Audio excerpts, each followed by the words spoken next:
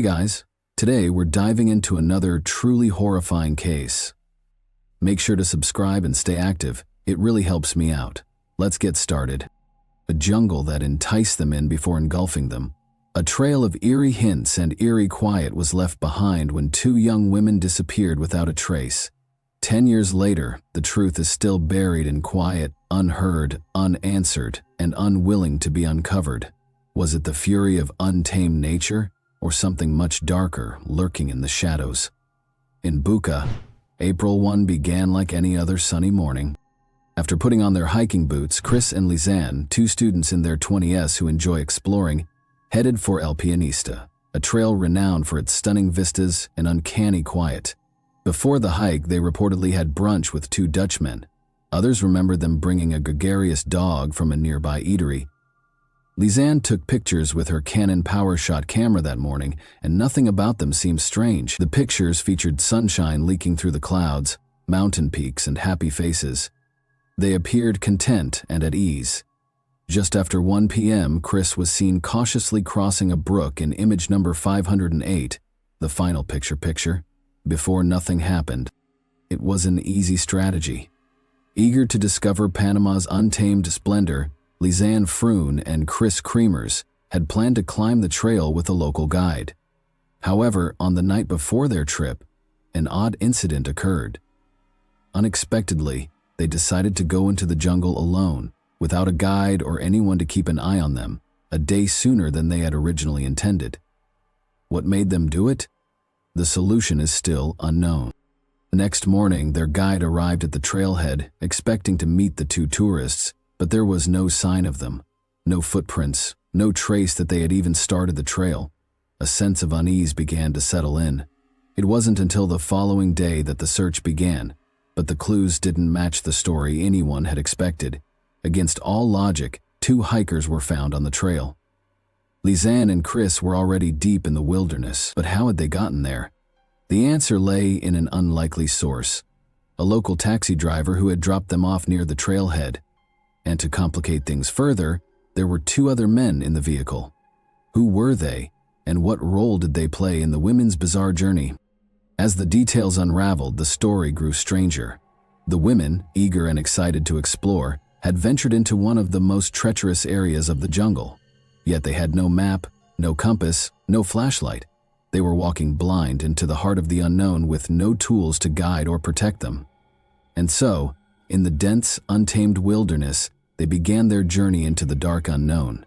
Unprepared, unaware, and soon to vanish from the world. As the jungle swallowed them whole, they did not come back. No sign of the girls, no message, no movement. Concern spiraled into panic. Texts to Chris's father went unanswered. By April 6, their desperate families were on Panamanian soil, joined by Dutch detectives, trained dogs, and a hefty reward. $30,000, 0 cents, for any trace of Chris and Lisanne. The jungle was swept, rivers combed, air searched, but there was nothing, not yet. Somewhere past the last smiling photograph, their story took a turn, one that no one saw coming. So, what really happened after image number 508? What began as a hike through paradise quickly unraveled into a desperate fight for survival, unbeknownst to early searchers. Chris and Lisanne had started calling for help just hours after they were last seen. Chris's iPhone tried to reach emergency services, the first of what would become 77 failed attempts. Minutes later, Lisanne's Samsung followed. Both phones kept trying over the next several days, each call bouncing off the unforgiving silence of the jungle. There were no signals. Then came the photos, the strangest and most unsettling pieces of this tangled puzzle.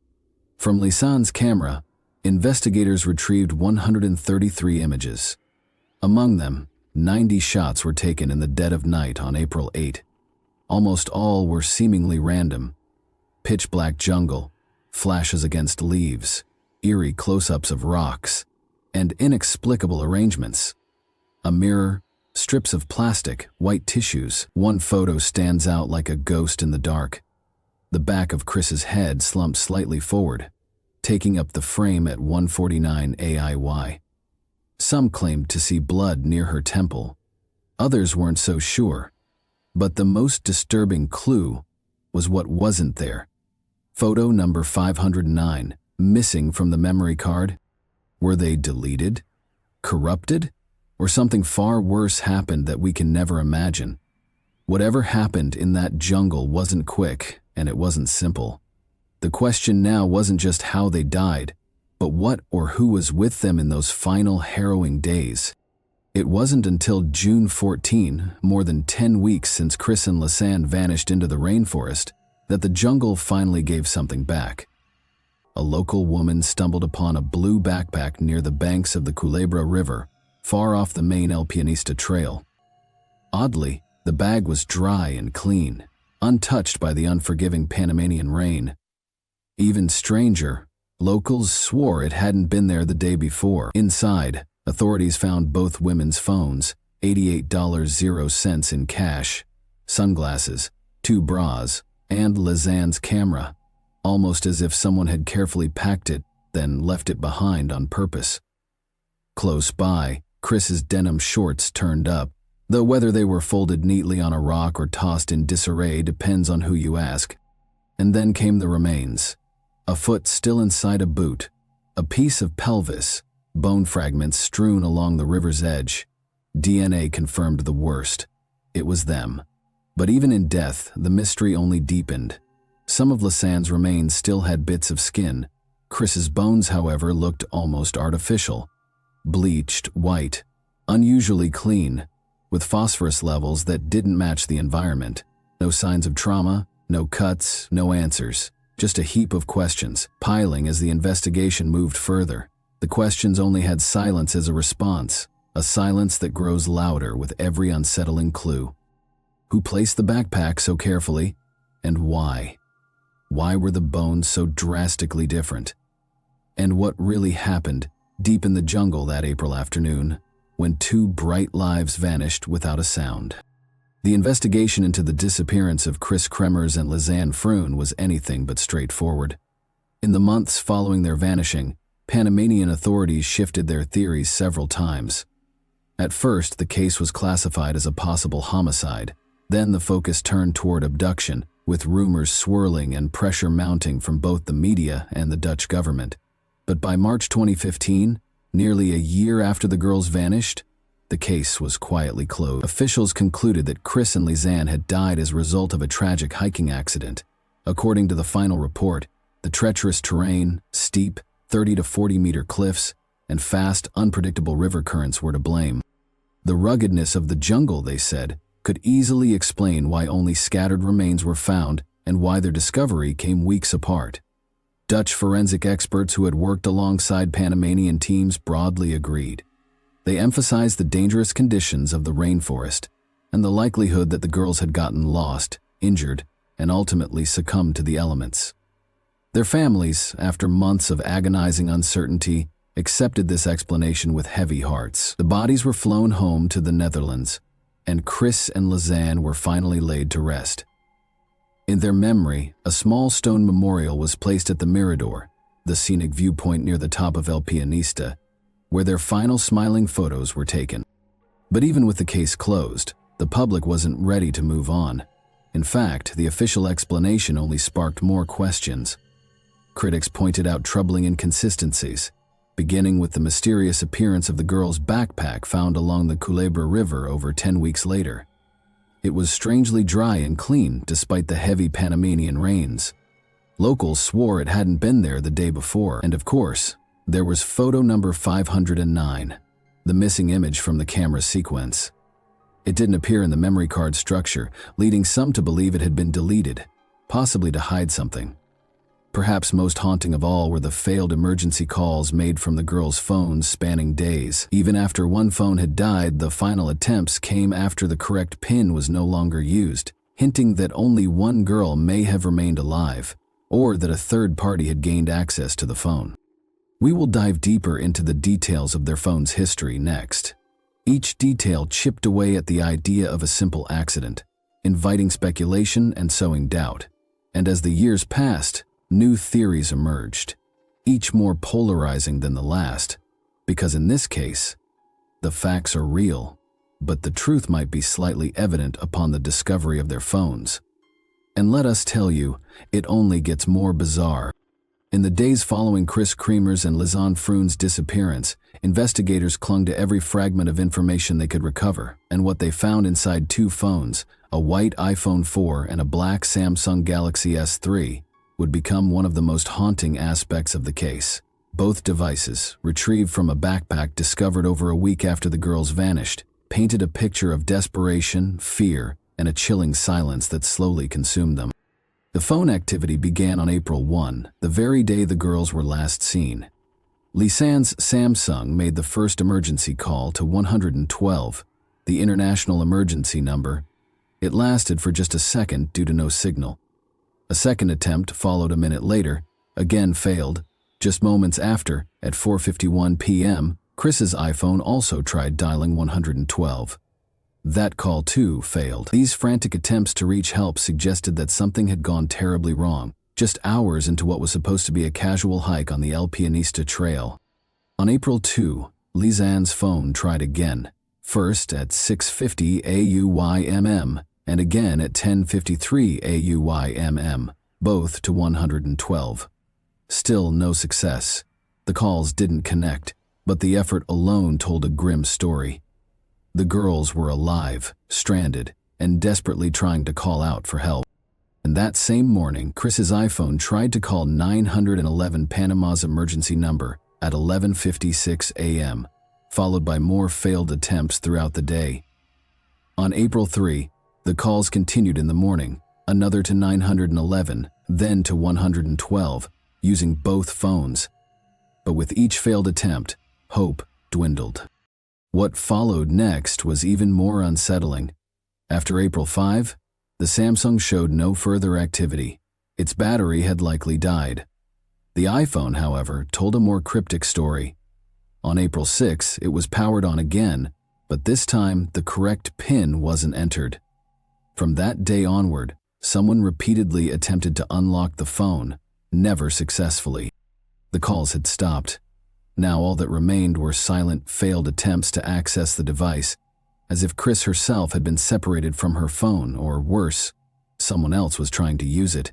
Between April 7 and 11th, the iPhone was switched on multiple times, brief flickers of activity in the dark, but with no further calls, no photos, no messages, just a cold, lifeless glow each time the screen was lit.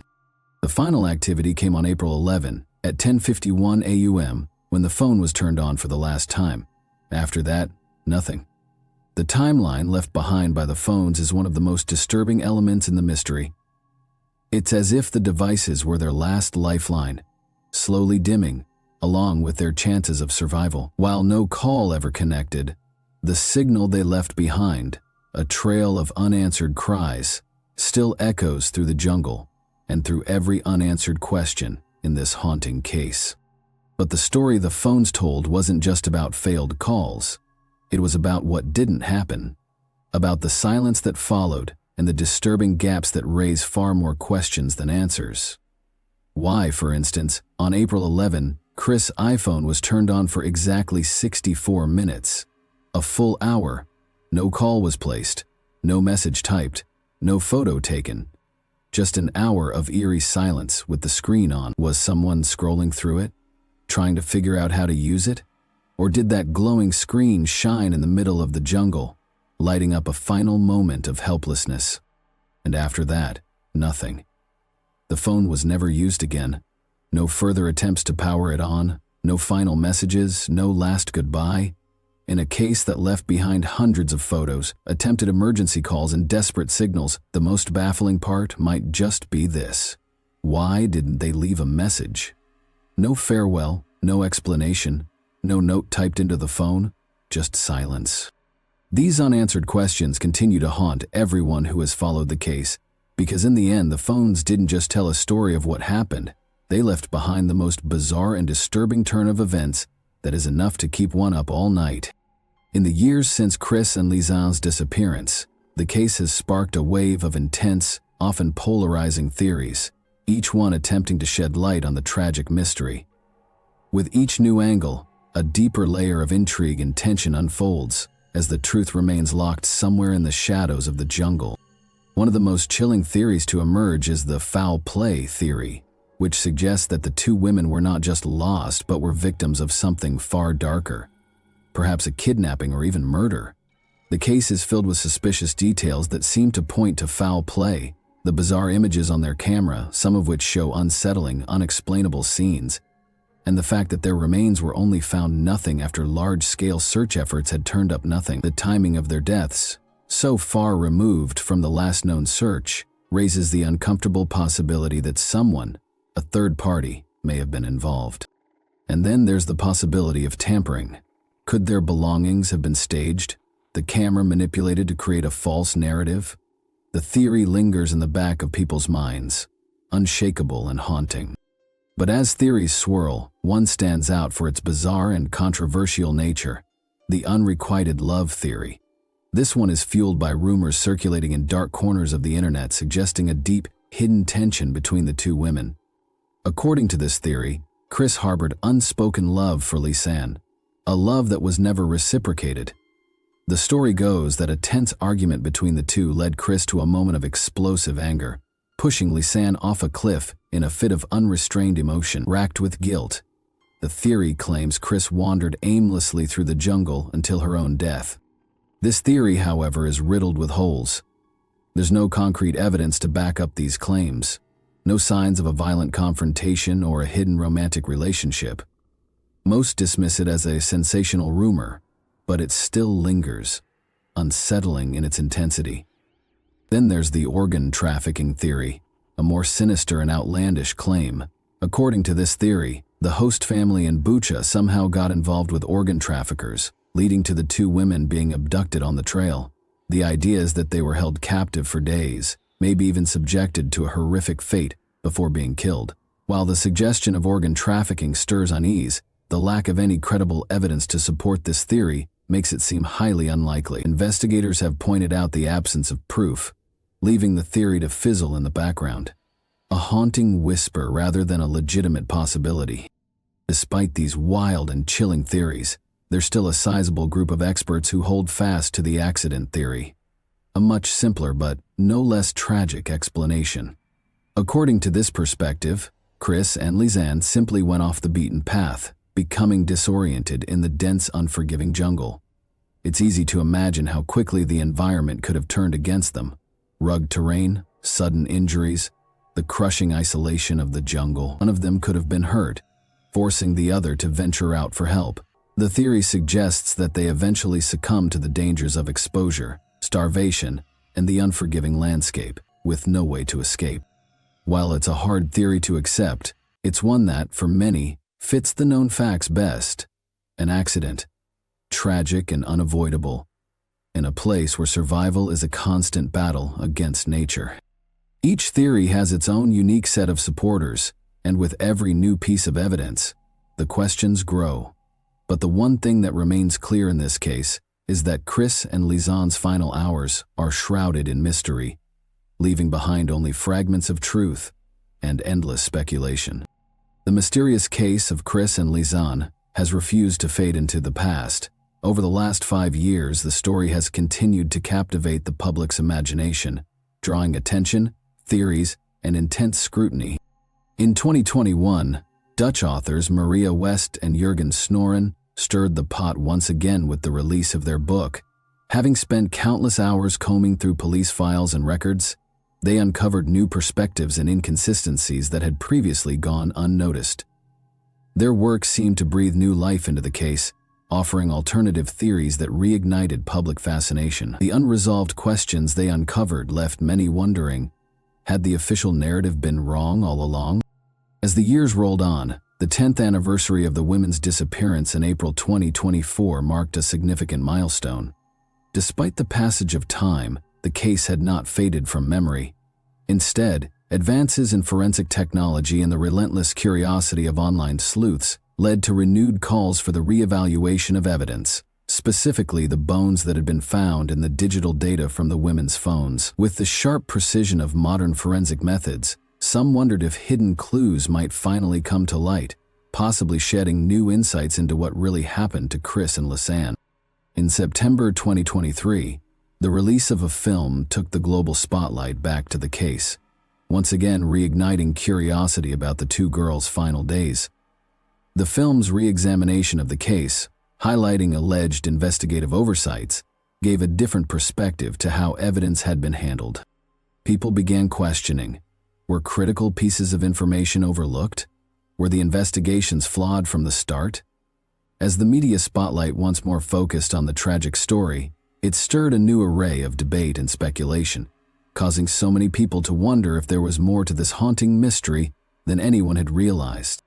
With each passing year, the case only grows more enigmatic. Its disturbing questions continue to haunt those who dare to dig deeper. New angles, fresh evidence, and renewed curiosity make it clear this is a story that refuses to be forgotten.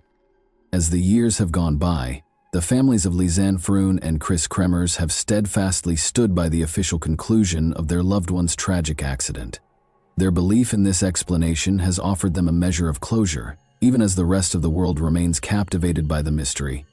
For them, the story may have come to an end, but for everyone else, the puzzle lingers. The phone records, camera images, scattered remains, and lingering forensic uncertainties provide enough material to fuel a host of competing theories. While the families try to heal, investigators, journalists, podcast hosts, and online communities are still debating. Some see a tragic, albeit straightforward misadventure in the treacherous landscape of El Pianista's rugged terrain. Others, however, sense the shadow of something far darker, a hidden truth that has yet to be uncovered. Lisanne and Chris's case has evolved into one of Panama's most confusing and talked about modern mysteries. Over the decades since their horrific hike, countless theories have surfaced, each more chilling than the last. Yet despite all the speculation, no definitive answer has emerged. As technology advances and new discoveries surface, there is always the possibility that one breakthrough, whether it's a fresh forensic analysis or a crucial new witness, could shed light on what truly happened during those final days. But until then, the questions remain unanswered, adding to the ever-growing sense of mystery that continues to surround the tragic deaths of Lisanne Froon and Chris Kremers. Was it simply a horrible accident, or was there more lurking in the shadows? Thanks for watching, everyone. Your support means a lot to me, and you can help my channel grow by hitting that like button, dropping a comment, and sharing this video. Your engagement really makes a difference. See you soon. Hey guys, today we're diving into another truly horrifying case. Make sure to subscribe and stay active. It really helps me out. Let's get started. Even after years of friendship, growing up next door, and sharing innumerable memories, you will never really know someone. Sometimes people only act like friends, deftly playing on feelings, responding to sincerity and confidence with deceit and deliberate betrayal. While disappointments are unavoidable in life, betrayal is the last thing we want from people we consider friends. All too frequently, we blindly trust them.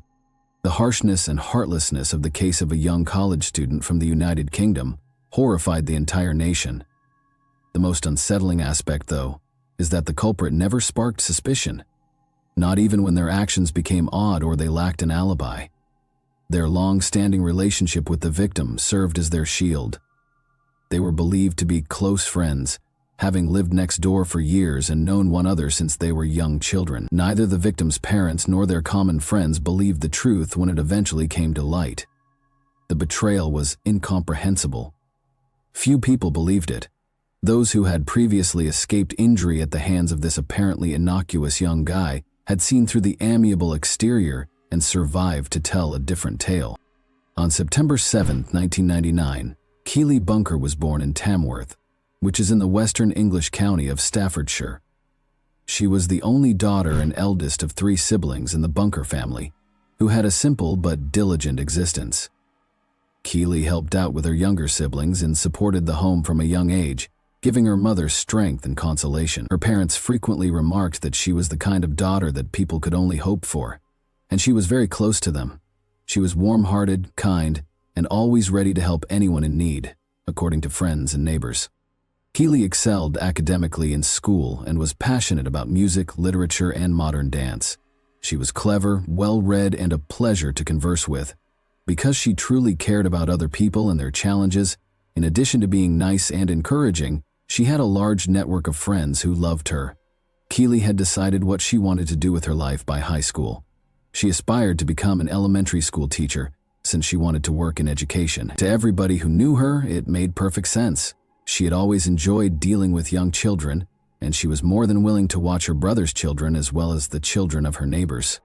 After graduating, Keely was accepted into a teaching program at a respected educational institute that was part of Staffordshire University.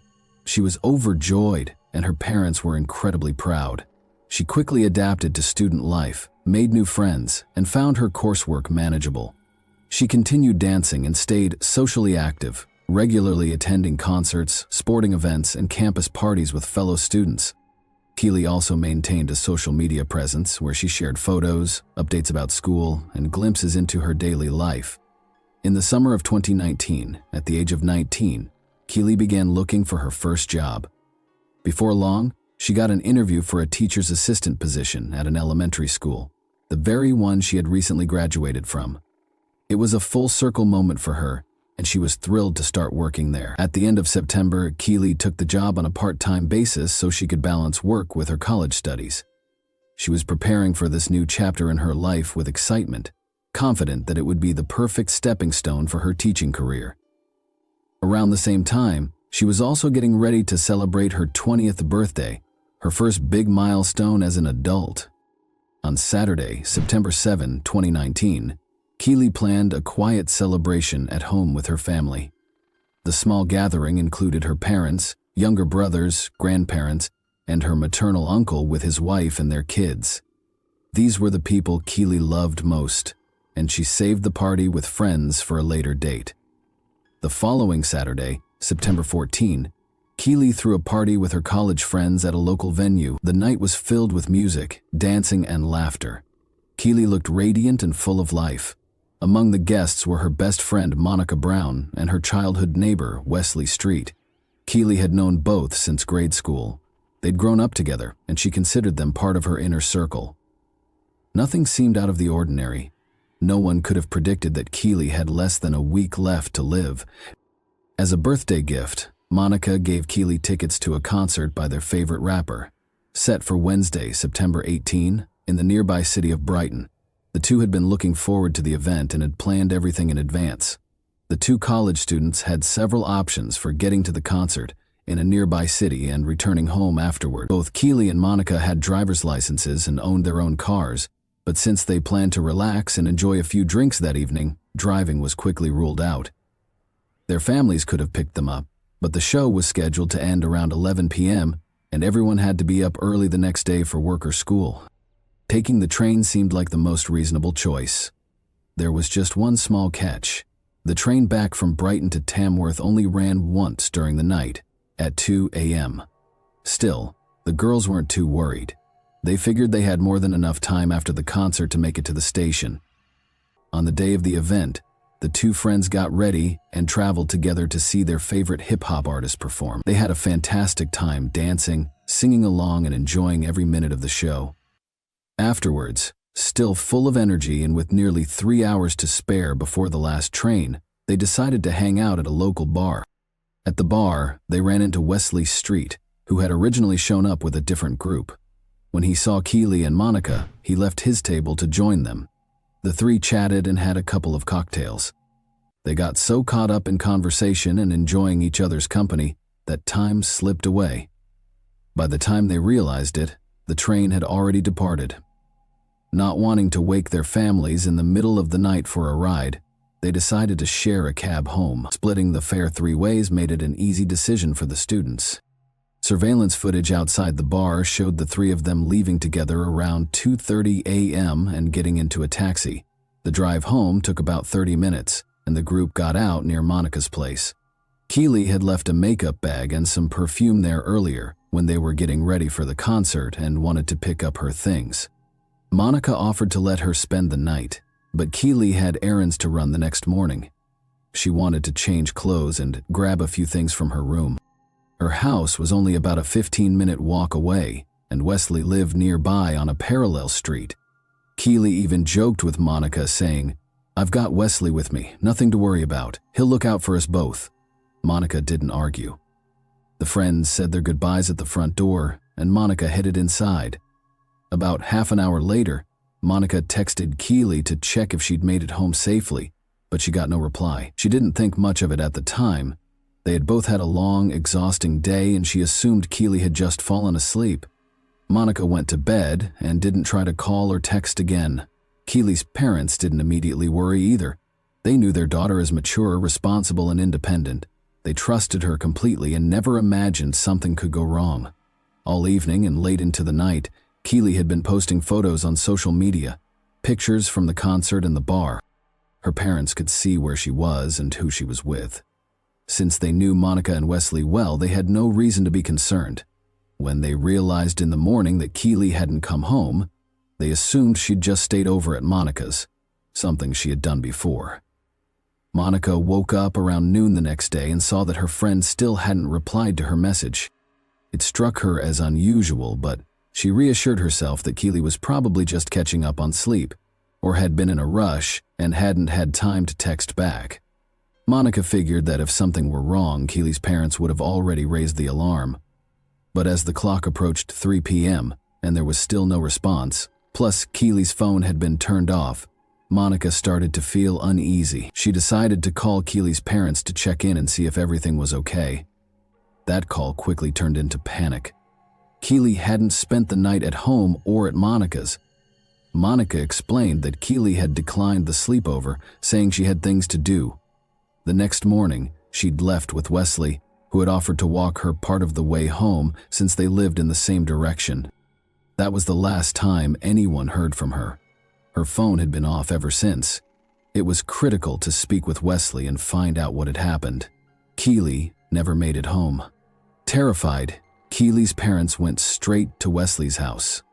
He answered the door looking half asleep and appeared genuinely shocked to hear that Keely hadn't made it back the night before. He admitted that he hadn't walked her all the way to her door. According to him, they stopped at a phone booth at the corner where their paths split. Keely had said she'd be fine on her own. The walk from that spot to her home was only about 150 feet. Wesley said he didn't insist on walking her the rest of the way because he was feeling sick from the drinks and just wanted to get home and into bed. He told Keely goodbye and turned down his street without even looking back to make sure she was safe. Once he got home, he didn't check in or call her. He just shut off his phone and went to sleep. Now he said he felt guilty and blamed himself for not walking her all the way home. After hearing his story, Keely's parents went straight to the police and reported her missing. Surprisingly, authorities responded immediately. They didn't insist on waiting the standard 24 hours, despite Keely being an adult, arguing that the circumstances raised enough concern to act right away. Monica and Wesley became the main witnesses in the case, as they were the last people to see and interact with Keely. At first, no one suspected them of anything. After all, they had grown up with Keely and had been friends since grade school. Still, law enforcement needed detailed statements from both, as their accounts could be critical to the investigation. Both Monica and Wesley were cooperative and seemed eager to help. They recounted the night's events minute by minute in great detail, and their stories matched almost exactly. Wesley claimed that after parting ways with Monica, he and Keely walked a short distance together. He said nothing seemed out of place during that time, nothing suspicious, no signs of danger. He explained that he hadn't escorted her all the way because he was feeling sick from the alcohol and didn't want to get ill in front of her. According to him, they made it to a corner where an old phone booth stood. Keely continued walking straight toward her house while Wesley turned off onto his street, feeling nauseous. Come on! He never circled back to check on her, nor did he stay to make sure she got inside safely. Unfortunately, the stretch of road Keely had to walk alone had no surveillance cameras, making it impossible to confirm whether she made it home. The incident took place in the early hours of the morning, so there were no bystanders, and none of the neighbors reported seeing or hearing anything unusual. Officers decided to search the Bunker family home, working off the theory that Keely may have made it back but then left again for some reason. However, nothing in the house or in Keely's room indicated that she had returned that night. There were no signs of anything unusual or out of place. Investigators brought Monica and Wesley in again for further questioning. Once more, the two walked through the night's events step by step, down to the minute. No new information came to light, so detectives attempted to track Keely's phone. Unfortunately, the device was turned off, and the last signal had been picked up during the early morning hours, right around the area where she was last seen. Cell service providers responded to law enforcement's request for phone activity, but no calls or texts provided any helpful leads. Monica then gave investigators access to Keely's social media accounts to review her messages in case she had arranged to meet someone else that night. But that theory went nowhere. Keely's last activity online was around 2 a.m. on Monday, when she posted a couple of photos from the bar where she had been with Monica and Wesley. When Monica and Wesley were called in again for another round of statements, Monica showed up immediately.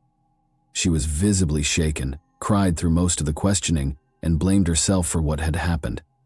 She offered any and all help she could provide. Wesley, on the other hand, appeared increasingly agitated and began to treat the repeated interviews as though the police were accusing him of something more troubling. His story began to shift. He changed small details, added new ones, or left things out. For instance, he initially claimed he had gotten sick shortly after parting ways with Keely, but he couldn't pinpoint exactly where. Later, he said that he had been mistaken and that it hadn't happened at all. He chalked up the inconsistencies to the heavy drinking that night, saying the alcohol had blurred his memory. These contradictions raised concerns, but detectives held off on making conclusions. It was true that all three had been drinking, and that alone could cause some memory gaps, but when officers asked Wesley to walk through the night again in full detail, he lost his composure and frustratedly, he demanded to know if he was being accused of something. His defensive attitude continued to raise red flags, though at that point there was still no physical evidence tying him to a crime, and the police had no grounds to charge him with anything. Yet, the bunkers were informed of Wesley's erratic behavior, but they didn't see it as suspicious. They noted that Wesley had been friends with Keely since elementary school and figured he was just overwhelmed with worry. Monica also suggested that he might be feeling intense guilt and stress about Keely's disappearance. Detectives, along with both Monica and Wesley, went back once more to the last location where the friends had parted ways. They wanted to be sure nothing had been overlooked. Monica did her best to recall every detail that might help. Wesley, however, started avoiding direct questions and became increasingly defensive, acting as if he was already being blamed. With no solid leads to go on, the police quickly launched a full-scale search operation, hoping they still had a chance to find Keely alive. Less than 24 hours had passed since her disappearance, so time was critical. Search teams were formed, including officers, volunteers, Keely's family members, friends, including Monica and Wesley, neighbors, and concerned locals. The area was divided into search zones, and each group was assigned a section to cover. Crews combed through vacant lots, abandoned or unfinished buildings, and a nearby park with wooded areas and a lake. It was at the lake, around 9 p.m., that a horrifying discovery was made. A team led by Keely's uncle Jason Bunker noticed an unusual pile of branches and leaves. Deciding to investigate, they began to clear it away. What they found underneath shocked everyone. A young woman's body lying face down. It was Keely, and sadly nothing could be done to save her. Her body was partially submerged in water, weighed down with branches and covered in leaves and grass. Her jeans had been pulled down and her clothing was torn, suggesting a targeted and violent assault, believed to be the motive behind the attack. When Keely's parents arrived at the scene, they confirmed that the remains were their daughter's. Forensic specialists thoroughly examined the area, and Keely's body was sent for autopsy to determine the cause of death. As feared, she had been assaulted, and no protective measures had been used, allowing investigators to recover DNA evidence from the attacker. The official cause of death was mechanical asphyxiation. Keely had been strangled with bare hands. In addition to that, her body showed signs of multiple injuries, including bruises, abrasions, and defensive wounds on her arms, proving that she had fought back with everything she had. A toxicology report revealed only a low level of alcohol in her system, meaning Keely was not intoxicated and had likely been fully aware of what was happening to her. But how did she end up in that lake? The case was reclassified as a criminal investigation, and Wesley became the primary suspect. He had been the last known person to see Keely alive. He was arrested, but due to the lack of conclusive evidence, police could not hold him for more than 24 hours. Interestingly, Wesley now acted completely calm, detached, even indifferent. Phone records showed that Wesley's device had been turned off around the same time and in the same area as Keely's. While not definitive, it added to growing suspicions. He also had visible bruises and scratches on his body, which he couldn't clearly explain. He chose not to speak and requested an attorney. The park had several surveillance cameras and investigators analyzed the footage carefully. One video showed a couple resembling Wesley and Keely walking down a pathway. About 15 minutes later, a dark figure wearing a hood was seen hurrying out of the park. Though the face was obscured, authorities strongly believed it was Wesley. When confronted with the footage, Wesley shared a version of events that no one saw coming. He claimed that Keely had suggested going into the park to hang out and talk. They were having fun goofing around and he had lifted her onto his shoulders as a joke, but allegedly due to the alcohol he'd consumed, he lost his balance. After just a few steps, he said he stumbled, fell, and Keely hit her head on the curb and then stopped moving. Wesley claimed he panicked when he realized Keely wasn't breathing. Overcome with fear, he said he left her in the park and fled. However, the forensic report revealed no signs of head trauma that would support this version of events.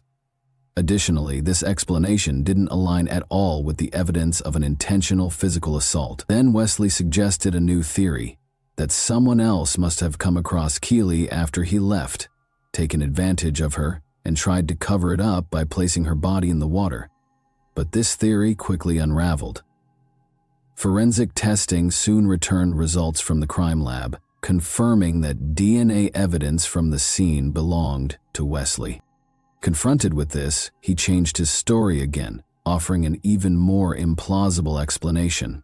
Now, he claimed that Keely had lured him into the park, confessed her feelings for him, kissed him, and that they ended up being physically intimate by mutual consent. He insisted everything that happened was voluntary, and that afterward, they went their separate ways.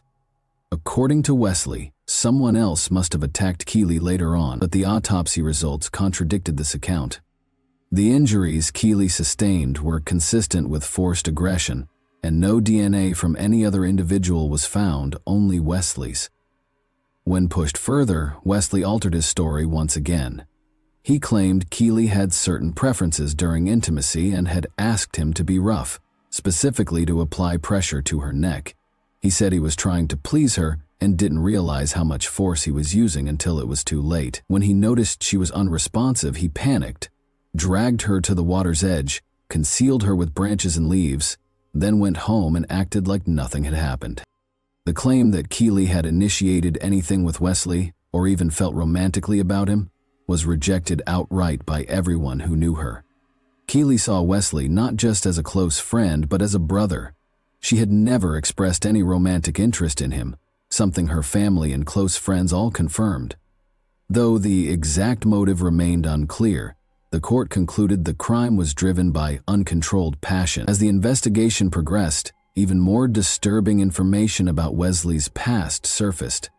This wasn't his first incident. He had previously been accused of inappropriate conduct toward other women. However, this was the first time he had taken someone's life. 2 other women came forward during the trial, both of whom had been harmed by Wesley in the past. One of them had been underage at the time of the incident. They had remained silent out of fear, but felt compelled to speak once they learned he had been arrested. Their testimonies helped paint a fuller picture of a dangerous individual hiding behind a friendly face. The trial began in September 2021, a year after Keely's life was taken by someone she had trusted deeply. While the act wasn't premeditated, the court found that Wesley had taken advantage of an opportunity to fulfill a disturbing impulse. Wesley Street was found guilty and sentenced to life in prison, with the possibility of parole no earlier than 30 years. He has never admitted guilt, nor has he shown remorse to Keely's loved ones. To this day, he continues to insist that their encounter was consensual and that her passing was a tragic accident that cost him his freedom. Thanks for watching, everyone. Your support means a lot to me. And you can help my channel grow by hitting that like button, dropping a comment, and sharing this video. Your engagement really makes a difference. See you soon. Hey guys, welcome to my channel, and today we're going to take a look at another horrible case with you. This video examines what happened in Tennessee, USA on September 2, 2022, when 34-year-old Eliza Fletcher, a mother of 2 children and kindergarten teacher, left her Memphis home to go for a morning jog. Following police notification of Eliza's disappearance, an investigation was started after she failed to return home, which sparked a significant public outcry. A few days ago, the case was concluded. Born in Memphis, Tennessee, on November 9, 1987, Eliza Welford Fletcher played soccer for the University of Memphis after graduating from Hutchinson School in 2006 and went on to finish her undergraduate studies at Baylor University. After graduating from Belmont University with a master's degree in teaching, she focused her efforts and unending youthful enthusiasm on her students at Promise Academy and then St. Mary's Episcopal School's junior kindergartners. Eliza gave her all to her students, as she did to everything she did. She was a firm believer in the value of personal development and did not hesitate to show vulnerability. As a natural athlete, on the other hand, she welcomed it. From childhood teams to collegiate competition to winning marathons, Eliza's love of sports was evident. As an adult, she loved going for morning runs with her friends. She enthusiastically participated in everything she did by utilizing her competitive nature. Eliza was a skilled runner who qualified for the Boston Marathon, a prestigious event among marathon runners, by finishing the Stone Marathon in Memphis in 3 hours, 26 minutes, and 9 seconds. Eliza loved being a wife and mother more than anything else. Richard James Fletcher, her husband, and she met at the Second Presbyterian Church. On Friday, September 2, 2022, the couple welcomed 2 sons into the world after getting married on March 8, 2014. When Eliza did not return from her jog at the scheduled time, her family became concerned. Her husband Richard reported her missing at 7:45 a.m. after noticing that she had not returned home and was not returning calls or texts. Eliza began her day the same way she began many other days, with a morning run. She left the house at around 4 a.m. Police started looking into it right away. The investigators first spoke with every member of Eliza's family. In addition to ensuring that the family members' testimonies were consistent, they had to piece together the timeline of events preceding her disappearance. Eliza's husband, or any other family member's involvement in the disappearance, was promptly ruled out by authorities. Investigators retraced Eliza's route and started gathering surveillance footage after determining which route she was running. A still photo of Eliza was made public. She weighs 137 pounds, has blonde hair, green eyes, and is 5 feet 6 inches tall. Her hair was in a bun on the day she was last spotted, and she was dressed in a pink jogging top and purple-blue running shorts. Investigators concluded that Eliza had been abducted close to the University of Memphis. Eliza used to frequently jog in the area and had never experienced any personal safety concerns. But this time, police claimed that a man kidnapped her, forced her into his car, and drove off. The suspect was driving west on Central Avenue in a dark SUV. It was discovered that Eliza's cell phone was broken. Near the scene of her kidnapping, a water bottle and a phone were discovered. An image of the SUV was made public, and police urged anyone with information that could aid in the investigation to get in touch with them. Some information regarding the kidnapping was later made public by authorities. What the police report says about it is as follows. A black GMC Terrain was seen driving by and then waiting for the victim to run by on the scene's security footage. The document claims that a man got out of the vehicle, rushed over to Fletcher, and pushed her into the passenger seat. This kidnapping seemed to involve some sort of struggle. This is where the Champion Slide sandals were discovered. Sandals discovered at the scene were sent to a lab where specialists were to test them for a sample of the offender's DNA. The car then sat in the parking lot with the victim inside for about 4 minutes before it drove away. In a statement released on September 3, the day following the kidnapping, Eliza's family offered a $50,000 reward for information leading to Eliza's return. Police were looking for the dark SUV in the meantime. They discovered additional surveillance footage, some of which was subsequently made public. The police statement claims that this video shows the suspect in Eliza Fletcher's kidnapping cleaning the inside of his vehicle. It is clear from the statement that Eliza was no longer in the kidnapper's car at this point, but authorities did find a trash can where the suspect had disposed of the cleaning supplies he had used inside the vehicle. They might be an important piece of proof. The same day, September 3, Memphis police reported that they had found a car of interest and had taken its driver into custody to question him. The DNA sample came from the sandals the criminal misplaced when kidnapping Eliza Fletcher. Upon entering the DNA profile into the database, forensics discovered that the person who kidnapped Eliza was 38-year-old Cleotha Abston. He was released from prison approximately 2 years ago and had a criminal record. Investigators allegedly found that Abston's cell phone was close to the location where Fletcher was coerced into the car.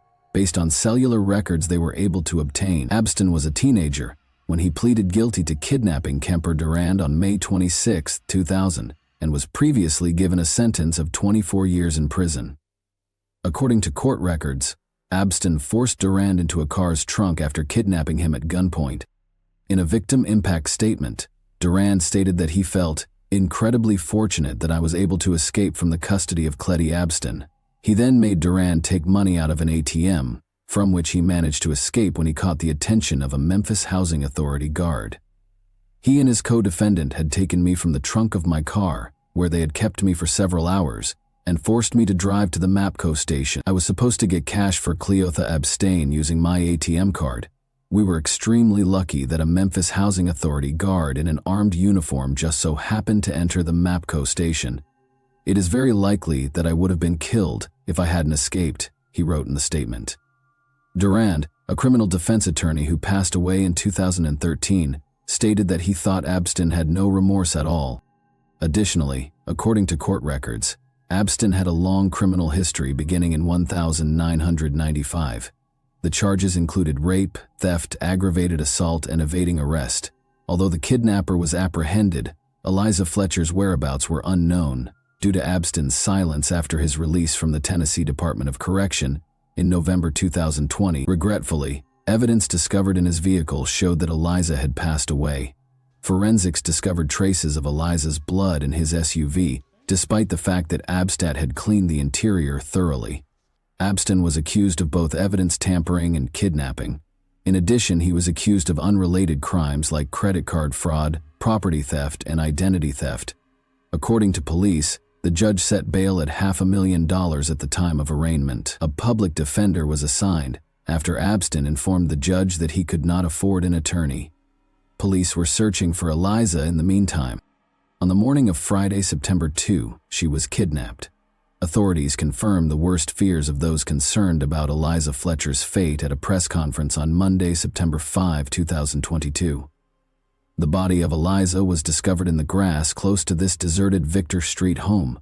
The driveway contained tire tracks that matched those on Abston's vehicle. This is how this location appears on news reports, however, indicate that this abandoned house was encircled by tall grass at the time of the crime. The grass was as tall as a man in some places, making it an excellent place to conceal the crime's evidence. Journalists started asking locals if they had seen anything suspicious after Eliza's body was discovered here. According to some of the people the journalists spoke with, even before Eliza's body was discovered, they called City Hall several times to request that the grass be mowed. However, after Eliza's body was discovered, the city authorities did nothing. Abston was also charged with first-degree murder and first-degree murder in the commission of kidnapping, and the judge revoked the $500,000 bail that had been set when he was first charged. The judge also decided that Henderson would be accepted as the suspect's legal last name. Since his name is listed as Cleotha Abston in the prosecutor's reports as well, I will use that name going forward. Just to let you know, he is listed as Claretha Henderson in some sources. Following the proceedings, Shelby County District Attorney Steve Mulroy sidestepped a reporter's inquiry about the punishment he would seek in the event that Abston was found guilty. A conviction for first-degree murder carries a life sentence, with or without parole, or the death penalty. It is too soon for us to talk about the kind of punishment we will pursue. Outside the courtroom, Mulroy stated that Eliza's family and everyone who knew her were shocked by her untimely death. 5 days after the police announced the body's discovery, on September 10, 2022, hundreds of people attended the funeral service, which took place in the same church where Eliza had been married 8 years prior.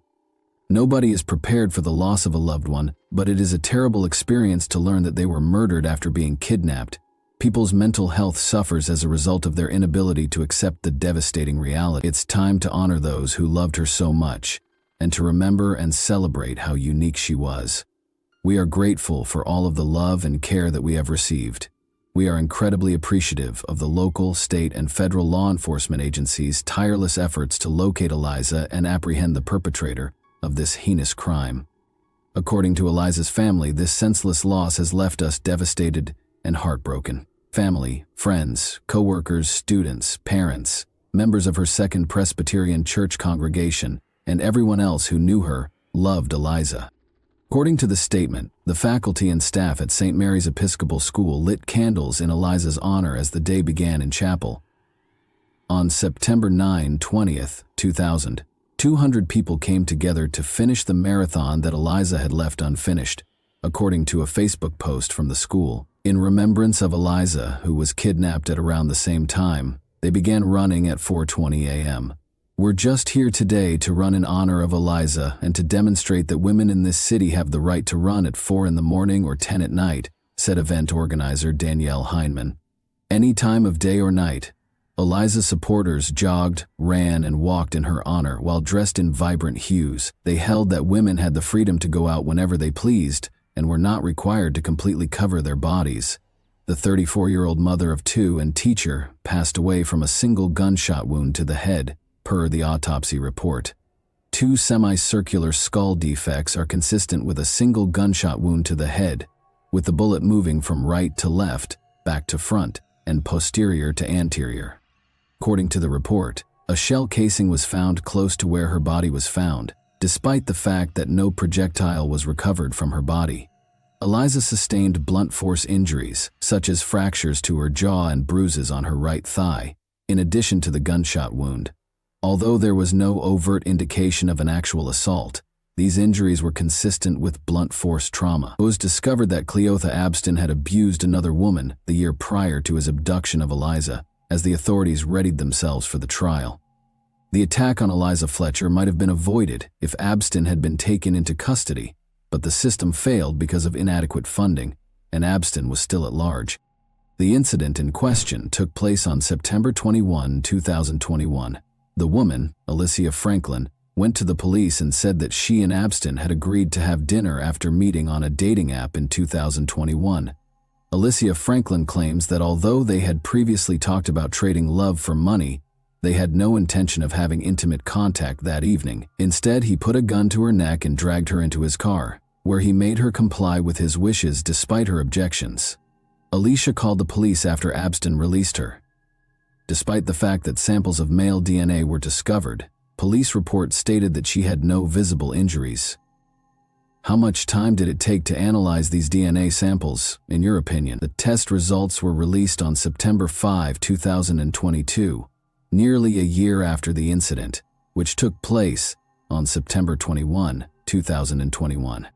When state leaders and victim advocates learned that Abston had been arrested for Eliza Fletcher's murder, they became indignant and demanded that officials change the way the state handles assault kits.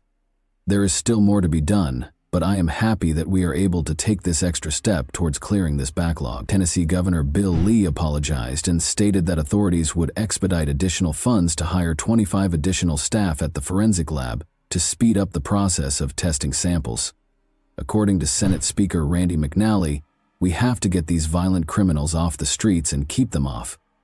Jim Strickland, the mayor of Memphis, has publicly defended the actions of the Memphis Police Department. Strickland responded, "I don't know the details," when asked if MPD blew the investigation. The investigation is ongoing. The mayor shouldn't get involved in the investigation's minutiae. Days after his arrest in connection with Eliza Fletcher's death, Cleotha Abston was finally charged in the case. Alicia Franklin is suing the city of Memphis, claiming that the Memphis Police Department did not conduct a thorough and appropriate investigation into her ordeal. She claimed to have sustained emotional and physical harm that necessitated continuous medical and psychological care. She is requesting damages that are not specified. Additionally, the lawsuit alleges that when investigators arrived at the crime scene, they failed to collect tangible evidence. The Lakes at Ridgeway were also sued by Alicia Franklin. The woman said that because there was no security at the apartment complex, Abston was able to take her to an unoccupied apartment and attack her. She claimed that the attack on her was not the first crime to occur in that vacant apartment, and she is suing for $2 million in damages. The apartment that Abston used to entice the plaintiff to leave her car was unoccupied and available for Abston to use illegally, the lawsuit said.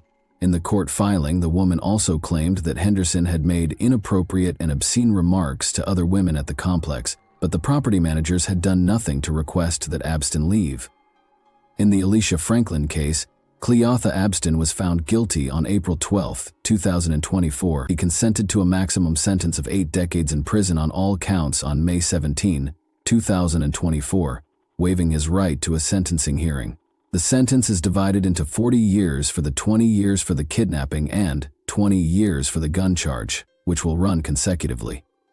When making a decision, said Judge Lee Coffey, the judge said that Abston will not be able to appeal his sentence, but he can still appeal the trial and verdict itself in the Franklin case this week.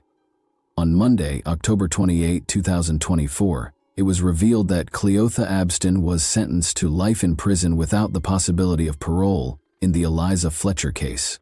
He also noted that the sentence would run consecutively for the counts he considered, including his lengthy criminal history and multiple disciplinary incidents while he was in custody, including indecent exposures and possessing drugs and weapons. The man accused of the violent kidnapping and murder of Memphis schoolteacher and mother of 2, Eliza Fletcher, entered a guilty plea to several charges, including first-degree murder, aggravated kidnapping, and tampering with evidence, according to a statement issued today by the district attorney's office. The case that has rocked the community was officially ended when Cleotha Abston was given a life sentence without the possibility of parole. With the help of Mrs. Fletcher's family, the resolution was reached. The agreement reached today gives the family closure. In order to avoid years and decades of appeals, the defendant forfeits his right to appeal. The fact that this dangerous individual will never again walk our streets benefits the community as well. In prison, he will perish. Due to the overwhelming evidence against him, Abston's attorney, Uni Ganguly, told the New York Times that he advised Abston to accept the plea deal. A jury probably would have given Abston the death penalty, Ganguly told the Times. A statement from Fletcher's family that was sent directly to Abston was read by District Attorney Steve Mulroy. We don't know what happened to you, but whatever it was that made you feel the need to harm people doesn't justify or explain what you did. Nothing will ever be the same because of the permanent change you have brought about in our lives. What you did was wicked. There is no other way to put it. You killed Liza, despite the fact that she did nothing wrong and did not harm you. If you had needed assistance, she would have been the first to offer it. And that wraps up today's chilling story. If you enjoyed this video, don't forget to like and subscribe so you never miss a new upload. Also, let me know in the comments what part of this story shocked you the most. Thank you for watching, and I'll see you in the next video. Hey guys, today we're diving into another truly horrifying case. If you want to support my channel, make sure to subscribe and stay active. It really helps me out. I'd be super grateful for that. Let's get started. At this precise moment, Kimberly made a mistake that gave the cops a significant lead in the murder of her boyfriend. The serious investigation that was about to commence began with the discovery of 31-year-old Gabrielle Montanez's body, shot just outside her apartment. Even though there were several hints that fit the murder's chronology exactly, what transpired next completely upended the case. It all began on July 25, 2017, when a troubling 911 call regarding a fatal gunshot was received by Michigan police at 2:05 a.m. EM. Several troops raced to the site, not knowing what they were getting into. But as soon as they got there, they saw that the shot man was having trouble breathing. Based on experience, this blood trail would show that the victim was not shot at the scene of his discovery. Look under his hat to see whether he has any firearms. In an attempt to save him, the officers performed cardiopulmonary resuscitation. Paramedics quickly stabilized him and hurried him to the hospital as they arrived. He was taken in for emergency surgery by the hospital's surgeons as soon as he got there. His identity was eventually revealed when they discovered his ID card. He tragically died during the procedure. and his death was formally declared a homicide in spite of the doctor's best efforts.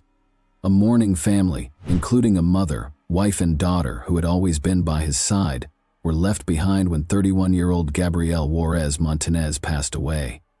At the same time, the police began investigating the murder at the crime scene. After making sure nothing had been disturbed, they guarded the entire area and started closely inspecting the location where Gabriel had been shot. The officers thought the blood trail they discovered during their inspection of the area belonged to Gabriel. This trail implied that he had crawled to the location of his discovery rather than being shot.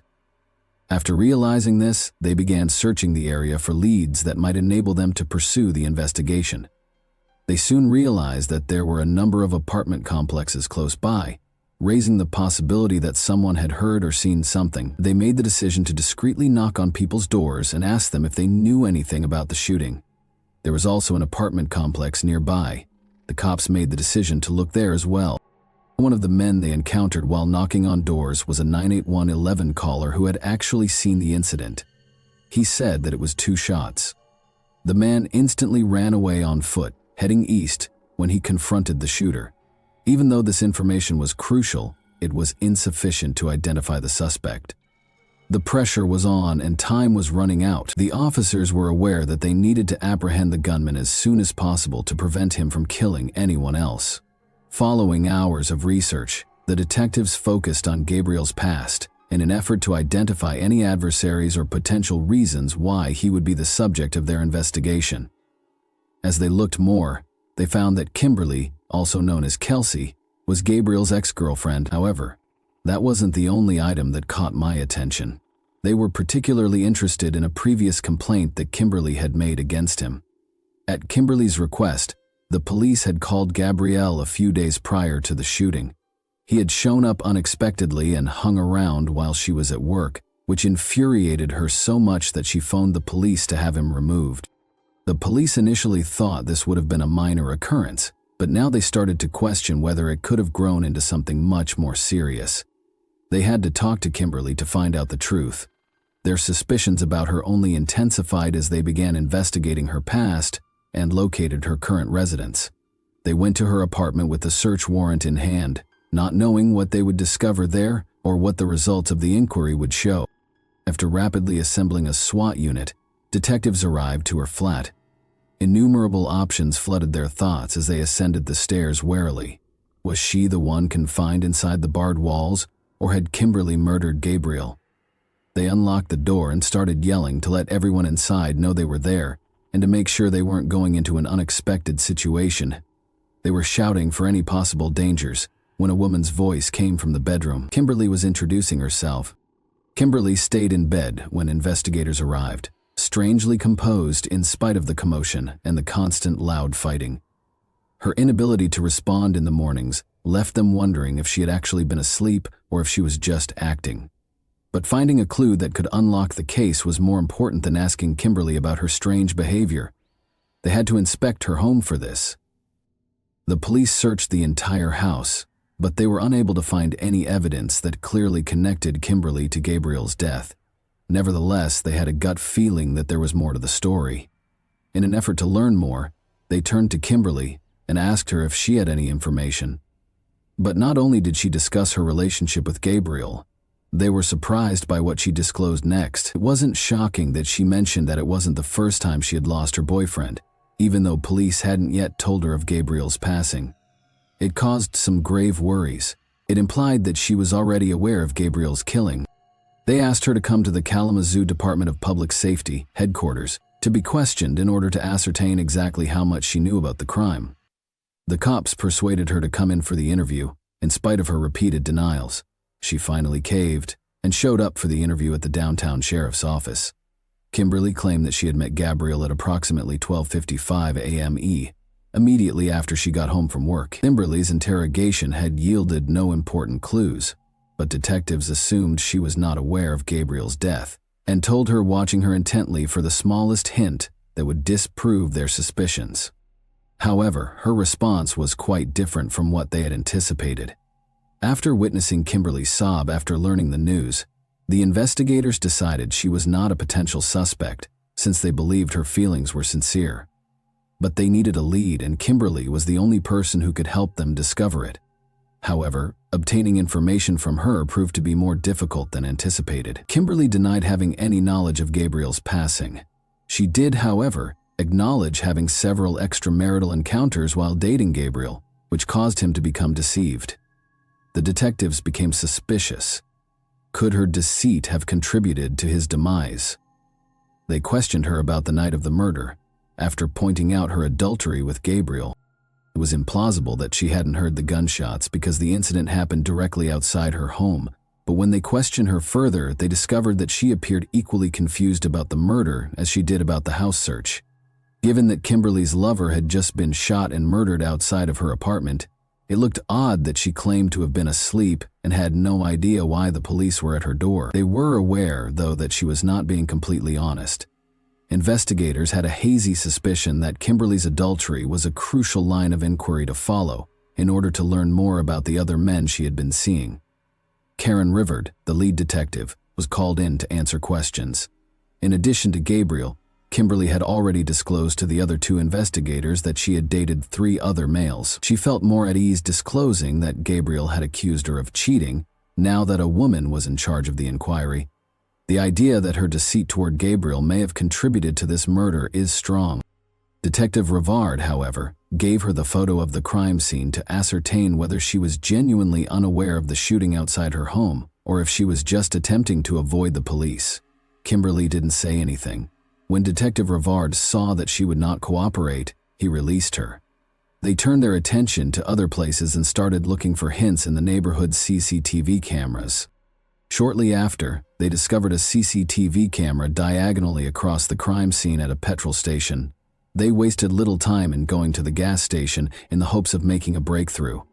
But as they watched the video, they discovered multiple pieces of evidence that pointed to Kimberly's knowledge of Gabriel's murder. She had actually been present when the shooting occurred. She didn't disclose this information throughout the investigation, but they discovered in the video that her automobile was parked outside the gas station. However, it wasn't the only unsettling aspect. The fact that another man, whom they previously knew, was in her car that day startled the detectives. Considering that Ellis, Kimberly's friend, had a history of running afoul of the law, his location was easy to find. In Kalamazoo, they discovered him sitting on the stairs of a house on a busy block. He had his child with him. They encouraged him to come for an interview at the sheriff's office, but he declined. They had no choice but to question him there, even though it wasn't the best moment for an interview. In the hopes that he would turn himself in after being presented with concrete evidence, detectives began by playing him the CCTV footage from the petrol station where he was obviously caught. Rather, he took an unexpected action. He vehemently disputed that he was the man in the video. Detective Rivard tried to calm him down and encourage him to talk more, because he could tell he was afraid of being caught. Detectives were unable to extract any useful information from Ellis despite the reference. He did, however, offer an alibi for the murderous day. He maintained that he wasn't on the video and that he had been with his girlfriend Samantha at the time. Detectives now looked to Samantha to confirm his alibi in light of this knowledge. They called her in for interrogation after determining her whereabouts. Detectives found that Samantha and Ellis were no longer together shortly after she was brought in for an interview. In fact, they had met a month prior, which obviously contradicted Ellis's alibi. After then, Samantha was questioned by detectives regarding Gabriel's murder and told that she didn't know anything. They showed her the same CCTV footage from the petrol station where Ellis was caught to make sure she wasn't lying. She eventually said something at that point, stating unequivocally that Ellis was the man in the video. She acknowledged that Ellis was at the gas station, but she denied any knowledge of Gabriel's murderer. She retreated entirely when Detective Rivard urged her to talk to Ellis and get confirmation regarding the murderer. Detectives changed their strategy when Samantha failed to provide a reliable lead. After obtaining a search warrant for Kimberly's vehicle, they were shocked to discover more unsettling than they had anticipated. However, this was nothing compared to what they discovered next: a pile of traffic tickets belonging to Cornell Head, a 21-year-old guy. Given all of the evidence, it appeared that Kimberly knew the identity of the murderer and had full knowledge of the events leading up to the murder. Detectives summoned her in for an interview in light of this. Kimberly broke down and appeared frightened of any repercussions related to Gabriel's murder, but detectives decided to take a chance and pressured her a bit harder, forcing her to talk. Detectives, who were determined to locate the murderer, encouraged her to write down the murderer's name in the hopes that it would ease her into confessing, but what she revealed was a terrifying admission of a more sinister reality. Kimberly had cheated on Gabriel with a man named Cornell. She also said that he was the third person in the car that evening. She picked Cornell and Ellis up after work, and the three of them continued on to McDonald's, then to a gas station, and eventually to Kimberly's house, where they parked the car in the lot.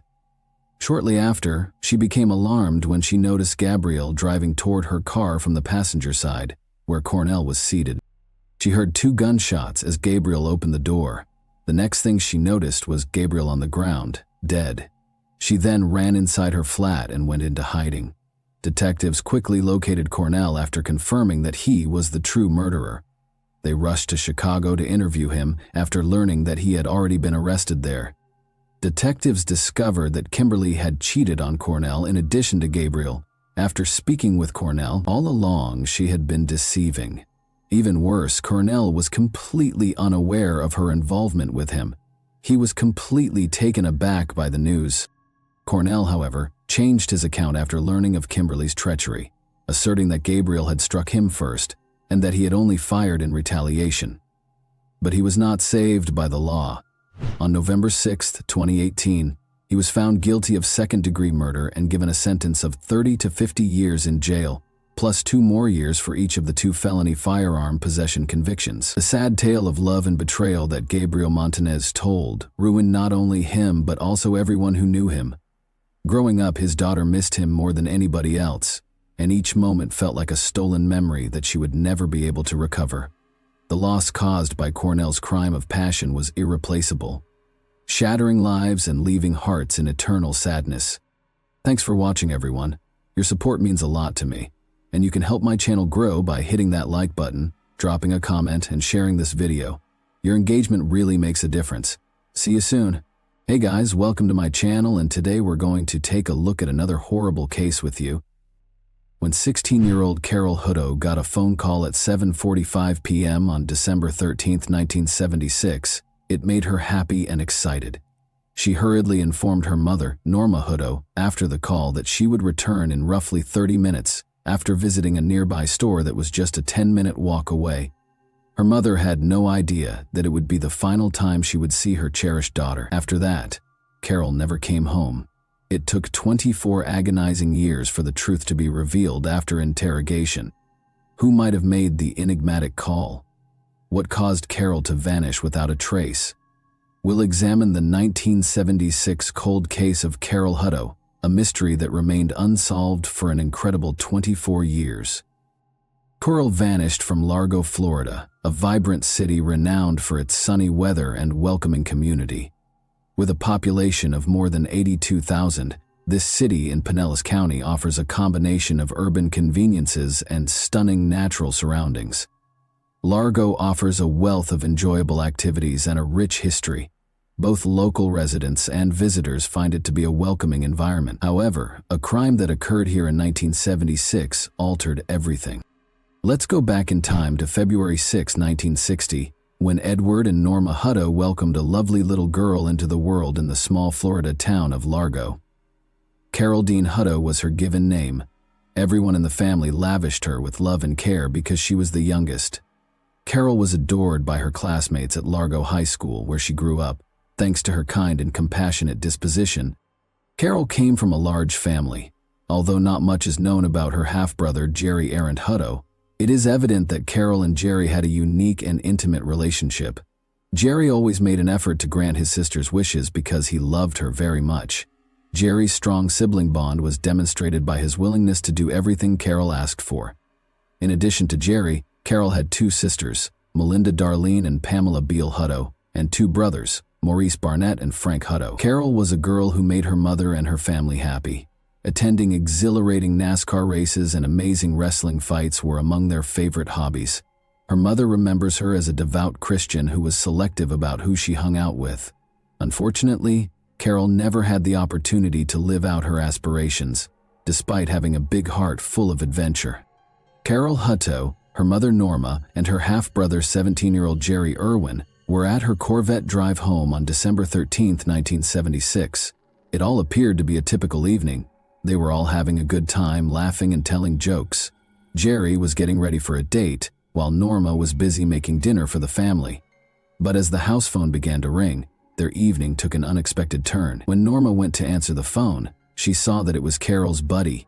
She gave Carol the phone, and they spoke to each other for a few minutes. However, Norma abruptly canceled the call when she returned. Curiously, Carol's mood abruptly changed after the call.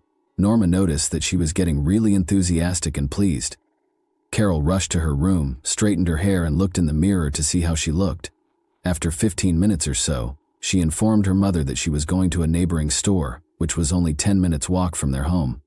Carol was almost out the door before Norma could ask the store what she wanted, but Carol promised herself she would return shortly before she left.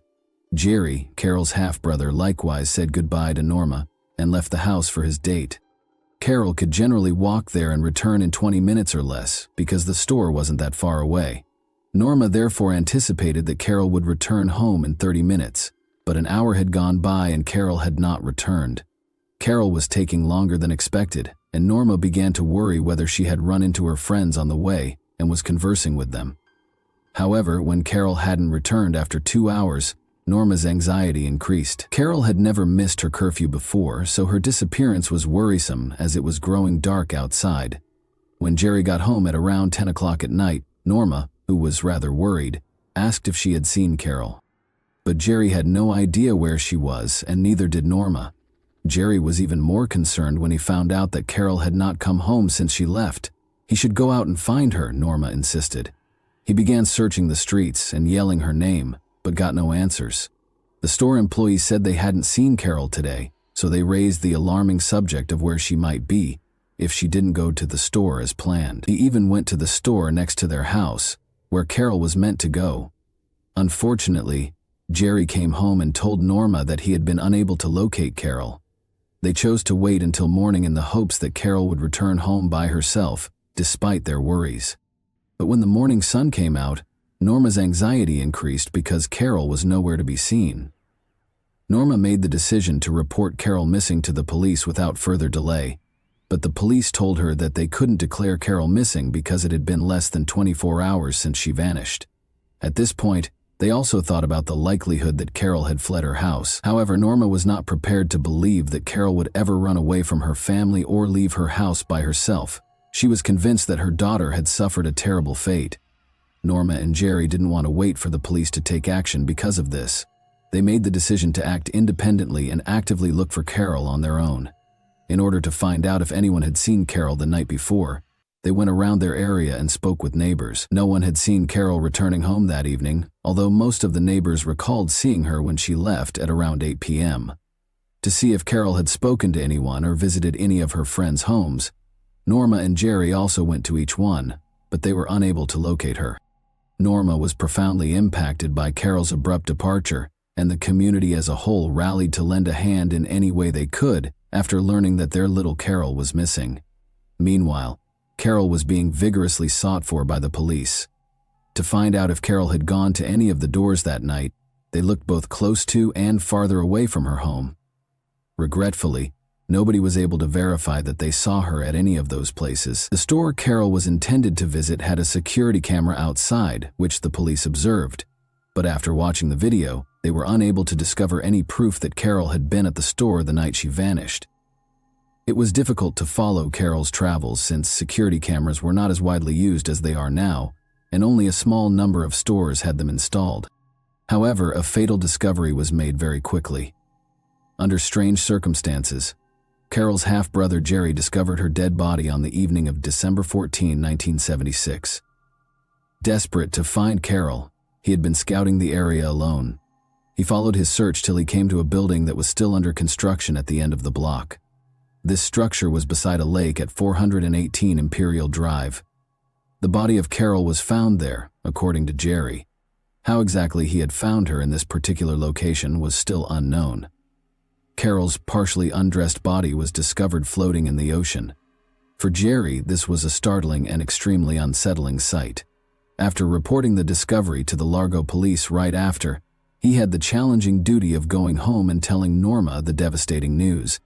It was immediately clear that Carol's death was not an accident when the police arrived to carefully remove her body from the lake in order to preserve any possible evidence. Her injuries and the concrete block that was used to drown her suggested foul play, meaning that she was killed on purpose and that someone tried to conceal her body. Her body was dumped in the lake after the authorities concluded that the attack had most likely taken place in the abandoned construction house. Carol's watch was a key piece of evidence. It was stopped at 10:36 p.m., suggesting that the murder occurred sometime between 10:30 and 10:45 p.m. Some disturbing details emerged when Carol's lifeless body was sent for a comprehensive autopsy. Carol was strangled, which probably caused her to lose consciousness but did not immediately cause her death, according to the coroner's findings. She had also had a serious injury after being struck in the head by a hefty item. In addition to the upsetting discovery, Carol's thigh was severely burned. An even more horrible detail was revealed in the medical examiner's report. Carol was still alive when she was tossed into the water and smothered with a huge slab of concrete. She stayed aware despite the terrifying situation and eventually passed away from drowning. 3 long hairs that belonged to the same individual but appeared to belong to someone else were also found by the coroner during the examination of Carol's body. A 4th hair was discovered on Carol's blue jeans. It was unidentifiable and might have belonged to the murderer. This finding could have been a significant development in the case. However, the hairs were carefully stored away, awaiting the development of more sophisticated techniques that could assist identify the person guilty for Carol's unfortunate death, because there was nothing that could be done with them at the time due to the limitations of medical science in the 1977. Because Jerry Irwin, Carol's half-brother, was also outside on the night Carol was killed, the Largo police briefly focused on him. The police found that Jerry was finished 30 minutes earlier than he said, notwithstanding his claim that he was on a date. They began to question what he was doing during that interval. Why didn't he come home sooner? The restaurant he visited was only approximately 8 minutes away. Since Jerry was unable to offer an alibi for that period of time, the police began to suspect that he was involved in Carol's death. He was the focus of their investigation, but no conclusive proof was found. There was no evidence that Jerry could have harmed Carol. Carol's mother, Norma, was certain that Jerry loved his sister dearly and would never harm her. Even though they were suspicious at first, concentrating on Jerry didn't help them discover the truth. Jerry was eventually exonerated by the police, since they were unable to locate any additional evidence against him. The police worked hard over the next 18 months to follow up on every lead, but they were unable to uncover any information that would help them solve the case. Thus, the inquiry continued in circles. The case became chilly as time passed and the investigation lost steam. The Hutto family was left with burning questions as a result of this. What actually happened to Carol on that pit bull night? Who was to blame for her passing? Along with losing their cherished daughter, they were also frustrated that justice had not been served for her. The murder of Carol remained unsolved for over 2 decades until a chance event in March 1994 gave the investigation a new perspective. Due to a work injury, Officer Brad Hoyes was forced to spend his desk duty looking through cold case files. He discovered the disturbing circumstances of Carol Hutto's murder case while going over the lost files, which rekindled an old inquiry. Officer Brad felt that there were undiscovered aspects of the case that hadn't been fully examined in the first 1976 investigation. His instincts led him to take the risky step of reopening the investigation and retrieving the evidence box that had been stored for years. He found Carol's personal diary among the materials. In the hopes that the diary would have the missing parts required to solve the riddle of Carol's terrible demise, Officer Brad found promise in those pages, and it starts around a month before she passes away. Carol wrote about her covert relationship with her classmate a few pages into the diary. Carol was 16 years old at the time, which was in 1976. The 17-year-old James Brian Kuhn, also known as Jimmy Kuhn, who was born on July 20, 1959, was the object of her intense crush. At Largo High School, where they were both juniors, they would frequently converse with one another. Although there were rumors of their intimacy circulating around the school hallways, they decided to keep their distance and never publicly recognized it. Kuhn requested that Carol keep the connection a secret, because his family was very strict and they wanted to keep it a secret from everyone. Carol also said that she was deeply in love with Kuhn at one point. When she finally reached the line, "I met Jimmy at the lake," it was just too personal, you know. I mean, her body was discovered there, and we think the murder was committed directly next to the house. Kuhn was also one of the people that showed up at Carol's burial looking truly sad and not at all like a suspect in 1976 when the case was first being investigated. As a friend of Carol, Kuhn was also questioned. He stated that he was at home the entire time and that he had not seen or spoken to her on the night of the murder. When cold case investigators re-examined the case in 1994, they discovered a contradiction between Kuhn's claims and what the Hutto family had initially informed the police. They disclosed that Carol had gotten a call from none other than Jimmy Quinn on the fatal evening of December 13, 1976. Kuhn had a daughter by this point, and he was 34 years of age. After graduating, he went on to serve in the United States Navy, where he was highly successful. His service as a submariner assigned to the U.S. Naval Submarine Base in Connecticut shaped his military career. Detective Sergeant Mike Short, 43, of Largo, was personally involved in the case. He assumed the lead in looking into Carol's murder after learning about the case because he and Kuhn had gone to the same Largo High School. He was accompanied by Lieutenant John Carroll, now Deputy Chief of Largo. They took a risk by unexpectedly traveling to Connecticut, where Kuhn, an 11-year veteran of the military, was stationed. Kuhn's story took a significant turn during this encounter. In a reversal of his previous claims, he acknowledged that he had seen Carol the night before she vanished. He acknowledged that on the night Carol vanished, he had been with her. That admission was important. But the next day, Kuhn had a change of heart. He refused to participate in a polygraph test, sought legal counsel, and declined more interviews. The lack of sufficient evidence to conclusively establish that Kuhn was the murderer of Carol on the evening of December 13, 1976, presented a problem for the police and prosecution. Since Quinn might be exonerated for anything less than first-degree murder, it seemed improbable that he would be found guilty of first-degree murder, given the statute of limitations. But there was something even more fascinating in the evidence box. Detective Mike opened the box and found a set of strange hairs that had been taken from Carol's body in the crime scene and had been carefully preserved in the late 1980s. The use of DNA testing to determine a person's guilt or innocence in criminal investigations was a turning point in forensic science. As the 1990s went on, the focus moved to looking at mitochondrial DNA, which is found in tiny structures inside human cells and has a higher chance of surviving over time. In light of these developments, Mike was keen to perform a genetic analysis on the hairs in the hopes of identifying the real culprit. But something was wrong. A sample of Kuhn's DNA, which was essential for the tests, was not available. The police required a valid search warrant to get Kim's blood in order to gather this crucial piece of evidence. They made the strategic decision to move forward with the goal of spending as much time as possible with the suspect. Detective Mike made the decision to enlist the Naval Criminal Investigation Service, or NCIS, as reinforcements in 1998. They believed that Kuhn might become uneasy and make a confession as a result of the naval officer's presence. Detective Mike stood outside the police interrogation room on July 15, 1998, as Navy investigators Dave Early and Tom Asimos sat down with James Kuhn, their murder suspect. They first took Kuhn's blood sample for additional testing after securing the required warrant. Then, in an effort to reassure and console Kuhn, Asimos and Early started talking to him.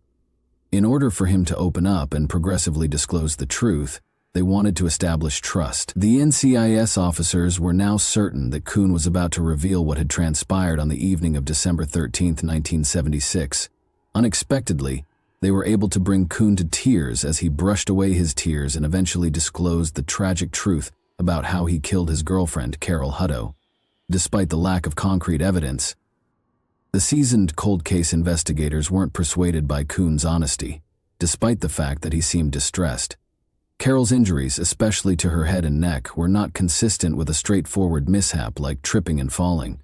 Rather, the nature of these injuries suggested strangling, forced trauma, and bleeding. Though he insisted it was an accident, Kuhn had admitted to being the cause of Carol's death. He accepted responsibility for her death, claiming that he did not assist her and that he tried to hide her body and the evidence. Kuhn was consequently arrested and held pending trial. But he gave a different account of what happened the night before his trial. In his other account, Kuhn first stated that despite his desire for physical contact, however, when Carol objected, the conversation changed course and turned into a physical altercation. Carol began to scream and retaliate by striking and scratching him. Kuhn hit her with a 2x4 piece of wood and even tightened his hold around her throat because he was afraid her cries would attract attention. Carol collapsed to the ground, senseless, as he finally released his hold. As a result of his uncertainty and terror, Kuhn decided to conceal her body in an effort to make it seem as though someone else had attacked her. He also burned her thigh in an attempt to cause confusion. Detectives reached the same conclusion in Kuhn's various renditions of events, regardless of the specifics. Carol was beaten, dragged to the water, and flung face down. To keep her body submerged, a concrete block was used as weight. It's interesting to note that Kuhn's second story seemed more credible and fit the evidence better. The circumstances surrounding Carol's unfortunate fate and the physical evidence seemed to support this version of events. On February 9, 2000, the day of the trial, the prosecution sought to convict Kuhn of first-degree murder. Although his attorneys admitted that he was partially responsible for the act, they maintained that manslaughter or perhaps third-degree murder would be a more appropriate punishment. After receiving the case, the jury deliberated for just 22 minutes before rendering a decision. Kuhn was convicted of murder in the first degree. The fact that the offense was committed in 1976 gives Kuhn the opportunity to enjoy freedom again. Judge Philip Federico of the Pinellas Pasco Circuit Court interpreted the state legislation of that year. After 25 years, a person convicted of first-degree murder may be eligible for parole under these provisions. It's interesting to note that Carol's mother, Norma Hutto, felt compelled to speak to Kuhn at the sentencing, even though Kuhn declined to do so. Norma went on to add, "James Kuhn, you took the trust Carol gave you and you used it for your depraved wants." She also mentioned how Carol had trusted him and called him out. She brought up the fact that Kuhn had attended Carol's funeral, disguising his true motivations by acting like her friend and feigning distress. Norma expressed her wish that he would never be released from prison and that he was unworthy of a fresh start, pointing out that he had denied her daughter the opportunity. A hopeful mother, Norma had a bright future in mind for her newborn daughter, Carol. She looked forward to the day Carol would graduate from Largo High School with pride. She envisioned her 16-year-old daughter in a gorgeous white gown, walking down the aisle to begin a happy life with her husband and perhaps even starting a family. But all of those hopes were dashed in a single night, and it was fervently hoped that Kuhn would never be allowed to leave prison. Let's now discuss Kuhn's case. Do you believe that he truly felt regret for his actions, and do you think that he deserved a life sentence? And do you think Kuhn's behavior with Carol was premeditated or just an accident? If you have any specific sections or sentences you'd like to clarify further, please let me know. And that wraps up today's chilling story. If you enjoyed this video, don't forget to like and subscribe so you never miss a new upload. Also, let me know in the comments what part of this story shocked you the most. Thank you for watching, and I'll see you in the next video. Hey guys, today we're diving into another truly horrifying case. If you want to support my channel, make sure to subscribe and stay active. It really helps me out. I'd be super grateful for that. Let's get started. The insane courier of death. How quickly would you open your door? If a stranger knocked, would you hesitate? Ask who they are, why they've come? Most people would. It's common sense. But what if the stranger wore a uniform, held a package, and looked like any other delivery person? Would you still pause? Or would you open the door without a second thought? During the summer of 2020, at the height of the pandemic, couriers became lifelines, connecting the isolated with the essentials of daily life. Groceries, medicine, work documents, all passed through the hands of delivery workers who now seemed more trusted than ever. But in one case, behind the mask and the uniform, hid a killer. In the midst of lockdown, a man posing as a delivery driver was bringing something far more sinister than packages. He was bringing death, and no one knew who his next target might be. Police were baffled. No fingerprints, no clear motive, no witnesses. They feared spreading panic, but the truth was, a calculated killer was on the move. Everything changed on July 11, 2020. That day, the masked courier arrived at a secluded, upscale property in the mountains southeast of Los Angeles. Inside was Mark Angelucci, a highly respected attorney, known across the country for his work on high-profile legal cases.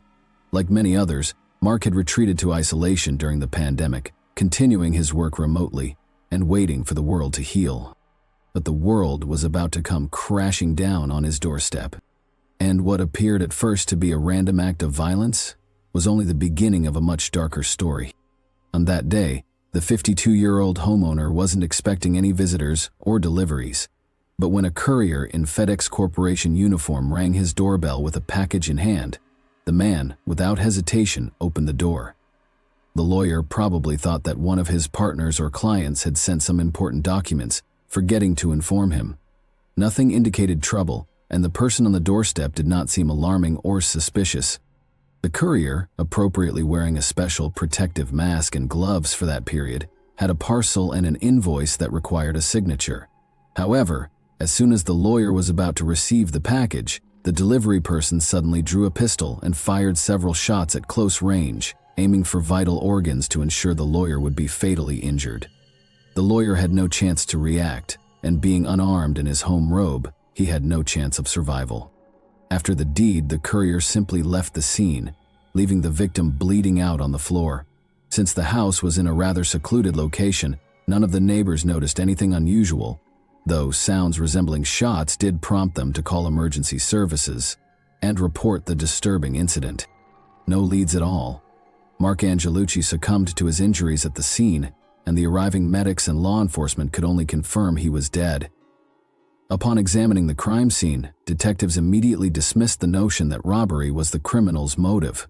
The house was truly luxurious, adorned with antique items, containing a safe and visibly expensive possessions, yet everything remained untouched. In the lawyer's home office lay a mass of important documents concerning various cases, but these too did not interest the perpetrator. Everything in the house was left undisturbed. Nothing was searched or moved, and the criminal did not even cross the threshold of the home. Thus, from the very beginning, the main objective was clearly to eliminate the homeowner.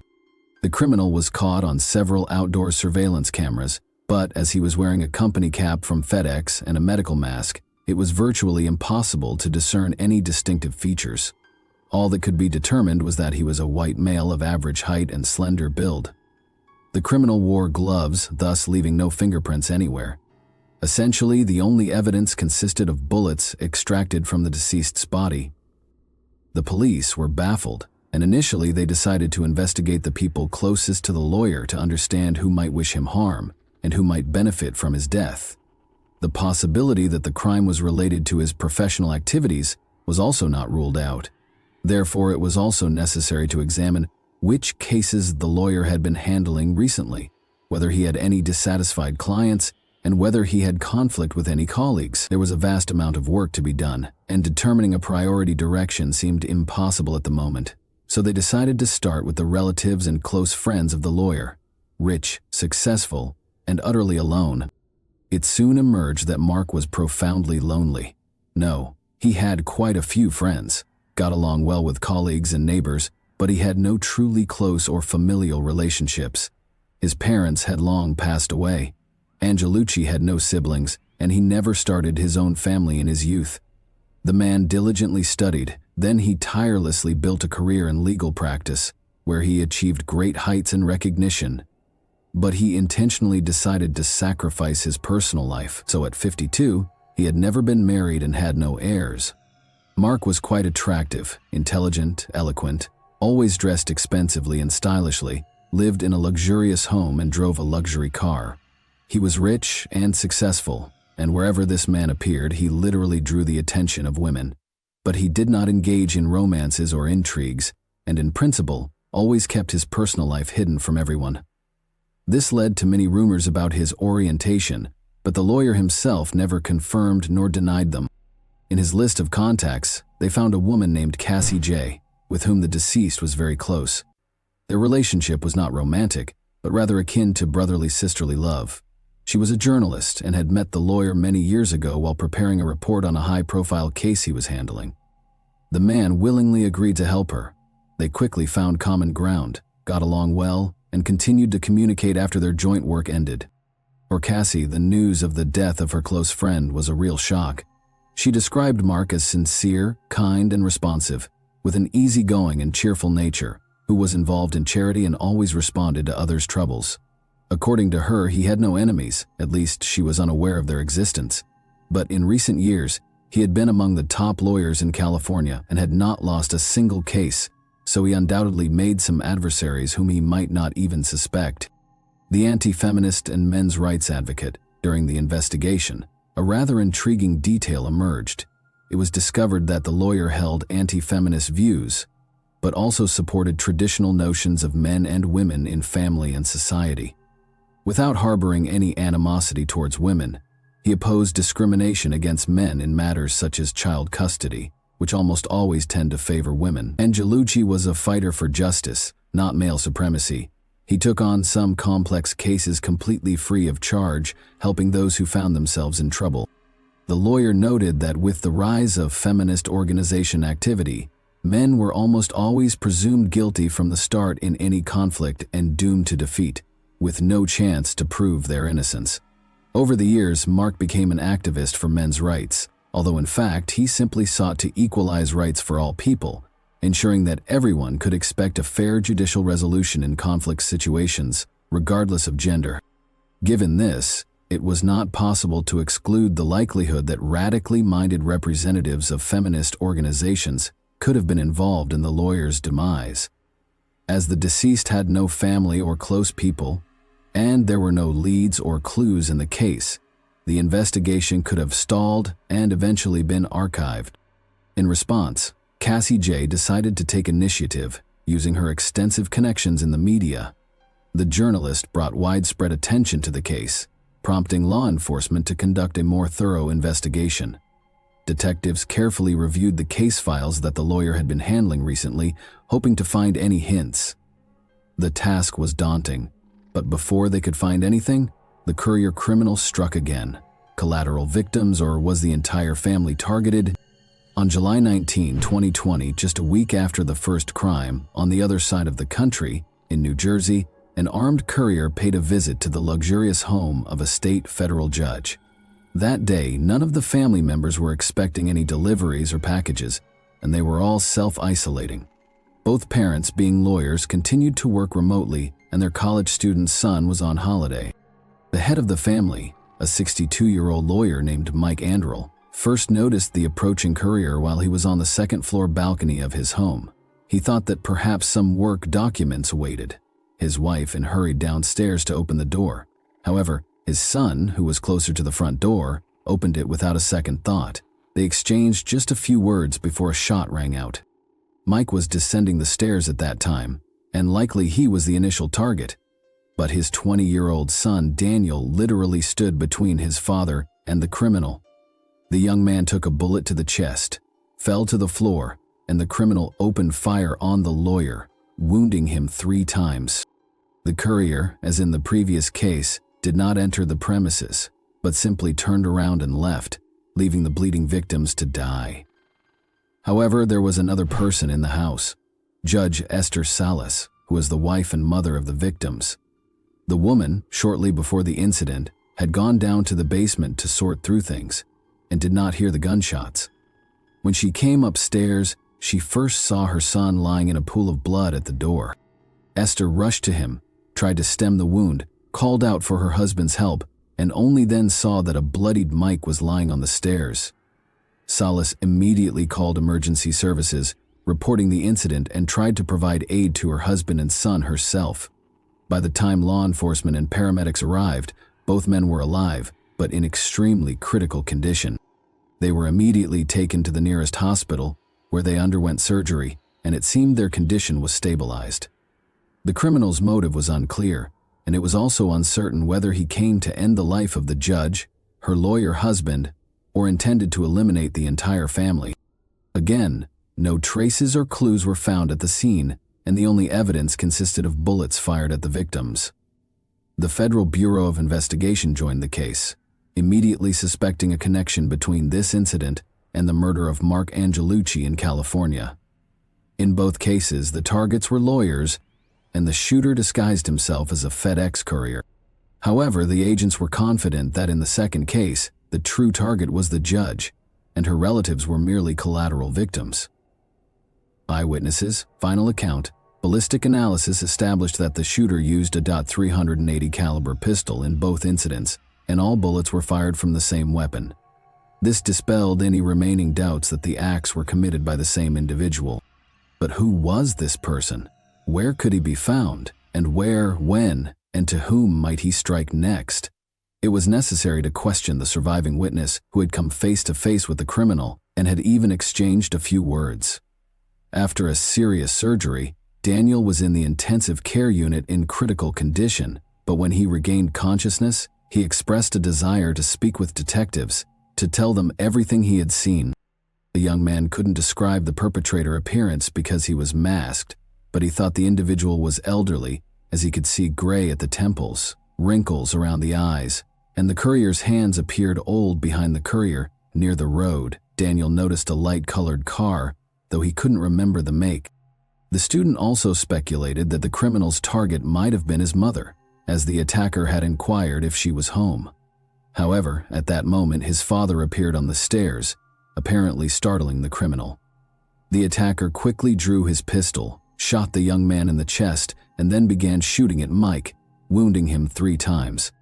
After being injured, Daniel remembered nothing until he woke up in the hospital. The student's testimony provided little help to the investigation, except to confirm that the shooter was an older white male. Regrettably, Daniel's condition could not be stabilized. He worsened, and the day after speaking with law enforcement, the 20-year-old passed away in the hospital from resultant internal bleeding. Thus, detectives unanimously concluded that the main target of the shooter was indeed Esther Salas, but her husband and son were inadvertently in the way, and now the young man was deceased, while his father still hovered between life and death. It was urgent to understand what linked Salas and the earlier deceased Angelucci, what cases they were handling, and if they had common adversaries. Esther Salas was born in 1968 in Monterey Park, California. She had Cuban roots on her mother's side and Mexican on her father's. The girl who grew up in poverty achieved everything in life through her intellect and hard work. She attended Rutgers University for law school and earned her Juris Doctor in 1994. She built a stellar career, progressing from a clerk to an assistant U.S. public defender, and eventually to a United States magistrate judge in New Jersey. She also served several years as the president of the Hispanic Lawyers Association. Since 2011, she had been a judge for the U.S. District Court for the District of New Jersey. In 1993, Esther married renowned lawyer Mike Andrel, who was 11 years her senior. The couple desperately dreamed of having a child, but Esther struggled to conceive. After 4 consecutive miscarriages, doctors declared that she would never have children. However, a miracle happened on July 13, 2000, when the couple's only child, a son named Daniel, was born. The spouses adored their child, raising him in an atmosphere of love and care, striving to provide him with the best education and wide opportunities in life. Unfortunately, just a week after the young man celebrated his 20th birthday, he was gone. An unexpected turn in the case.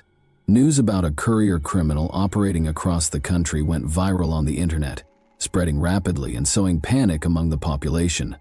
With no precise information available about the investigation, wild rumors about the case began to emerge.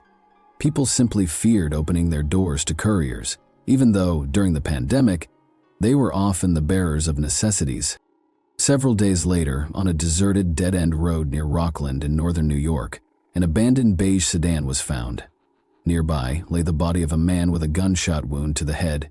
Documents found in the car quickly helped identify the deceased as 72-year-old Roy Den Hollander, a once successful lawyer. Near the body lay a pistol, and the scene resembled a self-deprivation of life, as there were no signs of struggle or the presence of third parties. These assumptions were soon confirmed, as the murder weapon bore only the victim's fingerprints. However, the weapon itself drew significant interest from investigators. It was a .380 caliber pistol, identical to the one used to end the lives of Mark Angelucci and Daniel Andariel. Ballistic analysis soon confirmed that all three men were deprived of life by bullets fired from this pistol. Yet it remained unclear what motivated the shooter to end the lives of two men, injure another, and then fire a bullet into his own head. A search of Hollander's home indicated that he had meticulously planned the attacks in advance. His diary contained addresses of the victims and notes on the dates of the attacks. Detectives, however, could not understand the criminal's motive. However, when they found memoirs on his laptop, which Roy had been working on for years, it became clear that he was a mentally unstable individual, embittered and angry at the world, who despised everyone, from his own mother and ex-wife to his neighbors, colleagues, and clients. It was only a matter of time before he would take up arms and begin to end lives. Who was Roy Den Hollander? Roy Den Hollander was born on September 26, 1947, in Midland Park, New Jersey. He had an older fraternal twin brother who died under mysterious circumstances in childhood. Roy blamed his mother for this his entire life, a sentiment he openly discussed in his memoirs, along with his hatred for his parents. He graduated from high school in 1965, then attended the prestigious George Washington University Law School and later earned an MBA from Columbia Business School. He worked as a lawyer at several renowned firms, and in the late 1990s, he moved to Russia, where he lived for several years working as a lawyer and private detective at Kroll Associates, a consulting firm specializing in financial issues and risk. Hollander earned significant money, which he immediately spent in various elite entertainment venues on young, beautiful women who were his main weakness. In 2000, at a Moscow nightclub, the 52-year-old American lawyer met a 24-year-old beauty named Angelina Shipolina. Previously a professional track athlete, she later decided to switch to modeling, possessing all the attributes necessary to succeed in that field. The aspiring model quickly realized that the older American was utterly infatuated with her and decided to use him for her purposes. She swiftly swept him off his feet and gently nudged him towards marriage. After moving to the United States and obtaining a marriage visa, she soon filed for divorce. Now Angelina could legally stay in the country and pursue her modeling career. For the lawyer, this turn of events was a huge blow. He realized that the beauty had merely used him to achieve her own goals, playing with his emotions. He came to despise all women, a sentiment he eloquently expressed in his memoirs. He referred to his former wife as a venal woman, willing to do anything for money, and also accused her of connections with the Russian mafia. Fundamental stance and puzzling motives for the crimes. Following his tumultuous divorce from Shipolina, Roy became a self-proclaimed anti-feminist and an active advocate for men's rights. However, his behavior grew increasingly eccentric and flamboyant. Unlike Angelucci, who provided free assistance to men affected by domestic abuse and handled custody issues during divorces, Hollander became notorious for his frivolous and unsuccessful lawsuit. For instance, he objected to ladies' night promotions in bars and nightclubs where women are offered free admission and complimentary drinks. Yet it remained unclear why Roy chose his victims and sought to deprive them of life. The situation with Angelucci was particularly puzzling, since they were effectively colleagues, both fighting for men's rights. The answer to this question was soon found in the criminal's memoirs. It turned out that Roy saw Mark as a rival and was extremely jealous of him because Mark was far more successful in his career, commanded widespread respect, and held considerable influence, whereas Hollander had been mostly ridiculed for his antics and bizarre lawsuits over the last decade. Furthermore, both lawyers were members of the same men's rights community, making Roy appear even more outlandish and unsuccessful. By contrast, about a year before these tragic events, he was expelled from the community for aggressive and inappropriate behavior.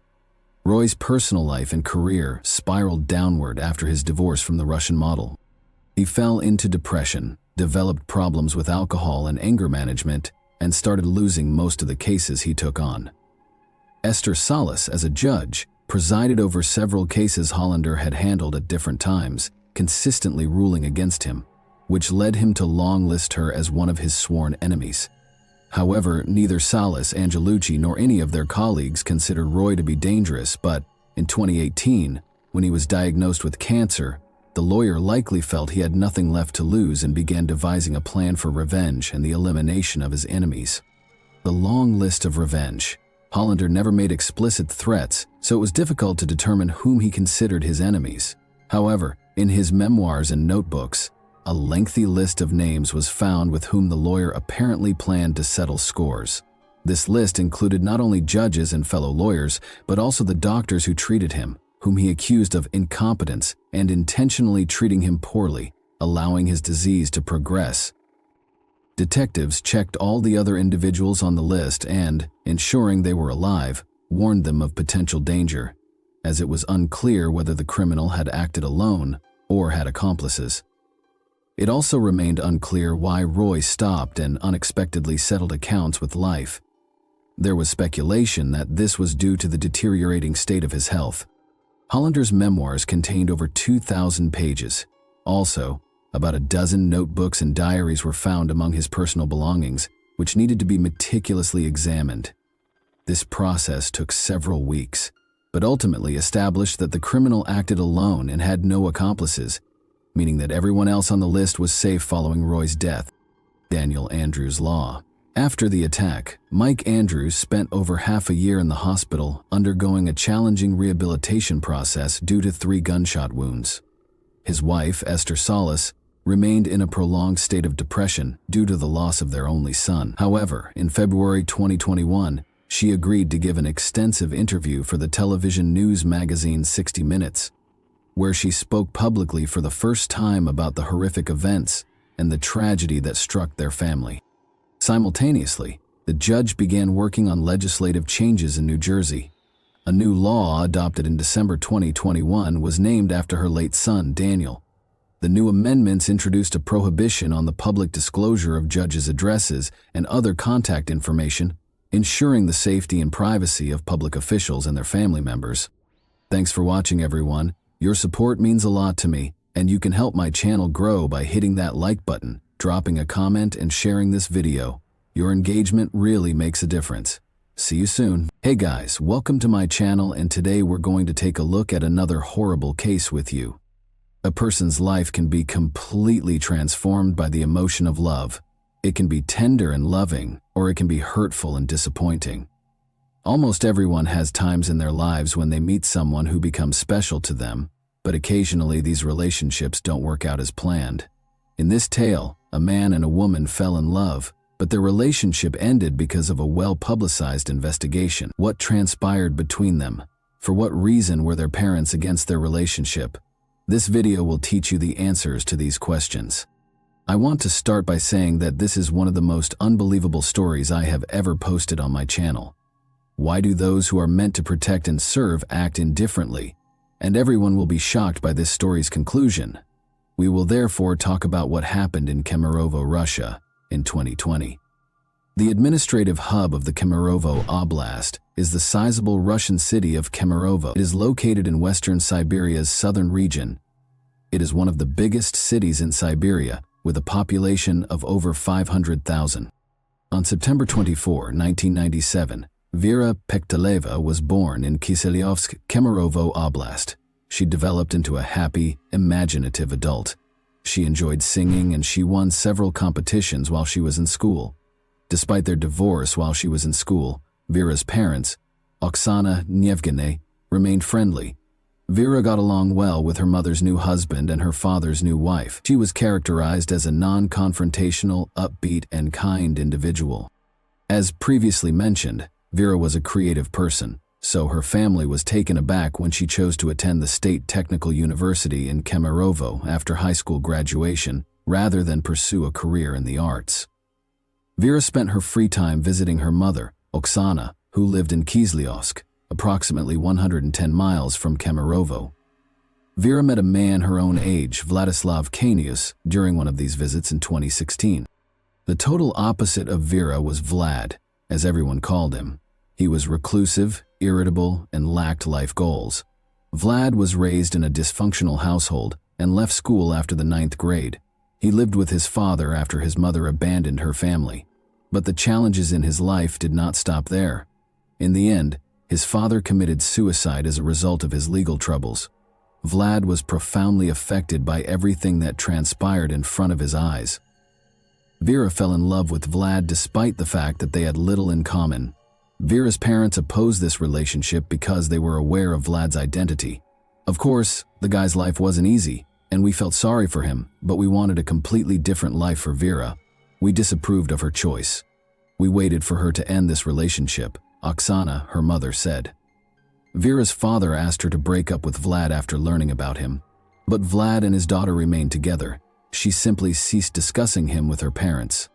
Vera's mother, Oksana, recalled, "Vlad was never at our family gatherings. He was not in the photos on Vera's social networks. It was like she was hiding him."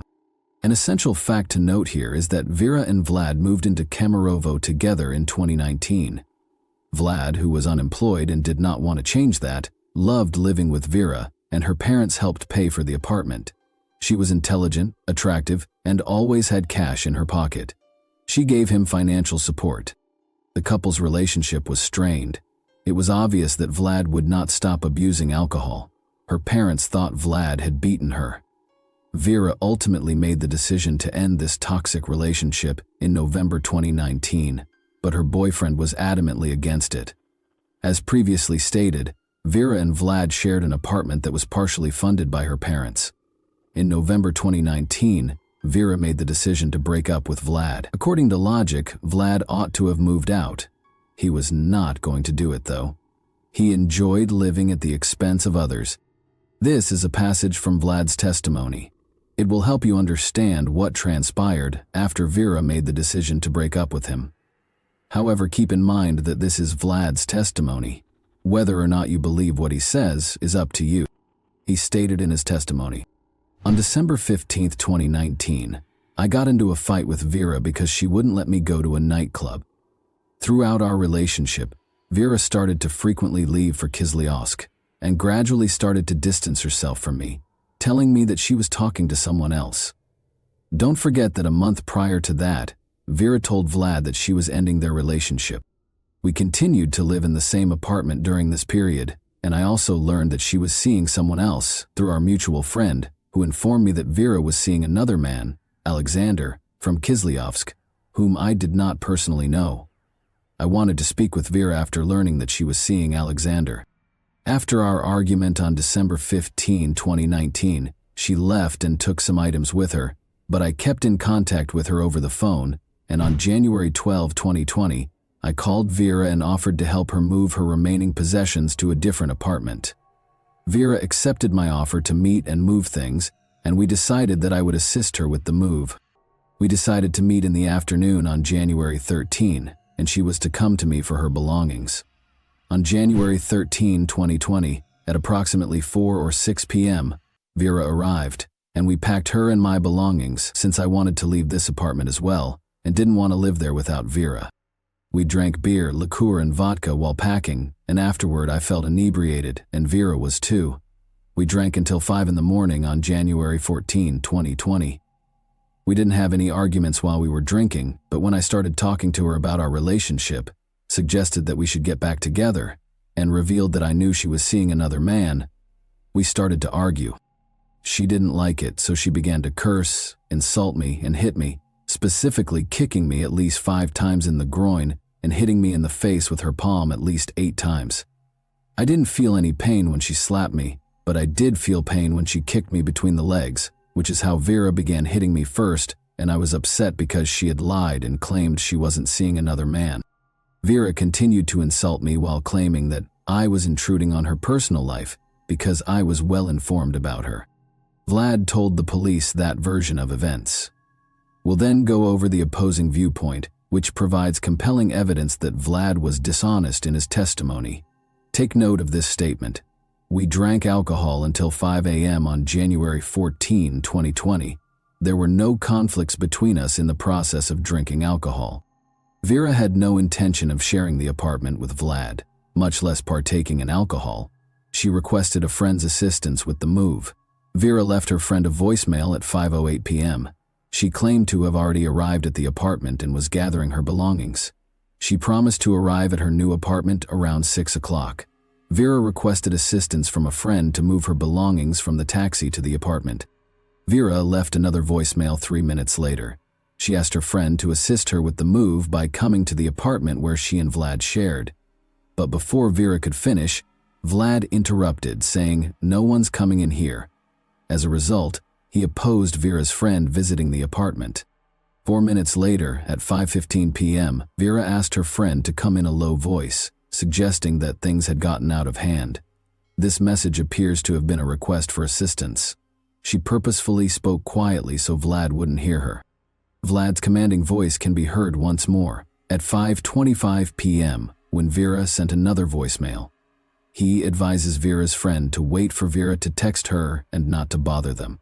Vlad recorded the voicemail himself at 7:19 p.m. Vera was unable to use her phone from that point on. The monster and she were left alone. But we must explain what happened next. The dreadful screams emanating from apartment 738 began to wake up the neighbors on the same floor at around 3 in the morning. A witness referred to the events as a massacre. 15 people gathered in the hallway outside the apartment because the screams were so loud. Among them was Vlad's brother.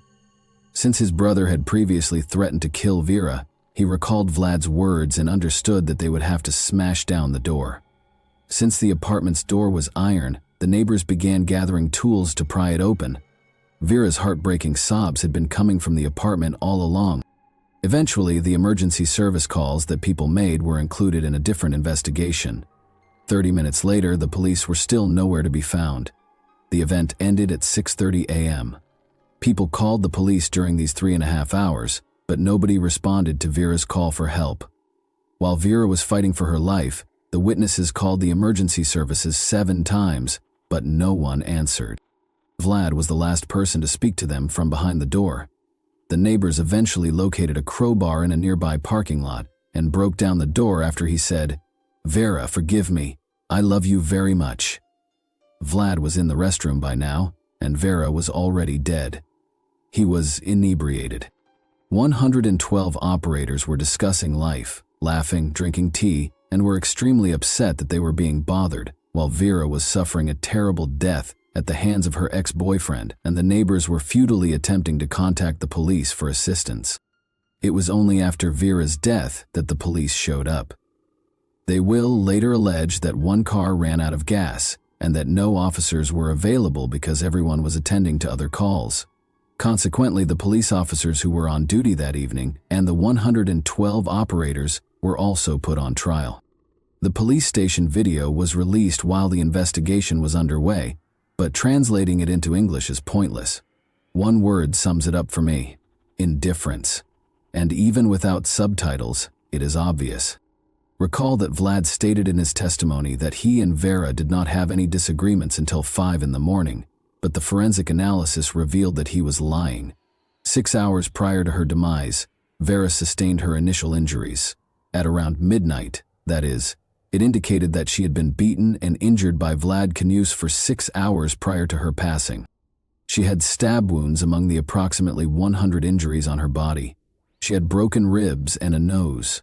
Her neck also had marks from strangulation. And prepare yourself if you were surprised by the police's inaction. You won't be any less surprised by what happened next. At the funeral of Vera Pekulova, over 1,000 people showed up. Not everyone could be accommodated in the church. Vera's mother, Oksana, claims that despite the funeral home's 4-hour makeup attempt, she was still unable to identify her daughter. Her injuries were that severe. Vlad Knus, meanwhile, was providing his version of events to the investigators. Naturally, he made an effort to minimize his involvement in this crime. Regarding that evening, he stated, "She didn't like it when I brought up our relationship, suggested that we get back together, and told her that I knew she was seeing another guy. She then began to curse, insult me, and hit me, specifically kicking me at least 5 times in the groin and hitting me in the face with her palm at least 8 times. When she slapped me, I didn't feel any pain, but when she kicked me between the legs, I felt pain. This is because Vera began hitting me first, which infuriated me because I knew everything about her, and she lied when she said she wasn't seeing anyone else.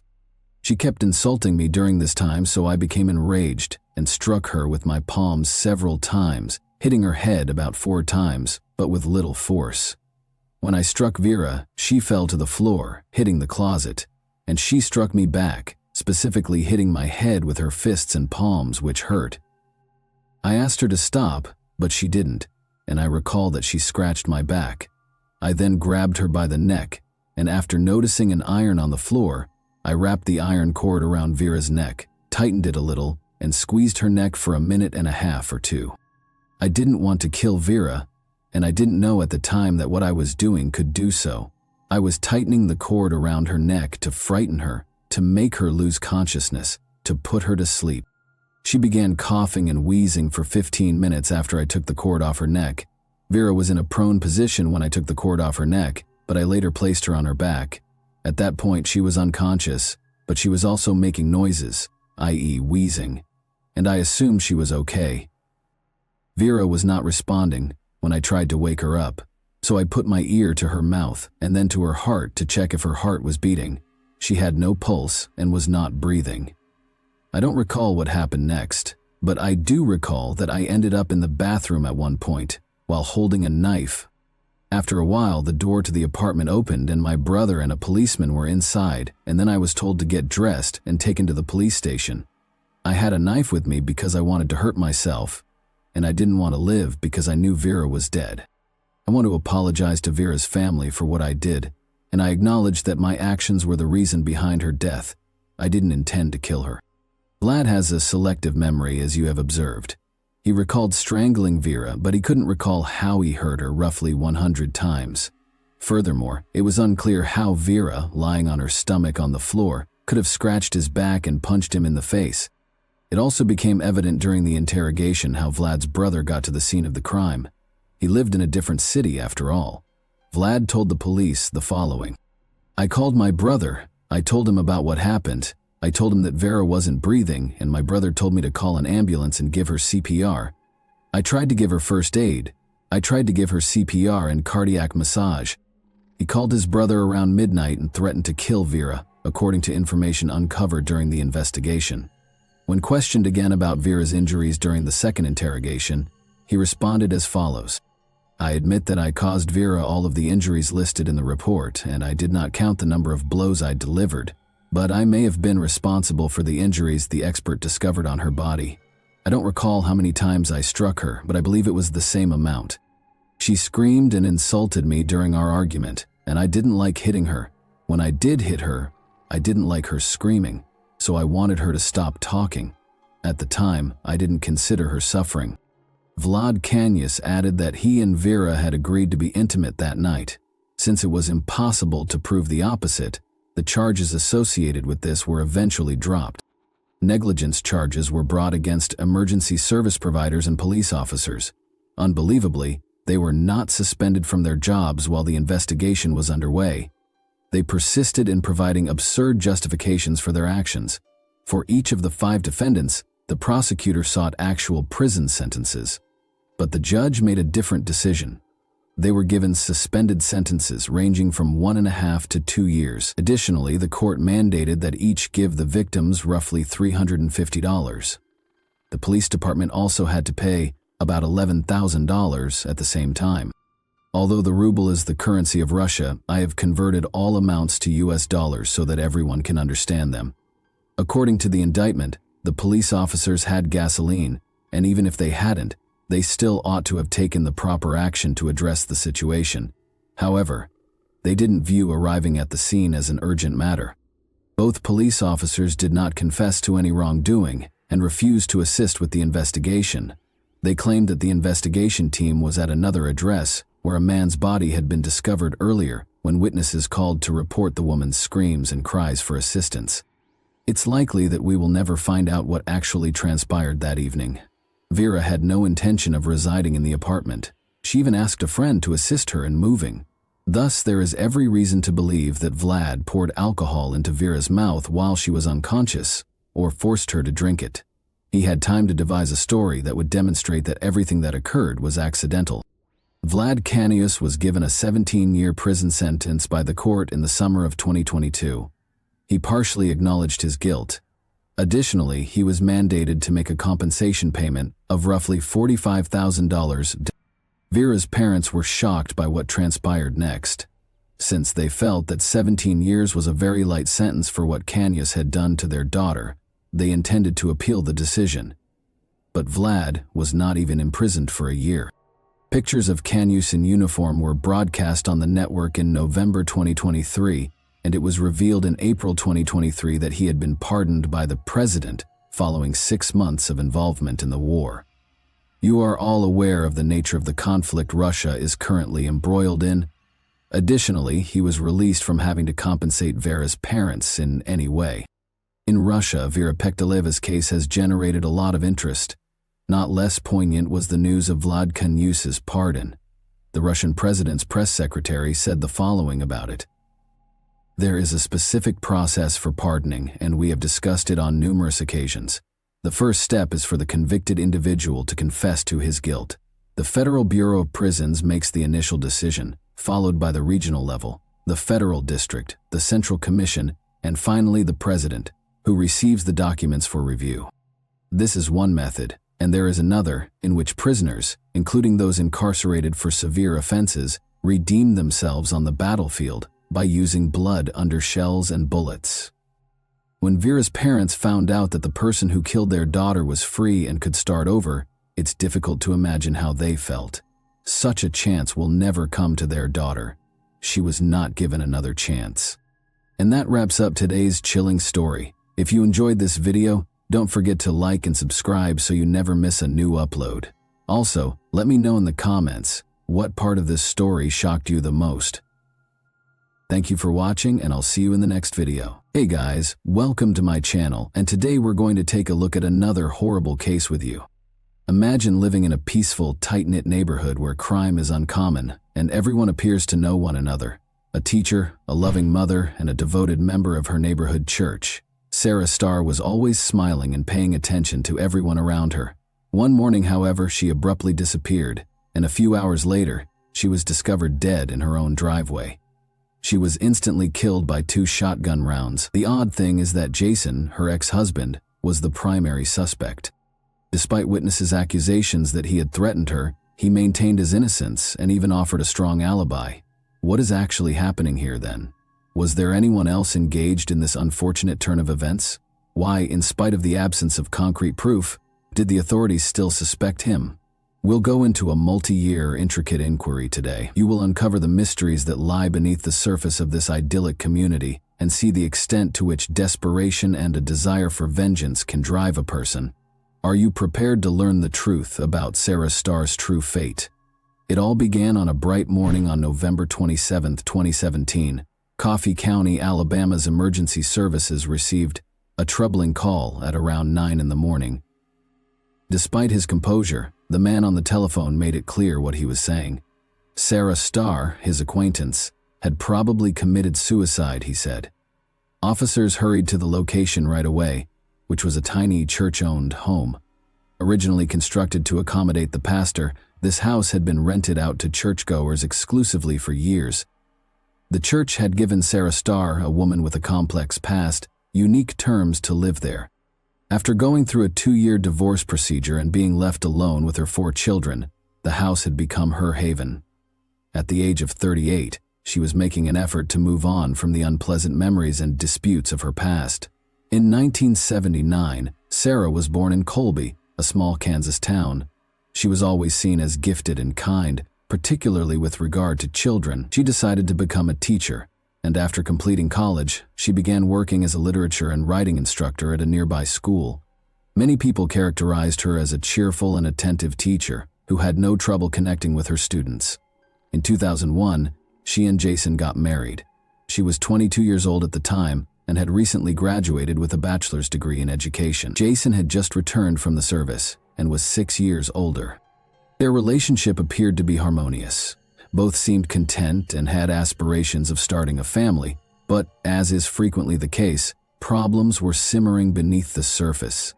Their marriage appeared to be harmonious at first. After settling in Colby, the couple had twins, then another pair 5 years later, but Jason found it difficult to handle the obligations of parenting. He grew more and more agitated, yelling at Sarah because of the children's commotion, the ongoing mess, and his lack of sleep. He became increasingly irritated with every year that went by, and he didn't think twice about disparaging her, even in public. Sarah took comfort in her beliefs and made an effort to maintain harmony. The local Baptist church eventually became her second home, and she became a dedicated member. She gained friends easily because of her gregarious demeanor and gentle disposition. To escape the chaos at home, Sarah immersed herself in hobbies, taking up gardening and photography. When Sarah's life appeared to be more stable in 2016, she began teaching 4th grade. She was still seen as a kind and amiable individual, but there were hidden problems beneath that kind veneer. Tension in their marriage increased as Jason, who was becoming more and more resentful of his duty as a father to 4 children, became more violent. Sarah ultimately made the decision to file for divorce after multiple attempts to keep their relationship intact. She left the house to Jason and took sanctuary in a house that the church provided. She thought moving to Alabama would give her a new beginning, but her financial condition deteriorated, and the divorce process took a long time. Jason claims that Sarah started to spend excessively, which made her problems worse. It didn't go as well as she had planned, even though the relocation was meant to be the start of a new chapter in her life. Sarah asked 2 close friends, Dana and Lawrence, to assist her with the move the day she left Jason's residence. They remembered her being agitated, rushing around, losing stuff, and pacing back and forth. Dana and Lawrence felt Sarah was terrified of something because of her erratic conduct. That was her biggest worry, that Jason might arrive and start a fight, and her worries weren't unjustified. Despite the help of her church, Sarah, a single mother now, felt that her life was getting harder and harder. She was lonely and had a lot of debt. Jason did actually show up when Sarah and her kids eventually made it to the new home the church had supplied. He went to the front door, but Lawrence refused to let him in, knowing that a confrontation would not be beneficial. After a while, Jason departed. However, Sarah reacted as though she had seen a ghost, according to Lawrence. She was crying and trembling. Jason had threatened her, she said, and now her darkest nightmares were real. The divorce process was eventually completed 2 years after the incident. The court decided that both parents will split custody of the children. Jason's financial condition was severely disrupted when he was ordered to give Sarah child and spousal support. He was forced to forfeit over half of his salary. While Jason relocated to a different adjacent property and stayed with his mother, Sarah remained in the residence supplied by the church. With one significant exception, Sarah didn't arrive for work. The morning of November 27, 2017 began as any other. Her co-workers, who were aware of her exceptional punctuality and responsibility, were instantly alarmed. Sarah's disappearance appeared totally out of character, and she was not returning calls or reading messages. Concerned, one of her co-workers drove to Sarah's residence to see how she was doing. Her co-worker discovered Sarah's lifeless body on the driveway when she got there. Blood and many bullet wounds suggested a violent crime. Although emergency personnel were immediately contacted, Sarah had already lost her chance. When the police first got on the site, they thought it might have been self-harm, but after looking over the crime scene, they soon determined it was an act of hostility. It was later discovered that the shots were fired at close range by an unidentified assailant who had been waiting for Sarah with a shotgun at around 6:30 a.m. as she was leaving her home. Her head was struck by the second bullet, and her chest by the first. The gunshot were heard by the neighbors, but they paid little attention. Such noises were not unusual in the rural area where hunters were prevalent. Nobody thought they were listening to Sarah's last moments. When forensic specialists got to the location, they couldn't find any tire tracks or fingerprints. Although the offender had exercised caution, the police's suspicions naturally shifted to Jason, given the recent divorce and the strained relationship between Sarah and her ex-husband. Detectives initially spoke with Dana and Lawrence, Sarah's acquaintances. They acknowledged that Sarah had had an especially difficult few months. She frequently talked about how afraid she was of Jason, and even implied that he might do anything to get even with her. Their remarks made the probe more tense. Jason, Sarah's ex-husband, lived a short stroll from her house, so he had enough time to go there early in the morning and then sneak out. Investigators who were suspicious of Jason kept looking into the incidents, concentrating more and more on his possible role. Jason, however, maintained his innocence when they brought him in for interrogation, saying that he was eating breakfast at a cafe with his children when the crime was committed. His alibi was supported by surveillance footage and witness statements, but the police were still hesitant to rule him out. His reasons were obvious: a difficult divorce, child support, and debts that were seriously affecting his finances. Police were regularly informed by Sarah's relatives and acquaintances that she was terrified of Jason. They believed that he was the only one who could have gone to such lengths. He was not directly connected to the crime, though, according to the authorities. Authorities urged the public to come forward with any information that could aid in the case's resolution during a number of press briefings. The governor of the state even offered a $5,000 0-cents prize for information that would result in the offender's arrest, and a local citizen contributed an additional $500 0-cents to the total. The inquiry stagnated in spite of the police's efforts and extensive media coverage. For a number of years, the case remained unsolved, and police didn't pick up steam again until December 2021. They were sure that Jason might have been indirectly involved, perhaps by hiring someone to commit the murder, after learning fresh facts. After the divorce, he had a compelling reason for doing so. He had to pay child support, which now accounted for over half of his salary and had become a significant financial burden for detectives. As they started looking through Jason's digital files, they saw some odd things on his computer. Notes that appeared to be written by him for a book. He expressed his feelings about his relationship with Sarah, the unfairness of the court's ruling, and his dissatisfaction with paying child support in these posts. The police suspicions were heightened by the text's disparaging statements about women. His pre-crime bank dealings were also examined by the cops, who discovered a number of odd payments. Jason sent a woman named Lily $2,600 0-cents between September 7 and November 15, 2017. She turned out to be a friend of Darren, Jason's brother. The fact that there had never been any transfers between them, and that, according to Lily, they hardly knew one another prior to that, made this even more suspect. During Lily's interrogation, police learned that Jason had given his brother a 2016 motorcycle, a costly vehicle, ostensibly for repairs following an accident. He said that the bike required extensive repairs, which would have cost about $5 0-cents, and he made plans to send modest amounts of money to his brother via Lily. Detectives thought this was strange. Why did Jason, who was already having financial difficulties, decide to give his brother such a costly item out of the blue? And why was he conducting these transactions with Lily, a lady he hardly knew? These payments may have been tied to the crime, but detectives assumed that Jason and Darren were hiding them as repair expenses. They started keeping a careful eye on Darren. A rugged and reclusive man, Darren had spent the majority of his life alone in a trailer in Texas. He has previously been caught speeding and found in possession of prohibited narcotics. The investigators made the decision to examine the brothers' phone conversations and text messages. After seizing their phones, they discovered some important information. As it happened, Darren had definitely visited Coffee County, Alabama prior to Thanksgiving of 2017. His phone kept pinging close to Sarah's residence during his 10 days there, which began on November 18.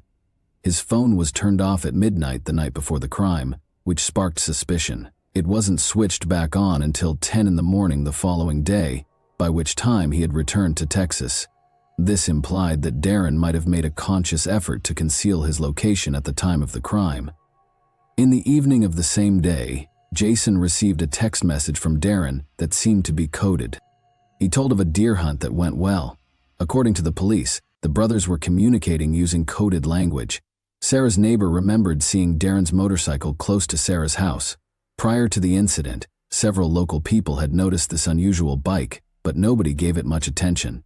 When investigators looked at video from a security camera on a shed close to Sarah's house, they discovered another important piece of evidence.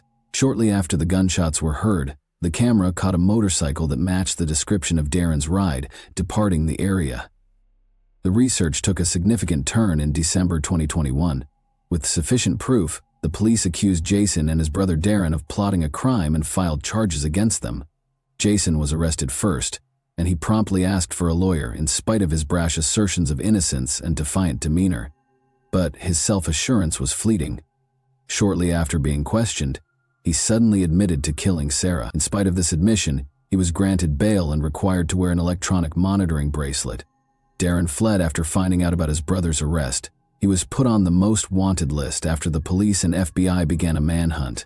An initial $10,000 0-cents reward, later raised to $22 0-cents, was given for information that resulted in his capture. On February 5, 2022, over 2 months later, Darren surrendered in Texas. In contrast to Jason, he declined to post bail and stayed in custody for the trial, denying any involvement.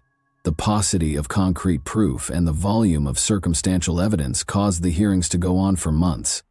The lawyer for Darren contended that there were no tangible signs connecting his client to the scene of the incident. He emphasized that the surveillance film was too hazy for a certain identification and that the weapon used in the incident was never located. He also underlined how the prosecution's case was undermined by the lack of motorbike tire traces and fingerprints. The prosecution responded by providing proof of Jason and Lily's transactions, emphasizing the money transfers that had taken place in the preceding months. Following the crime, they contended that the motorcycle that was delivered to Darren was utilized for the journey to Alabama, and that these payments were for services rendered.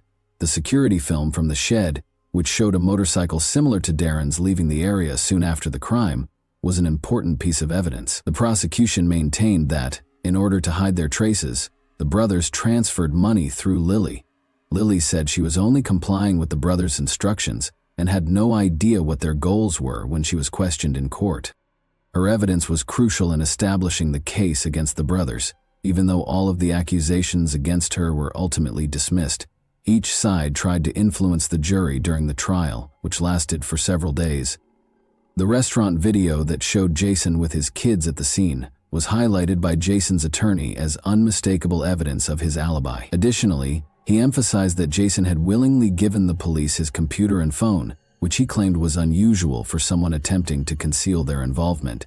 Jason's own confession and the gathered circumstantial evidence persuaded the jury in spite of the defense's attempts. On January 4, 2024, the jury convicted both brothers of conspiracy to commit murder, following 6 days of testimony and 6 hours of discussion. Jason and Darren were given life sentences without the chance of release in June. This ruling was viewed as a show of mercy because the jury was unable to agree on the death penalty, which would have been appropriate given the nature of the offense. Additionally, Jason has been forced to pay a $25,000 fine.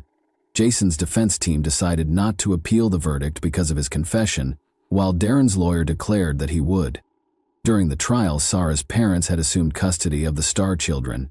The older twins publicly declared they no longer wanted to have any contact with their father. There is currently no verified information regarding the status or result of any possible appeals, and both brothers are still incarcerated in federal prison. There is more to this story than jealousy and familial strife. It serves as a reminder of how emotional and financial problems can turn tragic. The most tragic aspect is that the defenseless kids Jason was meant to watch over lost their mother because of their own father and uncle. This example emphasizes the terrible truth that sometimes people closest to us can be more harmful than we think, as well as the significance of spotting aggressive and manipulative behavior in relationships. We are prompted to consider how well we know the individuals in our lives by stories such as this one. Maybe you or a loved one is now in a difficult relationship.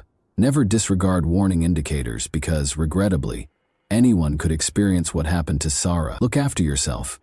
This instance serves as a sobering reminder that even the people we trust the most can be dangerous. So don't be scared to ask for help or to look out for the welfare of those you care about. How do you feel about it? What took place? Can such a heinous deed ever be justified by financial pressure and resentment? And that wraps up today's chilling story. If you enjoyed this video, don't forget to like and subscribe so you never miss a new upload. Also, let me know in the comments what part of this story shocked you the most. Thank you for watching, and I'll see you in the next video. Hey guys, today we're diving into another truly horrifying case. If you want to support my channel, make sure to subscribe and stay active. It really helps me out. I'd be super grateful for that. Let's get started.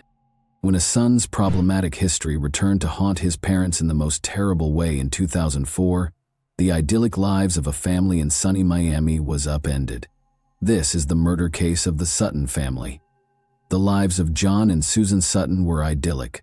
In the late 1970s, the couple received their second child, Melissa, and adopted their first, Christopher Sutton. The close-knit family of 4 occupied a lavish home in Coral Gables, Florida. 7 years later, life and ambitions abound in this posh area close to Miami.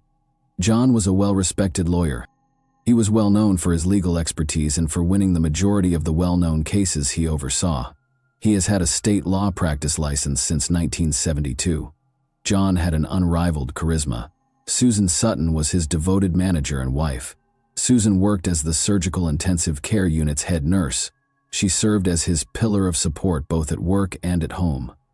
The Sutton family loved community living and education. From a young age, both parents disciplined their children.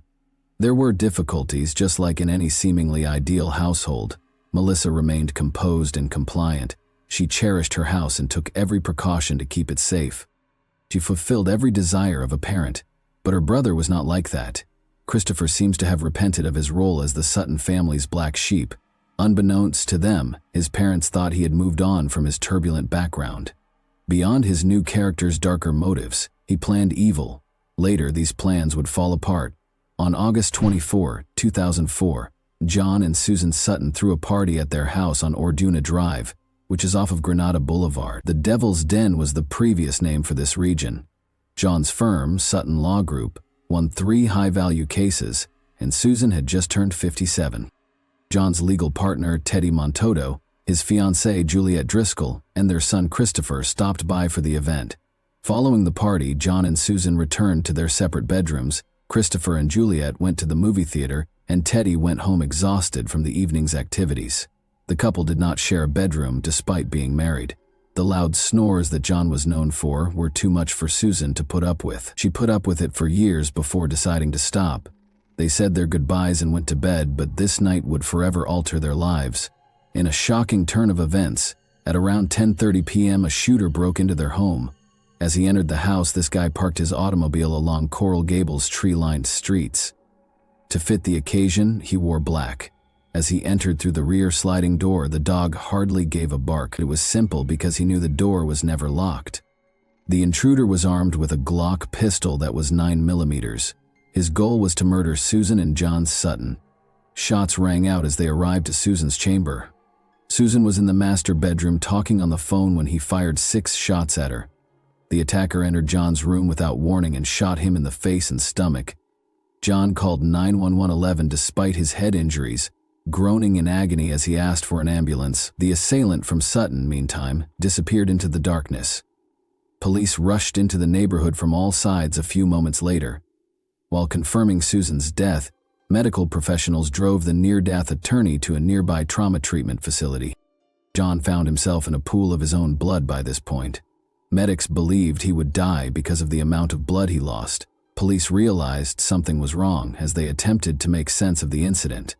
First, there was no damage to John's wallet containing cash or to Susan's jewels. The individual was on a mission. He was unwilling to tamper with it once more. That evening, one of the visitors showed up at the site in a miraculous manner. Teddy got to the crime scene just in time. He told the police that he hurried to Susan's residence after hearing gunfire while he was speaking with her on the phone. Why was he talking to her on the phone at that moment? Was Teddy interested in the couple's deaths? He was named the first suspect by the police as a result of these inquiries. The day following the shooting, interrogations started. Teddy was a marksman in addition to working at John's legal company. He had gone shooting earlier that day and was a competitive shooter. There were eyebrows raised by this revelation. Detective Cordero sent Teddy's gun to be tested in an attempt to piece everything together. She had a list of questions for the suspect while this was going on. She believed he was concealing something about his covert liaison with Susan. Why else was he talking to her on the phone that evening?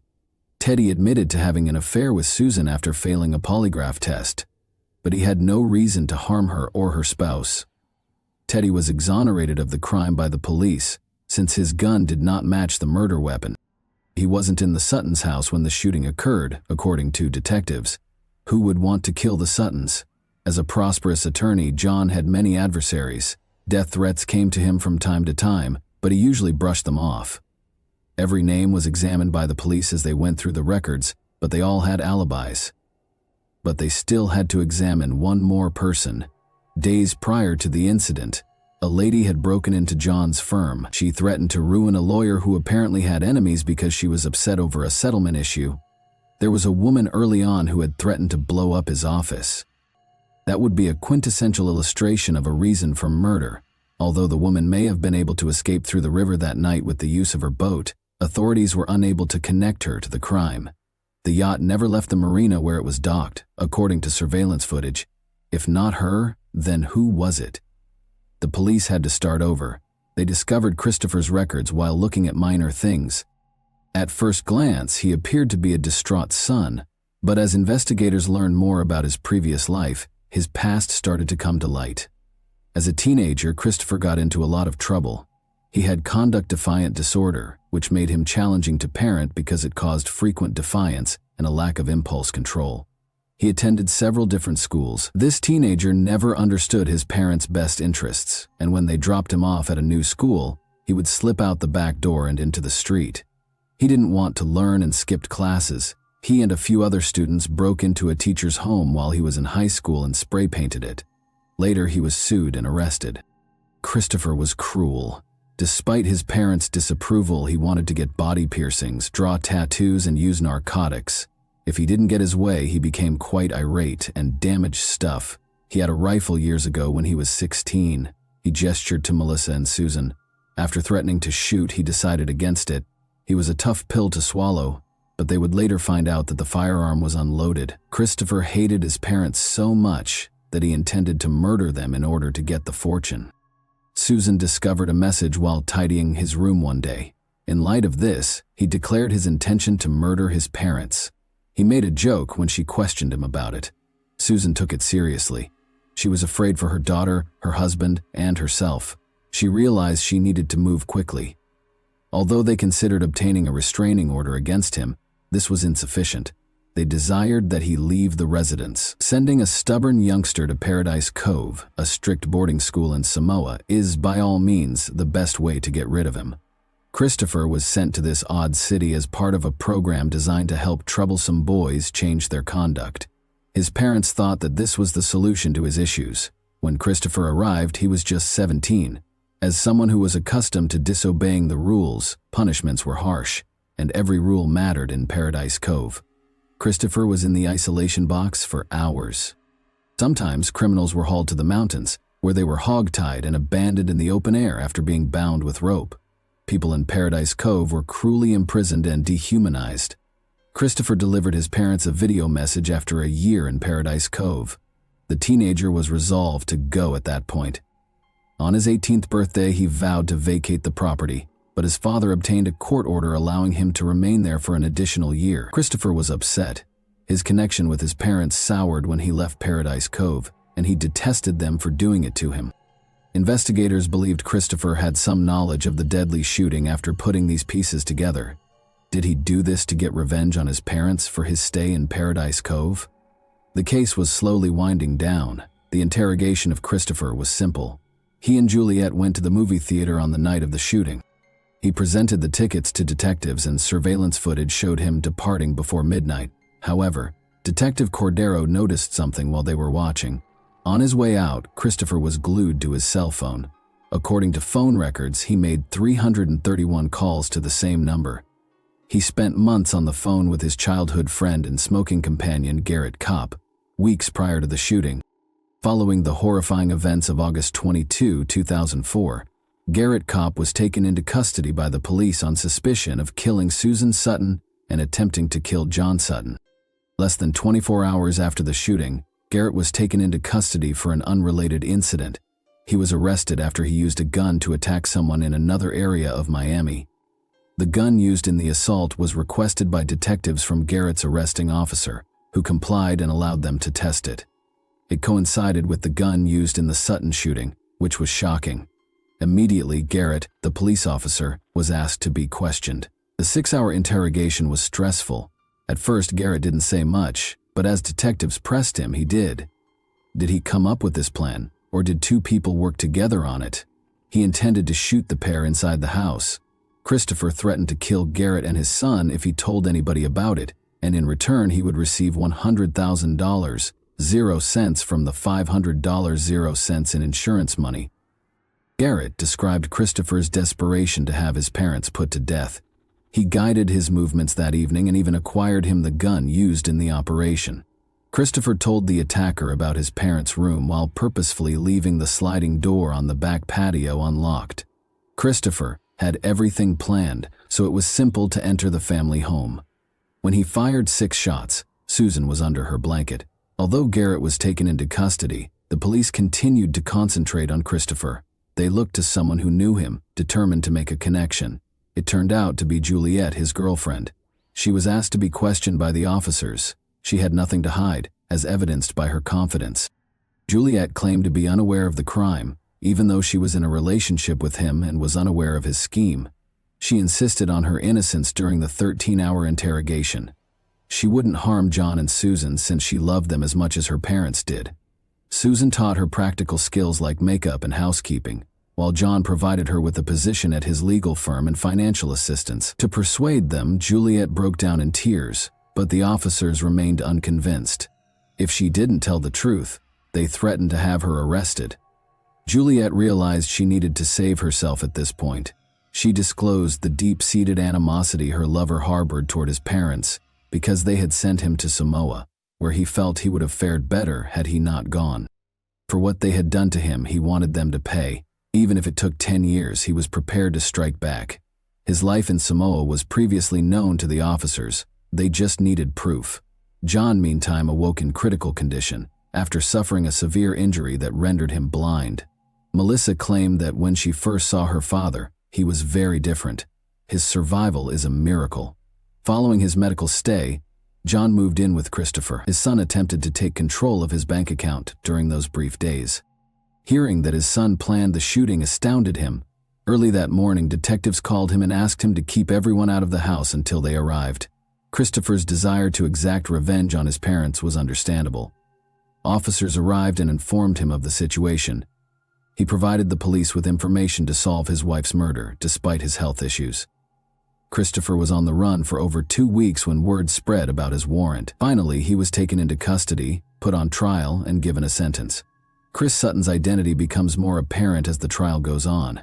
To demonstrate the defendant's enduring rage and bitterness, the prosecution will call a series of witnesses to testify. And preoccupation with vengeance resulted from anger and hatred.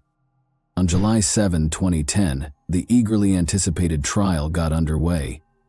John Sutton sat far apart from his son as the proceedings got underway. The jury was informed by prosecutor Kathleen Hogue that Christopher had hired a hitman to kill his parents.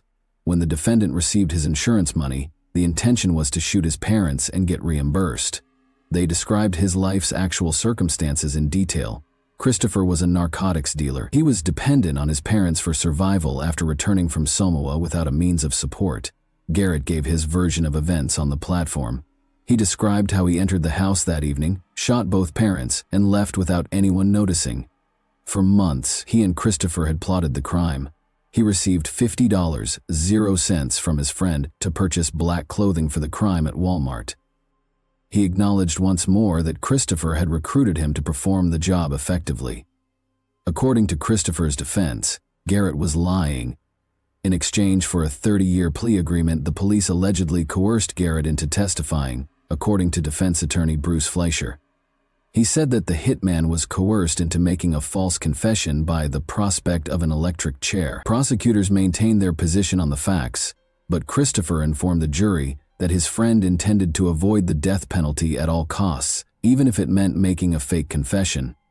Christopher attempted to carry out similar scheme previously. They asked convicted killer Jose Peon to testify and explain his position. In 1999, Peon got to know Christopher. Christopher asked Peon if he knew of any hitmen who would kill his parents because he was desperate to get revenge on them at the time. Chris reaffirmed that his parents had life insurance and were worth $500,000, 0 cents, but Peon assumed he was kidding. The Peon pulled out of the juicy deal. Christopher responded to this claim by accusing Peon of lying. By presenting the jury with a text message that Christopher sent to his girlfriend Juliet, prosecutors further supported their case. As if in a dream, it said, "We'll be better off after they're gone." Christopher let his head fall and started crying. He feared he was being set up by the police. Juliet would never say that about him, he thought. Unfortunately, she was the next to testify, so he was mistaken. Juliet described her boyfriend's opinion of his mother to the jurors. He detested her for not giving him what he deserved and labeled her a bitch at the first sign of offense.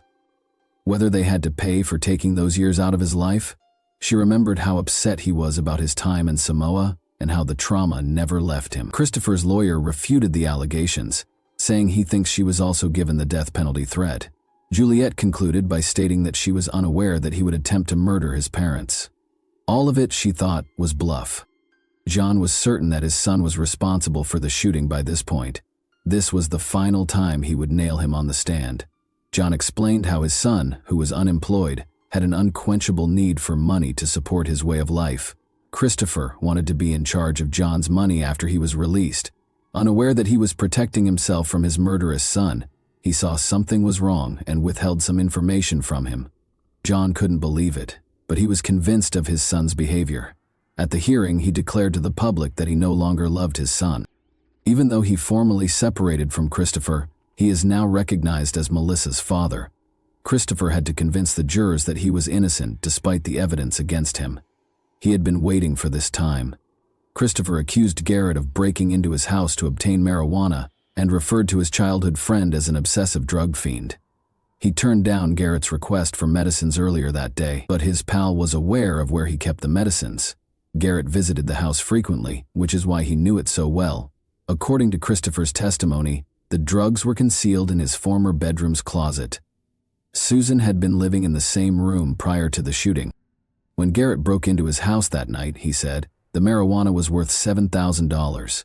The sight of Susan in the room startled him. Even worse, she was conscious and knew who he was. He shot her out of fear. He fled the scene after shooting John out of the same fear. Christopher maintained that he had no justification for killing his parents and that he was innocent. The agony in Samoa had actually healed him. He informed the jurors that Paradise Cove wasn't horrible after all, because he benefited so much from it, which was a startling turn of events. He sobbed when questioned about the abuse that took place there. His response demonstrated that he had not recovered from his experiences there, despite his earlier assertions to the contrary. Prosecutor Kathleen concluded her final remarks by characterizing Christopher as an entitled, indolent, and greedy guy. She asked the jury to consider the evidence and take appropriate action. Christopher Patrick Sutton was convicted of first-degree murder and attempted first-degree murder following a day and a half of deliberations. He received a life sentence without the chance of release. Garrett, however, entered a guilty plea to second-degree murder and received a 30-year prison sentence. Mitchell Kopp, his father, felt let down by his son. Because of a foolish choice, he will be incarcerated for almost half of his life. Following Christopher's incarceration, John went back to his legal practice to focus on his vision restoration.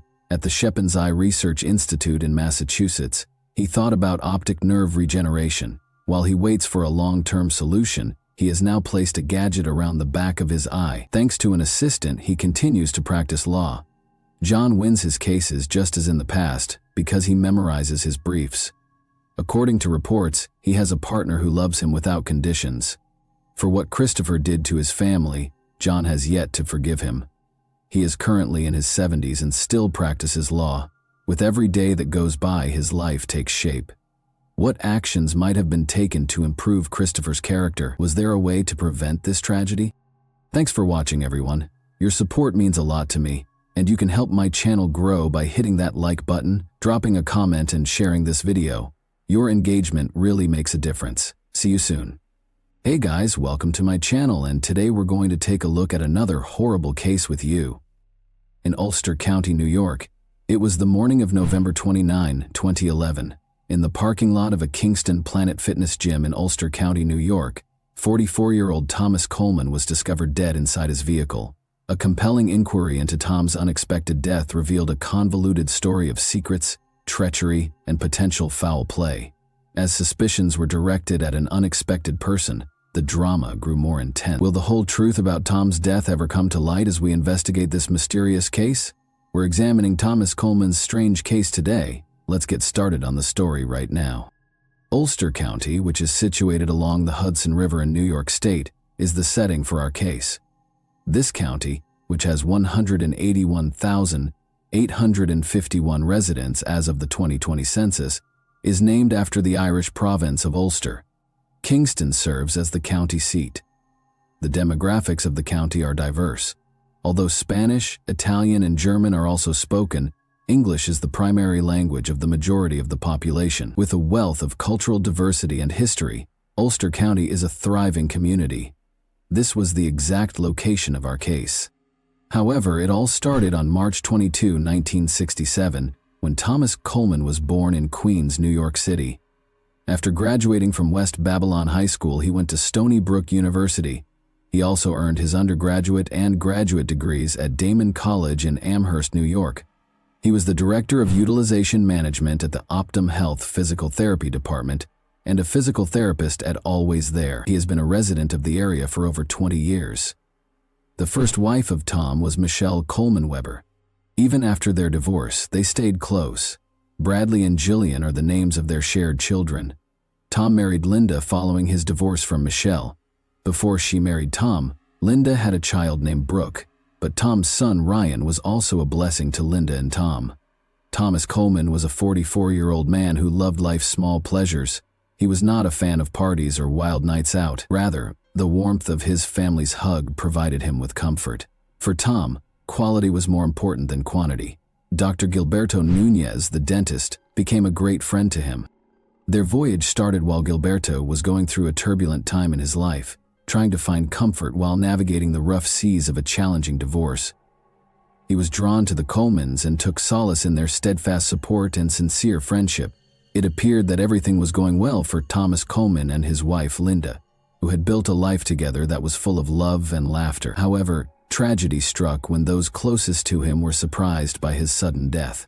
On November 29, 2011, a confusing incident took place in the parking lot of Planet Fitness, a well-known gym in Kingston, Ulster County, where residents congregated to work off their tension. His wife, Linda Coleman, was initially alarmed when she couldn't get through to Tom. Before going to work, he would start his daily workout at the Planet Fitness gym as if it were a clockwork.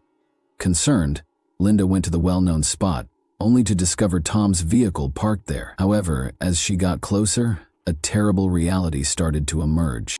In her husband's car, Linda discovered him dead. Given his weight and the prevalent health problems that beset men of his age, it seemed at first that Tom had fallen victim to the ruthless clutches of a heart attack.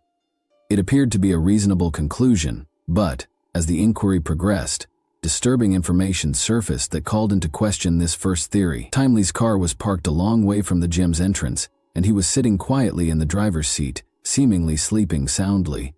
Even though the parking lot was vacant, the investigators were suspicious of his car's odd placement. They had to solve the riddle of Tom Coleman's unexpected death, since something odd was going on. Another character joined the scene as the investigators dug deeper into the case, adding to the mystery. Dr. Gilberto Nunez, a friend of Tom's, came to the scene to express his sympathies. One of the first detectives to reach the scene, Michael Thomas, couldn't get rid of the suspicion that something wasn't right. He couldn't understand why the body was in the odd parking space. What mysteries lay within his corpse? Experts searched the vehicle for hints, but they found no indications of struggle, foul play, or discomfort. However, there were questions about the car's distance from the gym building. When they planned to work out in the morning, who would park their car that far away? The detectives were aware that the case they were working on was complicated. When the autopsy results showed an unexpected twist, the story became much more complex. Midazolam, a sedative primarily used by doctors, was in Thomas Coleman's veins when he passed away. It was parked next to Coleman's car in a largely deserted area at one point, according to the police's assessment of the footage from the cameras near the parking lot. 3 days after Coleman's killing, Tom's friend Nunez drove to the scene in the same SUV, which the lead detectives knew was the same vehicle. Nunez was invited to the police station by the investigator to be questioned. Detective Thomas was interested in learning more about Nunez's background and relationship to the victim. Nunez began to confide in the detective and chat a lot. A few minutes later, Nunez confessed to having an affair with Linda Nunez, Tom's wife, which had lasted for a year prior to the catastrophe. Dr. Nunez admitted to taking on a fictitious identity, acting as Samantha, and sending Thomas explicit pictures of the encounter, further complicating the already complex web of lies. He made a last-ditch effort to end the marriage, and take Linda for himself. This took place a few months before Tom's passing. Nunez offered his office's IT guy $500, 0 cents, to pose as a CIA computer specialist and meet with the Colemans after learning that Thomas intended to hire a detective to investigate Samantha's letter. Nunez went on to inform them that he knew someone who could identify the text's origin. A fictitious CIA badge was intended to be displayed by the IT professional. However, Dr. Nunez turned to disclosing everything after his strategy failed. He pleaded for Tom's pardon after confessing to sending the incriminating images. Surprisingly, the two men stayed friends and continued to text each other frequently in the days before Tom passed away. Upon discovering the affair, the investigators felt compelled to look into Nunez. What they found was troubling. From the Dominican Republic, Gilberto Nunez was a well-known volunteer fireman and a distinguished dentist with a flourishing practice. Those who had the honor of working with him praised his professionalism and composure. Having worked as Nunez's dental hygienist for more than 10 years, Mary Ellen McManus attested to his mild disposition, stressing that she had never seen him become angry or lose his temper. But underneath this calm exterior was a narrative that was just waiting to be discovered, a story that would make people reevaluate their assumptions about him. The distinction between obsession, affection, and loyalty became more hazy as the study went on. Suspicion was directed at Dr. Nunez because of the white SUV in the video and the substance that was discovered in Tom's system. The investigators obtained a search warrant to search Nunez's office after he admitted to having an affair with Linda. They discovered that Nunez was in possession of midazolam. During the autopsy, the same medication was discovered in Tom's system. Dr. Nunez was taken into custody just under 3.5 years after Tom Coleman's death on charges of second-degree murder. By May 2016, the Kingston courthouse was ready for the prosecutor, Mary Ellen Albanese, to take center stage, although she warned the jury that the evidence she would offer would be entirely circumstantial, no fingerprints, DNA, or eyewitnesses. She reassured them that she had a plethora of motive, character, and strategy to demonstrate. Beginning with the identification of the midazolam in Thomas Coleman's system, the evidence in Albany's case started to take shape. However, this idea was not without flaws. The medicine only produced mild sedation because there was not enough of it for a fatal dosage. Something else would have had to be present for it to be lethal. The passing of Thomas Coleman made things much more difficult. He battled a number of illnesses, such as sleep apnea, obesity, and an enlarged heart. Nunez had voluntarily disclosed details regarding Coleman's health in a taped interview, stressing how serious it was. He had no idea that this ostensibly benign revelation would turn out to be a crucial component of the case against him. Albany contended that Nunez had taken advantage of Coleman's sleep apnea, hoping it would exacerbate the midazolam's effects. It was an ingenious way to deal with the problem of the low medication concentration. However, the jury would need to conclude that Nunez had the guile to come up with such a scheme, the brutality to carry it out, and the recklessness to risk its failure in order for him to be found guilty. Ultimately, there was no assurance Coleman wouldn't awaken wondering what had been in his coffee. Albany persisted in highlighting Nunez's wrongdoings prior to the murder in an effort to identify a pattern of conduct. Nunez had emailed Linda pretending to be his own mother. Before Tom passed away, he took this action to persuade Linda to stay with him. Even the unsuccessful meeting that Nunez set up between the Colemans and the supposed CIA specialist appeared more incompetent than malevolent. As the trial progressed, Linda Coleman's testimony caught everyone's attention. As she started her evidence, there was a flutter of excitement in the courtroom. Any remaining questions regarding Linda's possible role in Thomas's death were eliminated by the eerie recording of her 911 call, which reverberated throughout the courtroom. Love notes were the main piece of proof of her affair with Nunez, which presented a problem for Linda as she took on her new post and began testifying against him. Unfazed, she enthusiastically launched into her testimony. She once claimed that Nunez's gift-giving tendencies were a sinister aspect of his personality. She disclosed that he had lavished her with clothing, jewelry, and financial support, even providing Thomas with money to help with his schooling and divorce costs. However, Linda saw these movements as signs of evil intent. "Was very poisonous," she said. "Gil was all about money. He was the one always pushing money on people, always insisted on paying for everything. Every time I saw him, he would give me money. The prosecutor, Albany, went into yet another instance of Nunez's trickery. She asked Linda about the previous time Nunez had set up a fictitious CIA scenario. Linda received a few texts that implied Thomas was cheating on her. Uneasy, Linda asked for clarification, and Nunez volunteered to look into it outside the Holiday Inn. He showed her a letter purportedly written by a CIA agent. Albany tried to use the episode to highlight Nunez's manipulative nature, but Linda rejected it since it seemed like it was written by a 2-year-old. After being questioned further, Linda acknowledged that she finally realized the letter was an authentic CIA document. Some jurors couldn't help but giggle as Linda's evidence went on, hiding their faces with their hands to keep from laughing. They were aware of the bizarre circumstances where a badly written letter was used as evidence in a murder prosecution. An already intricate and engrossing trial took a dramatic turn when the proceedings assumed a ludicrous tone. Recognizing the abundance of material it offered, Albany latched upon the intricacies of the love triangle. The constant exchange of information between the 3 parties involved produced a huge amount of evidence from which different stories might be drawn. The goal of Albany's line of inquiry was to present Linda as a married woman who had been taken by surprise at first, but was now slowly coming to her senses. There was some truth to this characterization. Linda was clearly conflicted about her feelings. She talked about the depth of their journey together and their hidden heights in an 11-month anniversary card to Nunez. She did, however, also give off the impression that she wanted to call it quits. Nunez answered patiently and with a barrage of declarations and love.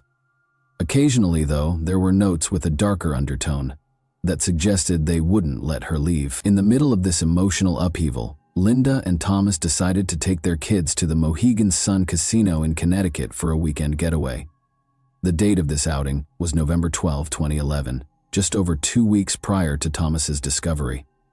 It turned out to be a pivotal moment when Linda came to terms with the fact that she still loved her husband and saw how self-centered her behavior with Nunez was. 2 weeks later, the day before Thomas passed away, a sequence of heartfelt emails between the Colemans emphasized the trip's significance in the story of marital reconciliation. It appeared from these communications that Linda wanted to end her relationship with Nunez but was afraid of his response. As Linda stated her intentions and Nunez implored and begged her to stay with him, the situation's emotional intensity was evident.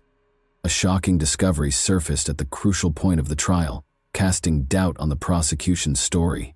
Nunez's defense lawyer, Evan Lipton, deftly revealed a sharp discrepancy between what Linda told her husband Thomas and what she told Nunez. Lipton gave an alternative account of the events, while the prosecution's texts suggested Nunez's anxiousness and a sense of impending doom for their romance. During their journey to Mohegan Sun, Linda was communicating her love and desire to Nunez through loving words. But Nunez wasn't pushing her to break up with Thomas. Instead, he respected her wishes and advised her to wait until after the holidays to make any decisions. The prosecution's image of Nunez as a dangerously obsessed lover started to come under scrutiny because of this portrayal, which instead presented him as more reasonable. Nunez and Linda kept messaging each other while even the Colemans allegedly attempted to patch up their marriage. Nunez once sent Linda a text message describing the aftertaste of her kisses. As she read them aloud in court, Linda gave a light-hearted response, as if taken aback by her own remarks. It was a time for introspection and the recognition that her perception of the world might need to be revised. Even in the hours before Linda learned of Thomas's passing, she and Nunez were talking about private issues like her period, which is not usually brought up during a split. The jurors seemed in disbelief as they considered the contradicting accounts that were put before them. In an attempt to understand the meaning behind Nunez's solemn and mysterious face, suitcases frequently looked to him as a source of perplexing surprises. Nunez expressed his opinion that racism was a factor in the attempt to blame Thomas's death in front of a mostly white courtroom, saying that he was called names during his detention. The police, however, strongly refuted these claims. The prosecution produced a crucial piece of evidence during the trial's closing moments. Video footage purportedly demonstrating that Nunez's white Nissan Pathfinder was, in fact, outside the gym on the morning of Thomas Coleman's death, a fact Nunez had strongly disputed. a forensic video analyst with expertise in headlamp spread pattern analysis, Grant Fredericks, took the stand to share his knowledge. The camera film showed a white Nissan Pathfinder with a pronounced fog light pattern on the way from Nunez's apartment to Planet Fitness. The car's fog lights were unevenly distributed, hitting the ground closer to one than the other, indicating a mounting flaw, as shown in the footage as it passed several establishments along Albany Avenue. A motion-activated camera at Kohl's next to Planet Fitness captured an unknown car pulling into the parking lot of the gym shortly after. The make and model of the vehicle were unknown, but one of its lights had the same flaw as Nunez's Pathfinder. Thomas Coleman's vehicle eventually parked behind it. However, no doors were seen opening or closing during the side-by-side film. After 28 minutes, it was discovered that the vehicle with the erratic fog lights was a white SUV. On Albany Avenue, a second white Nissan Pathfinder with a broken fog light soon followed.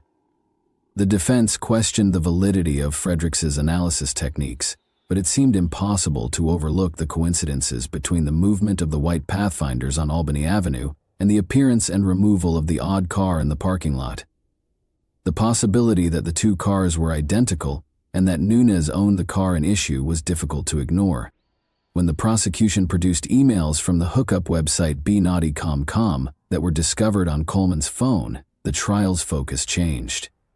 A few hours before to Coleman's arrival at Planet Fitness, one email sparked conjecture on the circumstances of his passing. Judge Donald Williams was first hesitant to allow the mention of these emails because he was worried that they would cast doubt on the victim's character. However, the defense contended that the prosecution should have looked into this lead as part of their diligence. Although there was still no explanation for why Nunez's car was on Albany Avenue, the implication of a meeting provided grounds to rule it out as a coincidence. Furthermore, an untrustworthy police decision stoked more rumors.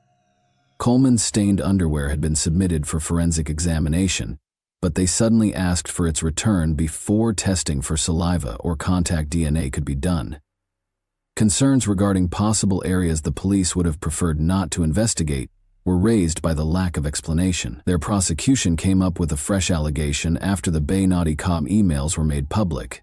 Nunez had staged the body to give the impression that Tom had sex in the car. Nunez implied that he hoped the authorities would assume a fatal arrhythmia from sexual activity and not look into the matter further after finding a dead, overweight man with his pants unfastened. Albany suggested a Baroque area as she wove in her complex web of inquiries.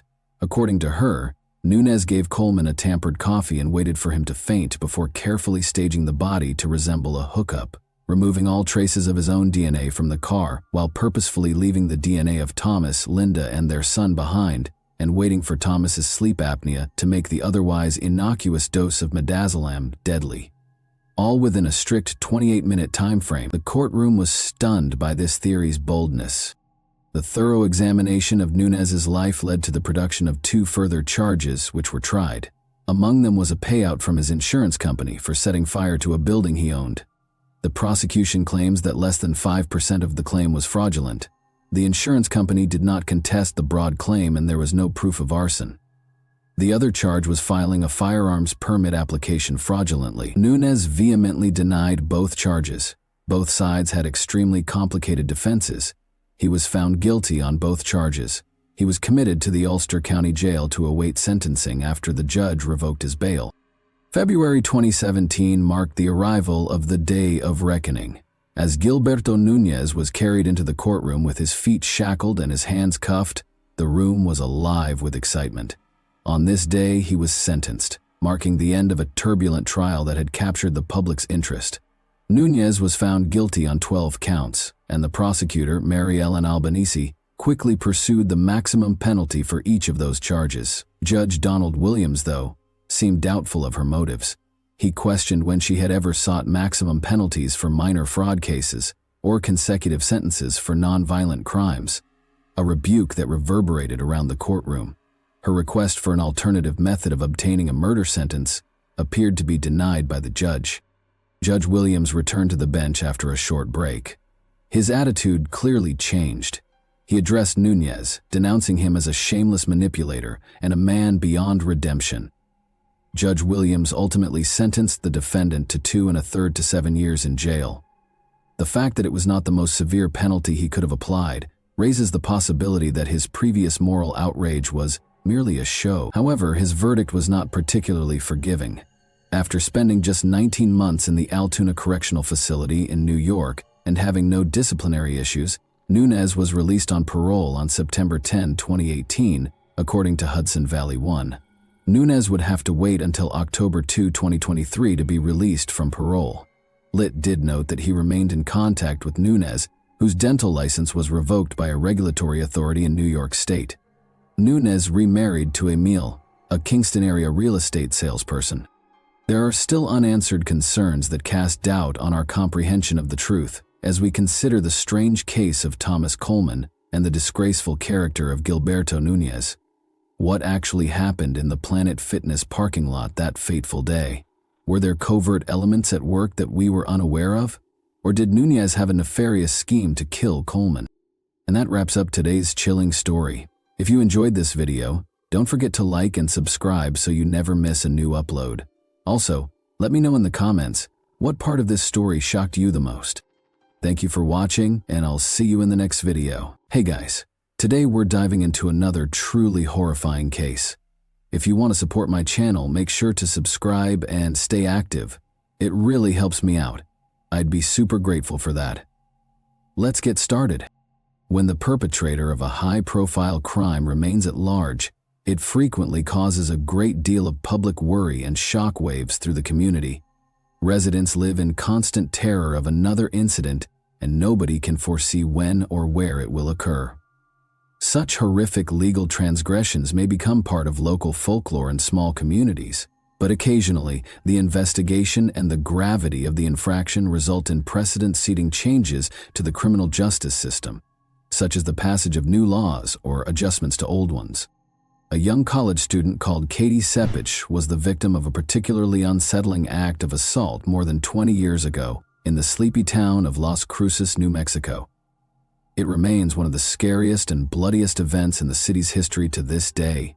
Even though the crime may have been solved quickly, the inquiry took years to complete due to serious delays brought on by justice system inefficiencies. Progress wasn't achieved until Katie's bereaved family intervened and demanded reform. As a result of their efforts, a statute that requires DNA samples from anybody detained in connection with violent or aggressive behavior was introduced, bearing her name. Closing the flaws in the system and avoiding future delays in identifying offenders were the goals of this important step. On July 18, 1981, Catherine Jenna Sepich, or just Katie as her friends knew her, was born in the Las Cruces suburbs of Dona Ana County, New Mexico. She grew up with her younger brother and sister in a loving and close-knit family. As the eldest of 3 siblings, they and Katie had a close relationship. Her parents prioritized education, encouraged each child to discover and develop their unique skills, and were dedicated to instilling strong values in their children. As a committed student who was among the best in her class, Katie stood out at school.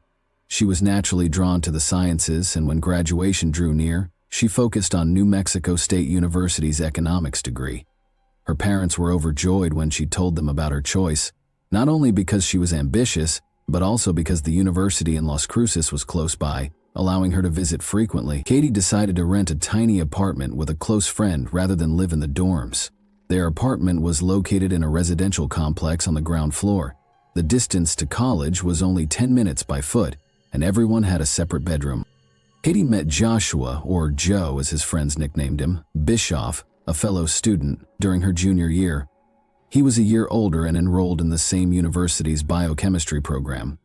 There was an immediate connection between them. Within a few months, they had introduced one other to their families, who enthusiastically supported them as their relationship grew rapidly. Joe was born and raised in New Mexico's capital, Albuquerque. After graduating, he intended to go back there and work at his family's company. Given that Katie had 1 year remaining to finish her degree, this meant that they would have to deal with a long-distance relationship for some time. However, Joe proposed right before they left town, and Katie happily accepted after he gave her a stunning, specially created diamond ring. The idea was straightforward. They would marry as soon as she graduated and go to Albuquerque to live together. They could only get together on vacations because Joe had moved to a different city. Nevertheless, despite the distance, they continued to communicate daily. This was the case for almost a whole year. Joe went back to Las Cruces for Labor Day weekend with his fiancée in late August 2003. He remained in the flat that Katie and her friends still shared. The arrangement was cozy, and no one felt like they were invading because each roommate had her own room. The pair had arranged to go to a party at a big house that another student had hired on Saturday, August 30, 2003. Many people planned to remain overnight, and it was one of those large college parties. At first, there was nothing out of the ordinary or concerning about the evening. Joe and Katie were ecstatic to see each other again. Since Joe's arrival on Friday, August 29, the couple had been together virtually all the time. They were deeply in love with one another, and they treasured every moment spent together, both physically and emotionally. Joe, Katie, and her roommate went to the park at about 8 o'clock in the evening. It was a bustling, vibrant atmosphere. People were drinking a lot of beer, dancing, and partying. Joe and Katie got into a furious quarrel at one point. Since most of the guests were drunk and focused on having a good time, nobody at the party paid much attention to the specifics of the argument. Katie abruptly made the decision to leave the house where the party was being hosted and returned to her apartment at 3 in the morning because she was upset. Nobody bothered to stop her as she just went out. Partygoers later said that because her possessions were still at the house, they had thought she would return and had not noticed when she had departed. Her pals didn't volunteer to walk her home. The Sepich household got a call by the afternoon of August 31, 2003. When Katie's mother, Jane Sepich, answered, she could hear her daughter's roommate's anxious voice. The caller wanted to know if Katie had visited her relatives. When Jane declined, the friend disclosed that Katie had not returned or gotten in touch with anybody after the party. A sinking feeling that something horrible had transpired was later recalled by Jane. She would never let her oldest daughter disappear without telling someone. The students' relatives and friends were so alarmed that they called the police right once to report the pupil missing and started their own search that same day. As the evening wore on, the local police received another call, this time containing terrible news. A party of hunters had discovered a young woman's body at a municipal landfill close to the town's outskirts. They immediately phoned authorities after being disturbed by the discovery. The victim was in a face-down position, her underwear was ripped, and most of her clothes had been taken off. She had to pull her jeans down to her ankles since they were torn. The scene strongly implied a targeted and severe attack. Because Katie's missing persons report was already on file, authorities assumed the body might be hers, even though no identification was found with her. The woman's arms and back had been severely burned. It would be later determined that the perpetrator had tried to destroy the evidence by dousing the body in gasoline and setting it on fire.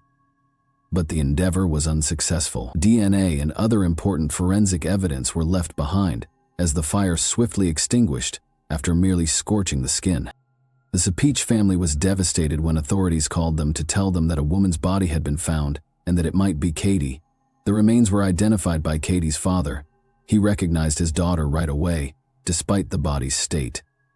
Every hope that she was still alive was dashed. What many feared was confirmed by an autopsy. Katie had been attacked in a very violent and vicious manner.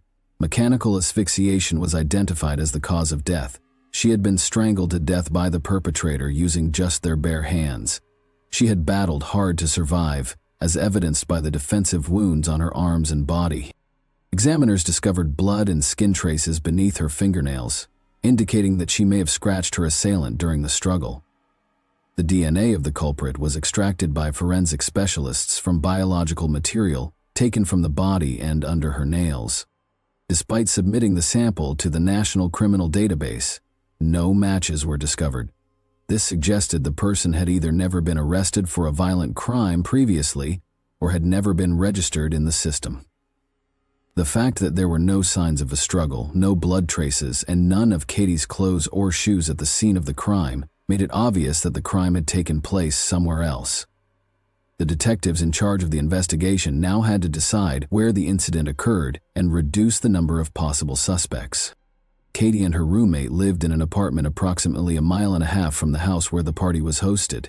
It would have taken her around half an hour to travel home, since she had set out on foot, but which path did she take? Investigators made the decision to go in every direction and find anyone who could have seen her that evening.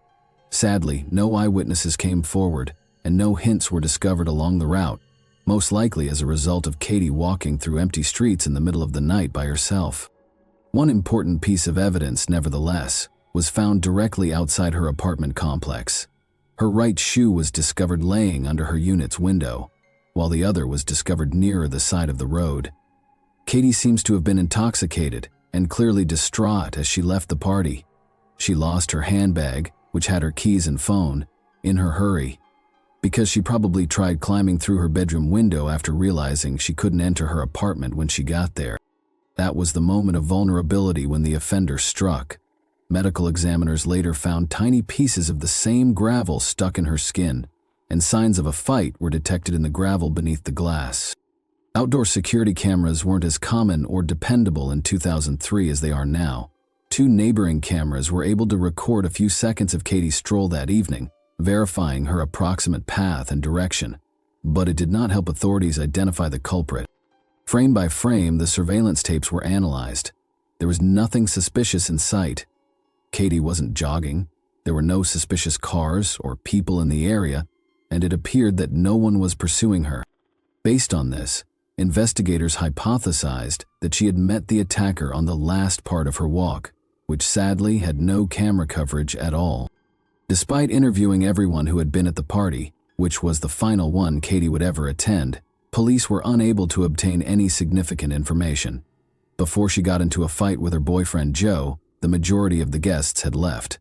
By the time she left, those who had stayed had either fallen asleep or were too drunk to remember specifics. While some believed Joe would pursue her, others believed she would return. Joe had started flirting with another guest after drinking too much, and that female kissed him, according to Katie's roommate and close friend. The pair got into a fight after Katie witnessed this happen. For almost 10 minutes they engaged in a furious argument. Things appeared to settle down eventually, and most people believed the war was done. However, after approximately half an hour, Katie, who was still clearly in pain, made the decision to go. She probably thought Joe would follow her. It's interesting to note that Joe did pursue Katie that evening, but he quickly returned. She had left her purse on the couch, and when he called her phone, he heard it ringing. Oddly, he continued to phone repeatedly, seemingly oblivious to the ringtone emanating from the person next to him. Detectives became suspicious of this behavior and decided to bring Joe in for a formal interrogation at the station. His uneasiness was more noticeable there. He had a hard time telling the truth. He claimed that although he had followed Katie to ensure her safe return home, he had somehow lost sight of her.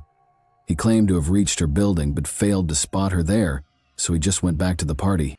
He was unable to provide a clear response when questioned why he didn't try to make sure she entered securely or knock on her door. Joe's behavior changed when detectives told him that biological evidence had been found on the victim and requested that he willingly give a DNA sample. He declined to answer any more questions and promptly requested a lawyer. Suspicion against him was only heightened by that response. At the time, police enforcement needed a court order to force someone to provide a DNA sample, and Joe's lawyer made a concerted effort to keep that from happening. In order to get the proof they required, detectives had to find another lawful method. The night before the event, Joe and Katie had engaged in physical intimacy in her bedroom at the apartment she shared with a friend, as was previously described. Investigators took the bed linens in the hopes of discovering biological material that may be used. Notably, all of the other male partygoers voluntarily cooperated with the authorities and consented to provide a DNA sample in order to clear their names. The material discovered on Katie's body and beneath her fingernails did not match the male DNA traces detected on the bedsheet. Joe willingly consented to submit his own DNA sample after being informed of this. He subsequently clarified that his original refusal was due to his fear of being wrongly implicated. He thought his DNA might still be there, misread because he'd been intimate with Katie that night. The vicious crime committed against a college student in a town that had previously been thought of as calm swiftly rose to the top of the local news cycle. There were rumors that a possible serial predator was moving from state to state, preying on women who were out on their own at night and committing horrible crimes. Investigators understood how serious the issue was. They started a thorough investigation, looking into other incidents of comparable assaults or attempted assaults. A federal request to cross-check DNA from unsolved crimes around the country was also sent out. Finding out if the person responsible for Katie's case has previously committed similar crimes was the aim. They searched the national database but were unable to locate any matches. In the meantime, Las Cruces was experiencing increasing panic as the investigation swiftly came to a standstill. Even though the school year had just started, many young ladies were too afraid to go out on their own, especially after dark, for fear that they would be the next victim of a violent criminal. As long as the culprit was still at large, nobody in the community felt really safe. Robbery was taken into consideration by detectives as a potential motive. Several partygoers remembered that Katie had been wearing her diamond engagement ring, which Joe had given her, that night. However, the ring was not located near the scene and was not found on Katie's body. That was a clear indication that the perpetrator had taken it with them. Despite the fact that no new crimes were committed, ladies all around the city avoided wearing pricey jewelry in public once this information was made public, in an effort to avoid unwanted attention. The public sought justice in Katie's case, and the town's climate remained tense. Nothing was found when local pawn shops were checked. Nowhere in the county had the missing ring been swapped or sold. Tire traces at the landfill close to where Katie's body was dumped, however, provided investigators with an alternative lead. The tire's model and manufacturer may be determined from the tread pattern. They were found to be frequently found on pickup trucks, but without a license plate number, manufacturer, or even color, how might detectives locate a particular car? Once more, the case stagnated. The inquiry into Katie Sepich's case had virtually stalled by early 2004. Then, in July, over a year after she passed away, news of a remarkably identical occurrence that happened in Green Bay, Wisconsin, surfaced. The circumstances of Katie's case had been reflected in the way a young woman had been attacked. After brutally assaulting her and beating her, the assailant attempted to burn her body. Authorities started to assume that a serial criminal might be involved because of the similarities.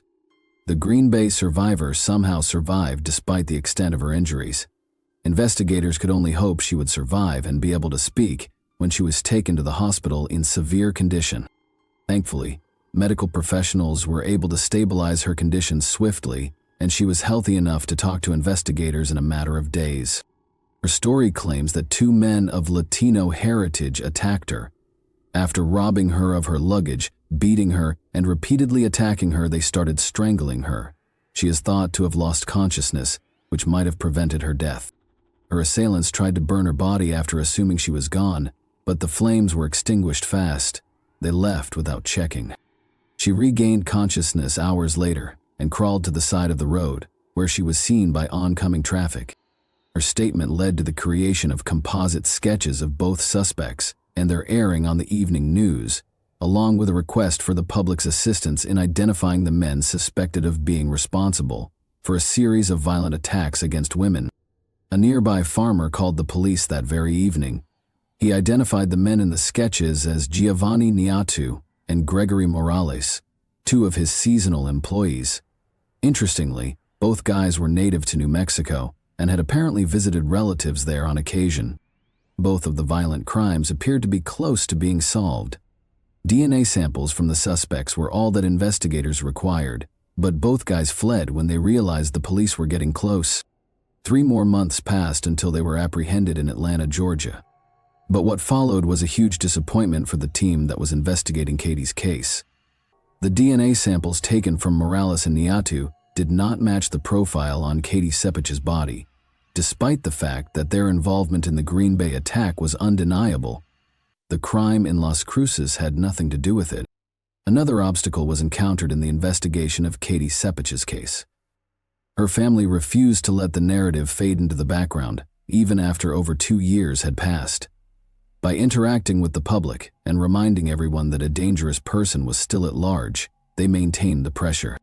Then, some 3.5 years after the heinous act, a significant breakthrough was made in December 2006.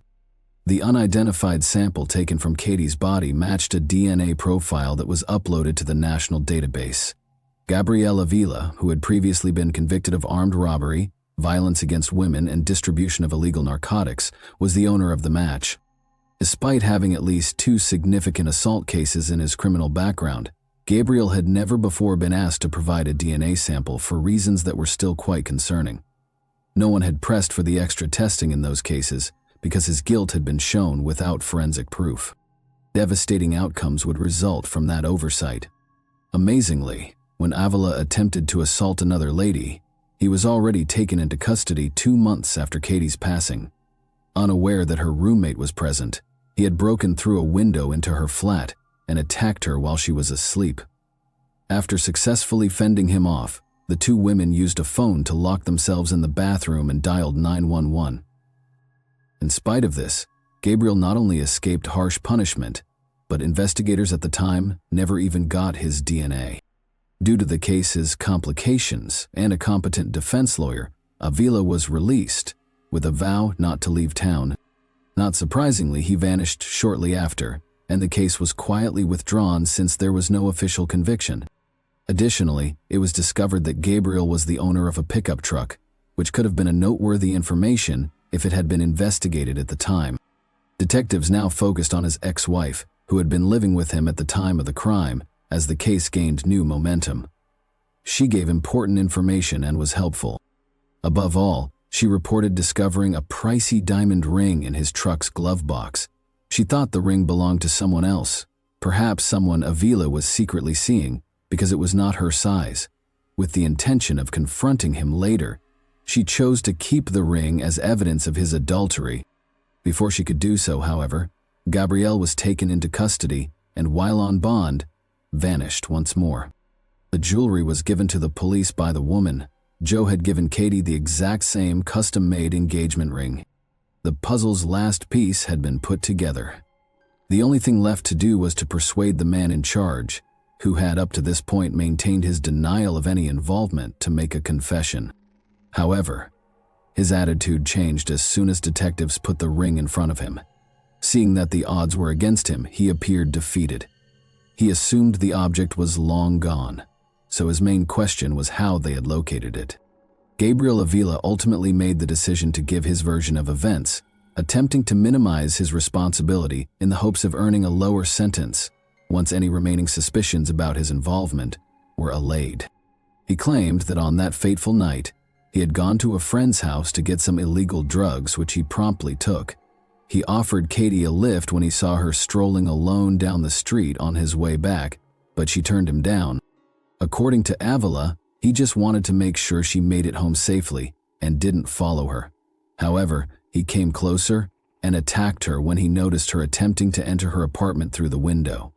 He said he didn't intend to hurt her at first, blaming his drug use for his mental impairment. He became aware of the seriousness of what he had done after attacking her.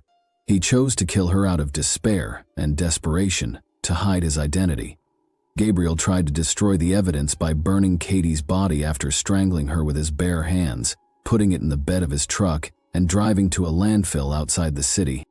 Thinking she would recognize the ring, he took it off her finger. Unaware that the fire had hardly burnt and that most of the forensic evidence was still in place, he sprayed the body with gasoline, lit it, and then walked away. Almost 4 years after carrying out the heinous deed, Gabriel Avila was finally put on trial in May 2007. He was convicted of homicide, robbery, assault, battery, and violence. He received a sentence of 70 years in prison without the chance of release. However, Katie's parents took it a step further. They battled to enact laws mandating obligatory DNA collection from anybody convicted or even arrested for violent crimes, with the public's strong backing.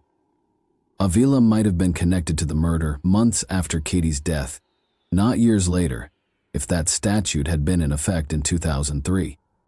Thanks for watching, everyone. Your support means a lot to me, and you can help my channel grow by hitting that like button, dropping a comment, and sharing this video. Your engagement really makes a difference. See you soon. Hey guys, today we're diving into another truly horrifying case. If you want to support my channel, make sure to subscribe and stay active. It really helps me out. I'd be super grateful for that. Let's get started. This desperate cry for help came from Rachel Hendricks, a woman who was simply in the wrong place at the wrong time. Rachel was one of 3 close friends who gathered at Amanda Cawley's upscale home in a quiet suburban neighborhood on what seemed like an ordinary Thursday morning in August 2015. They were there to comfort Amanda as she struggled through the painful collapse of her marriage, but none of them had any idea that within hours, their lives would be shattered forever. In this sudden burst of chaos and gunfire, their lives were stolen, leaving behind grieving families and 5 young children who would never see their mothers again. A once tranquil community was thrown into shock and heartbreak. But what could have caused such a horrific attack? What led to this moment of terror? This is the tragic story of Amanda Cawley, a woman for whom the help of the courts came far too late. Amanda had been living in her family home in Marabella, a beautiful and upscale neighborhood in St. Augustine, Florida. She and her husband, James Cawley Jr., had chosen it as the perfect place to raise their children. If you took a walk through their neighborhood, you'd immediately get the sense that the Cawley family was living a good life. To anyone on the outside, they seemed like the perfect, happy, and successful family. Neighbors often saw James laughing and playing with their 2 children, 6-year-old Trey and 4-year-old Avery, in the cul-de-sac. The couple was known for hosting lively gatherings, inviting friends over for drinks and celebrations. Even as their marriage started to unravel, Amanda and James appeared to handle it with quiet grace. Whatever struggles they faced stayed hidden behind closed doors. That's why the events of August 27, 2015 were so shocking. Around 9 o'clock that morning, Rachel Hendricks received a message that something was wrong with Amanda. She and Amanda had been friends for years, having met at a mutual friend's party along with Lindy Dobbins. The 3 women had formed an unbreakable bond. They babysat each other's children, supported one another in times of distress, and were always just a phone call away. So when Amanda needed them, Rachel and Lindy didn't hesitate. That morning, Rachel had just dropped her kids off at school before heading to Amanda's house. She made a quick stop at a friend's home to get her hair done. It was supposed to be a normal day, but for Amanda, the chaos had already begun. Her usually pristine Mirabella home had been completely trashed overnight while she was away. When she returned at 9 o'clock that morning, she walked into a nightmare. Drawers had been pulled out, clothes and papers were scattered everywhere, personal belongings had been tossed aside, and even her TV had been smashed to pieces. Strangely, nothing had been stolen. Everything had simply been torn apart, as if someone had been searching for something. Maybe at that moment, Amanda realized just how much danger she was in. Maybe that's why she called her friends over, believing that safety came in numbers. But as that morning would soon prove, no number of people could have protected her from what was coming. Inside the house that morning were 4 people: Amanda, Lindy, Rachel, and Lamar Doberly. Lamar was Amanda's boyfriend. She had been officially separated from her husband James since June, but she had met Lamar months earlier, in April. Their connection started as a professional relationship, but slowly evolved into something more personal. By June 2015, after her separation, Amanda and Lamar had begun seeing each other. Now, Lamar wasn't just any man. He was a force to be reckoned with, a former military officer with an impressive resume. He had attended the U.S. Naval Academy, studied at the Marine Corps University, and even worked at the Pentagon. Sharp, disciplined, and strategic, he carried himself with the confidence of someone who had seen and handled high-stakes situations. Amanda met him while they were both working in corporate management at Fanatics, a sportswear company. As her marriage with James crumbled, she found solace in Lamar, a man who offered stability when everything else in her life was spiraling. And on that fateful Thursday morning, when she returned home to find her house torn apart, Lamar was one of the first people she called. Lamar, Lindy, and Rachel arrived, each of them hoping to provide Amanda with comfort and a sense of security. Together they walked through the wreckage, drawers overturned, belongings scattered, a silent warning that something was terribly wrong. While Amanda and Lindy stayed upstairs trying to make sense of it all, Lamar took Rachel to the garage to assess the damage. Now, imagine coming home to find your house completely ransacked, drawers pulled out, belongings scattered, a violation of every inch of your safe space. That alone is terrifying, but before you even have a chance to process the mess, gunshots ring out. Suddenly, a trashed home doesn't seem so bad. Amanda barely had time to react before the chaos escalated outside. A man stood in her backyard, gripping a handgun and aiming it directly at the living room. Shattered glass sprayed in all directions as bullets tore through the windows. His furious voice echoed through the air, saying, "Where is he?" Over and over again. That man was James Coley, Amanda's estranged husband, and he wasn't just there to scare them, he was out for blood. Inside, Rachel and Lamar froze for a split second. Then reality hit. James wasn't just shooting into the house at random. He was looking for someone, and Lamar didn't need to guess who. Without hesitation, Lamar yelled for everyone to run. Then he bolted. He ducked under the garage door and sprinted between two houses in the cul-de-sac, his pulse racing as he put as much distance as possible between himself and the enraged gunman. Now, if you were in Lamar's shoes at that moment, what would you do? Would you leave Amanda behind, or would you make the same choice he did? Meanwhile, Amanda and Lindy, caught further inside the house, had no way out. They did the only thing they could. They ran upstairs. Rachel followed her instincts, screaming at her to find shelter. Amanda locked herself in the bathroom, while Lindy and Rachel dove into the master bedroom closet, barricading the door. Rachel braced herself, her foot pressed against the bottom of the door, her left hand gripping the doorknob with all her strength. Lindy crouched behind a chest of drawers, silent, barely breathing. At this point, James stormed through the front door while his gun was still drawn. He stomped up the stairs, rage fueling every step. He wanted Lamar, but Lamar was gone. Instead, he found Amanda from inside the closet. Rachel and Lindy could hear him screaming, but if you think James's rage ended with Amanda, think again. His bloodlust wasn't satisfied after gunning down his wife. He turned his attention to the master closet, where Rachel and Lindy were hiding. As mentioned earlier, Rachel was using her arm to brace the door while Lindy frantically relayed their desperate situation to the 911 operator. James, growing more impatient by the second, pounded on the door and shouted, "Open the door! Open it now!" When they didn't comply, he fired a bullet that tore through the door, grazed Rachel's arm, and the searing pain forced her to stumble backward. That moment of weakness was all James needed. He kicked the door open, his eyes wild with rage, but Rachel got lucky. James wasn't looking for her. His target was Lindy. Without hesitation, he stormed past Rachel, giving her the split-second chance she needed. Heart pounding, she turned and ran, fleeing into the neighborhood, desperately searching for help. Meanwhile, Lamar, who had escaped earlier, had also found someone who called 911, and 11 of the law enforcement arrived. It was too late. James had vanished, leaving behind a house soaked in blood and horror. The once safe home was now a crime scene, a place of unthinkable violence and devastating law. Lindy had been shot 3 times, Amanda 9. James had shot her once before forcing his way into the closet where Lindy and Rachel were hiding. Then, after killing Lindy, he unleashed 8 more bullets into Amanda's body. He had started with a 9mm handgun, emptying it into Lindy, and when that was out of bullets, he pulled out his .45A backup weapon, proof that he had come prepared for something far worse than just an argument. This wasn't just a crime of passion, it was pure, calculated rage. But why? Not much is known about the early days of James and Amanda's relationship. Amanda was 36 years old in the year 2015, a year older than James. She was born in Orlando, Florida, and had built a successful life for herself.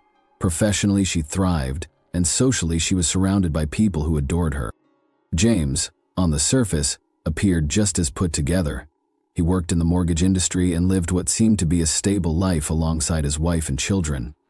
To those looking in from the outside, he was a devoted father, a man who spent every waking moment with his kids, teaching them how to swim. Always present, always involved. His sister, Crystal, spoke of him with admiration, painting a picture of a loving, family-oriented man. But behind the carefully crafted image of a devoted father and hard-working professional, James harbored a darkness that had been with him for years.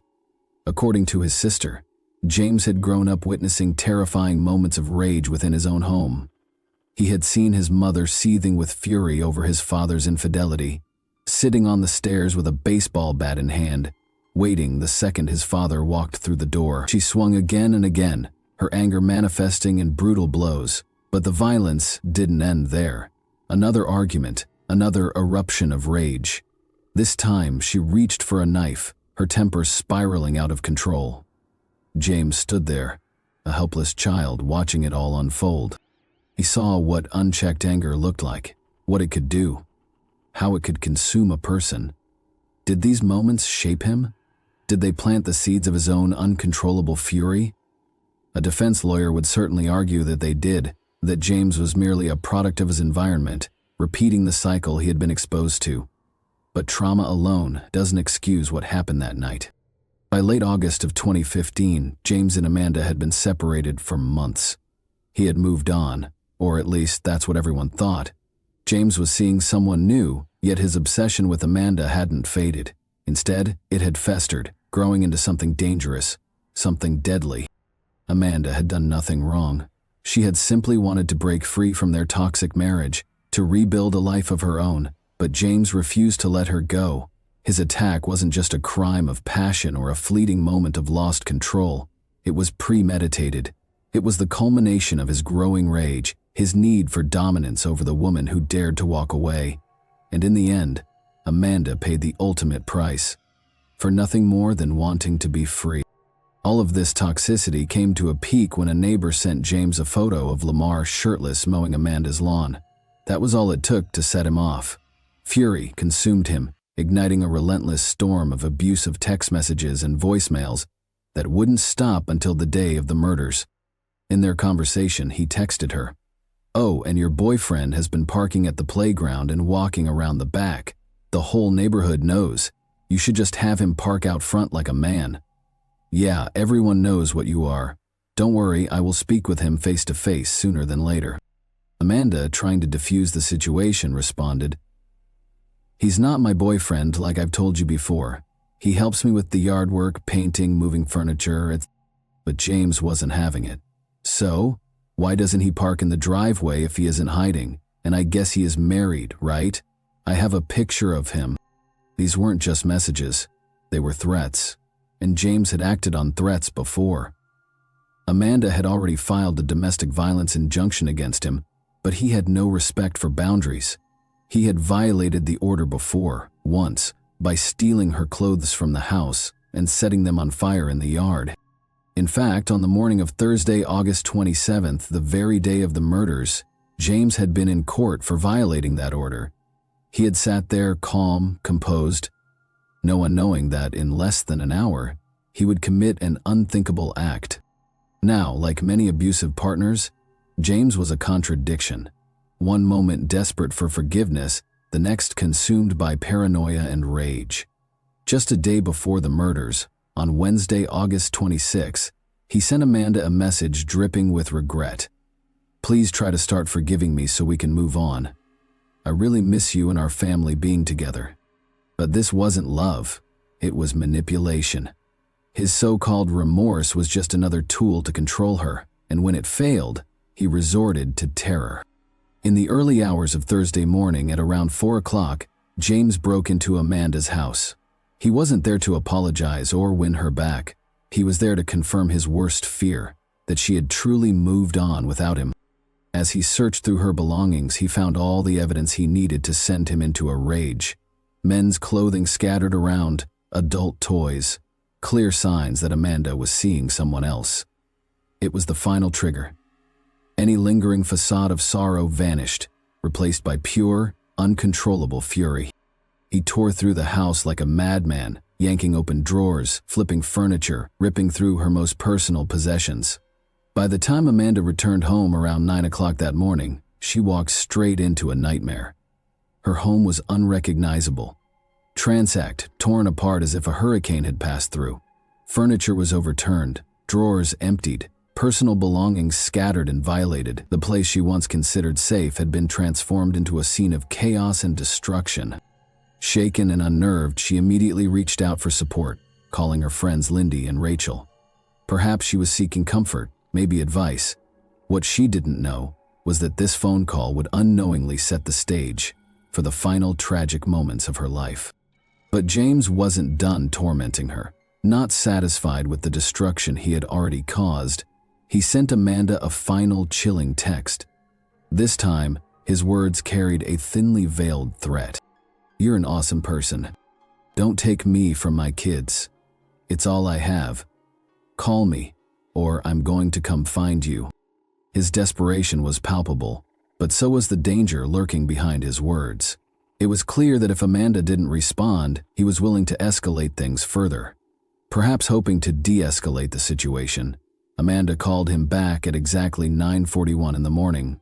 She argued with him over the phone, just 10 minutes after James had left the courthouse. It's unclear what was said between them, but whatever Amanda told him, it wasn't enough to stop him. At this point, nothing could.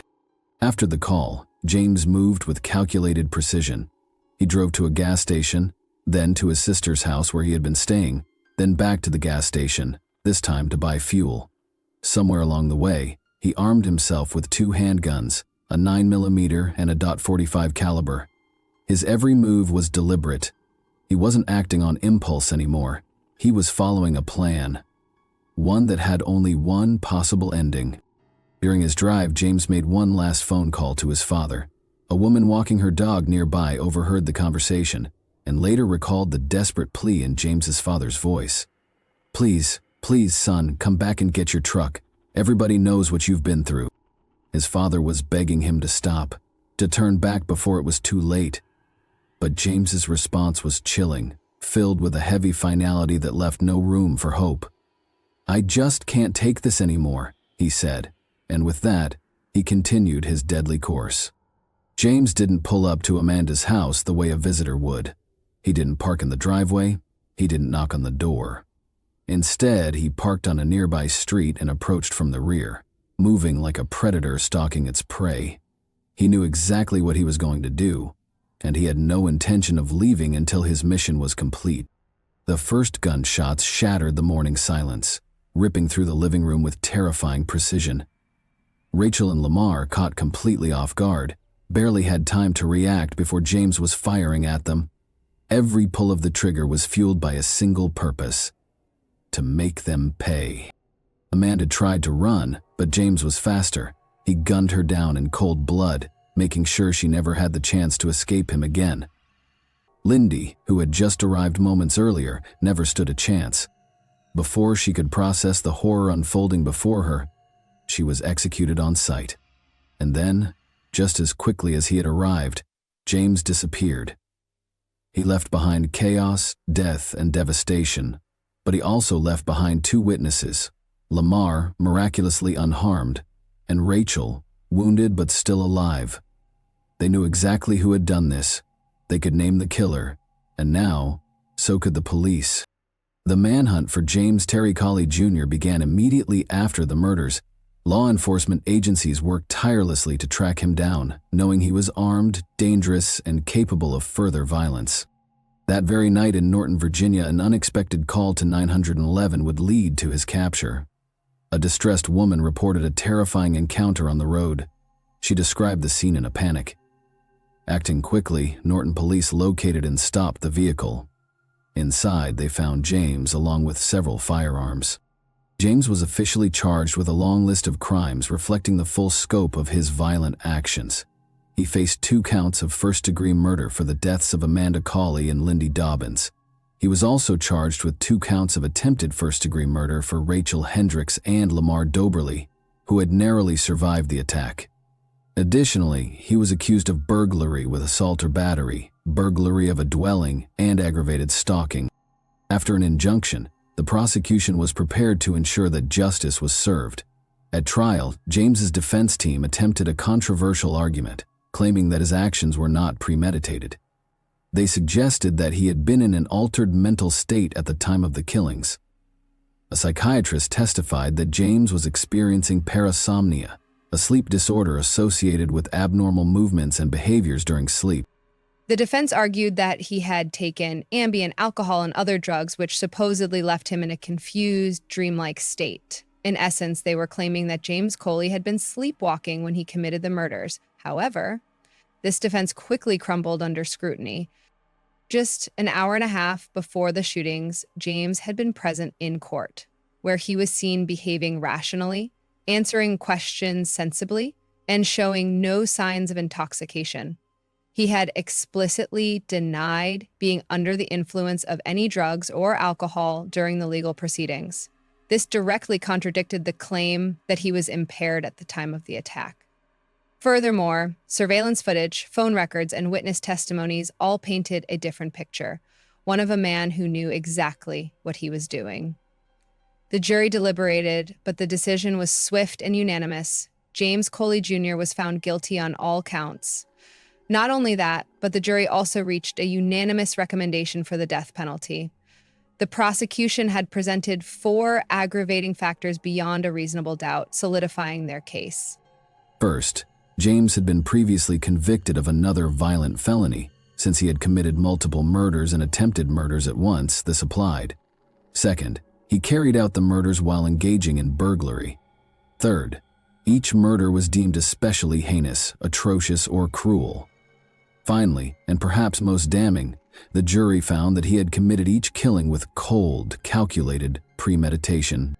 One of the most haunting testimonies came from the medical examiner, who revealed that Amanda Coley had been fully aware during the entire attack. She had been shot 9 times before finally succumbing to her injuries. The sheer brutality of the crime reinforced the jury's decision. This was not an accident, nor a crime of passion. It was an execution. In November of 2018, James Coley Jr. was sentenced to death. He appealed the verdict, but in 2020 the courts upheld his sentence. Today, he remains on death row. One person called it more than murder. What made this case even more controversial was the unwavering support James received from his own family, particularly his sister. Before the trial even began, she stood firmly by his side, fully believing in his innocence. In one recorded call, she even led a heartfelt prayer for him, asking that he be released safely from jail. But what she failed to consider was the devastating reality of his actions. No matter how deep her love for her brother ran, or whatever justification James may have believed he had, nothing could ever make up for the fact that he stole the lives of 2 mothers, women who left behind a total of 5 young children. These children were now forced to grow up without the warmth, love, and guidance of their mothers. Their families were left shattered, their lives forever changed by an act of violence that could never be undone. During the trial, Lindy Dobbins' husband took the stand. His testimony was filled with grief and devastation. He spoke about the unbearable pain of losing his wife, about how their children had to face life without their mother, and how the loss had left a wound that would never fully heal. His words were a painful reminder that behind every crime, there are innocent lives that suffer. So if James were your brother, what would you do? Would you pray for his release, hoping for a second chance? Or would you acknowledge the weight of his actions and the irreversible damage he caused? As you think about your answer, let this be a reminder. Domestic violence doesn't happen in isolation. It can spiral into unimaginable tragedy, tearing families apart in ways that can never be repaired. And when it does, the only question left to ask is, could this have been prevented? Thanks for watching, everyone. Your support means a lot to me, and you can help my channel grow by hitting that like button, dropping a comment, and sharing this video. Your engagement really makes a difference. See you soon. Hey guys, welcome to my channel, and today we're going to take a look at another horrible case with you. On the pleasant evening of October 30, 1975, it was summer in the Belhaven, Greenwich suburbs. The night before Halloween, Martha was doing her best to persuade her mother to let her go out for mischief night, where she and her friends would pull harmless practical jokes around the neighborhood. Dorothy, Martha's mother, eventually listened to her cries and allowed her to leave after some tenacious persuasion. As the hours passed, Dorothy called some of her acquaintances out of concern for her missing child, only to discover that nobody had seen Martha. It didn't take long to begin looking for her. Martha would be discovered bludgeoned to death with a golf club over 200 feet from her home, beneath a pine tree. What took place on the evening of October 30th? What secrets lie behind the walls of exclusive Belhaven? And who could have done something so horrible to such a young soul? Rich in culture and history, Greenwich is one of Connecticut's oldest communities. This seaside town offers you both the lively and thrilling city life and the quaint New England ambiance. And it's only a 50-minute train ride to New York City. No one would have imagined that such a wealthy society would have its hands defiled behind the bar golden doors, and the residents of Belhaven were well known for their wealth and status. Martha Elizabeth Moxley, a social butterfly, was well known for being outgoing and having a good time. Along with her older brother John, Martha was the youngest of Dorothy and John David Moxley's children, born on August 16, 1960. In 1974, the family moved to a large new estate in Connecticut after Martha's father was transferred from his job in Piedmont. It may have been a significant adjustment for everyone when Martha moved to the affluent neighborhood of Belhaven, 3,000 miles from her home, but she was incredibly flexible. She quickly gained a large number of friends, and her lively demeanor and self-assurance frequently attracted peers. She was chosen as Western Junior High School's most popular girl in just 9 months of living there. Martha became well known among the males as a result of her quick rise to fame. One lady who had everything going for her was Martha. She was well known for being gregarious, athletic, and artistically gifted. Martha looked to have an easy time of it. In an interview, her brother John recalled that she was a pleasant, cheerful, and easy to get along with child who was pleasant to be around. Martha was characterized as a family-oriented individual despite her enormous popularity. She would frequently spend her free time playing with her cat Tiger or drawing about the house. She did, however, have a wilder side. Like any other adolescent child, Martha would spend most of her days at the Belhaven Club in the summer of 1975, either swimming or playing tennis.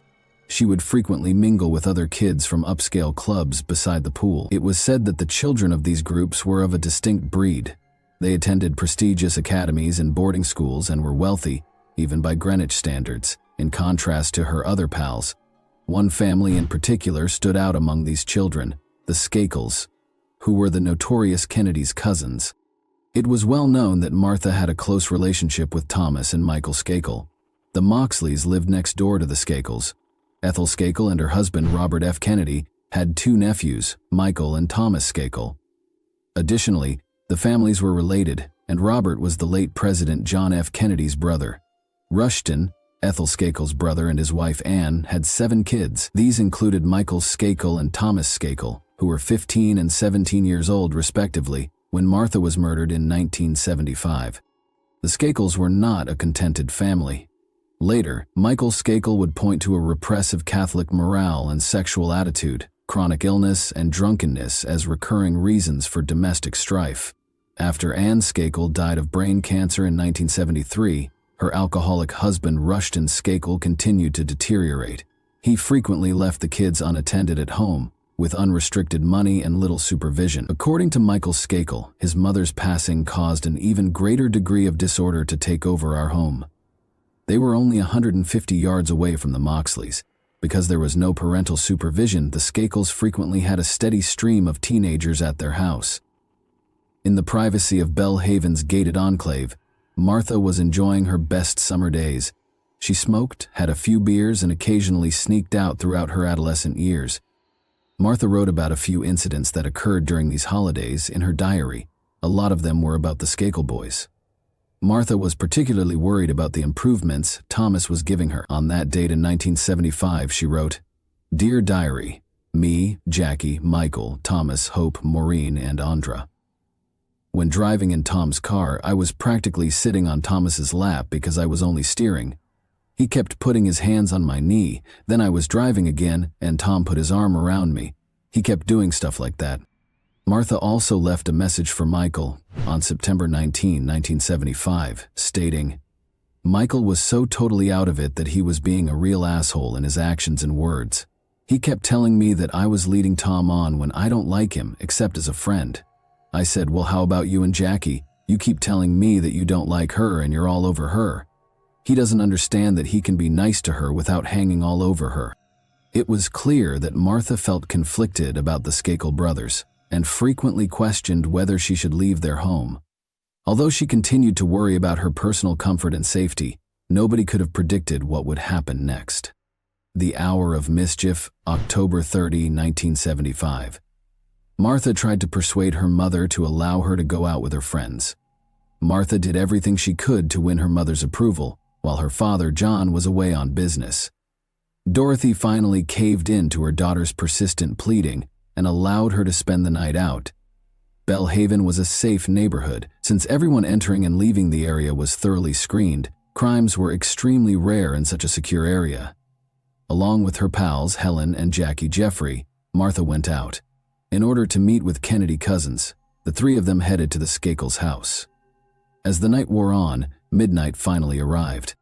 Dorothy's worry didn't kick in until 2 in the morning because she was accustomed to her daughter occasionally skipping her curfew. She initially believed Martha might have simply spent the night at her friend's house.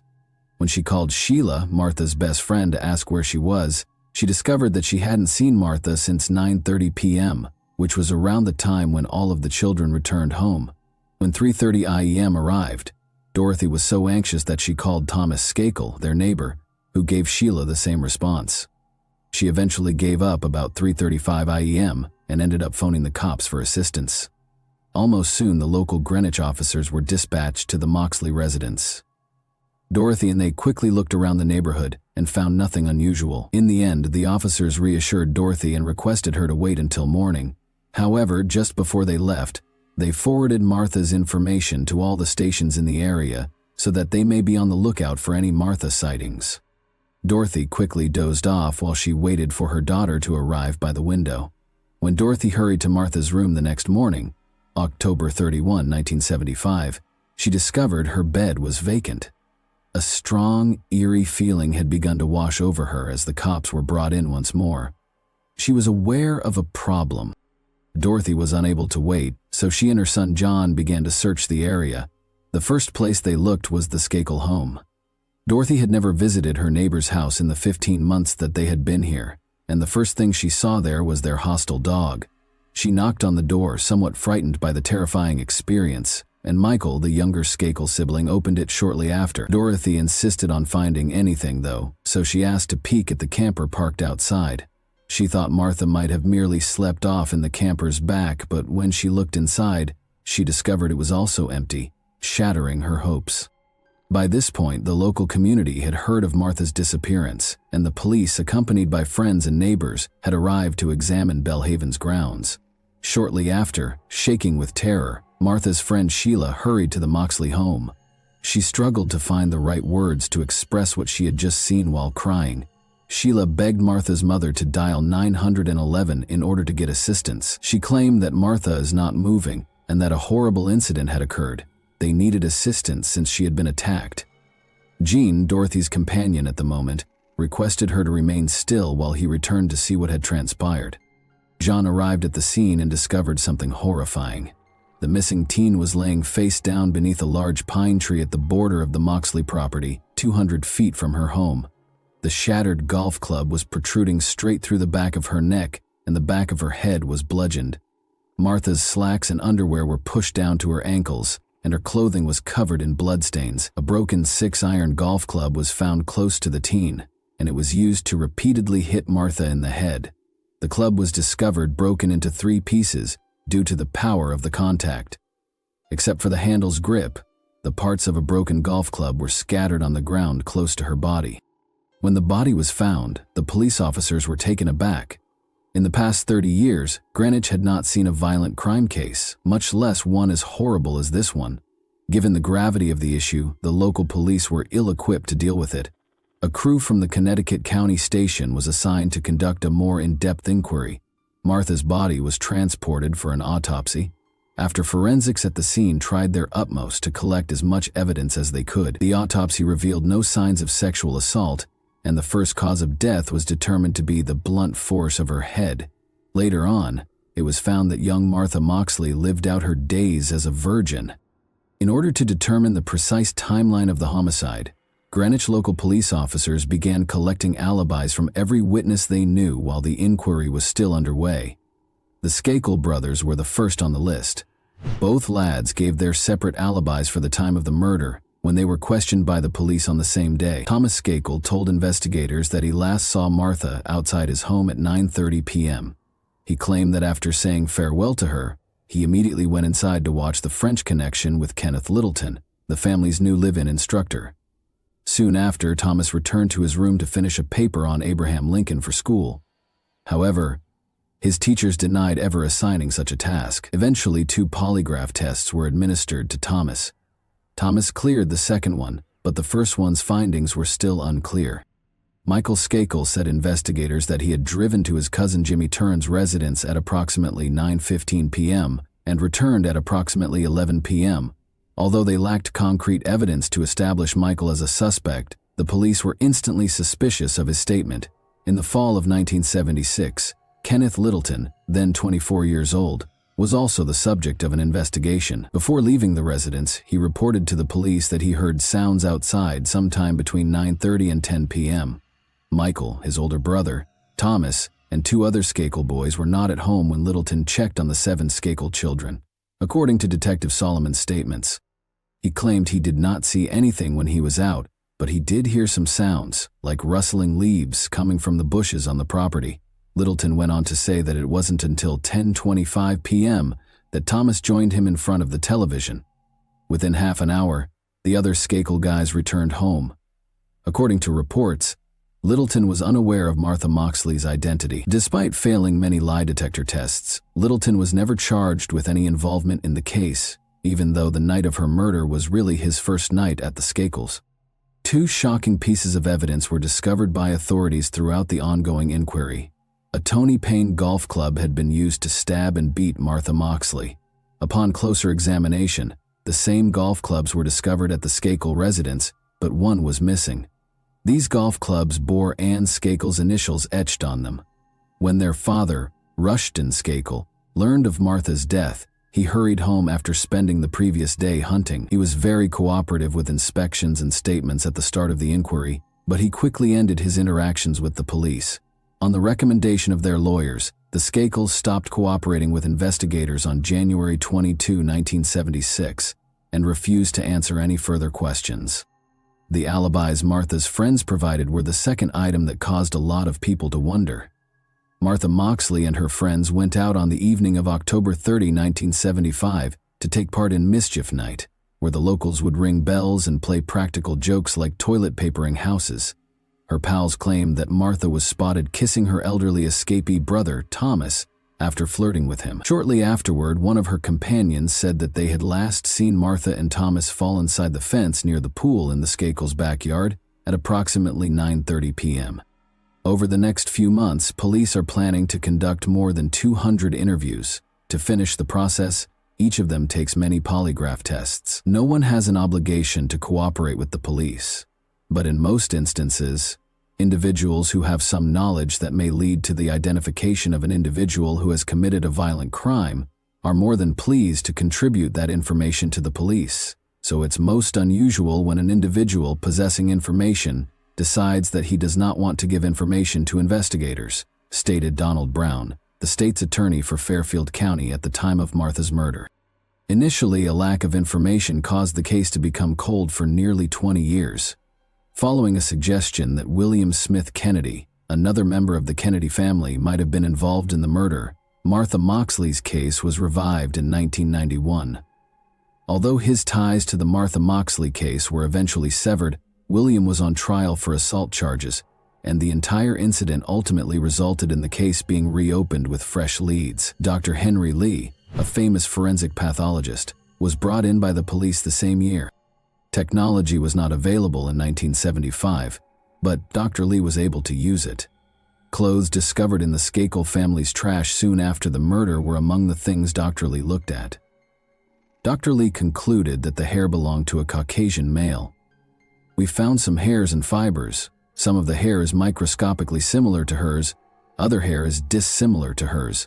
He was unable to produce a match since he lacked a hair sample from any of the potential suspects. However, Dr. Lee was able to offer a potential explanation for Martha's murder after looking through the photos taken at the crime site. Someone attempted to apply force as seen by the blood stain on her body. It implies a murder with a sexual motive. Michael soon emerged as the case's main suspect. Rushton Skakel reportedly engaged a private investigator shortly after to discreetly clear his family name. He hoped that material would surface that would raise doubts about other individuals, including Kenneth Littleton, a past suspect. But his scheme failed miserably. The Martha Moxley investigation now involved private investigators Jim Murphy, a former FBI agent, and his sidekick, Willis Billy Krebs, a former lieutenant in the NYPD. It was discovered that both Tom and Michael Skakel had lied to the police when the two men questioned them about what they had done the night of Moxley's death. It was actually closer to 10 p.m. when Thomas Skakel last saw Martha outside his house, not 9:30 p.m. Additionally, Thomas and Martha did some inappropriate things outside of his house before he returned inside. Krebs claims that once Thomas acknowledged this, he started to cry, but his attorney interrupted him before he could say anything more. When Michael Skakel got home from his cousin's house at about 11 p.m., he told the investigator that he didn't go to bed. In fact, he had climbed a tree outside the window of Martha Moxley's bedroom and done something improper. Dominic Dunn, a writer and author, obtained the investigator's report and forwarded it to state inspectors. Even though Frank Garr, a former officer on the case, expressed his suspicions regarding Michael Skakel, they were previously disregarded for lack of evidence. His theory would gain further impetus from this report. The Moxley case was covered in 1982 by Leonard Levitt, an investigative writer for Newsday, a newspaper based in Long Island. He had a similar hypothesis regarding Michael as well. He revealed that she recognized her assailant because there were no resistance wounds. The fact that she was repeatedly struck with a golf club suggests that she was angry, which made this situation unique. It also suggests that the two must have known each other, making it a crime of passion. It took Levitt 20 years to cover Martha Moxley.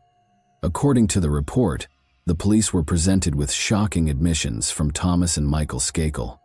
On the night of the murder, Thomas and Michael both admitted to the investigators that they had misled the police about their testimonies.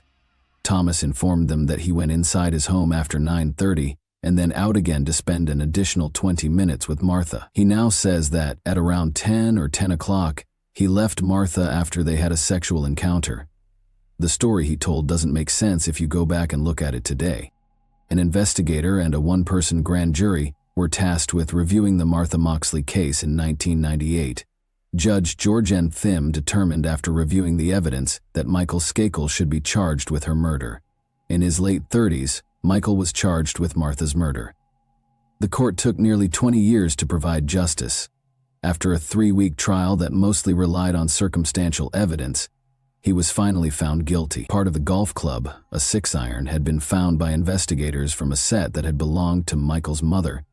Regretfully, though, authorities lacked tangible proof linking Michael to the murder inquiry.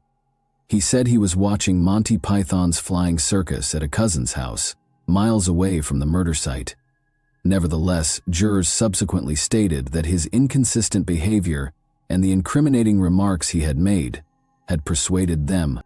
Skakel's old classmates later provided testimony throughout the trial. It seems that Michael had even admitted to them that he had killed Martha while he was a student at a lawn institution, a specialty institution designed to help problematic teenagers get back on their feet.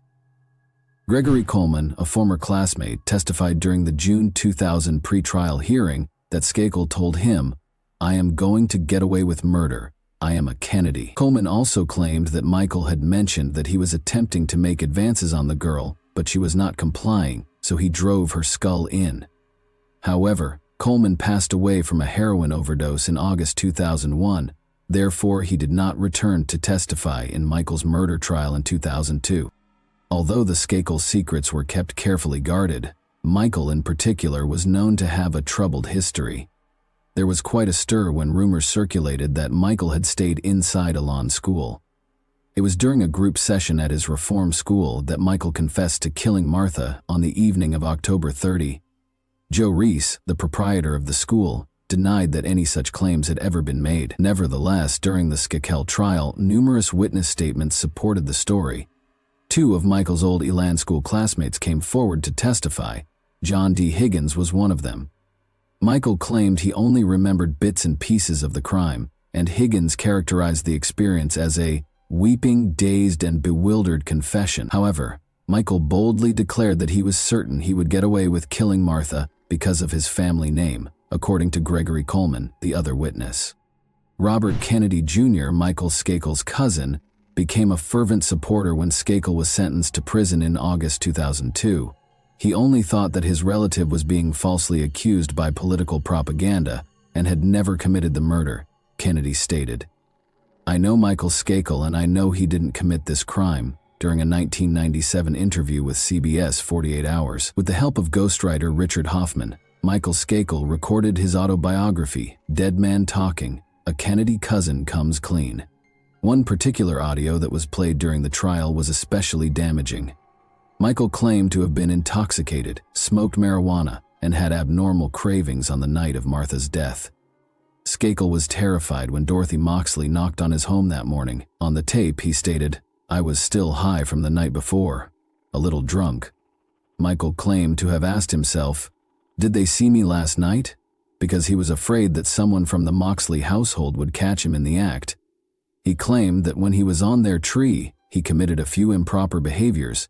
However, the prosecution contended that Michael was speaking of being observed using the golf club to beat Martha. Michael's defense countered that he had an alibi for the period of time Martha was murdered, and that there was no tangible evidence to convict him.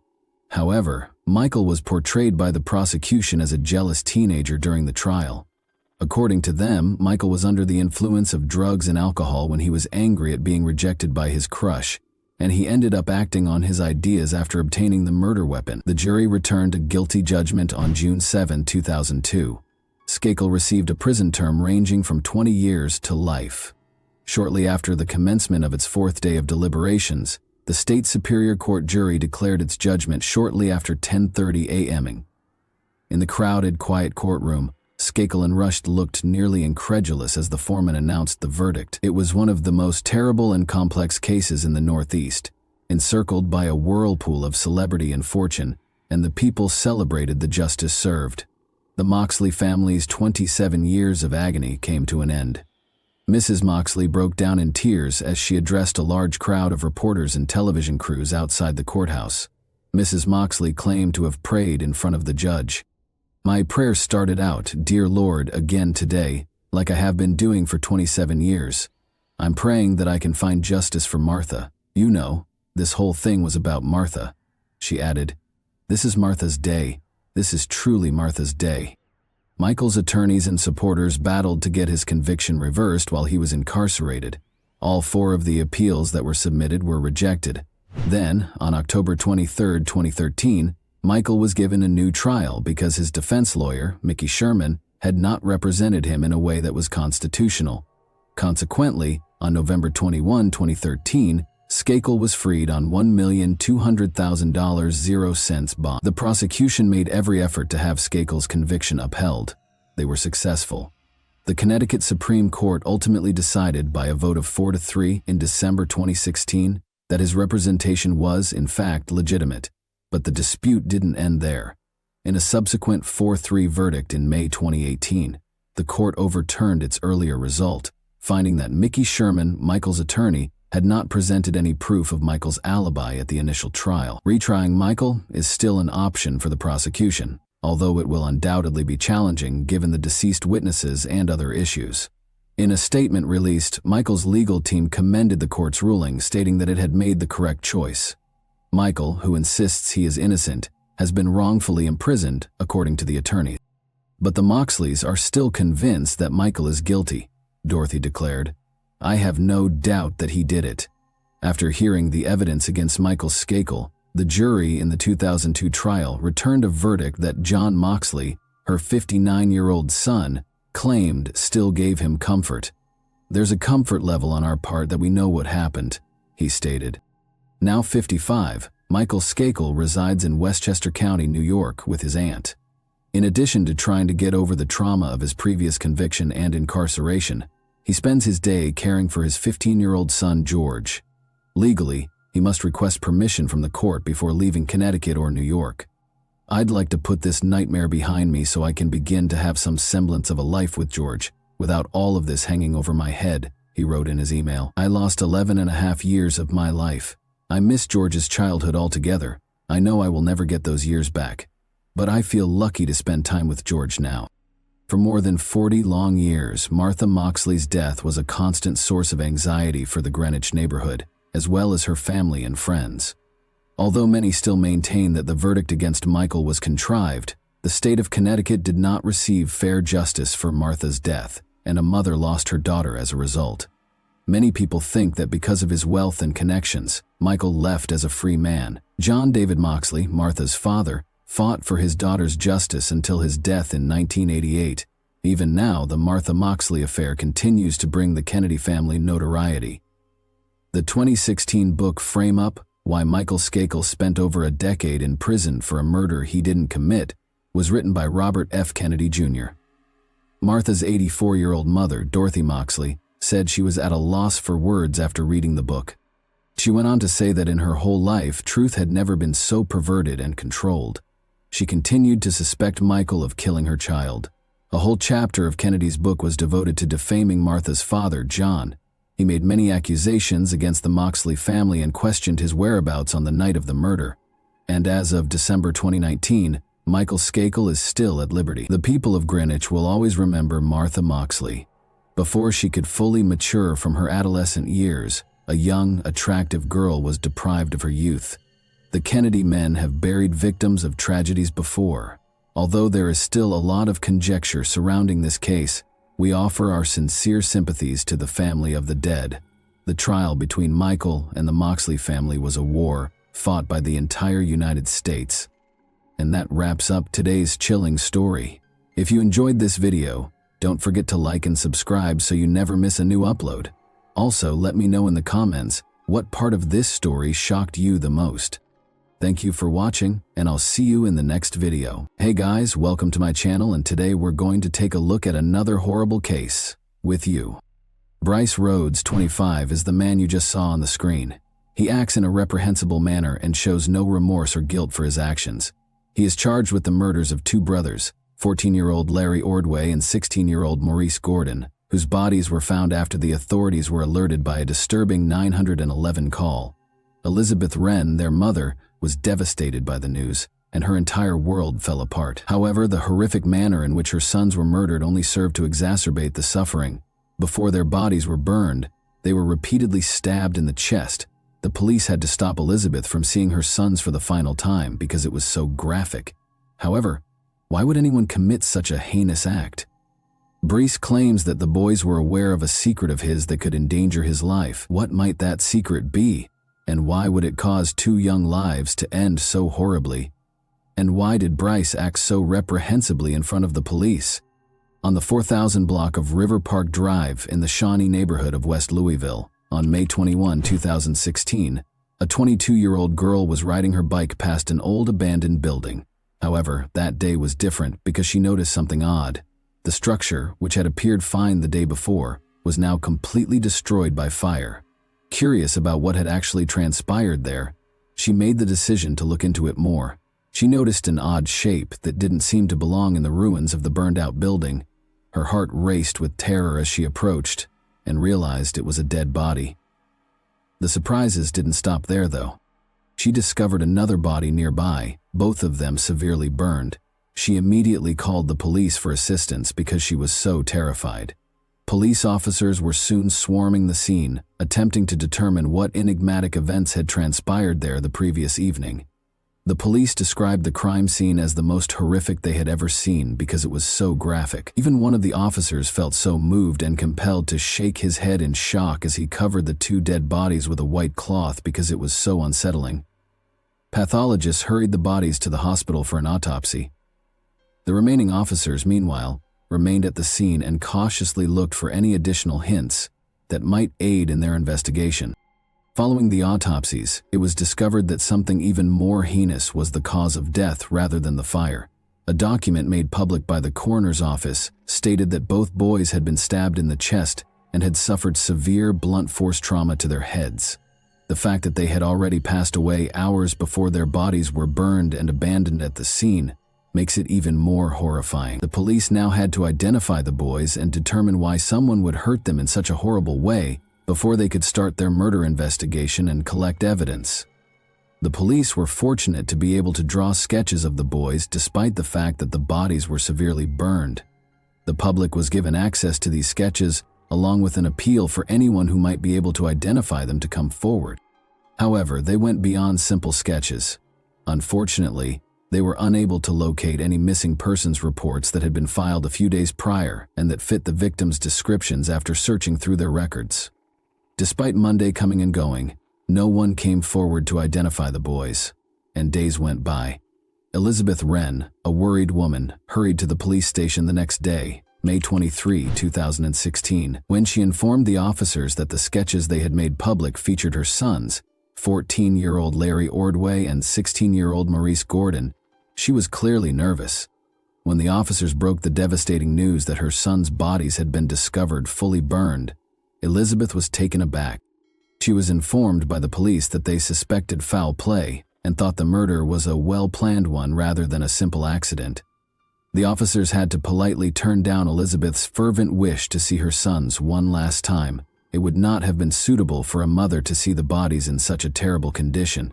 Even though she felt completely powerless, Elizabeth mustered the courage to share an important piece of information. When Elizabeth spoke with the police, she described how her sons had told her that they were going out with some friends she had never liked on the evening of May 21, 2016. In the past, she'd tried to stop her sons from spending time with these friends, but they continued to do so. They went to a party that evening with 3 people, 25-year-old Bryce Rhodes, 15-year-old Anjuan Carter, and 17-year-old Ja'Cory Taylor. Elizabeth voiced her worries about Bryce, who had a concerning criminal record that included a number of serious crimes, including physical assault, domestic abuse, kidnapping, and even abuse. Elizabeth didn't worry too much because the boys assured her they would return soon, despite the fact that days had gone by with no sign of them. They would frequently go out to parties and not return home for days at a time. Therefore, she assumed it was just another instance of that kind. She had no idea, though, that this time would bring heartbreaking news that would permanently alter her life. The entire group was quickly located by the police. Anjuan Carter was promptly located and taken in for interrogation. They kept looking for Bryce in the meantime, and by Tuesday, May 24, 2016, they had also found him. In a brief period of time, Ja'Cory Taylor, another group member, was also captured that same day. While Bryce and Ja'Cory spoke separately with detectives regarding Larry and Maurice, they were detained by the police for hours. In an attempt to elicit information about the killings, the detectives showed Ja'Cory pictures of the 2 brothers' crime scenes in an attempt to frighten him. Ja'Cory, however, only claimed to be friends with the brothers and to have had no involvement in their deaths. However, Bryce persisted in telling the police that he didn't know the brothers' whereabouts and ultimately asked for legal assistance. The police changed their strategy after Ja'Cory and Bryce failed to provide any helpful information. They observed a shift in Anjuan's behavior during their individual interviews with him. Anjuan eventually talked about what had actually transpired on the evening of May 21 at that point. He clarified that evening, Bryce had summoned him and Ja'Cory to his apartment. There, Bryce told them his biggest secret, that he was afraid Larry and Maurice might tell the police about something they had seen on May 4, 2016.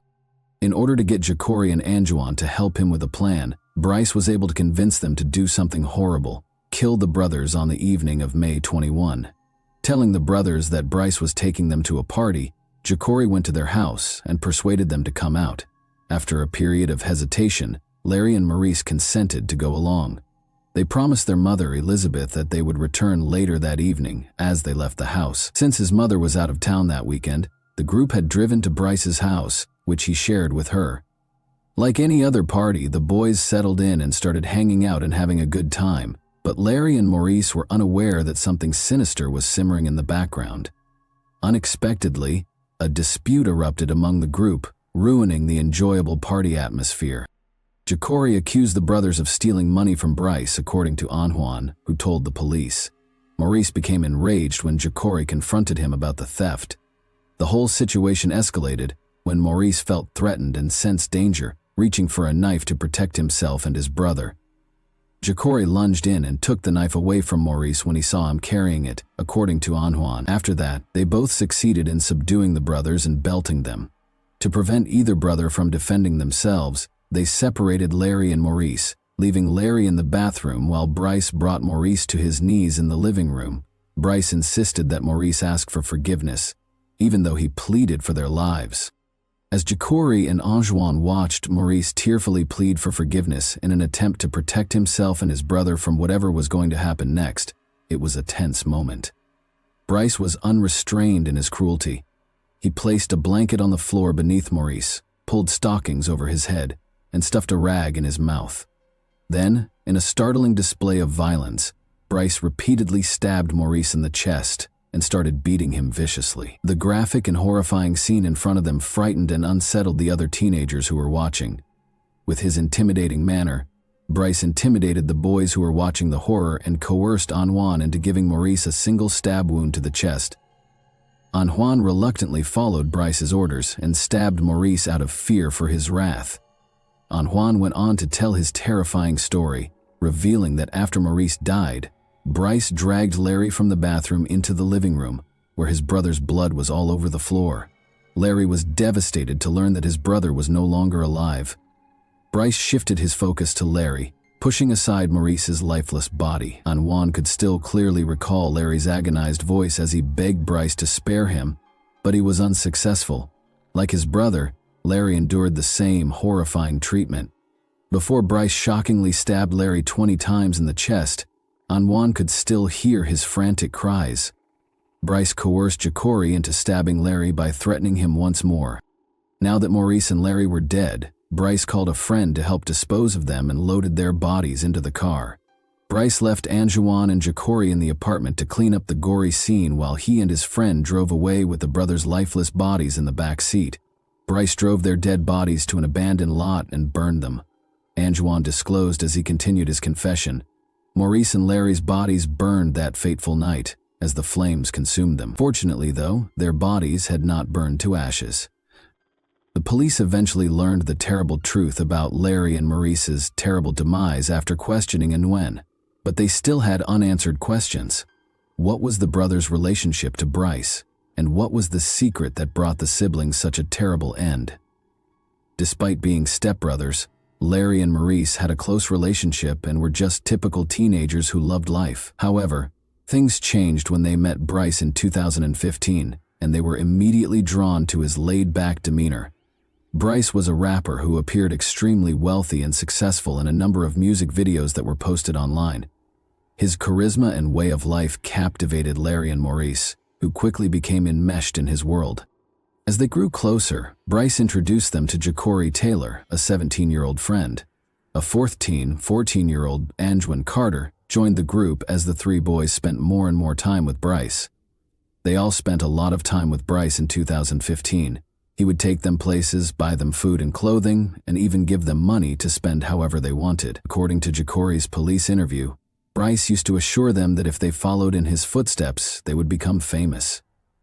The boys appeared to adopt Bryce's gangster lifestyle more and more over time. They even made an appearance in a few of his music videos, which suggested that they were taking up his mindset. During this time, Elizabeth observed a shift in their conduct. Images of them smoking cigars, flaunting stacks of cash, posing with fictitious weapons, and featuring women began to flood their social media accounts. They also started going to parties frequently, sometimes staying out for days at a time. Late on May 4, 2016, they were making their way back from one of these parties. Maurice was driving Bryce's car at around 12:30 a.m., with Anjuan in a truck following them, Ja'Cory in the passenger seat, and Bryce and Larry in the back. When Maurice noticed a man strolling on the sidewalk in the 800 block of South 43rd Street in Louisville, Kentucky, Bryce abruptly forced Maurice to apply the brakes. He struggled to recall where he had known him, but it quickly became clear that he was Christopher Jones, the 40-year-old man targeted by neighborhood gangs.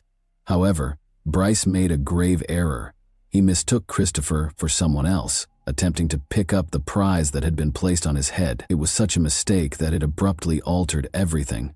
Bryce jerked out his gun in a panic and fired a bullet from the car window into Christopher's chest. All of the teenagers were in disbelief as they saw a murder unfold before their very eyes as Christopher fell. Fearful and pumped with adrenaline, they drove as quickly as they could out of there without even pausing to think.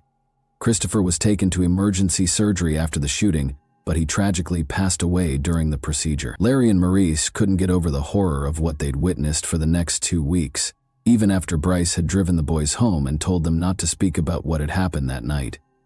They became uncomfortable around Bryce and began to avoid him more and more. Bryce, meanwhile, was experiencing anxiety as well. He was concerned that he would be in big trouble if the brothers told everyone about the shooting. Thus, on the evening of May 21, 2016, he decided to take their lives. Bryce made the terrible choice to kill 3 people in a short amount of time, all in self-defense. The repercussions of his actions, however, are now bearing down on him. Both Jacori and Anjouan confessed to 3 charges of aiding and abetting murder and tampering with evidence after the interrogations. They were sentenced to 10 years in juvenile detention facilities because they were under the age of 18, with the remaining time to be spent in adult prisons after they reached the age of 18. They also had to testify against Bryce at his trial as part of their agreements. Bryce has ruined the court proceedings ever since he was taken into custody. The relatives of the victims believed he did it intentionally. He knew the prosecution wanted the death penalty, so they thought he was trying to stir up trouble. He reasoned that they might not execute him if he caused enough trouble and slowed down the procedure. Bryce did something startling at first. When he discovered that his court-appointed lawyer was friends with the victim's grandfather, he spat on him. Due to a conflict of interest, this created a significant issue and forced the lawyer to withdraw from the case. The court footage even shows the fight that broke out later between Bryce and the lawyer. Bryce even threatened to "see you when I get out." As a result, Bryce was forced to wear a spit mask and be restrained to his chair during subsequent court appearances. However, his behavior did not change despite these actions. He even threatened the judge and her family during one hearing. Bryce's courtroom antics continued after that. He frequently asserted that he didn't trust his lawyer and wouldn't allow them to speak for him. As a result, he even had 3 different state-appointed lawyers. It seemed as though he was adamant about doing things his own way, regardless of what other people thought. Following this court appearance in 2017, Bryce dug a hole in his cell in an attempt to break out of jail. Officers discovered the hole, though, along with a threatening note he had sent to Jacori. "Rats get exposed," the note said. "This demonstrated Bryce's will to control even while incarcerated. Prove to me that you're not a rat." Another shocking incident that was caught on court video showed Bryce acting shamelessly as he was seen blowing kisses at the victim's mother. It was an unsettling demonstration of his lack of regret or shame for what he had done. The trial was repeatedly delayed, and Elizabeth was growing more and more irritated with Bryce's demeanor in the courtroom, as well as the delays. She had to leave the courtroom during one hearing because her emotions got the better of her. She later told reporters that she was still grieving over the loss of her 2 boys to this monster, even though she was attempting to find forgiveness through her faith. Her description of Bryce as ill and a demon made clear how deeply she felt pained and angry with him. Justice was finally done. In 2022, after Bryce's absurd actions and dramatic courtroom proceedings lasted for 6 long years, Bryce Rhodes was found guilty of killing 2 teenage brothers, Maurice Gordon, 16, and Larry Ordway, 14, by stabbing them and setting their bodies on fire. They allegedly saw him shoot and kill 40-year-old Christopher Jones in 2016, which prompted this horrific act. The jury also found Bryce guilty of 2 counts of abuse of a corpse and tampering with physical evidence, in addition to the 3 murder charges. The jury suggested a life sentence without the possibility of parole for the killings. They also proposed a 5-year sentence for evidence tampering and a 1-year sentence for each count of corpse abuse. Although Bryce was not eligible for the death penalty, his sentences will be served concurrently, meaning that unless his defense prevails in an appeal, he will be imprisoned for the remainder of his life. Deborah Wren, the grandmother of the teenage brothers, spoke tearfully about her memories following the verdict. The jury had to consider Bryce Rhodes' mental state during the trial in order to determine the appropriate punishment for him. According to psychologists consulted by the defense, Rhodes had an intellectual disability.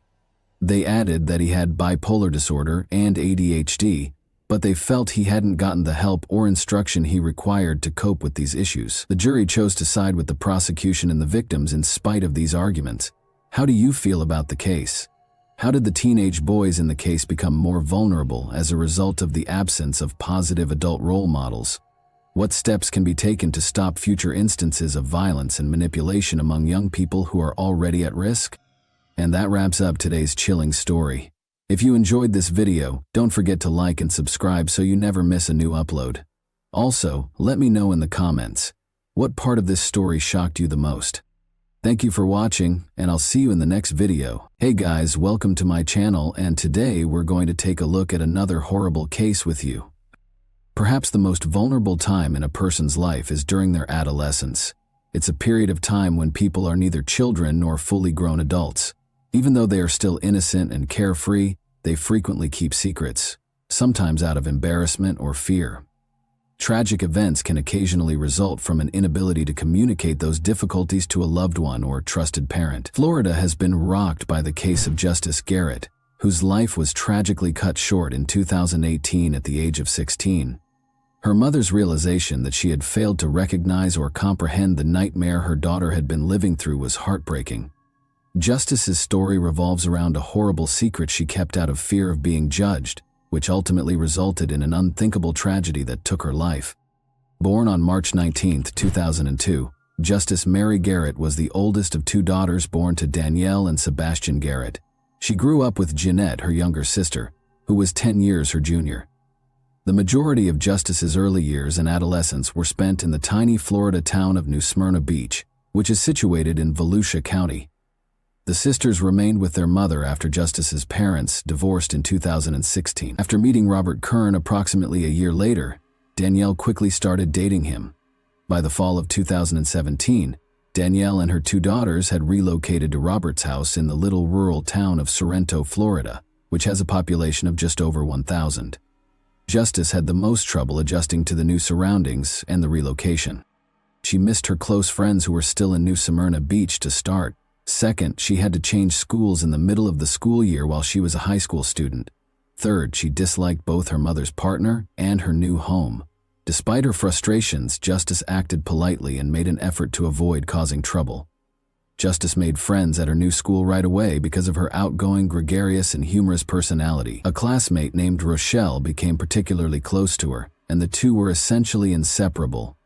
The girls even listed each other as sisters on social media, and Justice often stayed over at Rochelle's house. Justice missed the school bus on Friday, April 13, 2018, because he slept in too late. She didn't have time for breakfast that day because she was rushing to get ready for class. Her mother intended to take Jeanette to the hospital, but her younger sister stayed at home because she was feeling ill. Since school was just a few stops away, Justice chose to ride the public bus there. After packing her backpack and bidding her mother farewell, she departed from the house. Justice was last seen alive at that point. Danielle wasn't worried when Justice didn't arrive home from school on time. She figured her daughter, who frequently went to Rochelle's house after class, had done so. By nightfall, Danielle assumed Justice had made the decision to spend the night at her friend's house, as she had been doing often. She wasn't immediately alarmed by the fact that Justice's phone was off. On Saturday morning, though, Rochelle called Danielle and anxiously inquired as to Justice's well-being. With a shiver running down her spine, Danielle questioned in a shaky voice whether Justice hadn't spent the night at Rochelle's house. She was shocked by the answer. Since Thursday, Rochelle disclosed, she had not seen Justice. Justice's phone had been off for almost 2 days, and she hadn't arrived at school on Friday. Danielle went into a panic. She hurried to the local police station and reported her daughter missing after multiple unsuccessful attempts to get in touch with her. The hunt for Justice started right away. Officers initially thought Justice might have returned to her hometown for a weekend visit with friends, after learning that she had only been in the area 6 months prior. Authorities believed she would reappear soon, because teenagers of that age frequently leave home on their own initiative, whether in protest or for other reasons. Danielle, however, was adamant that her daughter would never do anything like that without telling her. Finding out Justice's social circle and whether she had a boyfriend, had been in a recent argument, or had any other information that could help piece together what happened the day she was last seen was the first step. All of Justice's possessions were still at home, and she had not taken any cash. Shortly after she left for school, her phone stopped working. She hadn't returned any calls or messages, and her social media accounts hadn't been active since late Thursday night. She hadn't gotten in touch with anyone, so none of her friends knew where she might be. Justice didn't experiment with illegal substances or drink alcohol, according to her close friends and family. She had never engaged in serious romantic commitments and was not in a relationship. Justice had never broken the law, had no enemies, and had no conflicts with other people. Her peers viewed her as sweet, kind, and compassionate, and her teachers at school gave her positive reviews. Police promptly reviewed all local traffic accidents, incidents, and crime reports in the region. One possibility they entertained was that she had been in an accident and was unable to speak. She was not, however, listed as having participated in any such incidents. Investigators were able to follow her movements on the morning of her disappearance by using information from her phone. Justice left her house at 7:30 a.m. and started to walk in the direction of the school. After about 15 minutes, she started acting strangely. After a brief pause, she made a sudden direction change. Her phone was switched off shortly after. The small, sleepy town was filled with rumors and conjecture after Justice vanished. Any incident became the focus of attention in a community where nothing ever happened. It was quickly spread by gossip and frequently embellished with lies. Some residents found amusement in spreading rumors, and they saw no harm in doing so. Many of Justice's classmates and friends sincerely wanted to assist with the investigation, but others saw it as a chance to attract attention, increase their own significance, or even experience a brief moment of fame. A number of people reported seeing Justice Garrett in various locations around town. According to some, she entered an enigmatic black vehicle with tinted windows. Some speculated that she had been recruited into a religious sect, while others suggested she was out on the street with a group of teenagers who didn't fit in. Investigators found it challenging to distinguish fact from fiction because these rumors appeared out of nowhere. Consequently, all information, no matter how unlikely, had to be carefully verified. A girl who was one grade up from Justice stood out for her actions. She claimed that the teenager had fled with a secret boyfriend and was expecting his child, and she created a whole blog devoted to Justice's disappearance. By spreading sensationalized and completely made-up stories, the girl was merely trying to gain popularity and attention at school. She was temporarily suspended from school while the investigation was underway as a result of her actions, which resulted in disciplinary actions. Her social media accounts were also deleted for disseminating misleading information. 4 days after Justice vanished, on April 17, a man called the police with a terrifying message. He claimed to have discovered something unsettling in a forested area outside of DeLand. An enthusiastic runner, the man frequently jogged along a remote path that wound through a park and into the woods. As he made his way farther into the woods that morning, he detected a potent, disagreeable stench of decay. He initially believed it to be a dead animal's carcass and considered reporting it to the proper authorities so that it could be taken out. But his curiosity overcame him, and he made the decision to look into the odor's origin on his own. The runner left the trail and ventured into the brush for roughly 15 feet. He saw a horrifying scene there, a severely decomposed human body that was completely deformed. It looked like a young woman, judging by the long hair and traces of clothing.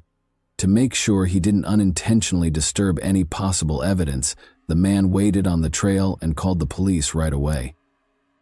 Officers thoroughly examined the scene and the remains after they arrived. It became evident that a violent crime had been committed here, and the victim was, in fact, a very young woman.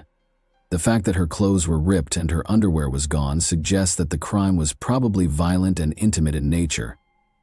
The legs bore obvious bite marks, probably from untamed animals, but a corrosive chemical had done the most serious damage. The girl's face had been eroded to the bone by this substance, which had also been poured over her intimate areas, lower abdomen and chest. It was evident that the offender had tried to remove any traces of DNA in addition to disfiguring the victim, a strategy that, as it turned out, worked. Investigators suspected right away that the girl who had vanished days earlier was the owner of the body discovered in the woods. However, DNA testing was necessary for confirmation because of the extensive chemical damage and decomposition. Sadly, the worst fears of the Garrett family came true. Justice had been discovered dead. About 30 minutes' drive from the town where she resided, her remains were found. Her nose, cheekbone, and several ribs were broken, which was evidence that she had been severely beaten prior to the crime. The precise cause of death was assumed to be mechanical asphyxiation due to the advanced state of decomposition, which made it impossible to determine with certainty. During his police interview, the man who found the remains gave important information. "I often ran along the same trail every other day," he explained. He had seen a suspicious-looking man come out of the woods close to the location where Justice's remains were later discovered 2 days prior to discovering the body. Since the witness had only seen the man for a brief moment from behind and a considerable distance away, he was unable to give a detailed description of him. According to his description, the person was a short, stocky white man wearing jeans and a black hoodie. When the man realized he was not alone, he hurried out of sight and vanished behind the trees. The runner didn't give the encounter much thought at the time, but he thought it was strange. That day there was no discernible smell of decay, and he pushed the encounter from his thoughts. But 2 days later, when he found the remains, he remembered the odd man on the trail and told the police about it. Detectives suspected the stranger in the woods might be the criminal who committed the crime right away. He might have gone back to hide his tracks and obliterate the evidence. Experts concluded that chlorine bleach was the corrosive agent used on the body. The remains became unidentifiable due to the rapid decomposition caused by the chemical and the humid climate of the area. However, after passing a polygraph and offering a strong alibi for the day Justice vanished, the jogger was excluded as a suspect. Justice's mother claims that her daughter had intended to ride the public bus to school that morning, but according to street cam surveillance footage, Justice never went to the bus stop. The mystery was further complicated when a neighbor claimed to have seen Justice get into her stepfather Robert's vehicle. Detectives now had to question the teen's parents again to find out why they hadn't told the truth, which fundamentally altered the course of the investigation. Danielle confessed right away, stating that Robert Kern, her partner, had recently had his driver's license temporarily revoked, but he agreed to give her a ride because her daughter was running late that morning. In order to keep Robert from getting upset, Danielle had kept this information from him. She thought Justice was still alive and would soon be going home at the time of the first interview. To confirm the stepfather's account, detectives immediately asked for footage from security cameras close to the school. But according to the recordings, Robert had not dropped Justice off at school or any other location. There were no cameras on his car on the way to the school. Where had they gone then? It was evident from this new information that Robert was probably the last person to see Justice alive. Robert acknowledged driving Justice that morning in spite of having his license suspended when he was questioned again. He claimed that Justice had pleaded with him to take her to DeLand, a nearby town, rather than to school, where she was allegedly scheduled to meet with a covert boyfriend. Robert said he had originally refused to take her there because he didn't know the name of the person she was meeting, but in an attempt to mend their tense relationship, he finally acceded to her requests. He allegedly promised Justice that he would not tell her mother about this outing. She told him that she would come back alone later in the day and that since it was Friday, she would spend the night at a friend's house. Robert concurred because he saw nothing out of the ordinary or worrisome about the circumstances. A potential secret boyfriend was added to the case as a result of this discovery. Investigators had to find him and identify him quickly. He might have been the last person to see Justice alive, or he might have been involved in her disappearance. Law enforcement chose to look through Justice's contacts and social media activity as the first step in the search. Detectives confiscated her laptop because her phone had not been found, and what they found led to further inquiries. Justice regularly engaged with her online and real-life friends through her numerous accounts on different social media sites, but there was no sign of a boyfriend or romantic conversations. However, one account caught our attention as being especially odd and dubious. Investigators soon turned their attention to this profile in an attempt to identify its owner and any possible link to Justice's disappearance. In recent months, Justice Garrett had been the object of unusual interest from a young man named Kevin. He liked her posts, commented on her pictures, and messaged her every day. But Justice didn't appear to care. She didn't want to stay in touch, hardly ever responded to him, and frequently ignored his messages. Later, Justice's friends confirmed that she had spoken of a devoted fan who messaged her on social media all the time, but she didn't find him flattering. Instead, she found him annoying. According to his profile, Kevin lived in the same town as Justice and seemed to be 2 years older. Only a few pictures of a young, athletic man were included on his page, but Justice's family and friends had never laid eyes on him. The photos had been stolen from the internet, and the account was soon found to be fraudulent. Experts swiftly gained access to the account and tracked down the information that led to its creation. The inquiry showed that the account was linked to an adult man, Robert Kern, Justice's stepfather, rather than an adolescent. Robert was summoned back for interrogation. Investigators questioned him about why he hadn't told them sooner and why he had made a phony account to communicate with his stepdaughter. Although he seemed taken aback that investigators had discovered his involvement with the account, Robert soon collected himself and provided an explanation. He claimed that he had created the account to help Justice feel better about herself because she was the new girl in town and at school and might value the praise from a young man who seemed attractive. As was previously mentioned, Justice was new to the area, but she had already assimilated into her school community and made a lot of friends. But her behavior had changed recently. According to those close to her, the formerly upbeat and carefree teen had grown more tense and anxious. She frequently stayed over at her best friend Rochelle's house, but she kept the reasons for this change a secret. Though she never told Rochelle what was bothering her, Justice spent so much time there that it seemed like she had moved in. Rochelle claimed that Justice's stepfather had visited her home multiple times to collect her and take her home. Every time, Justice would attempt to avoid going with him and appeared clearly anxious. She would call her mom and beg to stay at Rochelle's for a couple more nights, pledging to finish all of her chores and concentrate on her studies in return. Danielle frequently complied with these demands. It was well known among her friends that Robert and Justice had a tense relationship from the beginning. But Justice never charged him with being aggressive or acting inappropriately. Additionally, nobody in her immediate vicinity, including her mother, had ever noticed anything that appeared inappropriate in Robert's interactions with his stepdaughter. Robert Kern emerged as the sole suspect in the investigation into Justice's untimely death as suspicions about him grew. Police investigated his background and way of life while holding him for additional interrogation. Robert, 43, had a lengthy criminal record that included convictions for physical altercations, possession of illegal substances, and burglary. It had been almost impossible for him to find steady work because of his criminal record. He took on odd jobs to make ends meet and occasionally worked illegally as a carpenter at a nearby sawmill. Now, investigators were trying to piece together Robert's dubious past, his actions toward Justice, and the circumstances leading up to the horrifying crime. Danielle was unaware that she was living with a man who had a criminal past because Robert had taken great care to hide it from everyone around him. She was shocked and eventually spoke up when investigators told her the truth about him.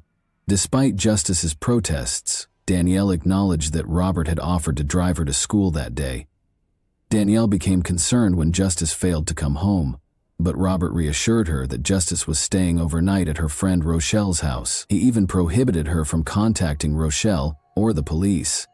After looking through Robert's devices, investigators found that Justice had been regularly looking up information about drugs that could make someone unconscious or immobile online in the months before his disappearance. Additionally, he had investigated buying such drugs on the dark web, and it seemed he had been successful. That wasn't all, though. Additionally, Robert had investigated methods of removing DNA from a body, concentrating on common household chemicals like bleach and disinfectants. He had even looked at satellite images of the wooded areas in the area, especially the DeLand outskirts, where Justice's body was eventually discovered. It became evident that Robert had spent months carefully preparing to commit his crime, dispose of the body, and remove any evidence. From the start, his motivation appeared to be clear. Robert had become unnecessarily fixated on Justice and understood that using force was the only way to fulfill his perverted impulses. He had made the decision to eradicate her completely in order to escape legal repercussions for his actions. When investigators examined the geolocation data from Robert's phone that day, they were able to eliminate any remaining doubts regarding his involvement. Together with Justice, he had driven away from their house toward her school before turning suddenly and coming to a stop in a remote location. Robert most likely turned off Justice's phone at this point and rendered her unconscious with a chemical, most likely chloroform. But he neglected to turn off his own gadget. which later recorded his movements. After being tracked toward DeLand, Robert's car came to a halt for about an hour. He would have had enough time during this period to attack Justice, cause her physical harm, strangle her to death, and conceal her body in the woods. In order to destroy any possible evidence, he poured a tiny bottle of a chlorine-based substance over her face and other parts of her body that day. But Robert started to worry that he might have left traces. He brought a big container of bleach back to the scene 2 days later. In a last effort to eliminate any last traces of Justice's involvement in the crime, he then liberally doused Justice's head, chest, and lower body with the chemical. The jogger later found Justice's body and reported it to the police after spotting the attacker when he returned to the crime scene for the second time that morning. Kern's alibi, meanwhile, was soon discredited. Unofficially working at a nearby sawmill, he had asked 2 co-workers to attest that he was on time that day, despite being almost 2 hours late. After being cautioned that they might be charged with perjury and hiding evidence of a violent crime, both witnesses eventually confessed to the truth when pressed further. Despite Robert Kern's denial of all charges, the case proceeded to trial due to the overwhelming evidence against him. According to witness testimony, Justice spent the final months of her life avoiding her home as much as possible because she was constantly afraid. But she never talked to anyone about her worries, not even her mother. Danielle never asked Kern about his past because she was too enamored with her new partner to notice what was going on around her. Kern's claims were methodically refuted by prosecutors, who demonstrated that he had carefully planned this horrible deed with the express purpose of ensuring Justice wouldn't live. Kern was further connected to the crime scene when particles found on his car mats were matched to moss and soil samples from the location where Justice's body was found. However, the corrosive chemical Kern used had eaten away at the victim's remains down to the bone, destroying all DNA evidence and tissue samples, making it impossible to prove the claims of an intimate assault. Nearly 2.5 years after the crime, in August 2022, Kern was found guilty of premeditated violent murder. He will never be freed because he was given a life sentence without the chance of parole. And that wraps up today's chilling story. If you enjoyed this video, don't forget to like and subscribe so you never miss a new upload. Also, let me know in the comments, what part of this story shocked you the most? Thank you for watching, and I'll see you in the next video. Hey guys, welcome to my channel, and today we're going to take a look at another horrible case with you. It can seem like everything around you is predetermined when the shadows of the past start to close in. Will anyone ever be able to fully avoid what fate has in store for them? The family that disappeared overnight, leaving a trail of unresolved questions and the eerie echoes of unfinished phone calls, is the subject of today's story. This is the tale of Melissa Wolfenbarger, whose abrupt and inexplicable disappearance sparked a true tragedy. On November 26, 1998, a peaceful Thanksgiving night at the Patton home was marred by a feeling of unease. Melissa called to wish her parents a happy Thanksgiving. Melissa is Norma and Carl's youngest daughter. It was a normal and familiar conversation, with topics including Christmas preparations, gift selection, and plans for the approaching holidays. As they did each year, Melissa wanted her kids to spend the holidays at her parents' house. She smiled and said, "Mom, don't forget that old picture of Grandma. I'd love to have it framed under the tree."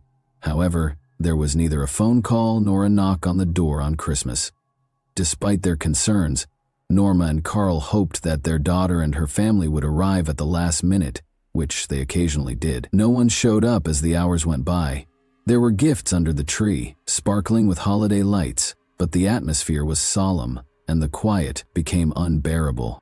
It all began on a typical day, but after a few days passed with no communication from their daughter, Norma started to worry. This time it seemed different, but Melissa had always managed to get in touch, especially if plans had changed. When the parents tried to call, no one picked up. Additionally fruitless were attempts to contact their son-in-law Christopher. Melissa's parents continued to reside in their comfortable home in Last Grove, Georgia, while Melissa and her spouse and children lived in Atlanta. When the long period of silence became intolerable in January, Norma and Carl got into their car and drove to Atlanta. Their hearts sank when they arrived at the duplex on Brooklyn Avenue after following the well-known streets. Although the apartment doors were open, the interior felt eerily deserted and lifeless. It appeared as though their daughter and her family had never lived there, because the rooms were immaculate and well organized. It appeared as if someone had purposefully removed every indication of their presence. Asking neighbors if they had seen Melissa or her kids, Norma went door to door. No one knew where they were going or why they hadn't left a message or forwarding address, but one man remembered seeing them packing things into a moving truck just before New Year's. It appeared as though they had made the decision to depart suddenly, without warning, and with no intention of coming back. It was intolerable to Carl and Norma. They were aware that Melissa would have contacted them if something had gone wrong. If plans had changed, their daughter would not have concealed it. She had always been forthright and honest.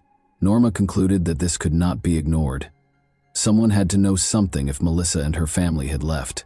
They located the glass manufacturing company where their son-in-law worked, and the management verified that Christopher had worked there as a truck driver, but had recently been fired. He was fired because he was involved in an accident involving one of the company's vehicles. They were unable to respond when questioned about Christopher's future plans. Like his family, he had just disappeared. January and February saw no updates, but time went by. Norma continued to make an effort, but every day only brought more disappointment. Her February birthday was particularly painful. Despite her busy schedule, Melissa had always called to wish her well, but this time the phone was silent. At last, Norma started to understand that her daughter's silence wasn't a coincidence. There had been a horrible incident. What might have caused Melissa to leave her former life behind?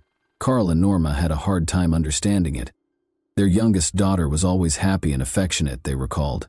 She distinguished herself from her peers early on by actively competing in school pageants and lending a hand with her older sister Tina's projects.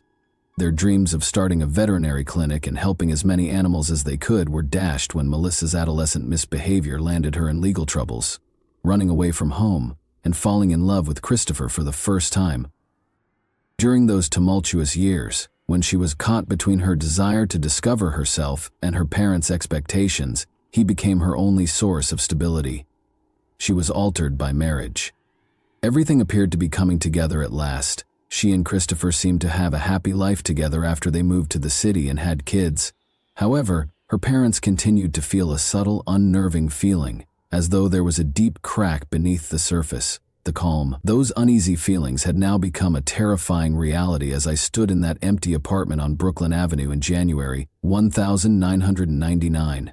The questions continued to mount. How had their daughter and her family fared? Why did their searches for answers only result in dead ends?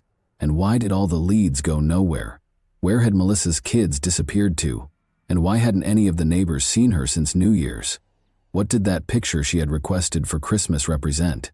These small, unimportant details assumed a sinister tone, giving the impression that something much more significant was going on. It would have felt like betrayal to leave everything unsolved, so Norma continued to look for any information, clinging to the tiniest hints to figure out what had happened to her cherished daughter. Nothing could have prepared her for the truth that lay ahead, a truth that would completely upend their lives, and a story that had started out as a straightforward family vacation had evolved into a grim, desperate search for light in the dark. Melissa's disappearance also perplexed Tina, her older sister, who worked alongside her at a small bakery. Their co-workers said Melissa just stopped showing up, as if she had disappeared into thin air, and the management at Denny's where they worked reported that she hadn't been there for more than a month. If she had found another job, no one knew. All they said was that she failed to report for work one day without providing any prior notice. Even some of her co-workers paid her a visit, but it didn't help. The family had moved out, but no one knew where they went, the neighbors said with a shrug. Time went by. As the year 1999 went on, Melissa had not been contacted. Praying for their daughter's safe return, Carl and Norma were inconsolable. Their hope dwindled with every month, but they held on to it as if it were a lifeline. Since Melissa had always remained close to them, despite her turbulent upbringing, they were unable to think of a good reason why she wouldn't call. They thought they would soon awaken from the nightmare. However, reality only became more grim, and the nightmare continued.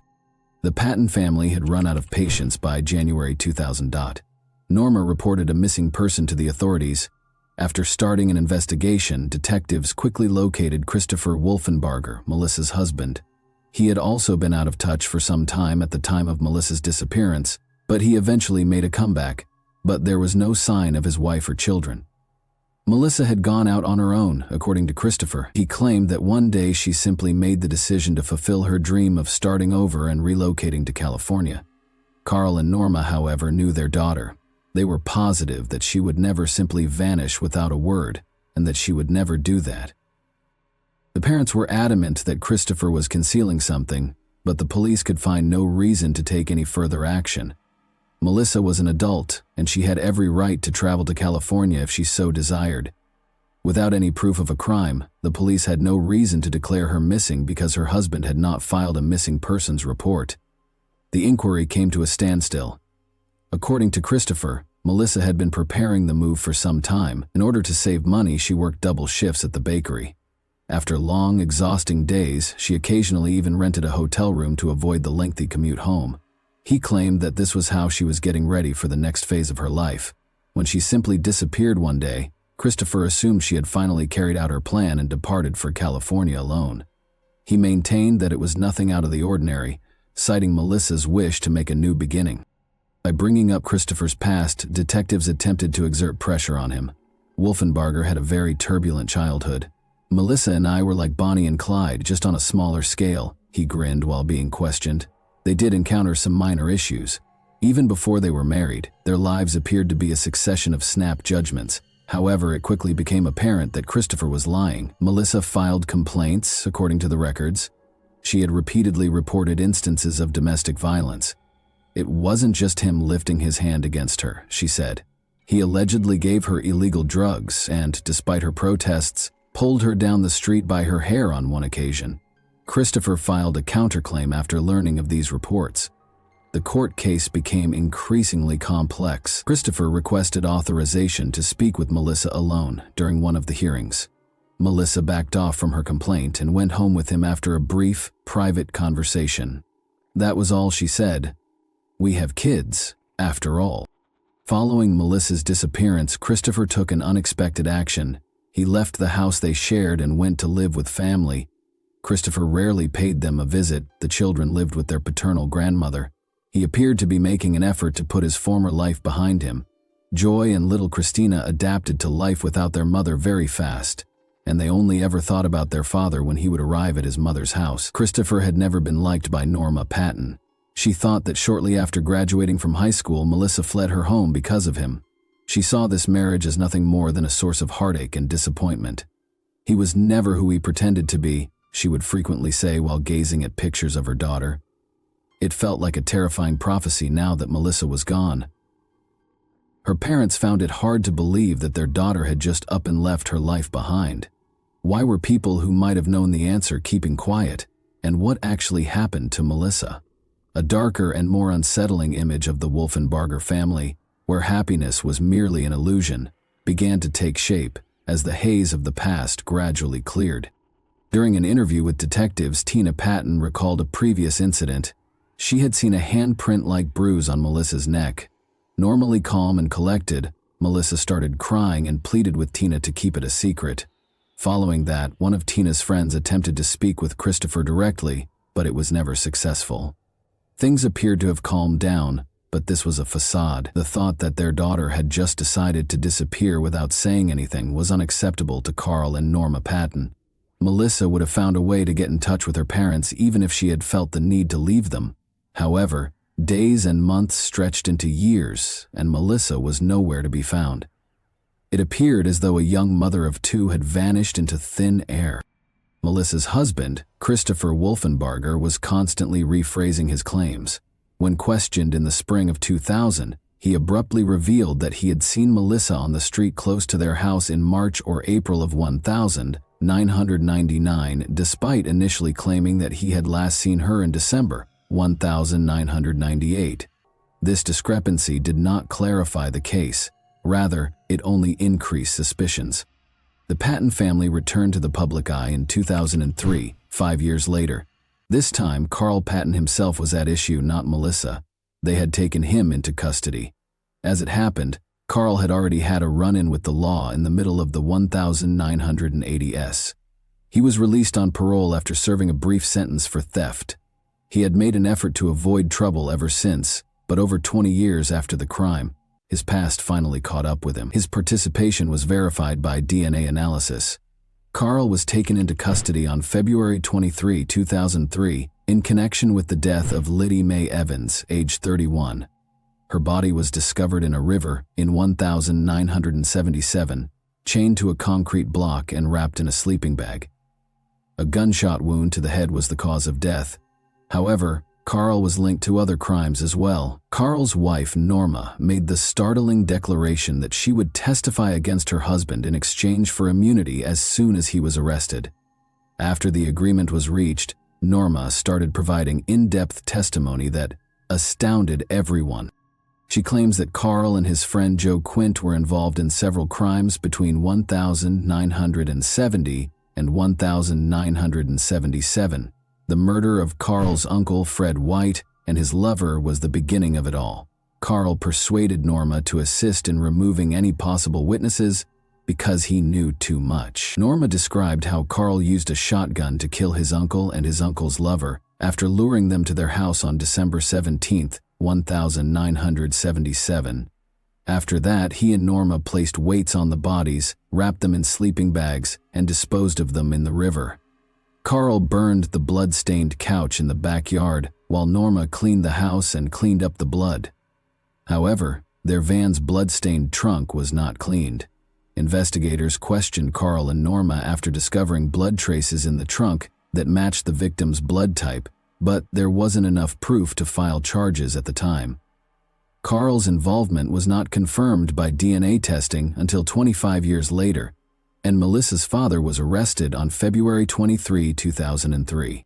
Rumors about Carl's potential involvement in Melissa's disappearance started to circulate after his arrest. Her own father, who couldn't risk anyone in the family talking, may have been her victim, according to some theories. However, there was no concrete proof to back up this theory. "I would never harm my daughter. I only dealt with those who threatened my family." Carl denied any involvement, but everyone knew that there was a harsh reality behind those words. Carl was suspected of more than just Melissa's disappearance. Rumor had it that he was connected to criminal groups in the southern United States. He was known as a cold-blooded shooter as early as the 1960s, but he consistently denied any involvement. Carl acted out of greed, according to Norma, who made this revelation in 2003 during the investigation into the deaths of Fred White and his lover. In addition to hiring Carl to look after her unfaithful husband, Fred White's official marriage entitled his wife to an insurance payout. Detective Bruce Jordan handled these old cases. He managed to apprehend and convict Carl Patton after 25 years, but it was insufficient. Now, while incarcerated, Carl pleaded with Jordan, "Find my daughter, find Melissa." This was a surprising statement from a man who seemed to have no remorse. All of a sudden, his daughter's disappearance caused concern. This gave Norma and Tina hope, but it also sparked a wave of new anxieties. They were concerned that Melissa's disappearance was not an accident, and that the mystery that had been hidden for so long might become even more horrific. Detective Bruce Jordan became interested as soon as the reopened Wolfenbarger case made the news. The story appeared to be set in stone for years, but everything changed when a sudden lead came from the Atlanta morgue. Jordan was contacted by a forensic specialist who told him that they had been storing unidentified remains in their facility for 4 years. These remains were body parts discovered in various months of 1999 in the neighborhood where Melissa's family resided.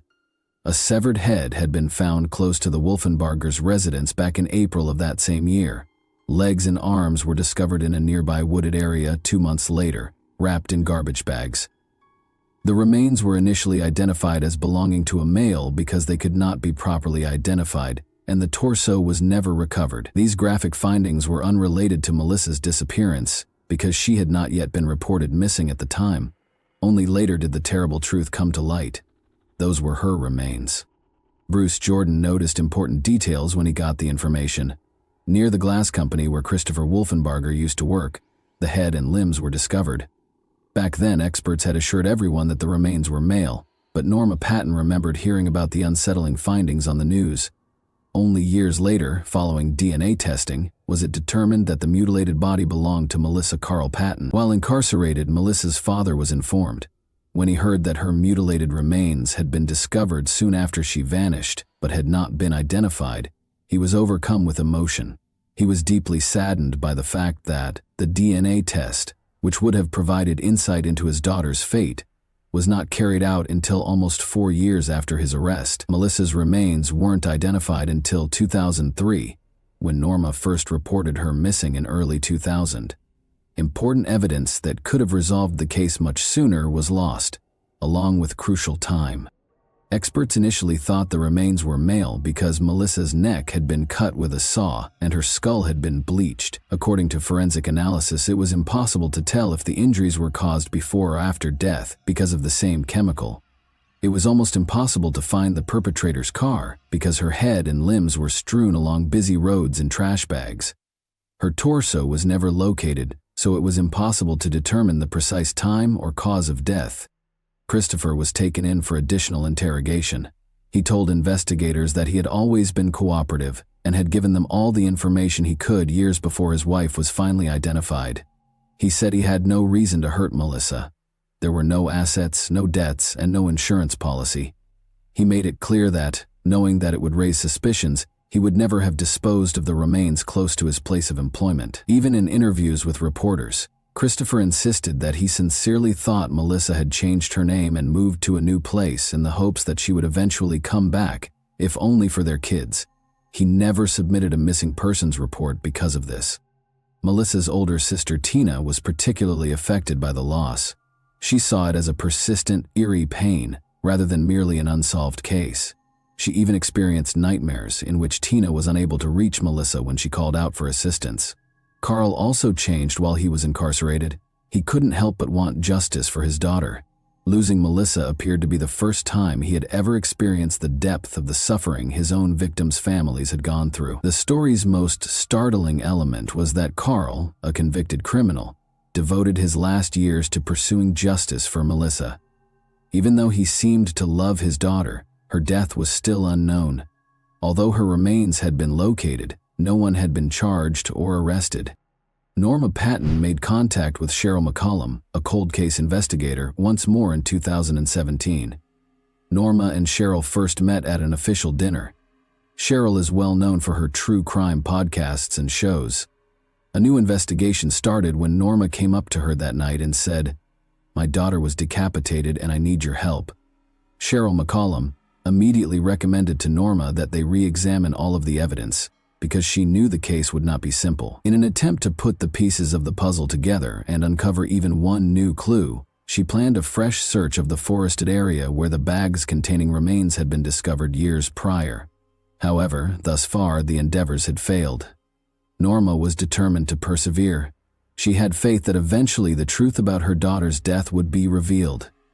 Cheryl kept looking into Melissa Wolfenbarger's case in an effort to find the final piece that would complete the picture. Cheryl McCollum, the investigator, could scarcely have predicted how many shadowy corners she would have to light when she started her work. She was able to get in touch with Melissa's father, Carl Patton, right away. Carl wrote about his personal experiences and his ideas about who he thought was to blame for his daughter's disappearance. Her husband, Christopher Wolfenbarger, was the one name he kept bringing up repeatedly. In regards to his son-in-law, Carl had no illusions. From the first time they met, he thought Christopher had destroyed his daughter's life. Melissa used to be a bright, upbeat person, but after Christopher came into her life, everything changed. Carl claims that Christopher taught her how to steal, persuaded her to sneak out of the house at night to meet him, and twice attempted to take Carl's car so that she and Melissa could flee to California. He gained complete control over her after she became pregnant and gave birth to their daughter. Norma and Carl only ever saw their granddaughter Christina when Christopher was at work, because he made an effort to keep her away from her parents. In a terrified whisper, Melissa said that if her husband discovered that her parents had come to visit, she would be in serious trouble. Carl remembered how Melissa refused to heed Christopher's warnings, even though he had repeatedly bruised her arms and neck. She thought she could turn her life around, but Carl realized something had gone horribly wrong when she failed to show up for Christmas. Although he was certain Christopher had something to do with her disappearance, proving it was a different story. Knowing that his grandchildren didn't comprehend that their mother had truly left to start a new life, but had instead gone forever, was the thing that tormented Carl the most.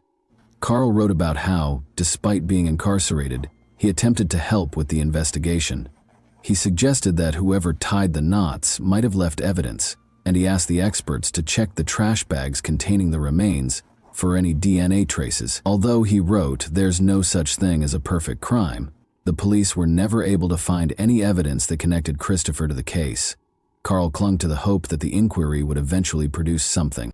Norma detailed her suspicions to Cheryl McCollum during multiple meetings. Norma believed Christopher was responsible for the death of her daughter. Carl's desire to learn the truth was evident in his letters. Despite his reputation as a convicted criminal, he was prepared to assist. Detectives were still unable to link Christopher to Melissa's disappearance, though. Carl thanked Cheryl for her efforts at the end of one of his letters, stating that he had only realized the seriousness of his own crimes after losing his daughter. To understand the feelings of his victims' families, he had to go through that kind of loss himself. One day, he hoped, his grandchildren would discover the truth about their mom. In order to determine whether any family members might have had a reason for seeking retribution, Cheryl McCollum also looked into the possibility of enlisting the help of Liddy Evans' children, one of Carl's victims. The idea that someone involved in Carl's previous crimes might have sought revenge was entertained by the police, but it was soon disproved. Years passed after Melissa vanished before Carl's crimes were discovered. Despite the fact that her father was a criminal, Liddy's children felt Melissa also deserved justice and consented to be interviewed for a podcast about her story. Joseph Morgan, one of the forensic specialists, discussed the results of the autopsy.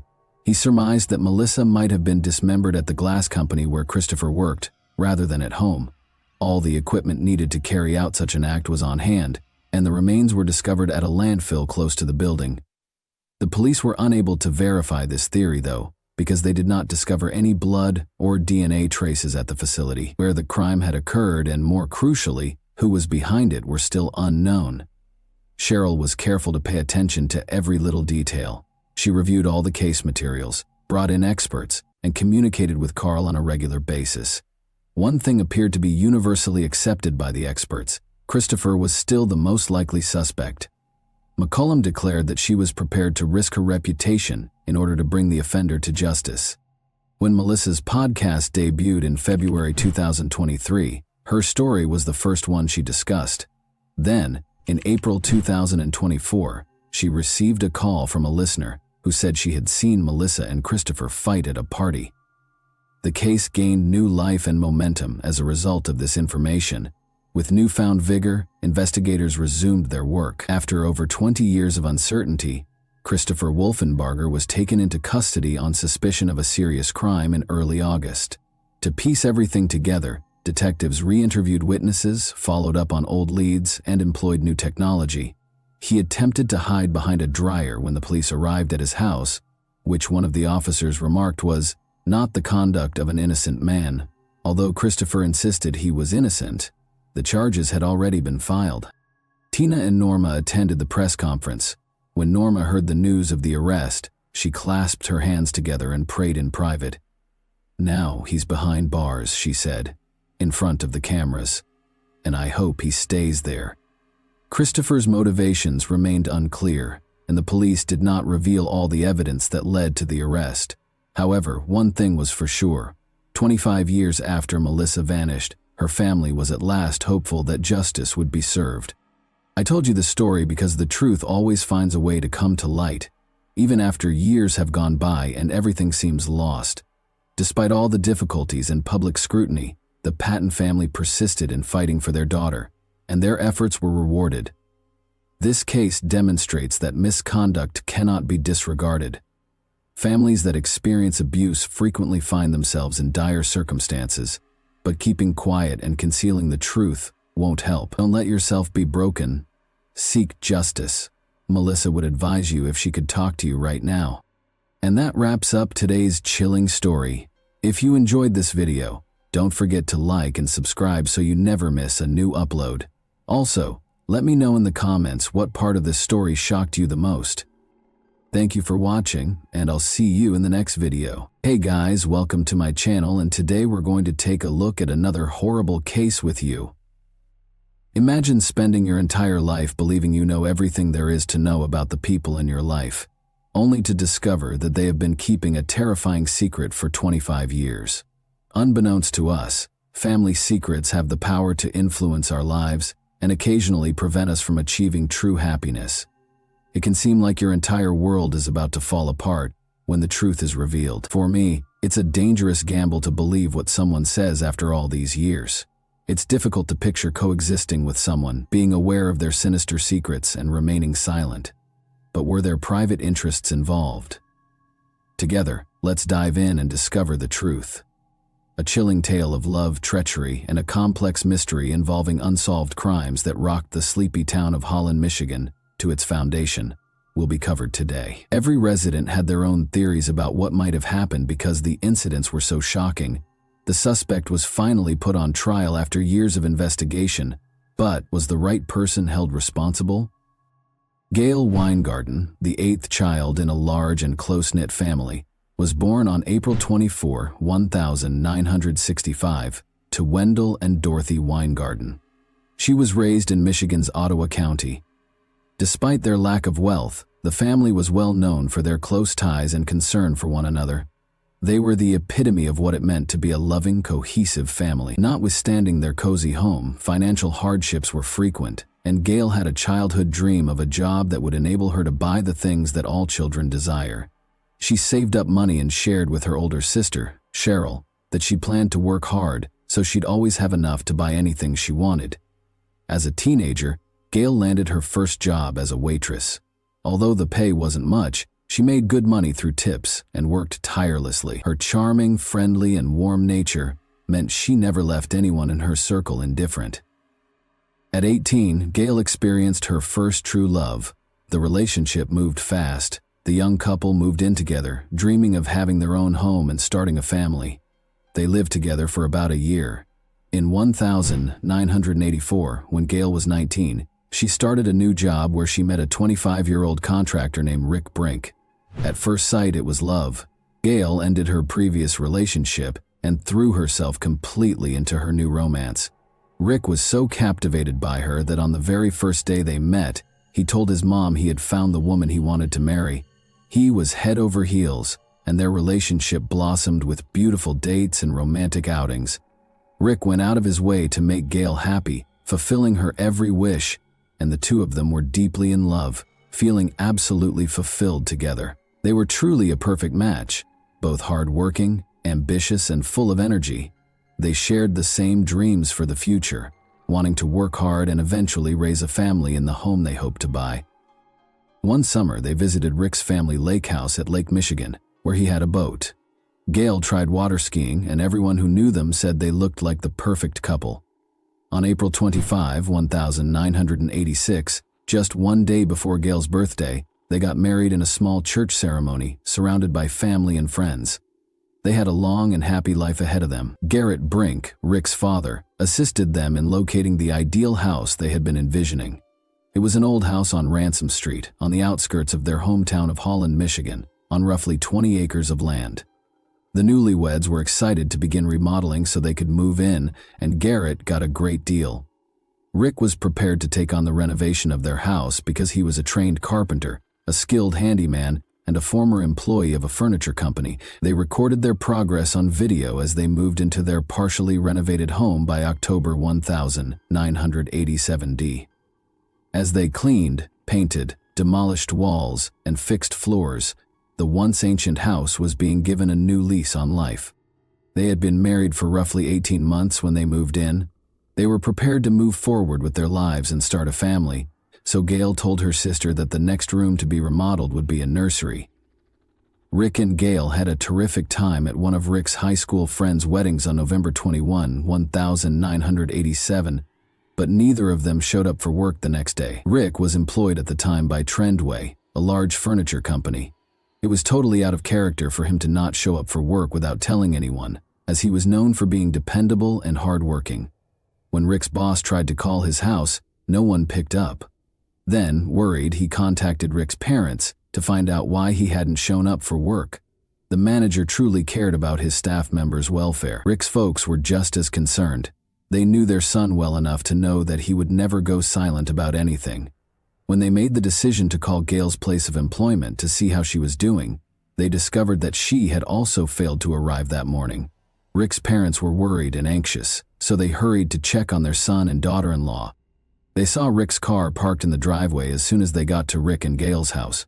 They were relieved and hoped the couple was at home, possibly sleeping in or simply feeling ill. However, they noticed Rick inside the car in an odd position as they got closer. His head was resting against the passenger side door, his body hunched over, and he was seated on the driver's side with his knees on the floor beneath the steering wheel. Garrett, Rick's father, approached and yelled his son's name, but no one answered. Rick was unconscious when Garrett reached in and tapped his shoulder, and he could see blood dripping from Rick's head.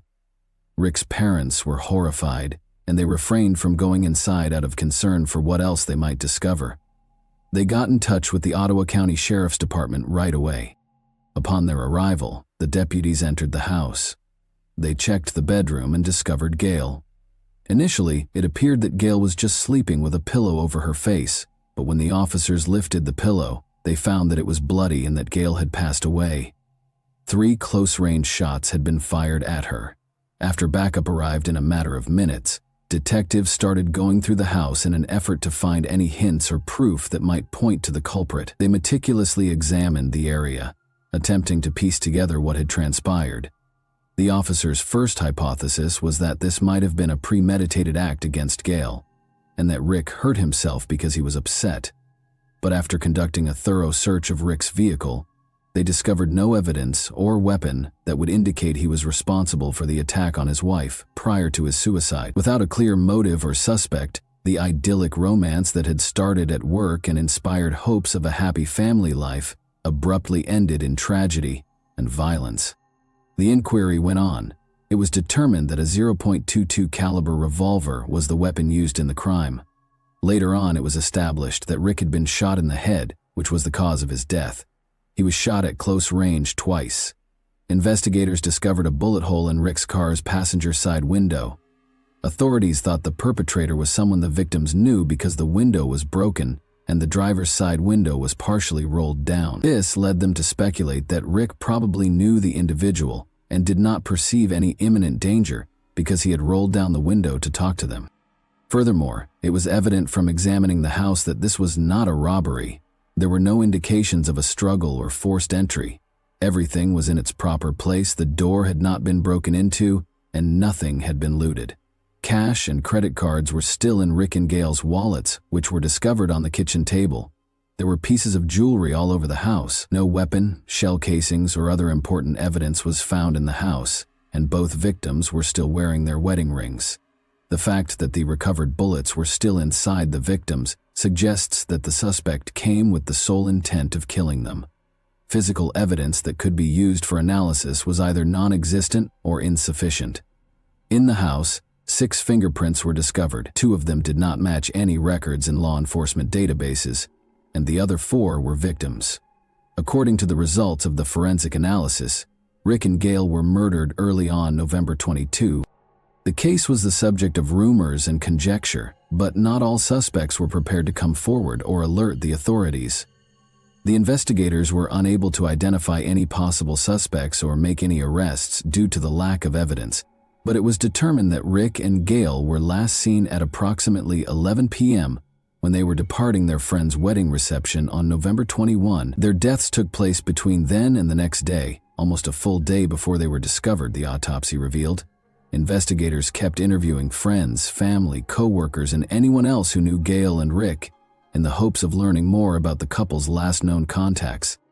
They started by talking to Ryan Weingarten, Gail's brother. He brought up Gail's former boyfriend who had once confronted her in public and declared his love and jealousy for her.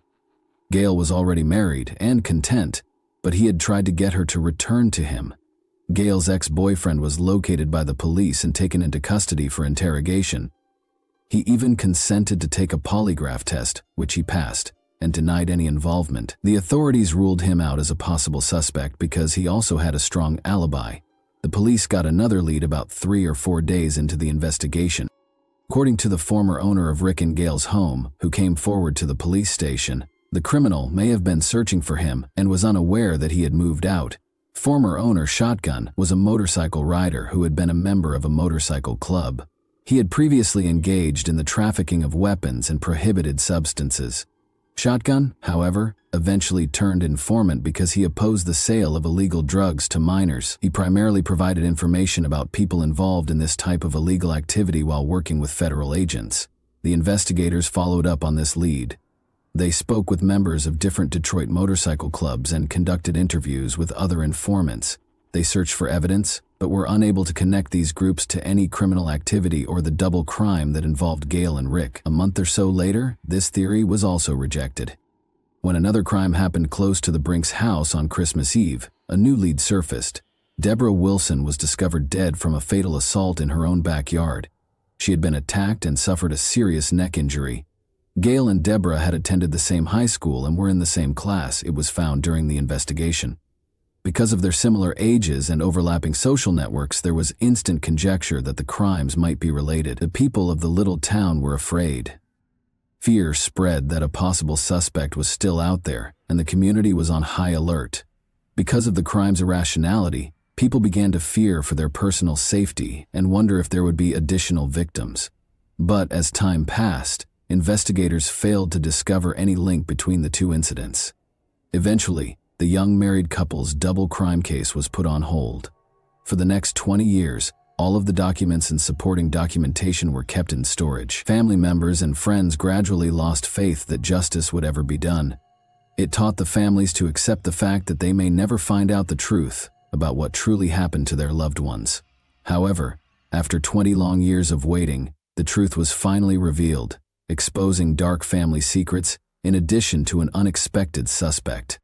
No one was taken into custody after Rick and Gail Brink died.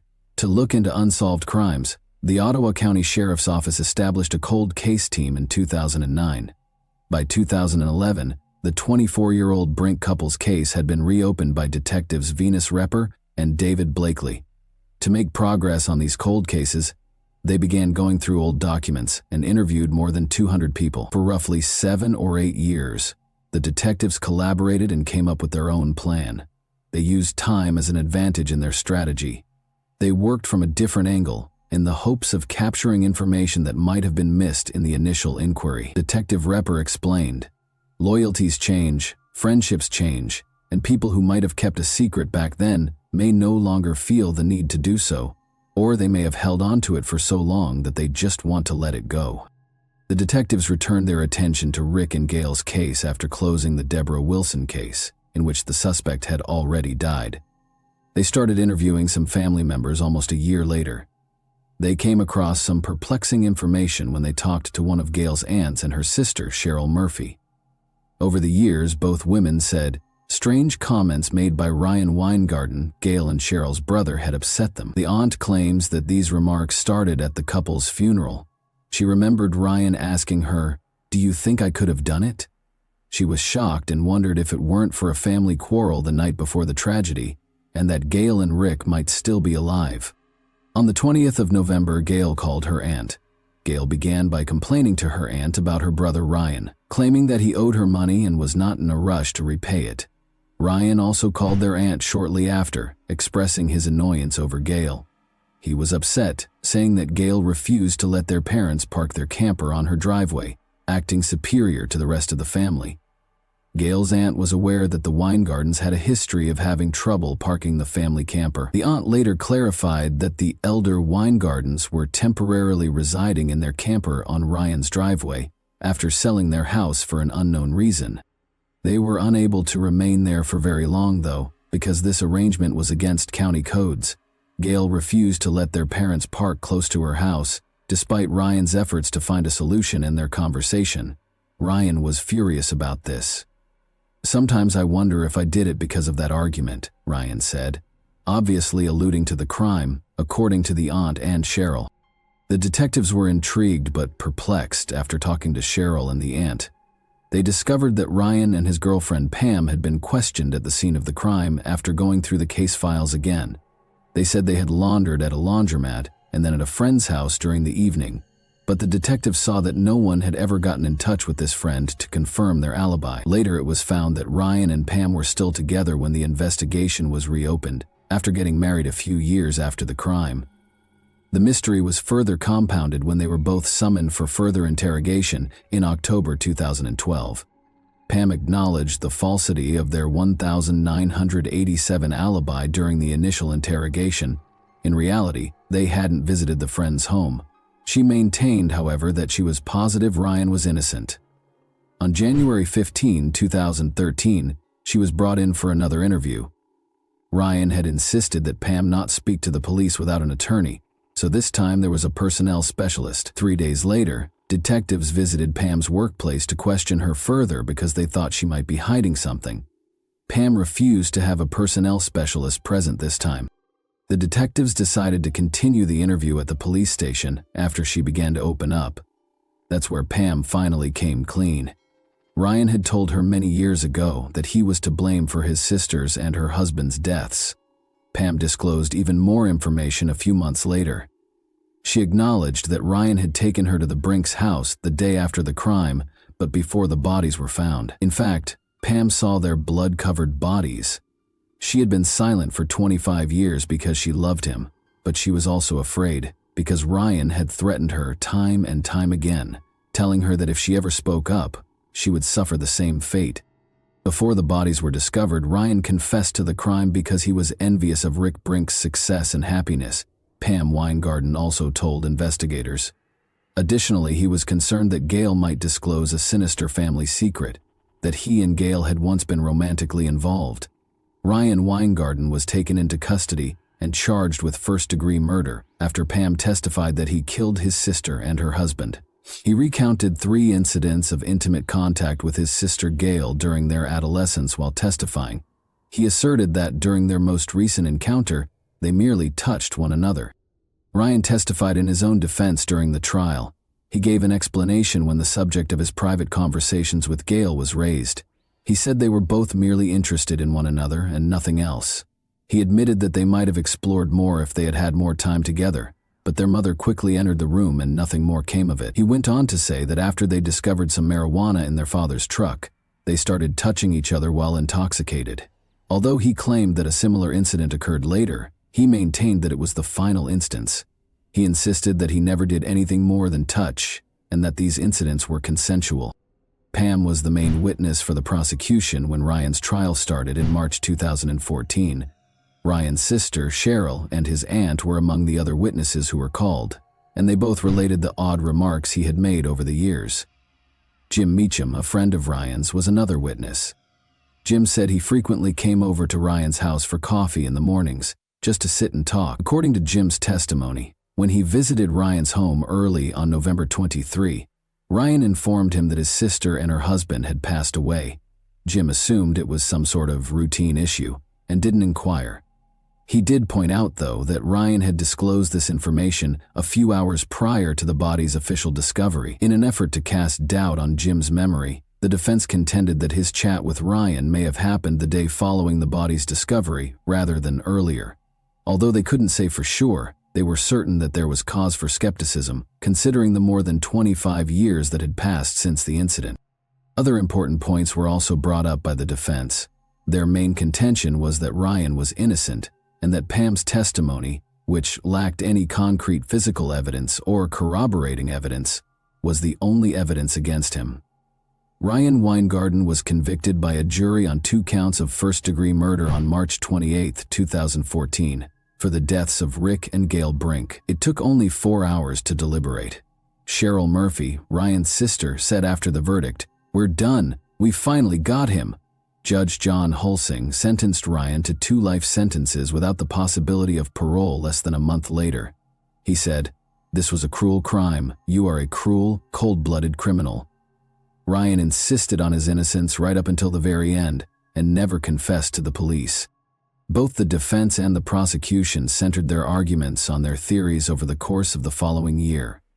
The defense argued that rather than Ryan killing his sister and her husband out of jealousy, or because of an alleged relationship he wanted to conceal, the crime was more likely to be a case of mistaken identity directed at the home's former owner. They emphasized that Ryan had no problems with Gail's past partners, and that Rick was neither her first serious boyfriend nor her first roommate.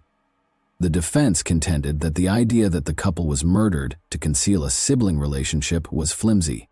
In an attempt to undermine Pam's testimony, the defense asked why she had waited more than 20 years to share her version of events. In summary, Pam and Ryan had only been dating for a few months prior to the crime. She testified in court and told investigators that the day before Rick's parents found the bodies, Ryan approached her immediately after the crime, confessed, and then took her to the crime scene. He threatened to hurt her if she ever mentioned it after showing her the bodies. Although Pam was not yet his wife at the time and they were childless, she says she knew he had killed his sister but still stayed with him, eventually getting married and starting a family. People, I'm in shock. Although the defense was right to point out that there was no forensic evidence and that the motive appeared weak, the prosecution made a number of counterarguments, some of which were indirect evidence. Initially, they emphasized that each victim had been shot in the face and head, which is frequently a sign of a private motive for the crime. In the end, Ryan Weingarten received a life sentence without the possibility of release. The court considered Ryan's appeal in August 2015. The defense requested a new trial or the overturning of the conviction. They argued that Pam's testimony was the only evidence against Ryan, and that the jury ought to have seen her police interviews to show how investigators had allegedly coerced her. However, the court disapproved and maintained the conviction. The length of time that had passed since the crime, which went unsolved for an excessive amount of time, was one of the case's difficulties. No weapon was found, no forensic evidence was found, and the prosecution's motive appeared to be conjectural. Jurors frequently base their verdicts on motive, even though it isn't a legal prerequisite for a conviction. Presenting a believable motive, such as a conflict between Ryan and Gail over their parents or the camper situation, might have been more persuasive. However, before this crime, Ryan had no criminal record. Naturally, we are aware that innocence is not always implied by a spotless record. Some people simply escape detection. Furthermore, other people's testimony, mainly that of his wife, was the only solid evidence against him. Although his aunt and sister's claims regarding Ryan's odd remarks over the years may seem dubious, they are not concrete evidence. Was Pam truly manipulated by investigators, as the defense alleged?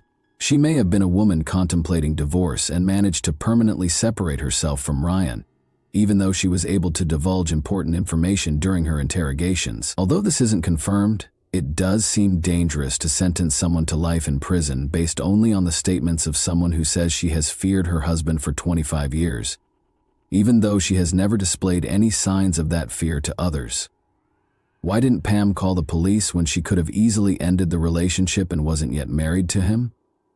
And why didn't anyone else come forward if she had confided in someone else? People's allegiances can change over time, according to one of the detectives. Years later, people who once kept sinister secrets might change their minds. They may no longer have the same attachment to the person they once protected, or they may wish to allay their conscience. This case, in my opinion, is too complicated to reach a definitive conclusion. Without enough proof, relying only on Pam's testimony casts doubt on the conviction's fairness. Was the jury's verdict correct? Or was the prosecution's case based on unsubstantiated claims? And that wraps up today's chilling story. If you enjoyed this video, don't forget to like and subscribe so you never miss a new upload. Also, let me know in the comments what part of this story shocked you the most. Thank you for watching, and I'll see you in the next video. Hey guys, welcome to my channel, and today we're going to take a look at another horrible case with you. Without love, trust, and basic respect, what sustains a marriage? For the sake of the children, some attempt to keep the family together. Some are deterred by religious convictions or a combination of these, while others are concerned about other people's opinions and dread public criticism. However, the will to do whatever it takes to keep a marriage intact can occasionally degenerate into a terrible tragedy. Although Jacqueline and Paul Krimble's story is not unusual, its cruelty, selfishness, and cynicism garnered a lot of attention. The perpetrator was labeled the Black Widow and imprisoned, but in an open interview, her daughter admitted that her mother persisted in destroying lives while incarcerated. The connection between Paul Krimble and Jacqueline. Born on December 18, 1974, in County Armagh, Northern Ireland, Jacqueline, also known as Jackie Mary Bennett, was the younger of two children in a typical middle-class household. She was unpredictable, spoilt, rebellious, and occasionally even violent from an early age. Jackie's behavior worsened over her adolescence and eventually became uncontrollable, but her family blamed it on adolescence in the hopes that she would outgrow it. As they say, opposites attract, and this idea seemed to work wonderfully when she met Paul Krimble in high school. He was 3 years older than her and very different from her. Here, Paul was a quiet, reserved young man from a devout household who excelled academically and was seen as having great talent and promise. He was drawn to Jacqueline's confidence, vigor, and audacity. She was the first female he had a serious crush on, and perhaps the only one. Paul was welcomed by Jackie's parents, who supported her decision since they thought he would help their daughter become more composed, logical, and sensible. Her family accepted Paul like a member of the family from the moment they met, and at times it seemed that they treated him better than Jackie herself. Paul's parents, however, were wary of his decision, but did not dissuade the young pair from dating. The couple appeared to be incompatible, according to school friends as well. Paul attempted to settle everything amicably, avoiding violence, and was seen as amiable, forthright, and extremely responsible. But Jackie frequently incited arguments and preferred to settle them with physical force. A courteous, sensible, and mature young guy above his years, he was always dependable and always willing to provide a helping hand to others. When Jacqueline became pregnant at the age of 17, she informed her boyfriend that she was in her last year of school and that Paul, then 20 years old, was already enrolled in college. Paul said he was ready to marry her and assume full responsibility for her and the child as soon as he found out. Although Jacqueline wasn't prepared for parenthood or child-rearing, ending the pregnancy was unavoidable. Such a serious offense would not be tolerated by Paul or his pious family. Jackie accepted Paul's formal proposal when he purchased a ring.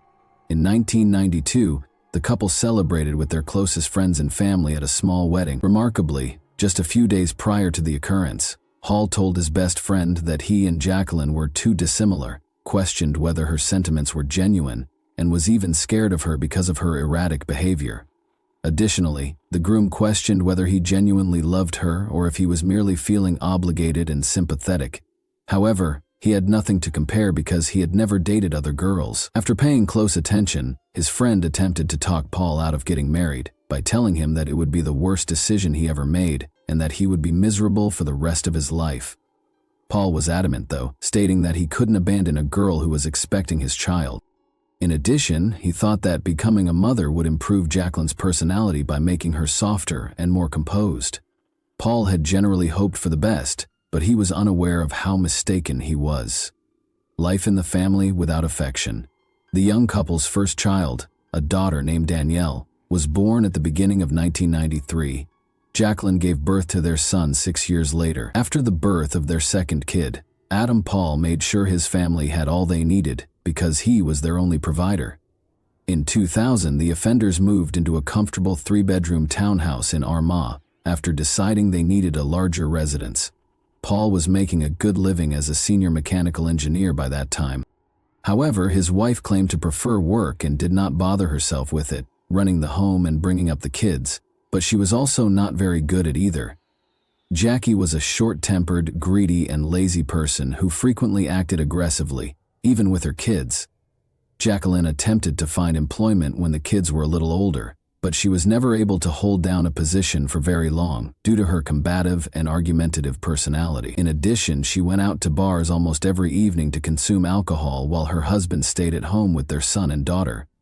Mrs. Krimble was not a particularly amiable lady, even when she was sober, and she became a true rage when she was drunk. In addition to starting arguments, she also got into fights, cursed, and acted inappropriately around different males. Nobody could foresee what she would do next, and she reacted aggressively to any comments or suggestions to act more humbly. Family, friends, and neighbors knew what was going on and truly felt sorry for Paul and the kids, who were the ones who were most negatively impacted by Jacqueline's actions. Many people were aware of the young woman's misadventures and made an effort to stay away from her because the family resided in a tiny, peaceful town. Her husband and kids were impacted by her negative reputation, and they had to deal with the fallout from their classmates. Jackie didn't try to disguise her crazy lifestyle. Her frequent visits to entertainment venues, however, made the staff and other patrons nervous because they knew that her presence would undoubtedly result in a brawl or altercation.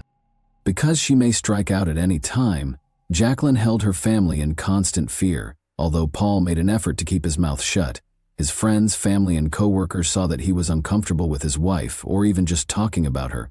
Paul was frequently told to leave this woman, but he was afraid of losing the opportunity to see his kids. Jackie would instantly threaten to cut him off from their son and daughter in the event of any disagreement. She also threatened to use her friends against him. These were males she frequently saw at bars who were willing to break the law to protect her. In these circumstances, Paul typically gave in to his wife and said nothing. The unexplained assault on Sunday morning, June 20, 2004. A terrified woman begged for assistance by calling the emergency services. She said that she and her husband were ambushed in their home by 3 strangers who beat them, tied them up, tried to rob them, and then took their car and her husband with them. When Jacqueline Krimble called, police and emergency personnel hurried to the address she gave. They discovered a woman at the house with a plastic wire tie securing her hands behind her back. But since her legs were unbound, the authorities assumed she had partially freed herself. Notably, despite the victim's initial claims that the attackers had beaten and bound them, she had no wounds or bruises on her body. Luckily, the couple's kids weren't home because they were sent to be with their paternal grandparents for the weekend. Jacqueline claims that she and her spouse had gone to a pub on Saturday night to unwind.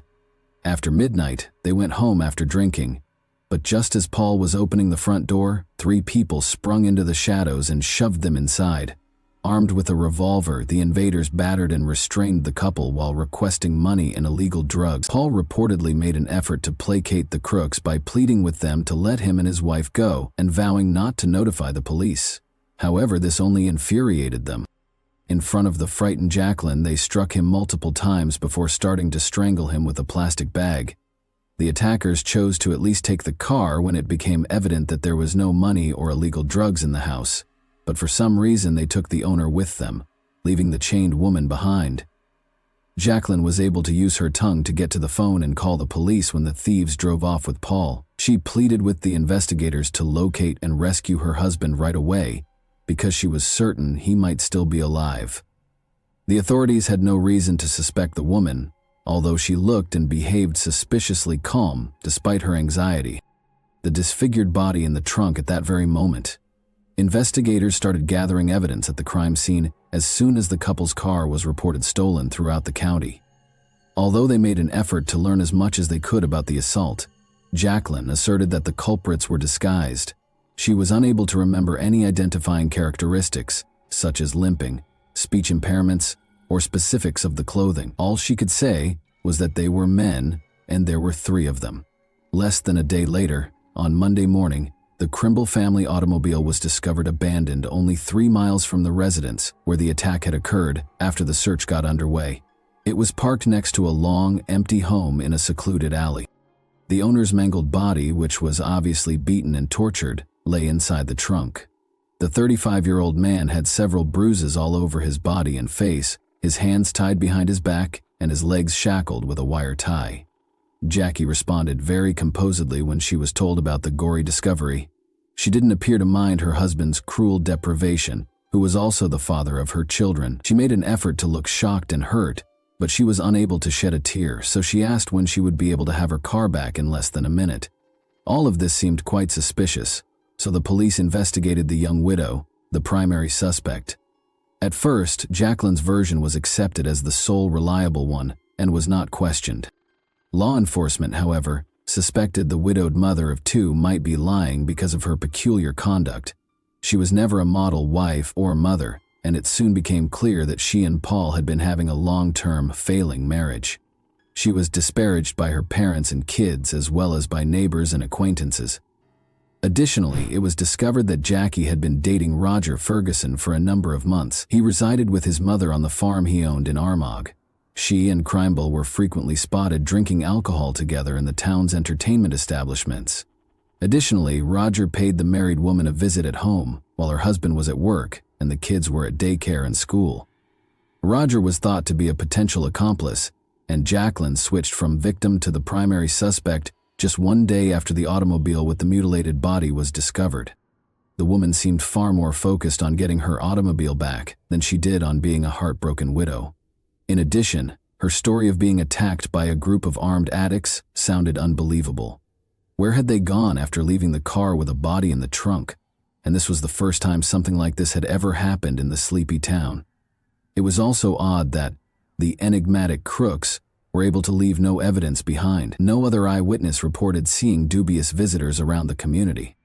But nearly everyone who ever had contact with the victim had bad things to say about her. Furthermore, it was quickly discovered that the dead had an insurance policy, and in the event of his death, his wife could anticipate receiving a hefty settlement of £300,000. In this instance, a legitimate motivation that could account for the crime had emerged. Jacqueline said she was able to use her tongue to dial a button phone and make a help call during the crime investigation. In fact, there were traces of her saliva on the gadget when it was taken for inspection.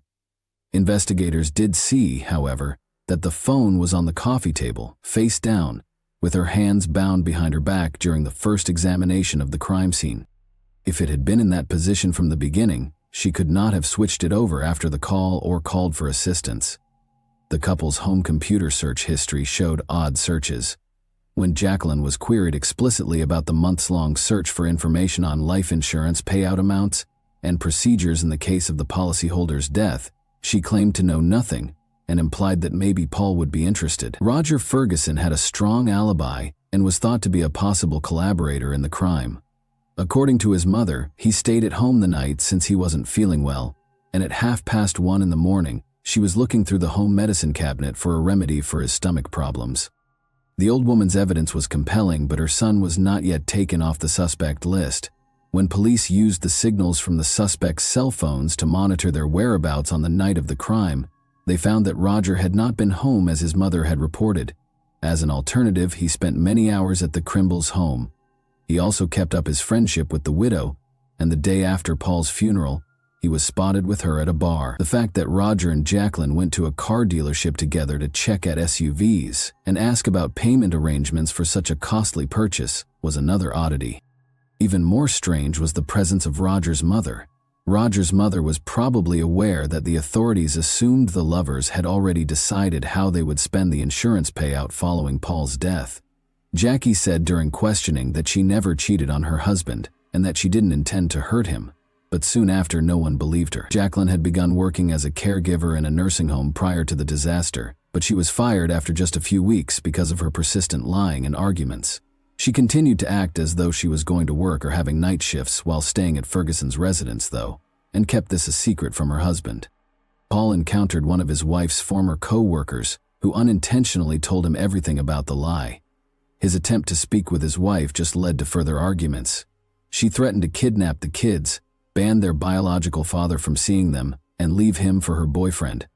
Paul decided to compromise and ignored her adultery because this was his greatest concern. His closest friend, who subsequently testified in court as a witness, was the only person he could confide in regarding the formulation and implementation of a cunning scheme. Roger wasn't very intelligent. Despite his strength, he was easily led and had a simple intellect. Jacqueline rapidly gained total control over him by coercing her lover into doing what she wanted. She was greatly charmed by the fact that he would gladly engage in combat for her. He probably believed whatever she said since he was truly in love with her. Ferguson heard the woman's complaints about her husband, who, she claimed, was physically violent, unpleasant, and harsh. All of this was undoubtedly false, but the lover detested Paul more and more with each grievance, thinking that he was the primary source of Jacqueline's suffering and oppression, and the primary barrier to their happiness together. She instilled in his mind the notion that by getting rid of her spouse, all of their issues would be resolved and they could live together while earning a sizable income for a pleasant lifestyle. Mrs. Kremble searched for somebody who would commit the crime for cash for about 2 weeks before to the catastrophe, but she and Roger gave up after weighing their alternatives. In order to keep the full insurance payout, it appeared the lovers decided they could do it themselves without leaving any witnesses or evidence. Jacqueline took the kids to spend the weekend with their grandparents on Friday, June 18. She proposed to take her husband out for drinks on Saturday so they could unwind and chat. Paul was happy to accept the offer because he believed it could improve their relationship. It was an invitation to his death, but he was unaware of it. People in the bar that night saw Jackie making a concerted effort to make her husband, who doesn't drink, drunk. After midnight, she led her dazed husband out of the pub after purchasing drinks and almost forcing him to knock back one shot after another. The last time Paul was seen alive, they were captured on security footage. This exposed a notable disparity in timing. According to Jacqueline, the attack happened as soon as the couple returned from their 10-minute stroll to the pub and lasted no more than 15 minutes.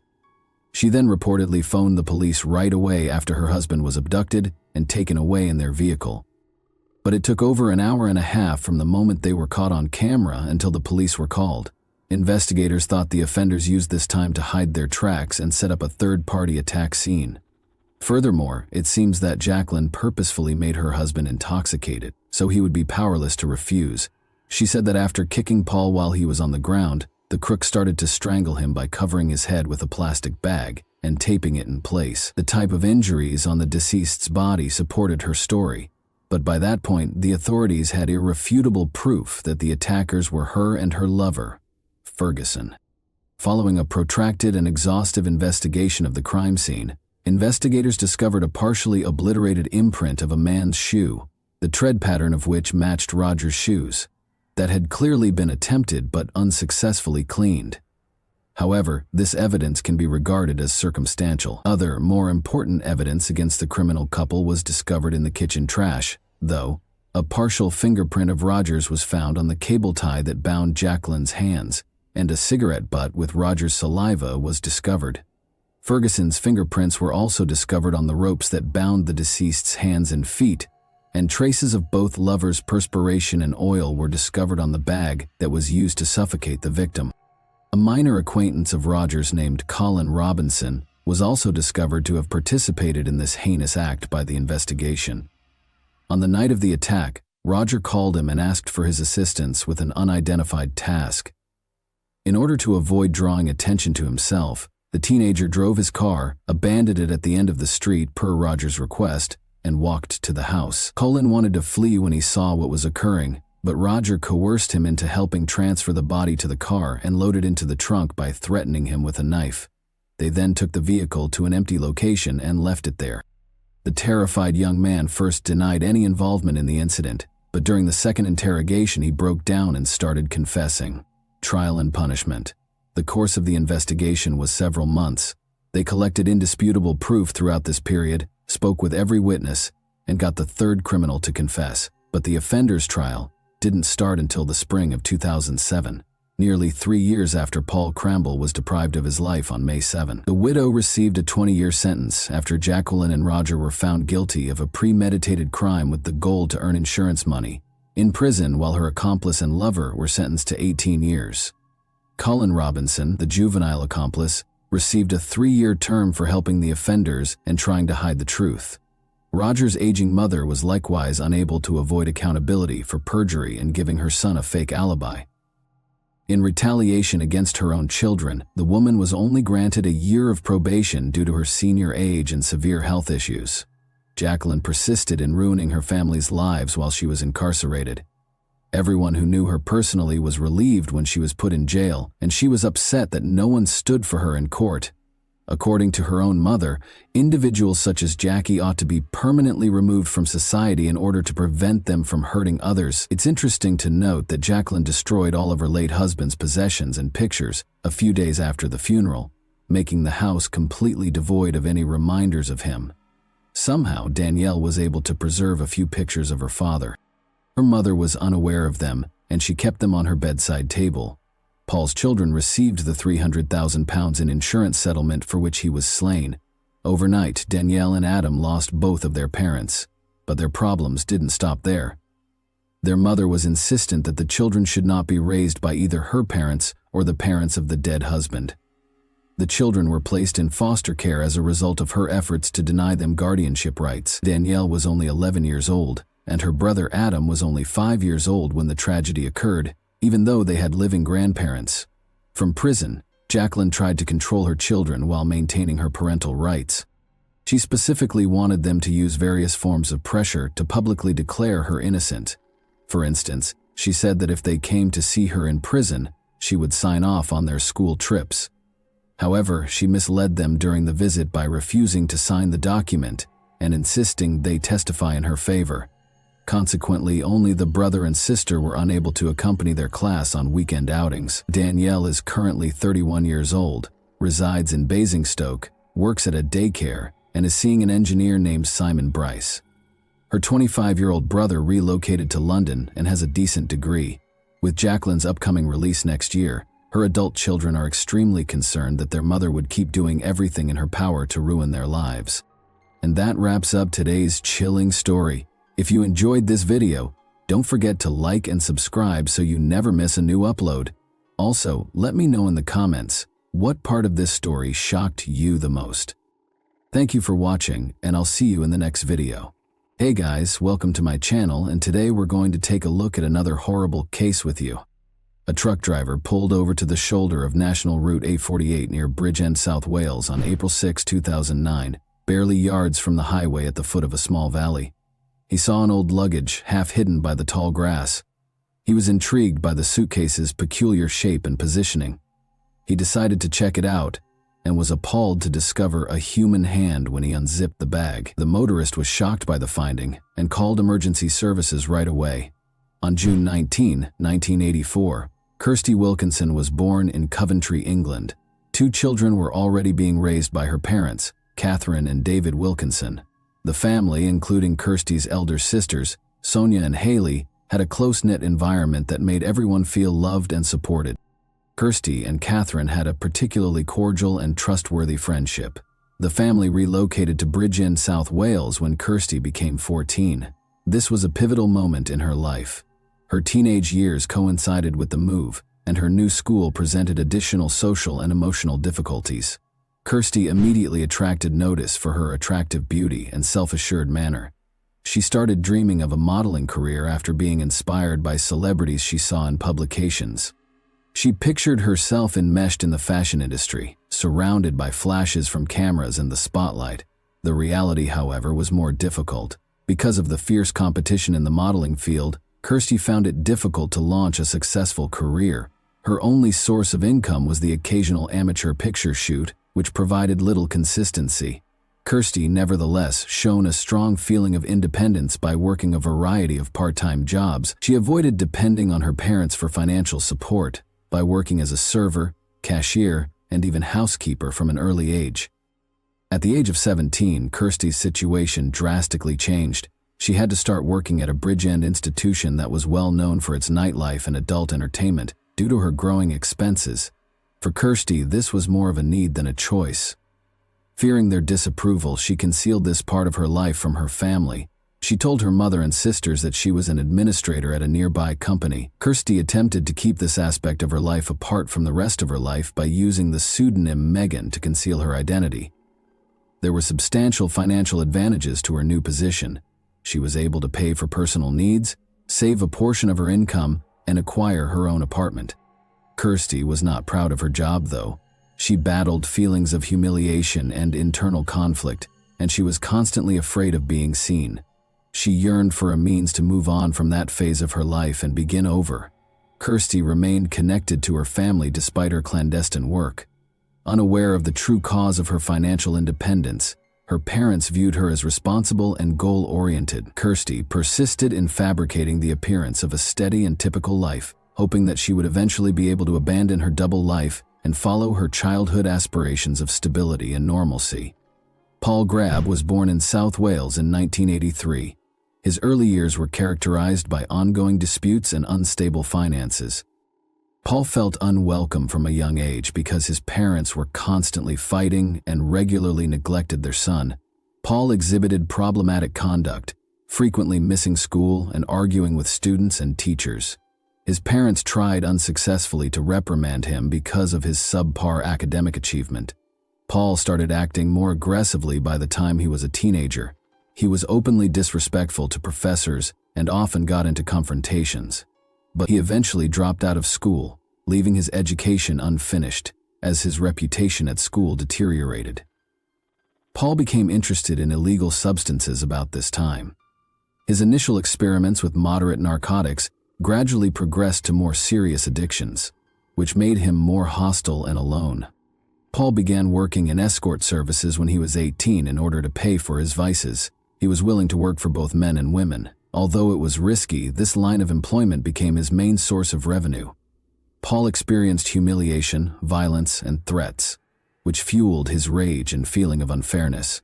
He was also drawn into the criminal underworld by this path, where he made contacts that allowed him to carry on with his destructive way of life. One significant instance of Paul's increasingly antagonistic behavior was a fight with a neighbor, whom he accused of causing damage to his vehicle. The woman was forced to leave the neighborhood after Paul threatened her and even attacked her with a bat. Because of the frequent occurrence of such instances, many members of his community shunned him. He was leading a lonely and disorderly life by the time he met Kirsty in 2004. Escort work, drug abuse, and an inclination toward violence had taken center stage in his life. His manipulative habits and problems controlling his wrath frequently hurt others around him. Kirsty had no idea how his tumultuous background would have a devastating impact on her own life when she first met Paul. Paul Grabbett and Kirsty Wilkinson met in 2004 while attending a party in one of Bridgeton's nightclubs. Both Kirsty and Paul, who were 20 and 21 years old respectively, were going through difficult times. Kirsty was still employed at a place, while Paul was heavily addicted to drugs and relied on sporadic revenue from escort services. She kept secrets from her family. Mutual attraction served as the foundation for the bond that grew between them in spite of their differences. Their initial encounter was entirely fortuitous. They were introduced by mutual acquaintances during the boisterous party. Paul's self-assurance drew Kirsty in, and her attractiveness and endearing grin enthralled him. Although they spent the evening together, no meaningful commitments were made. They didn't have a close relationship after that night, although they did communicate periodically. For Kirsty, it was only a brief phase in her life that held no hope of lasting change. 3 years after their first meeting, their relationship was revived at the end of 2007. Unusual circumstances led to Paul, a client, visiting the same place where Kirsty worked. Paul recognized her and went to talk to her, even though she was using her pseudonym Megan. It started off awkwardly but quickly became a comfortable conversation. Paul proposed they get together outside of work and that he had been thinking about her a lot since they first met. Their relationship started to grow quickly after that. They began to spend more time together, sharing personal tales and taking walks. Kirsty, who had concealed her work life from her loved ones, found in Paul someone who appeared to comprehend and accept her without passing judgment. Paul, on the other hand, concealed the problematic elements of his past by projecting charm and confidence. Soon after, Kirsty began to think that Paul might be her prince, someone who might help her change her life. His desire to change his life and settle down to establish a family impressed her. She believed they had a common understanding, which gave her hope that things might become better in her life. Paul deftly fueled this romantic illusion by frequently bragging about his purported accomplishments, which included previous positions as a race car driver, mechanic, and even a dancer. But even though their relationship seemed harmonious on the surface, it was based on lies. Paul was aware of Kirsty's occupation from the beginning, but he kept his true intentions from her. She was not only a possible love interest, but also a source of financial security. However, Kirsty started confiding in Paul more than she had in anybody else because she believed that their relationship was genuine. A few weeks after getting back in touch with Paul, Kirsty stunned her mother Catherine by announcing her engagement in December 2007. Kirsty claimed that Paul had asked her to marry him and she had accepted without question. In spite of her secret existence, Kirsty felt she had discovered the guy of her dreams, someone who would accept her for who she was. Her family was completely unaware of Paul's existence, so they were all taken aback by the news. Catherine voiced her worries right away. She believed Kirsty didn't know Paul well enough and that the relationship was progressing too soon. In order to give her daughter more time to comprehend Paul's personality and goals, she advised her to postpone the wedding. Kirsty insisted on delaying the ceremony for at least a few months, despite Catherine's suggestion. 5 weeks after announcing their engagement, she and Paul had already decided on a date in February 2008. The family's initial encounter with Paul only made their worries worse. He left a bad impression when Kirsty took him home. Paul was unkempt, wore informal clothing, and showed a marked lack of deference when interacting with Kirsty's parents. Red flags were triggered by his life stories. None of his claims that he had experience as a mechanic, race car driver, or even a dancer could be verified. Paul seemed to exaggerate his accomplishments in an attempt to impress them, but his manner and tone made Kirsty's family uncomfortable. Kirsty's parents, David and Catherine, attempted to talk her out of becoming involved too soon. They noted that their connection was moving too fast and that Paul didn't appear trustworthy. Sonia, Kirsty's older sister, expressed her worries as well, saying that Paul seemed manipulating. She was convinced that Paul was her only hope for a happy future, even if they tried to persuade her otherwise. From an early age, Kirsty had always been romantic and dreamy. She had big plans for a wedding and a big family. She felt empty from her previous way of life and believed that marrying Paul would start a new chapter in her life. She disregarded all the cautions since she was determined to pursue her ambition. She even persuaded herself that her loved ones were just unable of comprehending her emotions. Kirsty's family decided to support her on her wedding day, in spite of their misgivings. The event was held in February of 2008. Her sisters and parents were there, but their grins belied their discomfort. In contrast, Paul seemed delighted and assured. Although it was the day Kirsty's wishes came true, her family saw it as the beginning of her increasing alienation. They believed she was ignoring the alarming indicators that would eventually have disastrous results. Kirsty and Paul started their life together at her Bridge End apartment, following their February 2008 wedding. Paul established his own regulations right away, which swiftly developed into total authority. Without consulting Kirsty, he moved into her house and took over her finances right away. Paul demanded access to her bank account, saying it was essential to better manage their finances. Kirsty didn't protest, fully engrossed in her love vision. It quickly became clear that Paul had no desire to improve their mutual well-being. He didn't try to get a job and stayed at home most of the time, while Kirsty kept working to provide for them both. With addition, Paul started meddling with her work life. He advised her to take on additional clients in order to boost their revenue, rather than discouraging her work. Without considering Kirsty's feelings or welfare, he saw this as a means of paying their mounting bills. Paul had power over more than just words. Under the pretense of protecting her, he started going to work with Kirsty to keep an eye on her schedule and make sure she complied with his requests. He gradually began using the internet to find her new customers. Paul advertised Kirsty's services by creating numerous accounts on different platforms. Her workload thus increased in difficulty. She began meeting clients at home in addition to working shifts at the company. Kirsty soon found herself in a scenario that was emotionally damaging. She had always envisioned quitting her job, beginning a new life, and raising a family. But under Paul's influence, those aspirations appeared unreachable. Paul persuaded her that this was the best way to preserve their relationship and financial security, even if she was reluctant to continue. He used her love for him and her sense of duty as leverage. Paul had authority over more than just money. He also started meddling with her private affairs. He examined her phone, demanded answers for everything she did, and prohibited her from talking to certain of her friends.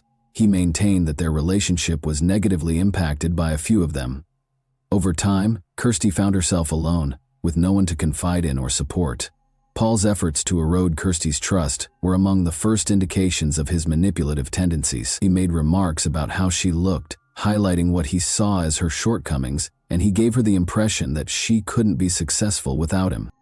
She became more and more reliant on him as a result of these comments, which damaged her sense of self. Kirsty's sense of insecurity was exacerbated by Paul's severe mood swings, which ranged from kindness and concern to annoyance and aggressiveness. Paul's assertiveness increased over time. Under the guise of varying their relationship, he started bringing people into their private lives. Despite Kirsty's strong opposition to this notion, she reluctantly accepted in order to prevent strife. But these circumstances just made her inner agony worse. She started to feel as if she no longer owned her life or her body. Kirsty made an effort to keep up the illusion of a typical family life, but she was overcome with anxiety and uncertainty on the inside. Paul completely ignored her needs and feelings as he maintained his domination. She kept a journal in which she often wrote down her thoughts, but she was not strong enough to resist Paul's increasing dominance. She had to constantly fight to maintain what little independence she still had. While dealing with Paul's incessant pressure and manipulation, Paul's domineering actions gradually turned into outright hostility. A few months after the wedding, the first physical altercations had place. One night, Paul got into a fight with Kirsty because she hadn't made enough money, and he ended up pushing and hitting her in Kirsty's place. Although it was a startling event, Paul immediately expressed regret and vowed that it would never occur again, but his excuses were only short-lived. These episodes quickly got more frequent and more severe. Paul started acting aggressively to subdue Kirsty's will. He would go from threats to physical acts when she didn't comply with his demands. When Kirsty tried to express her wish to quit her employment at the establishment, for example, Paul angrily interrupted her, called her ungrateful, and then hit her. He increased his exertion, further limiting her autonomy into decision-making. Catherine, Kirsty's mom, started to suspect that her daughter was not happy in her marriage. She made an effort to speak openly with her, but Kirsty either sidestepped the subject or changed the subject, recognizing danger. Paul might seriously jeopardize her safety. Catherine cautioned her, but Kirsty brushed these worries aside, believing that with patience she could make things better. Although Kirsty's inner misgivings increased, she held on to the notion that things may get better. According to her journal entries, she was aware of how toxic her marriage was, but she was afraid of what might happen and lacked the courage to leave. She was stuck in a relationship that was gradually undermining her sense of self because of guilt feelings and her psychological reliance on Paul. Kirsty and Paul made the decision to go out with friends to a Swansea nightclub on March 28, 2009. As was not unusual for them, they drank wine and other narcotics throughout the night. Witnesses reported that the pair experienced tense periods that occasionally resulted in disputes. While Kirsty seemed to be avoiding confrontation, Paul seemed agitated. After a furious disagreement at midnight, Paul left the party and went home by himself, leaving Kirsty and their friends. Kirsty chose to stay and spend the rest of the evening with her friends rather than immediately following him. They then reported that she seemed worn out and depressed, but made an effort to hide her feelings. Kirsty hired a cab late that evening to drive her home. Later, the cabbie said that after dropping her off at the residence, she entered with assurance. She was last seen alive at this point. Paul informed Kirsty's mother, Catherine, the next day that his wife had departed early that morning, purportedly taking money and some possessions. He said he was asleep and hadn't heard anything. Kirsty might have gone to visit another man, Paul added, since Kirsty had left her personal belongings and bank cards behind, a strange move for someone preparing to start over. Catherine thought his explanation was fishy. When it was discovered that Kirsty had tried to call emergency services throughout the night but the call was dropped because of a weak signal, another troubling detail emerged. Police later learned that neighbors claimed to have heard muffled screams and the sounds of a struggle about the time Kirsty supposedly left. Her relatives and investigators suspected foul play because of these characteristics and the absence of evidence indicating she went voluntarily. The police started an inquiry as soon as Kirsty was reported missing. Her husband, Paul Grab, was the main suspect. Paul stated that he had been asleep during the night and discovered the following morning that Kirsty had grabbed a few items and gone, as his actions had caused alarm from the beginning. His account of what happened, however, was not consistent with the facts. Kirsty had left behind her bank cards and other significant personal belongings, which ran counter to the notion that she had departed on purpose. When police first searched their house, they discovered some unusual modifications. The carpet that had been in the living room was gone, and a portion of the ceiling had recently been painted. Kirsty had wanted to redecorate, according to Paul's explanation, but that didn't seem reasonable. During the night, neighbors reported hearing muffled cries, sounds of a fight, and a bang that sounded like the movement of a heavy object. At the time, no one called the police, figuring it was simply a domestic dispute. Kirsty's unsuccessful attempt to contact emergency services the night she vanished provided a vital clue. Although investigators concluded that the call was cut off, the fact that she attempted to contact for assistance indicated that she was in danger. This increased suspicions of Paul's involvement even more, as did the neighbors' statements. The investigation took a sad turn on April 6, 2009. A suitcase was discovered in a roadside ditch by a truck driver who had stopped on the shoulder of the A48 close to Bridgend. He was drawn to the item's peculiar appearance. He found a human hand when he opened the suitcase. He called the police right away, horrified. Officers discovered a woman's body inside the suitcase when they got there. Kirsty Wilkinson was later identified by experts as the victim. Kirsty had been seriously injured according to a physical examination. She had multiple bruises and scratches on her body, and her jaw and nose were shattered. She passed away as a result of a traumatic brain injury brought on by many head injuries. She also had evidence of strangulation, which suggests that someone tried to suffocate her during the fight before being abandoned in the ditch.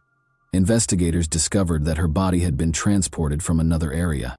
Paul was taken into custody by authorities that same day. He denied any involvement during questioning, saying he was unaware of Kirsty's movements after she departed, but his tense manner suggested that he was not involved at all. Additionally, investigators found that Paul attended a massage parlor and took out cash using Kirsty's bank card the day after she vanished, all of which seemed extremely suspect given the circumstances. The terrible chronology of the crime was made clear by forensic evidence and testimonies. A dispute between Kirsty and Paul occurred the night before she vanished. Paul assaulted her, trying to choke her and hitting her several times. Paul brought Kirsty's body to the living room after she passed away, and he struggled to pack it in a bag because of how big she was. Without the required equipment, Paul gave up on his initial plan to dismember it. Finally, he pushed her body into the suitcase and carried it to a ditch on the side of the road, where he dumped it. Later, bloodstains were discovered in Kirsty's house, which Paul had attempted in vain to clean. Splatter marks on the ceiling were found to be hidden by paint stains. Together with witness statements and Paul's actions, these pieces of evidence proved to be essential in establishing his guilt. The charges against Paul were strengthened by Kirsty's journal entries, which also showed her dread of him and her wish to flee. Early in 2010, Paul Grabbitt's trial got underway. Based on police-gathered evidence and witness accounts, prosecutors provided a thorough chronology of the events. One of the most important pieces of evidence was the bloodstains in the living room, which Paul tried to hide by removing the carpet and repainting the ceiling. The blood matched Kirsty's, according to forensic specialists, and suggested a severe altercation. Severe aggression was seen in her physical injuries.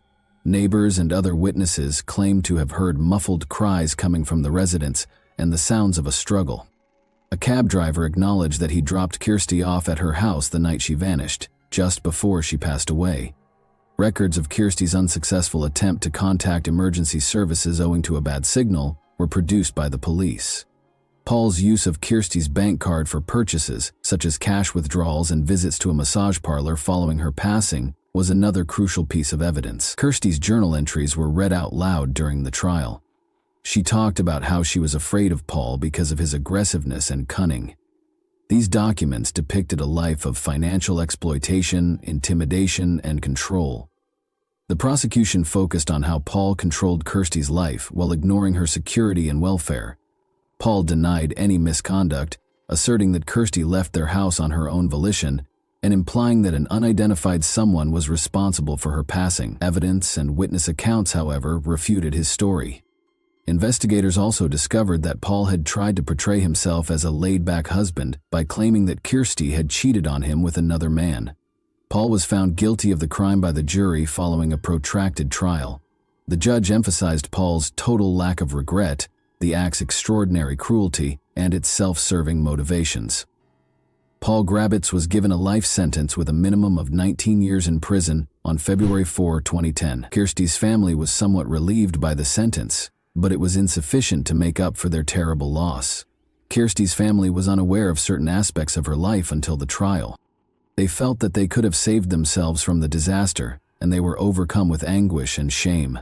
In addition to marking the end of the case, the hearing served as a sobering reminder of the destructive power of dysfunctional relationships and control. The Wilkinson family suffered severe emotional and psychological damage following Kirsty's passing. Catherine, her mother, battled a persistent sense of guilt. All of the cautions she had given Kirsty, the statements her daughter had disregarded, and her instinct that Paul posed a threat to her were all repeated in her thoughts. She was overcome by these ideas, which made the loss much more painful. David, Kirsty's father, became reclusive and avoided talking about the catastrophe. Their family's cohesiveness was destroyed when they lost their youngest daughter. Haley, Kirsty's older sister, was deeply impacted by her passing. Since the two had always been close, Haley found it difficult to fill the vacuum created by the loss. Haley tried to numb the pain by drinking because she was unable to handle the mounting weight of her depression and powerlessness. Haley died at the age of 31 from alcohol poisoning 5 years after Kirsty did. Kirsty's other sister, Sonia, lost yet another daughter as a result of this second tragedy, which dealt the Wilkinson family yet another painful blow. The tragedy served as a sobering reminder of how crucial it is to keep loved ones safe. Despite her own profound sadness, she made an effort to help her parents. No verdict or punishment could mend the wound that the Wilkinson family was left with. Their lives were ruined by the tragedy, which left a scar they would never be able to shake. And that wraps up today's chilling story. If you enjoyed this video, don't forget to like and subscribe so you never miss a new upload. Also, let me know in the comments what part of this story shocked you the most. Thank you for watching, and I'll see you in the next video. Hey guys, welcome to my channel, and today we're going to take a look at another horrible case with you. Overconfidence, gullibility, and naivete are harmful qualities that can sometimes result in death. However, there are times when we all want to believe in miracles and that childhood fantasies can still come true. When something you've wanted is so close that you can practically touch it, self-preservation, caution, and common sense can all take a backseat. This vulnerability is precisely what crooks take advantage of. The cruelty and inhumanity of the 2005 case of Elodie Morel, a young French woman, stunned the nation. The icy disregard of common people who were aware of her detention and imminent death, but chose to remain silent in order to make a quick profit, only served to heighten the horror. This story illustrates why not all dreams come true, and why you shouldn't blindly believe someone who claims to be able to bring a fairy tale to life. Elodie Morel was who? On February 18, 1976, Elodie Morel was born in Marseille. She was beautiful, even heavenly, from an early age. Elodie flowered into a breathtaking beauty as she grew older, and many people thought she would look great on TV or the cover of high-end magazines. She developed an obsession with modeling as a teenager, but because she hailed from a lowly background, no one took her goal seriously. Elodie often submitted her pictures to different modeling agencies in the 1990s, but she never received a response. She attended college after high school, married Sylvain, a classmate, at age 22, and had a son by the time she was 25. She appeared to have permanently given up on her goal of becoming a model. Elodie was employed as a sales clerk at a hip clothes store in Marseille's downtown by 2005. She saw the adoring or jealous glances directed at her and was often complimented. She could easily pass for someone in her early 20s, aged 29, because to her flawless figure and lovely facial features. Elodie never completely gave up on her desire of being a model, but she stopped discussing it because she believed her time had come. However, she submitted an online application in April 2005, included her finest images, and stated that she was still interested in being a model. It didn't take long to respond, but the fashion photographer's alluring offer ended up being an invitation to a protracted, painful death, a snare for the credulous. Elodie got a flattering and alluring offer about 2 weeks after she put up her profile online. She might be the new face of the well-known English luxury vehicle manufacturer, Rolls-Royce. In order to complete the contract, she had to meet with the photographer and conduct a test shoot. The contract offered a payout of €1,000 per day for a picture session. The meeting was scheduled to take place at a pub in Aigues-Mortes on May 2. Excited, Elodie told her husband the news, and he didn't protest despite his skepticism. The young mother left her son with her parents early that morning, got into her car, and drove to the prearranged spot. She had already reserved a hotel room for her 3-day stay in Aigues-Mortes. Sylvain wished Elodie well and urged her to call as soon as she could. When she called her husband that evening to let him know she was apprehensive and on her way to the meeting, it would be his final conversation with his wife. On the last meeting, Elodie showed up at the pub as scheduled and waited to meet the female photographer she had allegedly been corresponding with via email at a table on the terrace. However, a man in his mid-40s joined her at the table approximately 10 minutes later. He identified himself as the assistant to the photographer and said he had been assigned to meet her and choose settings for the shoot that was to take place the next day. Elodie, who had no actual modeling experience, didn't think anything was wrong and believed him. The man spoke eloquently, had a polished appearance, and appeared to be fully aware of everything she had discussed with the photographer in the past. They had an easy conversation about Elodie's possible career. She was already picturing herself on the covers of famous publications and planning her spending of the money she would receive. The man proposed that they go search for the ideal spot for the shoot the following day at around 9 p.m., when darkness had completely descended. There are several locations for a breathtaking photo shoot in the lovely medieval town of Aigues Mortes, which is full with towers, fortresses, and chapels. Emotional and still naive, Elodie and her new friend exited the bar and climbed into his vehicle. She was never again seen alive. What's chilly was the entire encounter seen by another individual who knew the offender intimately and had heard of his heinous intentions. Unfortunately, his attempts to step in were unsuccessful. That same evening, May 2, a terrified informant received a call at the Aigues Mortes police station. According to a man in a panic, a young woman was in serious danger and something urgently needed to be done. He was certain there wasn't much time to act, but he didn't know the name of the possible victim or where she might have been taken. Dominique Tarasco, a 63-year-old nightclub owner who frequently served as an informant for the police, giving them sensitive information, was the caller. He claimed to have seen Guillaume Mingot, a friend of his, at the bar earlier that evening. Mingot was notoriously vicious and ruthless, and he had connections to the criminal underground. Mingot boasted the day before that he had met a gullible, attractive girl online and intended to kidnap her in order to sell her to a Spanish brothel for a high price. But it was hard to get the search going. The police knew time was of the importance, but they had no identity, no location, and no strong clues. They were named Elodie Morel by the following morning. She had been gone since the night before, and her phone was off, according to her anxious family, who called the police. They clarified that she had just disappeared after leaving for a photo shoot in another town. The police first failed to link the informant's call to this disappearance. Despite their suspicions that Elodie might have fled with a boyfriend, her family adamantly maintained that she would never leave her little son or vanish silently. Only 3 days after Elodie's disappearance did the search for her start. A waste of valuable time. For 2 of those days, Elodie was sadly still alive and imprisoned at a home in Aigues Mortes, where she endured torture and abuse while her captors made decisions about how to end her questioning of the witness and arrest of the suspects. When Elodie Morel vanished on May 5, 2005, the lead investigators started to assume that she was the same enigmatic woman in peril that the source had warned about. When Dominique was called to the police to make an official statement, he instantly verified that Elodie was the same person he had seen at the pub with Guillaume Mingot 3 days prior, after seeing a picture of her. In response to a question about where he believed Mingot might be keeping the victim, Dominique said he had heard rumors of a recently closed deserted nightclub on the north side of town. That evening, a police unit established a stakeout at the scene and captured 48-year-old Guillaume Mingot and 53-year-old Richard Line as they entered the building. More research was necessary to determine the second man's involvement in this crime, as it was still uncertain. When authorities searched Mingot, they discovered Elodie Morel's credit card in one of his pockets, concluding that he was responsible for her disappearance. However, after a few hours, Line was freed because there was no proof against him, and both men were taken to the station to be questioned. Line, who had never run afoul of the police himself, lived with his family on the outskirts of town and was friendly with Guillaume. Mingot first stated in the first tale that he had taken Elodie's credit card and didn't know her. His initial account of events states that on May 2, he was at the pub when he spotted a pretty well-dressed woman.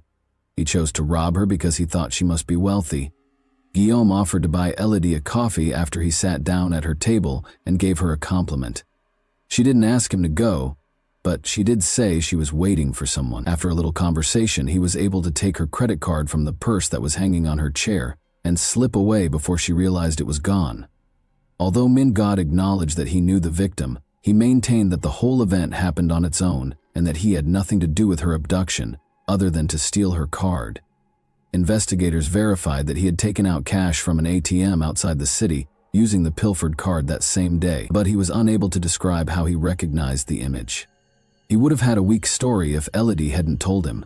Furthermore, a background investigation showed that Mingot had a number of previous convictions, including drug trafficking, armed robbery, and a 9-year jail term for a vicious rape. Though he had been more cautious in an effort to avoid going to jail again, Mingad had not altered his behavior despite his criminal past after being released. When authorities discovered Elodie's phone number on Mingad's phone, along with their email correspondence regarding the photo shoot, the second story took a different path. He was forced to alter his story after this revelation, which totally contradicted his first statement. He admitted that he had messaged Elodie under the guise of a photographer after discovering her online modeling profile. The innocent beauty was a simple target and consented to meet without a lot of questioning. Mingad had been communicating with her under a female alias, so he was afraid she would grow suspicious when a man appeared in place of the photographer she had been anticipating. However, Elodie, who was eager and trusting, saw nothing odd and consented to accompany him to look for a spot for a late-night picture session. She even got into his car without question. Witnesses later attested to the fact that Guillaume swerved off the main road and halted the vehicle once they had reached a remote location. He insisted that Elodie give him her credit card while brandishing a gun. He took her handbag and located the card himself after she refused. Then he started asking for the PIN, but she refused to give it to him. In a fit of rage, he banged her head on the dashboard and began strangling her until she gave him the code. In order to make sure Elodie had told him the truth, Mingad then locked her in the trunk and drove to the closest ATM. He drained her account and the PIN worked, but now that he had the money, he began to think about what to do with the woman who was now imprisoned in his trunk, how to conceal the victim, and how to have the accomplices arrested. Guillaume Mingot drove to his buddy Richard Lyon's place to temporarily hide Elodie since he needed time to think things through. He told Richard about the woman who was trapped in his trunk and that he was eager to share his idea to sell her and make a significant profit. It's worth noting that Richard and his spouse had previously worked at the same shuttered nightclub, he as a security guard and she as a cleaner. However, after the club closed, they both lost their jobs and were barely making ends meet, with Richard turning to heavy drinking. Richard offered to help by giving Guillaume the keys to his empty garage, which he offered as a place to hide the woman. He preferred to wait for Guillaume to figure things out and to get his share of the money as soon as possible. Investigations later showed that Elodie was held captive for more than 2 days, during which she endured a nightmare of torture, assault, beatings, and the agony of hunger and thirst. Guillaume claims that during those 2 days he and Elodie spoke extensively, especially about their children, who were quite similar in age. Elodie pleaded that her son needed her and urged him to release her. According to Guillaume, there was a time when he genuinely felt terrible for her and was thinking about letting her leave. Since she had been in the garage for 2 days and it was quite hot, he even brought her a bottle of water. But when Richard, who was intoxicated, decided it was time to deal with the captive on the evening of May 4, things took a sharp turn. According to Guillaume, Richard went into the garage and used a rope to strangle Elodie while he was away. Guillaume maintained that he just assisted in disposing of the body and had nothing to do with the real crime, but he wouldn't say where they had concealed her body. The Lyon home was searched. The couple seemed anxious but unsurprised by what happened when police used a search warrant to raid the Lyon house. They showed little interest in the ongoing search, allowing the officers to enter without any opposition and continuing to dine at the kitchen table. Police discovered a number of Elodie's belongings in their teenage daughter's room during the inquiry, including a wristwatch, jewelry, a hair clip, and her cell phone. Richard's wife was also found to be in possession of Elodie's pocketbook and purse. The trash can outside the house contained ripped bits of the victim's clothing, along with other possessions. When Richard's garage, which is close to their house, was searched, even more unsettling evidence was found. Investigators discovered brown traces inside the unoccupied room that seemed to be dried blood. They discovered crumpled tissue as well. While their 14-year-old daughter was temporarily placed with family, Richard and his wife were arrested along with shoes, cigarette butts, an empty plastic bottle, and a piece of laundry rope. The couple stated that Guillaume had brought everything in return for permission to use their garage when asked how Elodie's possessions got inside their house. Since Guillaume had promised to compensate them, they acknowledged that they knew he was detaining a woman there but decided not to intervene. They also admitted to providing him with a piece of rope and a bottle of water at his request without questioning why. Even more incriminating was the third-story forensics confirmation that Elodie's blood was responsible for the brown spots on the garage floor. Saliva on the cigarette butts was both the victim's and the kidnapper's. and semen on the crumpled tissues matched Guillaume's DNA. Since Elodie had asthma and cigarette smoke caused terrible coughing and choking episodes, her family swore that she had never smoked in her life. This made the horrific picture evident. For 2 days, Guillaume had held Elodie in the garage, hitting her repeatedly, torturing her, and making her smoke as part of his abuse, all while fabricating evidence and claims. Guillaume Mingot again altered his narrative once detectives showed him the forensic findings. This time, he asserted that it was completely voluntary for him and Elodie to have had sex in the garage. He claimed that after much conversation and smoking together, he had made the decision to let her leave, but he persisted in claiming that Richard Lyne had murdered her while he was away, allegedly out of concern that Richard would report Elodie to the police once Guillaume had freed her. The main contradiction in this account of events was that Richard had no justification for killing Elodie. She hadn't seen him or any of his family, and he hadn't even seen the captive. Second, she had been taken to the garage in a car's trunk, so she couldn't have led the police there because she didn't know where she was. Finally, Richard was just a regular drunk who couldn't hurt anyone. He was happy to accept payment in the form of Elodie's possessions and the assurance that his friend would give him money after everything was over. As previously noted, investigators discovered an empty plastic water bottle in the garage on the 4th story. Guillaume had said that he had brought Elodie some water out of sympathy. Tests, however, revealed that a significant amount of potent medications was present in the bottle's remaining liquid droplets. Elodie would probably have been comatose or barely awake after drinking such a concoction, enabling her kidnapper to do what he pleased. Guillaume once again lied when questioned about why he had drugged her. He now asserted that they had even decided she wouldn't approach the police and that he had been prepared to let her leave. As if it had been a bad dream, he said, Elodie simply wanted to return home to her family and forget about everything. He allegedly beat her during a struggle as she attempted to flee, which is why the garage floor was covered in bloodstains. He then locked her inside and departed. Guillaume claimed that in order to calm Elodie down and stop her from trying to flee again, he had given her the medications. After dissolving some tablets in water and crushing them, he left the garage and came back 12 hours later. Elodie was nearly collapsing from thirst by that point. Unaware of the odd flavor, she drank the water rapidly and dropped asleep a few minutes later. Guillaume said he hadn't thought of the possibility that she might have overdosed and died because her body wasn't strong enough to manage the medications. He put her body in the trunk of her own car, which had been left in the parking lot close to the bar where they had first met, as soon as he noticed she was no longer breathing. Using the keys he had stolen from Elodie, he drove the automobile to Richard's house a few hours later. There were further contradictions in Guillaume's tale, even though he still wouldn't reveal where he had transported the automobile with the body. Guillaume most certainly strangled Elodie, as evidenced by the sweat and skin residue on the rope discovered in the garage. The suspect was aware that all the evidence was against him. Guillaume made an agreement with investigators in the hopes of lowering his sentence, and he disclosed that he had left the automobile outside the old cemetery at Aigues Mortes. On May 7, the car was located precisely where he had promised. The body in the trunk had already started to deteriorate after 3 days of exposure to the blazing sun. The autopsy revealed obvious evidence of strangulation, beatings, and torture. The victim had been sexually assaulted, drugged, and restrained. Ultimately, they were strangled to death with a rope. The trial and sentencing. Almost 3 years after the horrifying events, in February 2008, the trial of the 3 criminals started. Guillaume Mingot was given a life sentence with the chance of release after 22 years. Richard Lyne and his spouse made a valiant effort to persuade the jurors that they were unaware of the hostage in their garage.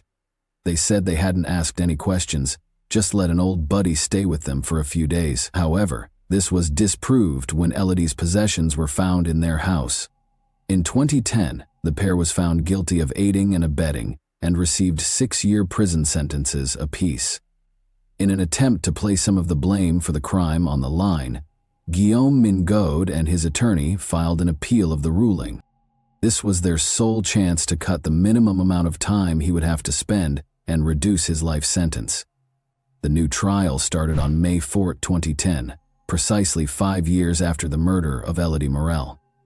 It was established during the hearings that Richard and his spouse were aware of Elodie's imprisonment and the potentially fatal situation she was in.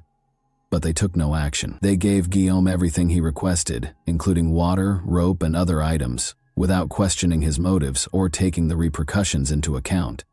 They also kept her possessions, even giving some to their daughter. Guillaume Mingo's life sentence was lowered by the court to 30 years, with the condition that he complete 2/3 of it before he may be released on parole. Each received a 9-year prison sentence without the prospect of early release for their complicity and inaction. And that wraps up today's chilling story. If you enjoyed this video, don't forget to like and subscribe so you never miss a new upload. Also, let me know in the comments what part of this story shocked you the most.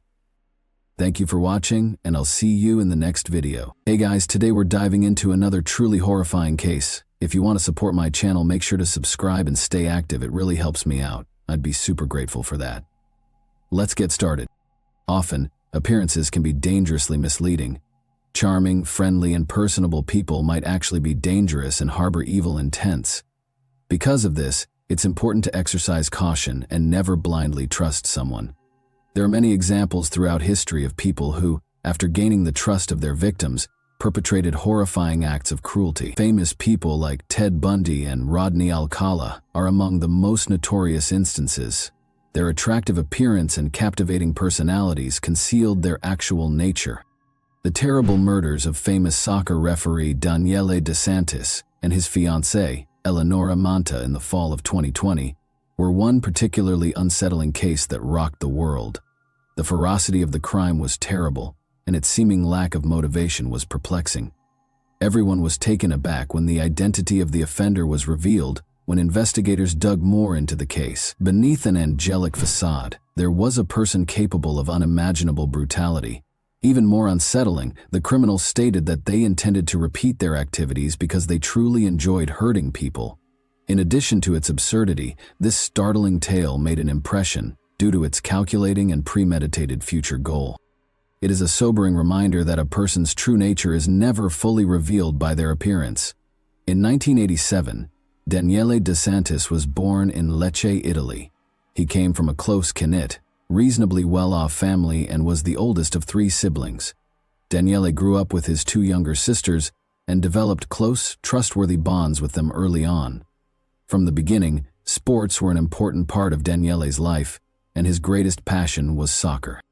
He attended a prominent Italian institution after high school to pursue a legal degree, which he eventually earned in 2009. Beginning as an assistant referee in 2017, Daniele started establishing a prosperous career as a soccer referee in addition to his education. He officiated a match between Pisa and Benevento for the first time as the 4th official. He was given the chance to officiate more than 130 games in Serie C and Serie B as a result of his perseverance and hard work throughout the years. Daniele was well known on the soccer field for his distinctive presence, athletic build, and captivating attitude. He achieved financial success and the prospect of a bright future as a result of his career. He was committed to continuing to advance in his career and had ambitious ambitions for the future. Daniele's skills were not limited to his career.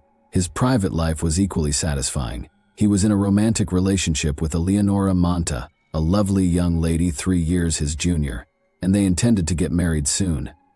Eleonora was raised in a humble home after being born in Milan in 1990. She has 2 elder twin brothers and was the youngest of 3 siblings.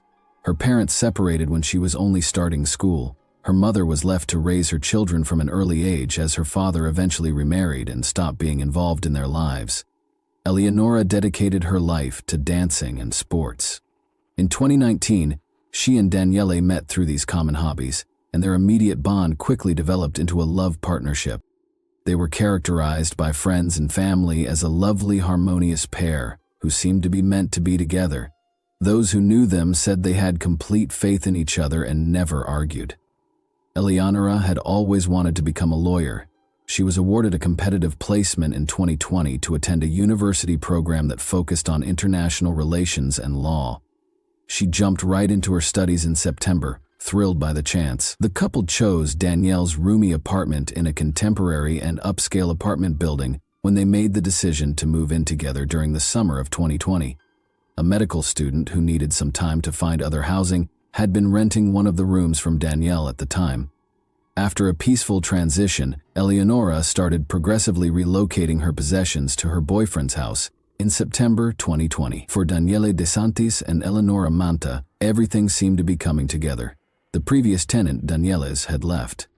The pair was about to move in together permanently, and Eleonora had brought her possessions with her. They were also busy organizing their wedding, which was supposed to be the happiest day of their lives. Daniele was ready. Tragically, he would not live to witness the September 23 Italian Cup match between Monopoly and Modena. The pair was enjoying a quiet romantic supper in Daniele's apartment on the evening of September 21 to celebrate Eleonora's move. At approximately 9:45 p.m., the quiet evening was upended by the sounds of a struggle and a chilly cry for assistance. The disturbing roar continued for about 10 minutes, frightening the neighbors. During that period, local emergency services received around a dozen calls, many of which claimed that it sounded like an attack. Their assessments were horrifyingly correct, but none of them understood it. A 12-year-old boy was walking his dog across the street from the building just after 10 p.m.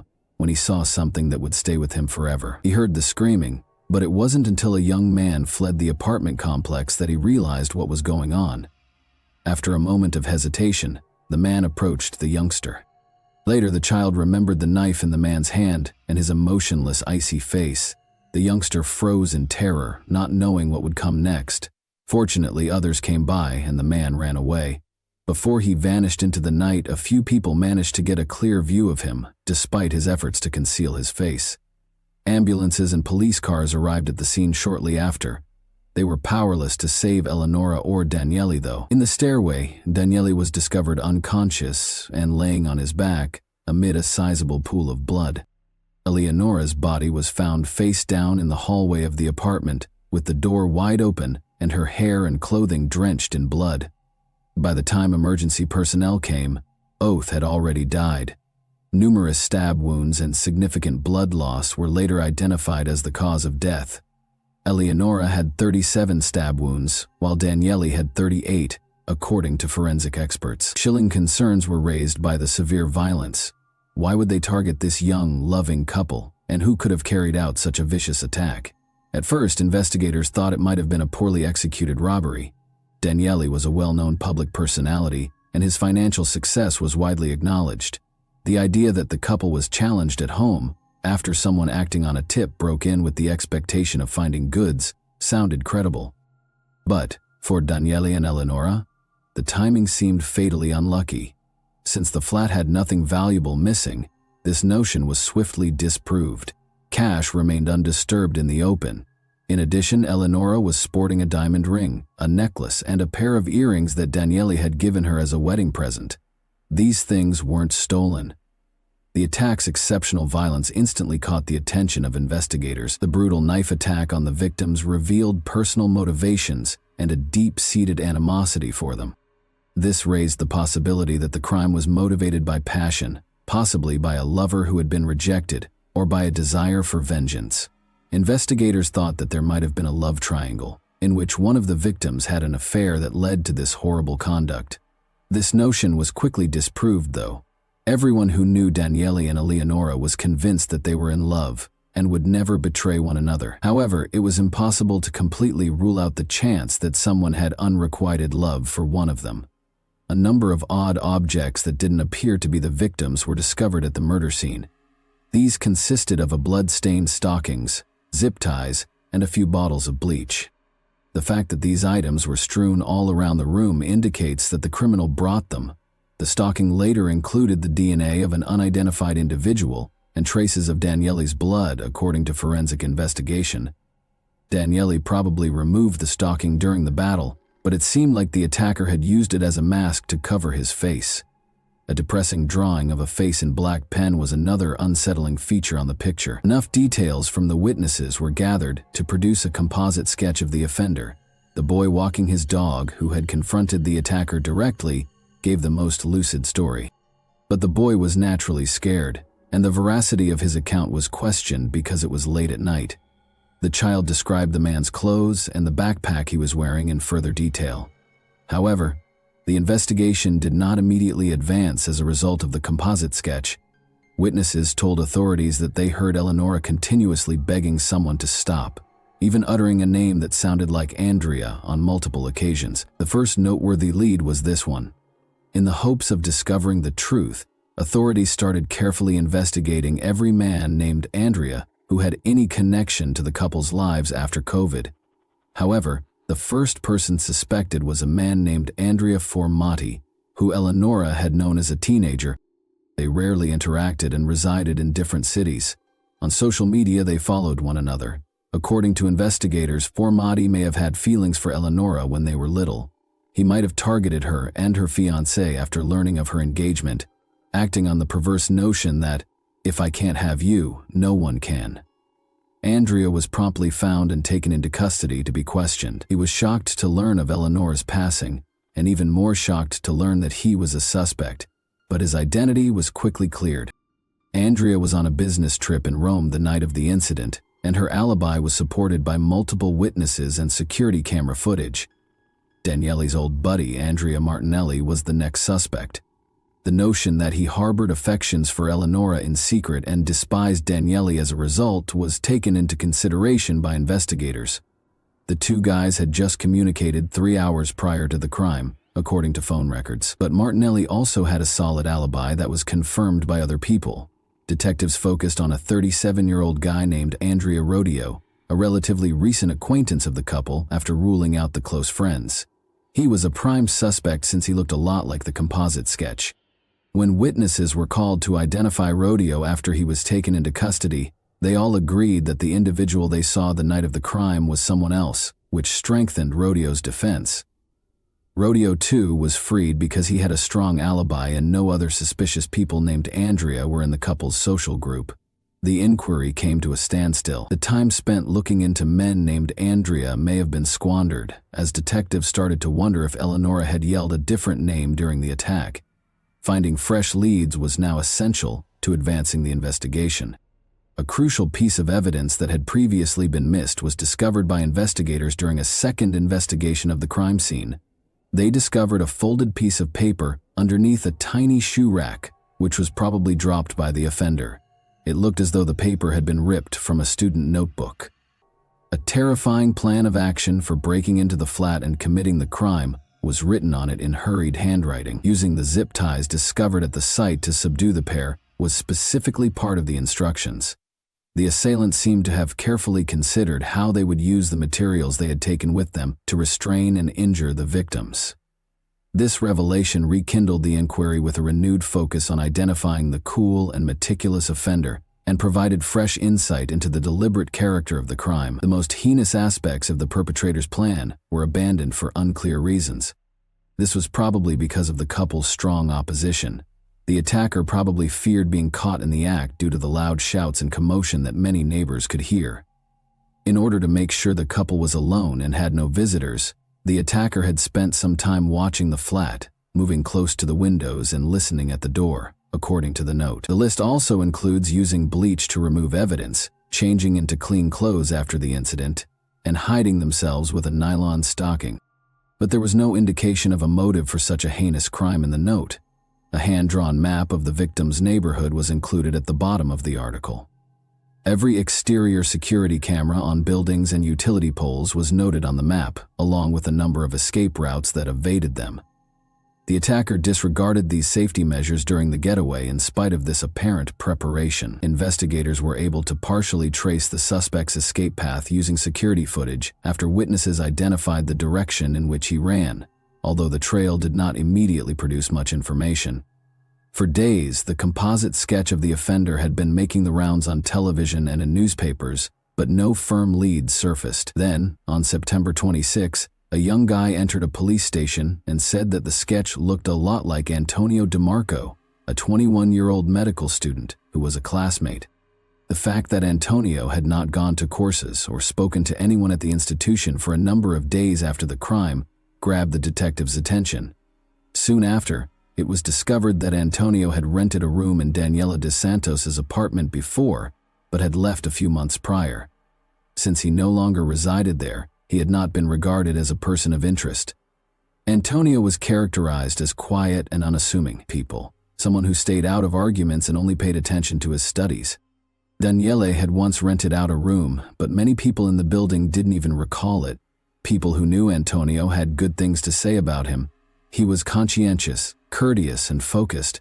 He had no known romantic connections, hardly ever engaged with others, and never went to parties or social events. He appeared to be a normal bookworm to most. In order to compare the handwriting on the message discovered at the crime scene with samples taken from Antonio's academic records, law enforcement acted swiftly. There was little question that the authorities had identified the perpetrator of the horrible act because the forensic analysis revealed a perfect match. Detectives were able to locate Antonio's mother, who gave them his current location, but no one knew for sure where he had relocated after leaving Daniele's flat. As it happened, he and 2 other students were renting a room in a house 3 blocks from the scene of the crime. The rent was divided among the 3 of them, and the lease was registered in the name of another student. Antonio DeMarco was detained outside a comic book store on September 28, 2020, 1 week after the horrific events, as he was purchasing a magazine. He didn't appear surprised when officers approached him, didn't try to resist, and didn't try to flee. Rather, he smirked crookedly and inquired as to how long it had taken them to locate him. Antonio did not deny his involvement from the beginning. He answered investigators' queries in icy, dispassionate detail, showed no emotion or regret, and even seemed to enjoy narrating what had happened that evening. He acknowledged that he had thought about silencing the young witness, but he was in too much of a hurry. He recalled seeing the witness walking his dog. Other people in the vicinity would have made matters more difficult, he added. Antonio's angelic appearance and the favorable comments from his university and the hospital where he was studying as a medical intern were in sharp contrast to his chillingly serene manner and lack of sorrow. Antonio was characterized as a promising and committed young physician, despite his perceived shyness. In order to learn more about Antonio's past, detectives turned to his mother. Antonia was her only child, and was loved and appreciated because she had raised him by herself. The charges made against him saddened her. She acknowledged under interrogation that her son had always been unique. He found it difficult to relate to people as a child, shunned making friends, and favored being by himself. Antonio grew more reclusive during his adolescence. He would work on projects or draw for hours in his room, and he would become hostile if someone stopped him. His mother took him to a specialist because she was worried. Antonio was ultimately found to have a number of mental health conditions, as well as socialization problems. He succeeded academically in spite of these obstacles, especially in science and math, which helped him get accepted to medical school. Antonio further distanced himself from reality by retreating into the imaginary world of comic books and experiencing panic attacks. Antonio's mother claims that although a psychiatrist recommended medication to help manage his illness, Antonio failed to take it as directed. He would frequently take a dangerously large dose of his medication all at once, after skipping weeks of it. Given his inability to articulate his thoughts, feelings, and emotions, Antonio's psychiatrist had advised him to maintain a personal journal as a means of expressing them. This journal was eventually given to investigators by Antonio's mother. The entries initially appeared to be rather harmless.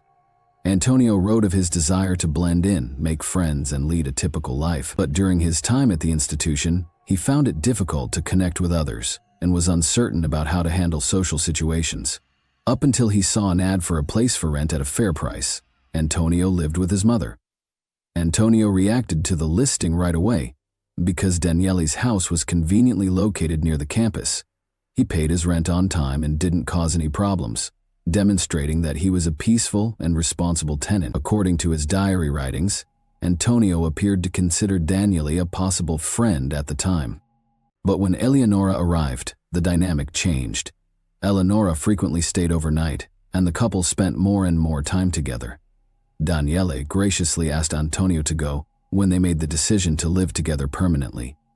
Although Antonio didn't express it publicly, he regarded the request as a serious personal slight. Rather, he stated that he had previously been preparing to locate a new location nearer to the hospital where he was doing his internship. The longer Antonio stayed, the more but Daniele gave him plenty of opportunity to leave. Anger toward the couple increased. The tone of Antonio's journal started to darken. He began to write in graphic detail about the various ways he could hurt the couple, even torturing them in court. He then asserted that these texts were just a means for him to express his rage and keep himself from acting on it. But his fantasies simply grew more intense, developing into a well-planned strategy. Antonio's notebook entries got more systematic after he moved out. He gave Daniele and Eleonore detailed instructions on how he planned to execute his scheme. Before leaving, Antonio made a covert duplicate of the apartment key, which he never gave back. His writings demonstrated a deep dislike for the pair and a wish to see them go through a drawn-out and agonizing death. Antonio prepared well and left little trace, yet there seemed to be no particular cause for his hostility. The lack of the offender's fingerprints at the site was observed by investigators. Antonio had taken special care, according to his journal. For further protection, he put glue on his fingers and covered them with gloves. Antonio wore simple, nondescript clothes the night of the incident and disguised himself with a nylon stocking. He had a change of clothes in his rucksack, along with zip ties to hold his torture victims in place and bleach to clear up evidence. Antonio's degree of preparation and forethought created a terrifying image of a man who had been engrossed in his own sinister ideas, turning his fantasies into a terrifying reality. To avoid being captured on video, the student carefully prepared a number of escape routes.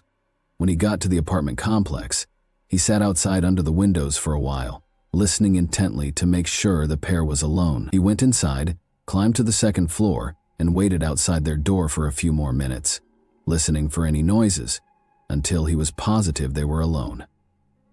"I'm happy." After leaving, he saved an extra key, which he used to silently open the door. Daniele and Eleonora were eating dinner when Antonio surprised them. Startled by the intrusion, Daniele inquired about his identity, his desires, and how he had gained entry. Antonio remained silent. Antonio repeatedly stabbed him in the chest and abdomen, as Daniele suddenly got up to confront him and eject him. As Eleonora started to scream, she charged at Antonio in an effort to save her fiancé. He stabbed her in the shoulder as payback. Despite his wounds, Daniele was able to stand up and recognize Antonio by removing the nylon stocking disguise from his face. Although witnesses later misheard Eleonora's cries, it is thought that she then began yelling Antonio's name in an attempt to get him to stop. As the altercation intensified, Antonio threw Eleonora to the ground and kept attacking her in an attempt to silence her. Daniele, who was bleeding profusely, stumbled to the front door, opened it, and entered the hallway while attempting to cry for assistance. Daniele had no chance of surviving once Antonio pursued him and struck her repeatedly. Antonio then went back to Eleonora, who had crept into the corridor. She stopped moving after he repeatedly stabbed her in the head, neck, and back. Antonio then removed the bleach from his backpack, but he gave up on cleaning the area because he knew he wouldn't have enough time. He was aware that the neighbors had probably heard the disturbance and had hurriedly contacted the police. He left the zip ties behind, changed into fresh clothing, and ran away. In the midst of the confusion, the paper with his plan must have dropped from his rucksack in the corridor. Crucial evidence against Antonio was provided when DNA samples taken from him matched those discovered on the nylon stocking he had worn as a mask. But Antonio made no effort to hide his guilt. He freely detailed his acts, expressing only regret that he had not been able to carry out his planned torture because of the commotion and fear. Antonio's defense lawyer demanded a psychiatric evaluation right away, claiming that Antonio was mentally incapable of standing trial.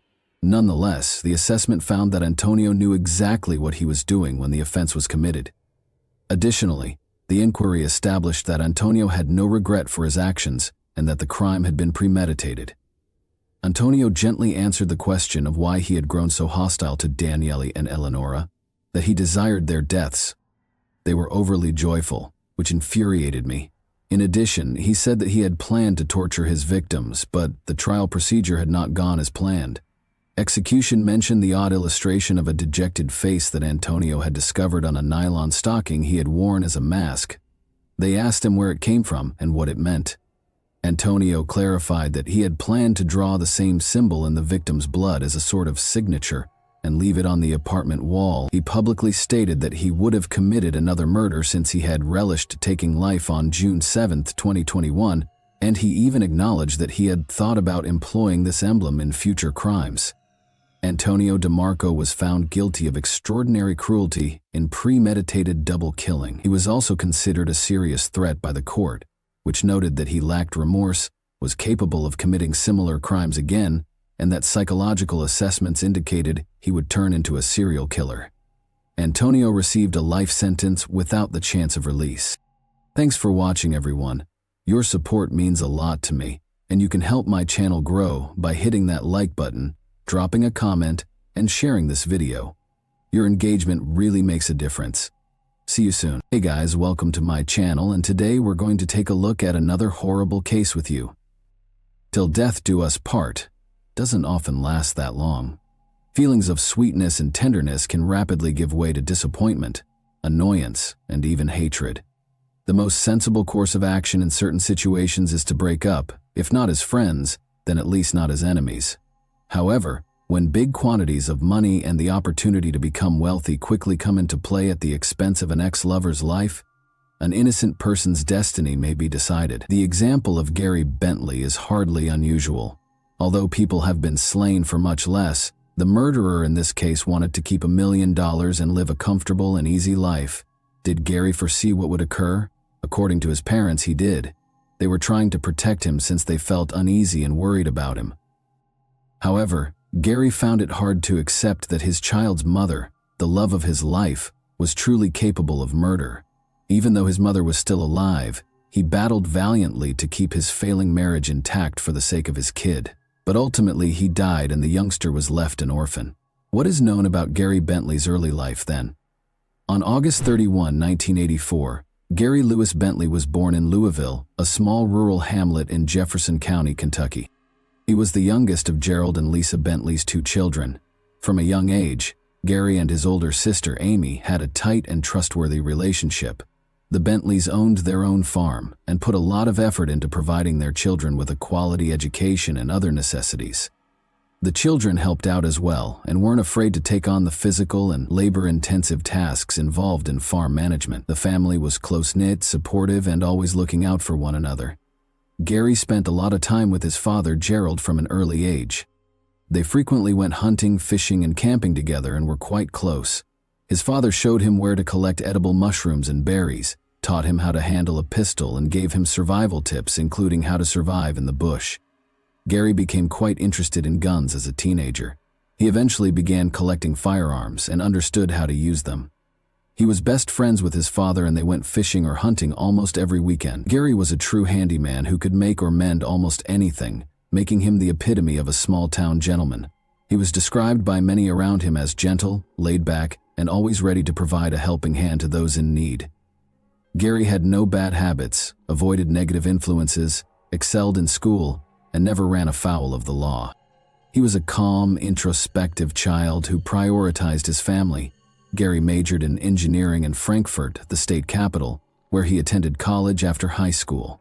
He returned to his hometown of Louisville after graduation, where he began his career as a basic electrician before swiftly rising to the position of his one and only love. Gary fell in love with Tasha, a girl he met while attending college. They didn't mind the slight age difference between them, even though she was about 1.5 years older than he was. They moved in together in 2006, not far from Gary's parents' house, after dating for a while. Tasha was pursuing a nursing degree when she was hired by one of the city's hospitals, where she immediately gained the respect and admiration of her colleagues. But she didn't stop there. In order to further her profession, she continued to work and pursue further studies. Gary and Tasha ultimately made it official in 2012 by inviting all of their family and friends to their lavish wedding. The couple was ecstatic when Tasha became pregnant shortly after. They welcomed a child, whom they named Connor, in the spring of 2013. Both Gary and Tasha had successful jobs by the time their first kid was born. They were able to travel, purchase 2 automobiles, move into a larger, more comfortable house, and essentially live worry-free because they were earning a solid living. A few years later, Gary's plans to have a large family and at least 2 more children with Tasha began to fall apart. What did Tasha conceal? Their marriage was ideal for the first 4 years. They were viewed as a model pair. They held well-respected, lucrative careers. We are excellent guests, wonderful parents, and close friends. The couple frequently invited close friends and family to gatherings they hosted at their house. When someone needed assistance or support, they were always the first to offer it. Gerald and Lisa, Gary's parents, are ecstatic with their daughter-in-law and grandchild. However, things began to drastically shift in 2016. After going through a difficult period, the Bentleys' marriage started to suffer. It all began when Tasha started experiencing issues at work, which had never happened to her before. She was often griping about the terrible working conditions, her supervisor and her co-workers. Gary tried his best to help her, but he cautioned her against quitting too soon because it would be difficult to find another position that paid well. The couple made the decision to take a trip in the fall of 2016 in an attempt to decompress and release some stress. They flew to a vacation, leaving their son with Gary's parents, along with their long-standing friends Annie and Kevin Day, with whom they had been close for years. They traveled to Jamaica. The initial days of the journey were ideal. They all enjoyed one another's company, explored the island, and unwinded on the beach, but Tasha appeared preoccupied, as if her thoughts were elsewhere. She was often texting someone, and if someone asked her who she was speaking to, she became quite protective. Gary and Tasha began to quarrel more and more the longer they were on the island. Their pals claimed that Annie and Kevin felt uneasy since the disagreements seemed to start out of nowhere and swiftly turned into heated disputes.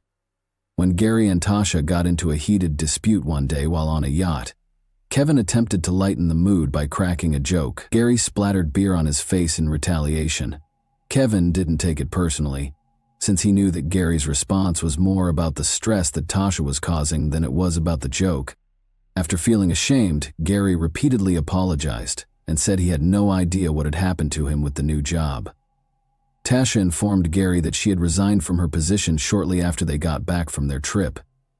Gary wasn't pleased with her choice because his family's financial status may suffer if she lost such a high income. He did, however, have some funds that would enable them to survive and continue their way of life till she got another work, because he was a prudent and thrifty guy.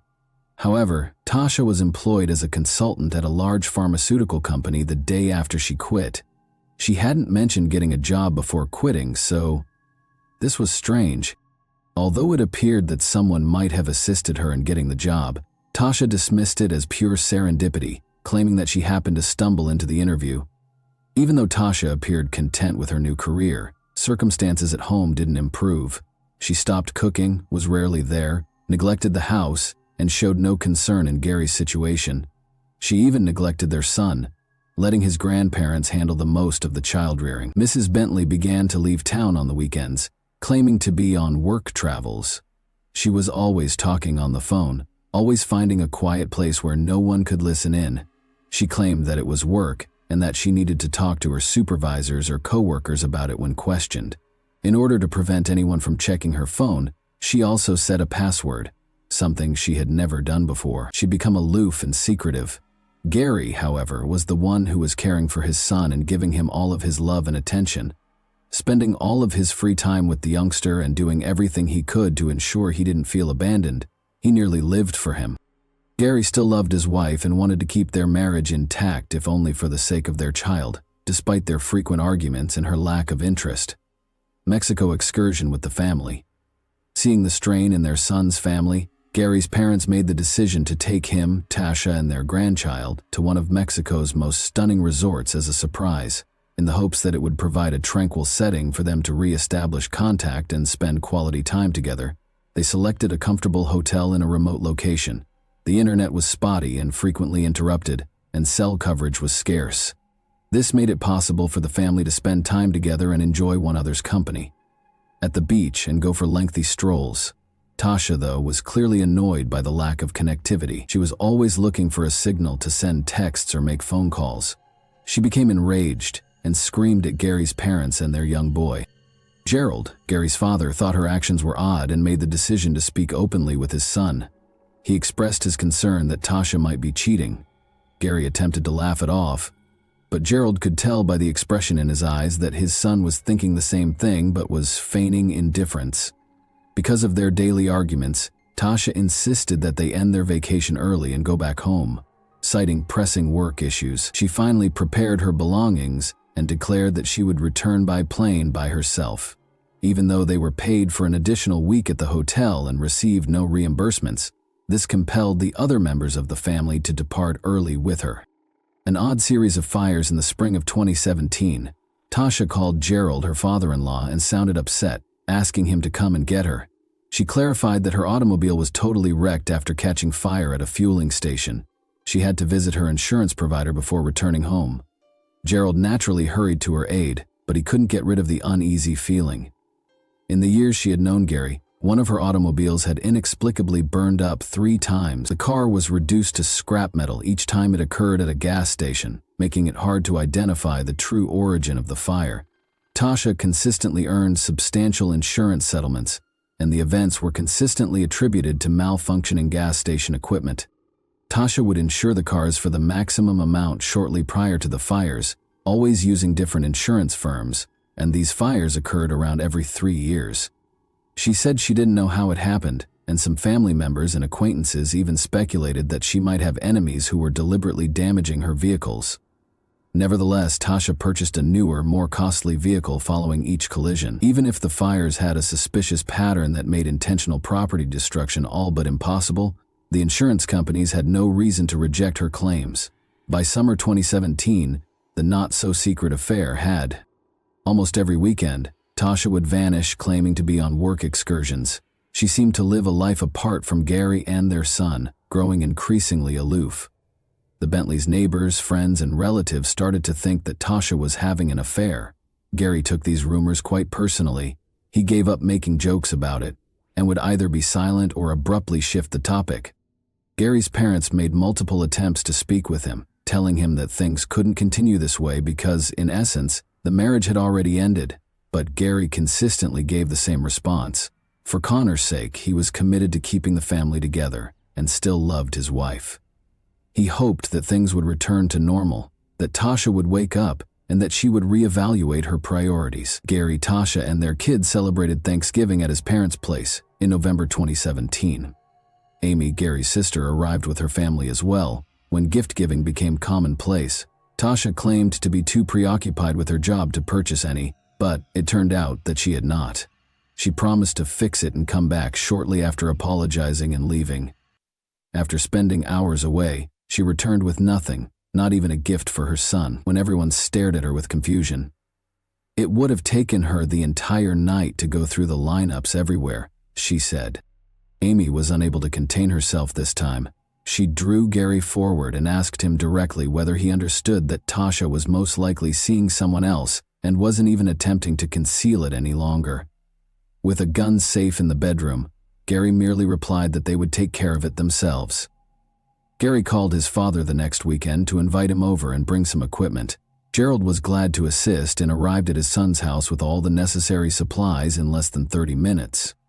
As previously stated, Gary had been a gun collector since he was a young man, and his home was stocked with shotguns, hunting rifles, handguns, and other firearms.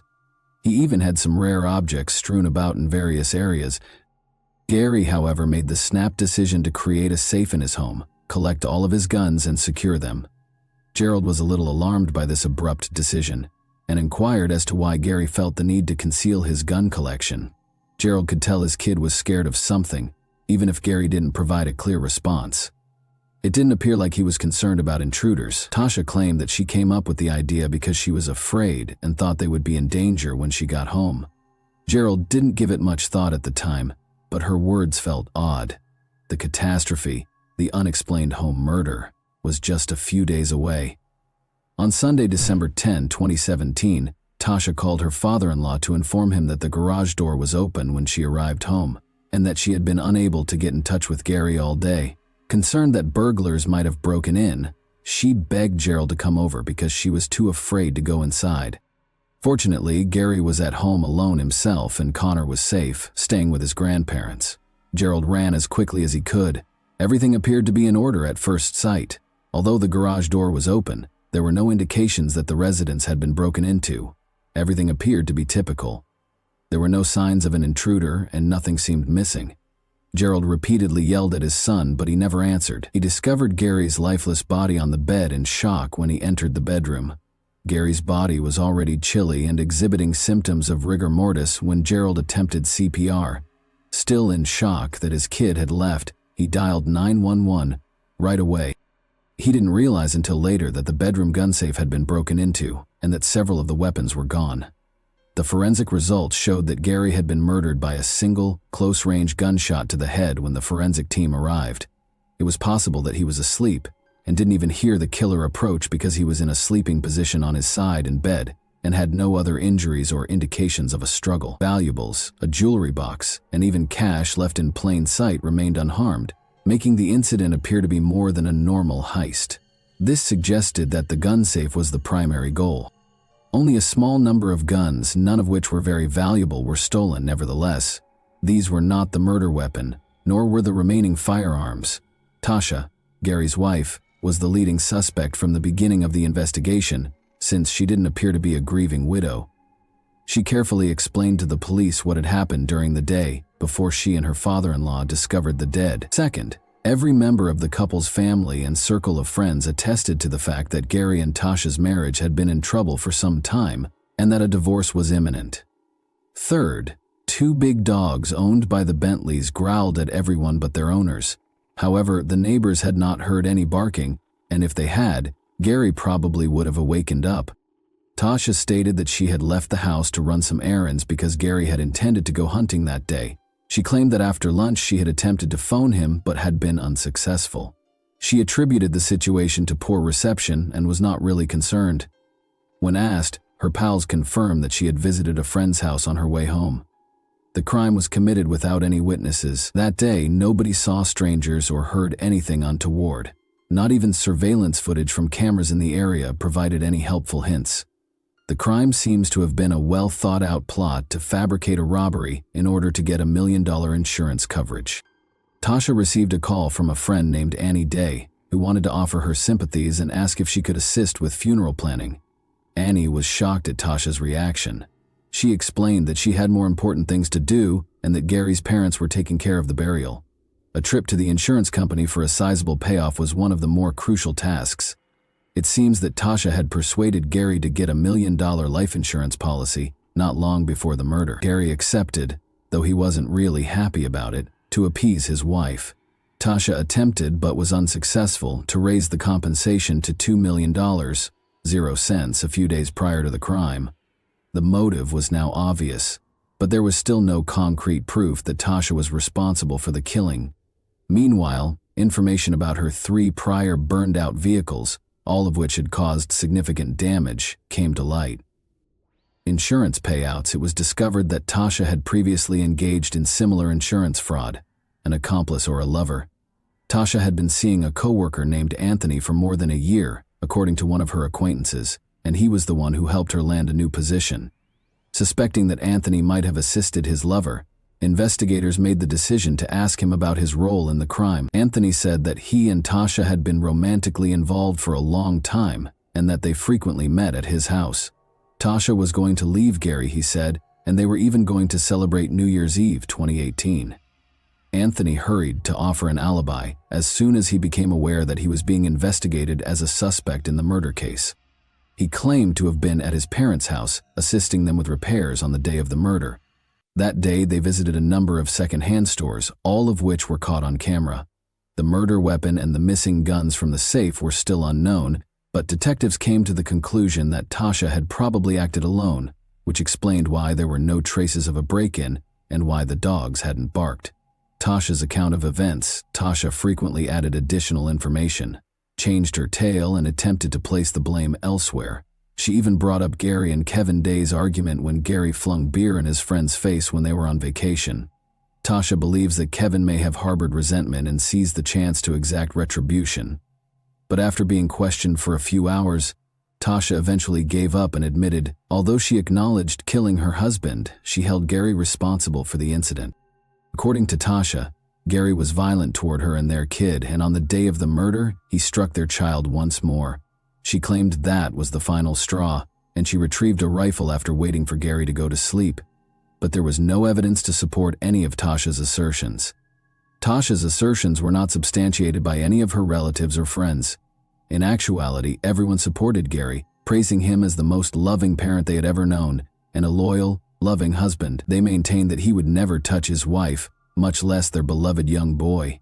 Tasha eventually disclosed the hiding place where she had hidden the firearms taken from the safe, including the murder weapon, a pistol, after even the child attested that his father had never harmed him or his mother. It was interesting to see that Anthony's fingerprints were on the gun. It found out that Tasha had left her lover's prints on the gun after giving it to him to hold. If things didn't work out, she intended to frame him, but she confessed before she could carry out that portion of the plan, which included trial and sentencing. Gary's murder trial started in June 2021, and the prosecution claims that money was the main driving force behind the crime. After receiving the $1 million insurance payment, Tasha sought to use some of the funds to refurbish Anthony's home, where she would soon move. Tasha Bentley was convicted of premeditated murder and trying to obstruct the inquiry on July 20, 2021. She received a sentence of 55 years in jail, with the chance of release in 2037 at the latest. Little Connor is currently being raised by his paternal grandparents after losing both his parents in a single sad event. This crime was discussed in the American Monster episode of Investigation Discovery. And that wraps up today's chilling story. If you enjoyed this video, don't forget to like and subscribe so you never miss a new upload. Also, let me know in the comments, what part of this story shocked you the most? Thank you for watching, and I'll see you in the next video. Hey guys, today we're diving into another truly horrifying case. If you want to support my channel, make sure to subscribe and stay active. It really helps me out. I'd be super grateful for that. Let's get started. Be careful who you let into your home, they say. What if you were Cheryl, though? Would you let your ex-convict brother-in-law in the middle of the night? This movie, however, explains everything. The biggest mass murder in Connecticut history occurred on July 22, 1977. The crime was so heinous that the state's Supreme Court characterized it as vicious and seemingly unmotivated. And believe me when I say that the graphic details will stay with you for a very long time. Furthermore, sensationalizing is not our goal. It's unvarnished, heartbreaking, and genuine. And as always, we're dissecting this horror to find out what actually transpired with the Beaudoin family. First, let's learn more about the family and their world. On Cedar Hill Drive in Prospect, Connecticut, the Beaudoin family resided in a tiny, close-knit neighborhood. In 1977, there were just over 6,500 people living in this small village. Neighbors knew one another, and the allure of country living brought a feeling of security and tranquility. Although it may seem like a minor detail, this close-knit atmosphere is crucial to the events that transpired later. Since the Beaudoin family was not your average family, let's now discuss them. 10 people shared a single residence. Frederick Beaudoin, the father, and Cheryl, the mother, who was just 29 at the time, were the family's leaders. They had 7 kids together, ages ranging from babies to pre-teens. 10-year-old Sharon Lee, 9-year-old Deborah Ann, 8-year-old Paul, 6-year-old Roderick, 5-year-old Holly Lynn, and 4-year-old Mary Lou were the next in line after the oldest, 12-year-old Frederick Jr. As if that weren't enough, they also had a niece, Jennifer Santoro, who is 6 years old. Their home must have been a bustling, hectic place with all the daily ups and downs of a large family, because there were so many young lives involved. The Beaudoin family enjoyed a really exciting and enjoyable day together, as you may expect, and on the evening of Thursday, July 21, 1977, it was unquestionably the case. In Prospect, Connecticut, the 8 children were having a great time playing and swimming in their neighbor's pool. It was a normal summer evening, with splashes, laughter, and carefree moments all around. The BOD family wasn't exactly living in luxury, but they also weren't having a hard time. They were thankful for what they had and had enough to get by. They made a cozy, loving household that exuded joy despite their lack of income. The mother, Cheryl, was watching the children that night as they were having a great time at the pool. The father, Frederick Beaudoin, was attempting to support his family while working his 3rd shift at the Pratt & Whitney factory. However, when a man arrived at the pool, things took an unexpected turn. This was no stranger. Now, the children were actually very happy to see him. The neighbor remembered how they all ran to meet him and gave him kisses and hugs. He was obviously someone they trusted and knew well. After some time, the neighbor went inside. The kids finished their fun in the pool, and they went home with this man. The evening then proceeded as it would for any other family. However, nobody could have predicted that this night would soon take a tragic and dark turn that would permanently alter everything. When neighbors began to smell smoke around 4:15 in the morning, the early morning silence was broken. They initially believed it might be someone burning trash or leaves, but then they heard cries coming from the Baudoin residence, which was much more frightening. They promptly called 911 and 11 to report the fire after realizing something was gravely off.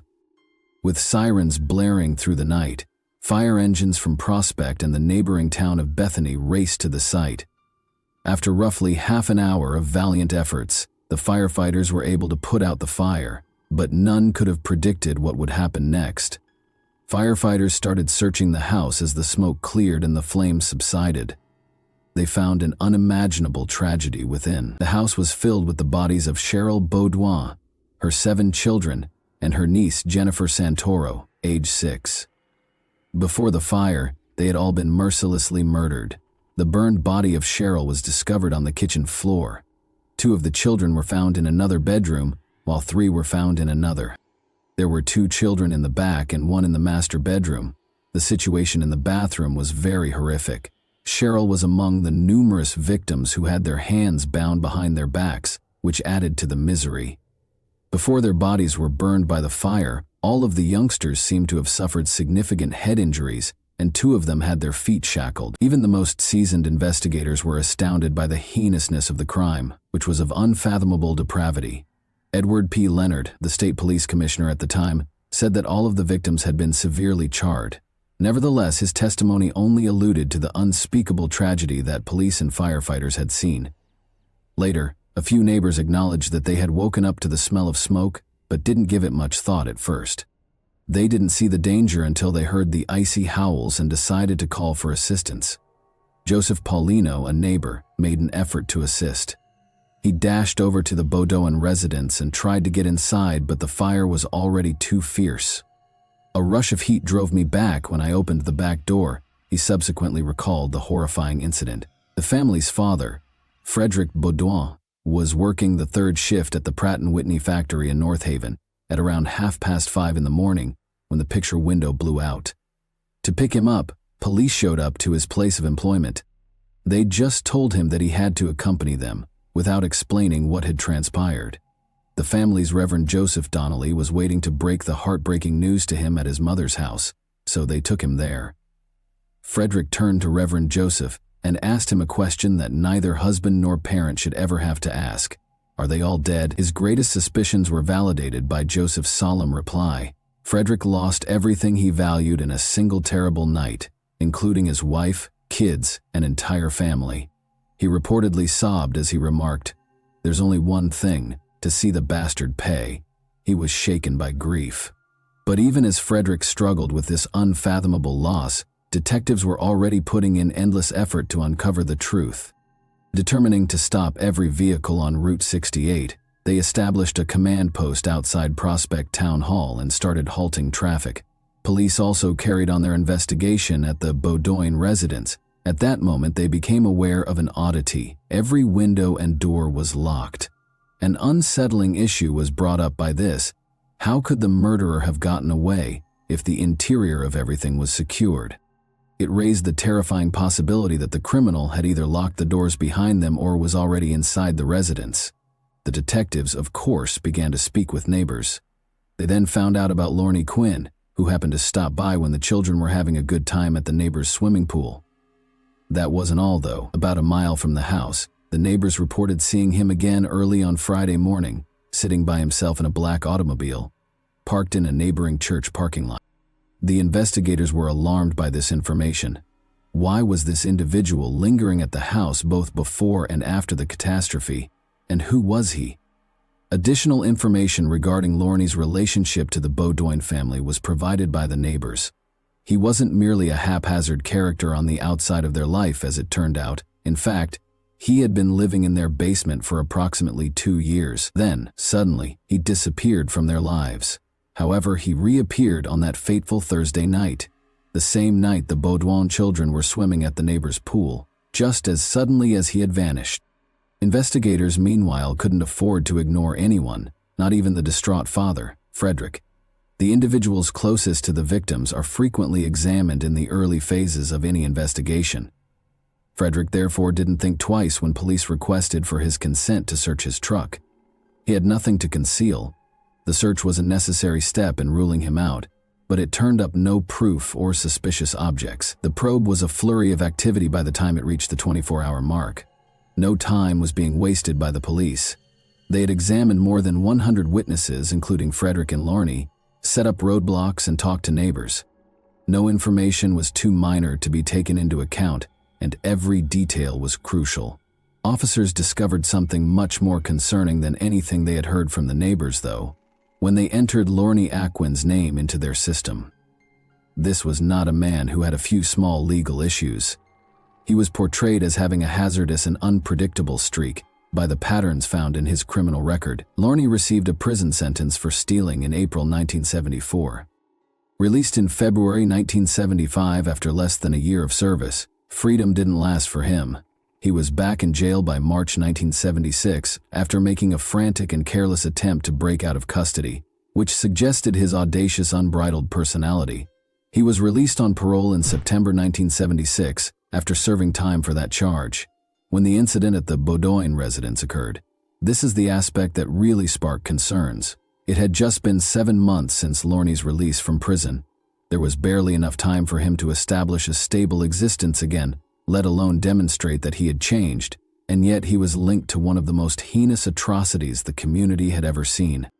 It was hard for investigators to overlook the circumstances and timing of Lorne's comeback. It was difficult to ignore the picture painted by his criminal history and his peculiar actions in the days preceding the tragedy. Why had he spent so much time away from the Baudoin residence? Why was he seen the morning after the fire sitting in a black automobile in a neighboring church parking lot? Investigators discovered a startling twist to add to the intensity of the situation. Lorne was more than a stranger with a criminal history. In reality, Frederick's foster brother was him. What a crazy turn of events. Investigators went to Lorne's residence at around 9:30 a.m. on July 22 and asked him to come in so they could question him. To the surprise of all, he nodded without question. He accompanied them to the police station with composure. However, what followed caught everyone off guard. Lorne did more than simply respond to inquiries. He explained everything. He didn't just deliver an evasive or ambivalent response. He was prepared to confess. Rather, he provided a comprehensive and terrifying description of the crime that made everyone shudder. He said that in order to make sure his sister-in-law and the kids were headed in the correct direction, he had attacked them. The police did not end their interrogation there. Even when they brought in his psychiatrist to speak with him, his account remained consistent despite the fact that they asked him the identical questions 3 times. Lorne remained firm in his confession. By this time, it was obvious that Lorne was to blame. Investigators weren't taking any chances, so they arrested him and charged him with 9 murders and 1 arson charge. He was forced to submit a 7-page confession outlining all the specifics of what had transpired. No one else could have learned the facts, certainly not from the news or any outside sources, because they were so precise and particular. All of it came directly from Lorne. However, the narrative did not finish there. Investigators discovered additional, more incriminating evidence on July 23, later that day. More horrifying, bloody shoes and socks were found in the trunk of Lorne's car, the same vehicle that people had seen him parked in at the church the night of the crime, and a garbage bag full of bloody clothing was located next to his driveway. This was all quite consistent with what Lorne had admitted. The evidence was pointing straight toward him and was piling up like a mountain. However, if you believe that the case was concluded at this point and that Lorne was permanently imprisoned, you're not exactly right. Even though everything appeared to be moving toward a speedy conviction, things were about to take another unexpected turn. The defense unit led by Lorne wasn't prepared to give up just yet. They continued to search for methods to sow uncertainty and change the situation to their advantage. His lawyer was working tirelessly to find weaknesses in the prosecution's case. Even as the evidence against him, his confession, the bloody clothing, and the witnesses, was mounting. It would not go unchallenged without a significant pushback from John R. Williams. The defense team began to fight for a delay, even though it seemed like everything was pointing to Lorne's guilt. They claimed that the court had gone too far in asking for a blood sample from Lorne Without any concrete proof, they attempted to provide fresh possibilities, such as the idea that Cheryl's brother might be the true murderer, and they wanted the confession and the blood evidence to be omitted from the trial. The court, however, didn't buy it. They refused to allow the defense to divert attention from the evidence, which they saw for what it was: terrifying, consistent, and unambiguous. The trial proceeded according to schedule there, and on July 16, 1979, the jury was sworn in, and it seemed as though the last chapter was drawing near. Then came the day that everyone had been anticipating. Lorne's confession was made public. And it didn't let me down, I can assure you. It described what he had done in graphic detail. Lorne described every moment with icy accuracy as she confessed to killing Cheryl, her kids, and other people. He even described how, before the violence started, he went to the house in the evening to pick raspberries with the children. Although it was difficult to accept, Lorne's story was not over yet. He claims that after leaving the house at 8:30 p.m., he returned early the next day at 2 or 3 a.m. by sneaking in through the unlocked basement door. Cheryl walked down to see what was happening when he casually turned on the light in the kitchen. Lorne claims that she didn't appear overly shocked to see him, and that she didn't give him any trouble when he asked to borrow some equipment from the basement to fix his automobile. But after obtaining the lug wrench, things swiftly took a tragic turn. Returning upstairs, Lorne requested a beer from Cheryl. He was family after all, so she didn't see anything wrong with it. However, Lorne struck her over the head with the lug wrench as soon as she turned around to retrieve the beer. And it didn't stop there. He continued to swing, striking her repeatedly and without hesitation. The worst thing, according to Lorne, was that Cheryl didn't cry out for assistance or scream. What was going in her head at the time is beyond my comprehension. Was she attempting to be silent in order to avoid disturbing her kids? Did she want to live through this assault without being noticed? Regretfully, it was unsuccessful. After running to the kitchen after hearing the commotion, one of the children was hit by Lorne using the same wrench. He then proceeded to use the wrench and tire iron to assault the other kids, but he returned and began stabbing Cheryl after hearing her moaning in the kitchen, indicating that she was still alive despite the severe injuries. Later, Lorne told the authorities that he had tragically beaten 10-year-old Sharon before killing her after tying up some of the kids with twine. Imagine the anguish this young child went through at the age of 10, being beaten senselessly and then attacked. He then poured gasoline all over the house, including Cheryl and the kids, and set it on fire. But Lorne's story completely changed on September 5, 1979, when he took the stand. All of his confessions were disputed by him. "I didn't do any of that," he said. He asserted that the only reason he signed the confession was because his psychiatrist advised him to do so. "It would be better for you if you signed," the doctor had told Lorne. During his interview, Lorne also said he constantly asked to talk with a lawyer, saying he wanted to do so repeatedly, but the police consistently turned down his petitions, claiming they already knew he was guilty. They persuaded him that it would be in his best interests to just confess. Lorne had a peculiar response when asked about the bloodstains on his clothing. He asserted that the blood came from a fight he got into the night of the killings, rather than the murders. Lorne claims that some men attacked him outside the cafe in retribution while he was out for coffee. He claimed that after fighting back, he beat them. The blood originated there. Many were suspicious of his claims since he maintained that it was an odd and improbable scenario. When Lorne talked about how he felt when he heard about the killings, things took an even stranger turn. He claimed that he was so furious when the police first told him about the murders that he hit a wall at the police barracks. In his rage, he allegedly told the state trooper that they had better apprehend the murderers before he did. The jurors had never seen the innocent faces of the 7 dead children until the prosecutors showed them in a picture during the trial. Lorne's attorney used this photo as justification for a mistrial, arguing that the image's emotional impact might unjustly sway the jury's verdict. But the motion was denied by the court, and the trial went on without any problems. As the case developed, some pieces of evidence, such as Lorne's initial reaction upon learning of the incident, seemed to support his version of events. Murders reflected exactly what his confession had said. This alignment made people wonder if he had been forced to confess to the crimes or if he had truly done them. Furthermore, during the trial, a fingerprint expert from the state police stated that the bloody handprint discovered in the bathtub was not Lorne's. Indeed, his handprint did not match the one on one of the door jambs. Given that the prints didn't resemble any of the victims or even Frederick the father, this revelation cast more suspicion on his involvement. Additionally, there was the issue of a previous interview that writer Lincoln Milstein from the local daily The Current had done with Lorne in October 1977. More discrepancies were exposed by this interview, which had been kept secret until the confession was made public. Lorne acknowledged to Milstein that he didn't remember the murders. He only vaguely recalled seeing bodies and blood all over the place, chatting to Cheryl, and the home being on fire. He asserted that his memory of what had transpired was blurry since he had been so terrified and perplexed by it. But in October 1977, for security considerations, Lorne was moved to a state mental hospital in Middleton, and a few weeks later he was formally committed. There were questions regarding his mental state at the time of the confession, when a psychiatrist testified that he might have epilepsy or schizophrenia. In light of this, others contended that his comments lacked credibility, which raised more concerns about his responsibility for the crimes. Let's go on to October 1979. After 3 days of hours of deliberation, the jury found Lorne guilty on all counts of murder.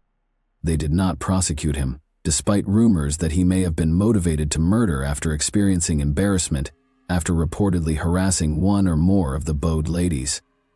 Although it was never established beyond a reasonable doubt, Chief Assistant State's Attorney Walter Scanlon speculated that this might have been the motivation. The state attempted to obtain the maximum penalty of 245 years in jail, which consists of 20 years for arson and 25 years for each homicide.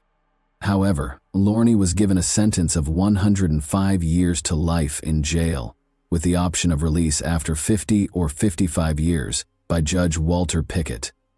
After the verdict was reached, Lorne's lawyer promptly submitted an appeal, so fast that it appeared as if the appeal had already been prepared and was ready to be filed. But Lorne was imprisoned after the court rejected his appeal. Lorne persisted in challenging his conviction over time by submitting requests for a habeas corpus hearing. Each petition was denied in spite of his best efforts, and his court cases appeared to be fruitless. For those who are not familiar with the word, habeas corpus is a writ that is used to bring an accused individual from another jurisdiction to the court where the crime was committed. This essentially allows the case to be reviewed. Lorne contended that his confession shouldn't have been used against him and that he was unfairly condemned. After a while, Lorne was moved to Suffield, Connecticut's McDougall Walker Correctional Facility, where he was imprisoned for 38 years. He accrued 8 disciplinary offenses during this period, including violence, drug possession, contraband, and other infractions. He was accused with violence and refusal to submit a specimen in 1997, which was his most recent offense. Then Lorne's health took a sharp turn in June 2015. Following a serious medical crisis, he was admitted to the intensive care unit and put on a ventilator. Lorne had no family that could or would make medical decisions for him, according to the Department of Correction. The judge was summoned to decide how to treat him, but Lorne died of a serious brain bleed before the discussion could begin. Having been incarcerated from the age of 27, he was 65 years old when he passed away. Since no autopsy was conducted and the source of the brain bleed was never identified, his death remained mysterious. After cremating Lorne's remains, the funeral home's previous owner, Robert DeClark, requested and was granted custody of his remains after his passing. In an effort to locate any family members who might come forward, DeClark occasionally carried Lorne's ashes to the Department of Correction after they had been preserved. However, nobody did, and in all honesty, it seems like Lorne received just what he was due. It's nearly impossible to comprehend the violence and cruelty involved. No child, not even Cheryl, deserves to die that way, abandoned and forgotten. For the rest of the family, especially the father, Fred, the lingering heartache must have been intolerable. Can you picture the devastating conclusion that his loved ones had been killed by his own foster brother? It had to be beyond description. The million-dollar question is thus raised. Did Lorne somehow get away with a punishment that wasn't appropriate for the offense? Or was the sentencing fair? Thanks for watching, everyone. Your support means a lot to me, and you can help my channel grow by hitting that like button, dropping a comment, and sharing this video. Your engagement really makes a difference. See you soon. Hey guys, today we're diving into another truly horrifying case. If you want to support my channel, make sure to subscribe and stay active. It really helps me out. I'd be super grateful for that. Let's get started. What if you never answered the first knock on your door in the new year? A family celebrated January 1st in a peaceful neighborhood surrounded by trees with all the joy and warmth you could anticipate. Plans for the upcoming year, holiday leftovers, and a home filled with love. However, that house would be the scene of unimaginable horror a few hours into the new year. Neighbors saw the fire first, sirens cutting through the window silence as dense smoke poured from the windows. Even the most experienced detectives are silenced by the scene that firefighters discovered inside. It was not only startling, but pure wickedness. This was deliberate. It wasn't impulsive or haphazard. And there was no swift conclusion to whatever transpired behind that front door. What, then, could motivate someone to ruthlessly destroy a whole family, including the children? And on New Year's Day, what darkness entered through the door? In Richmond, Virginia, the first few hours of 2006 were passing in silence. There was still the quiet serenity of the holidays in neighborhoods like Woodland Heights, the kind of quiet that envelops homes where families sleep, still enjoying the festivities from the night before. However, the horror that would shake a whole city came to light as the afternoon wore on and smoke billowed from one of the houses on West 31st Street. Expecting a regular call, a kitchen fire, perhaps a tree on fire, firefighters hurried to the scene. What they entered instead was something even more evil and vicious. Although the fire was intentionally started, the real tragedy wasn't the fire itself. 4 bodies were found in the basement of the flaming house, under the soot and smoke. Electrical wires and tape were used to firmly bind their limbs, the adhesive still sticking to their blistering skin. They had all been bludgeoned, hit with terrible force by what turned out to be a claw hammer, and in what could only be called an execution, each of their throats had been sliced. It was a long and eerie scene of unbelievable brutality. Instead of just being killed, a family had been sought down, held captive, tortured, and killed inside their own house. The fact that the victims were placed closely together in the basement raises the possibility that they had been detained for a while before the last blows were struck. In addition to causing fear, the criminals had remained to observe it happen. They then set the house on fire as a last act of sacrilege, not out of panic, but with the cold, calculated intention of erasing all evidence of what had transpired there. In Richmond, the victims, Catherine, Brian, Stella, and Ruby Harvey, were recognized as parents, neighbors, artists, and entrepreneurs rather than as famous people. The mother, Catherine, was a creative and energetic woman who co-founded a well-known toy business that was more than simply a store. It was a community hub where kids were valued. In recent years, her husband, Brian, who was once a prominent member of the college rock scene, had settled into a more subdued life, choosing the calm rhythm of parenting over the cacophony of the stage. Soft-spoken and considerate, he was adored by friends for his musical soul and introspective nature. Their daughters were only starting to establish themselves in the world. At just 9 years old, the older one, Stella Ann, possessed the early knowledge and inquisitiveness of a youngster who reads well above her age. Ruby, the youngest, was 4 years old and brimming with happiness. According to her neighbors, her grin could brighten any day. Anyone who knew them, or even just heard of them, felt a deep, deep rift when they saw their lives end in this manner. Once a place of laughing, music, and toys, the mansion has been turned into a graveyard of ash and stillness. Confusion replaced grief as word of the murder spread, and dread quickly followed. There were no enemies, no known dangers, and no indications of forced entrance. There was no explanation for why this one home had been subjected to such unspeakable violence. But detectives sensed it in the back of their minds. This violent conduct wasn't impulsive, it was a show. It was in control. The atrocities that were taking place were just getting started with this probe. They didn't enter screaming or in disarray. They arrived with tape, in silence, and with calculated actions that made it clear this was more than a simple heist. It was a controlled performance. First to move, gray-bound Catherine, Brian, and tiny Ruby firmly with packing tape and dragged them into the basement. He didn't move hurriedly or show any signs of being time-conscious. Dandridge, in the meantime, turned the house into a hunting ground by scavenging the upstairs like a scavenger and searching for objects to steal from the cozy space. The front door then opened. Unaware that her home's walls had already turned into a prison upstairs, Stella had returned from a sleepover. Her daughter was brought down during the brief period of her mother's freedom. Kirsten Perkinson would never forget the picture of Catherine standing in the doorway of her daughter's friend's home, looking calm, pale, and silent. Not a single word revealed what was waiting behind her. Even if there had been something strange, something drained in her expression. Soon after, they were all bound together and encircled by two ferocious creatures in the basement. Their last minutes started to fall into the hands of monsters, after the appearance of safety was destroyed. It wasn't a frenzy that followed, it was accurate. One by one, Gray took his time. With the packing tape still plastered against their flesh, he drew the blade across their throats. It wasn't over, though. He lifted a claw hammer and repeatedly pounded each of them after their bodies sagged into silence, transforming a cold execution into something much more hideous and intrusive.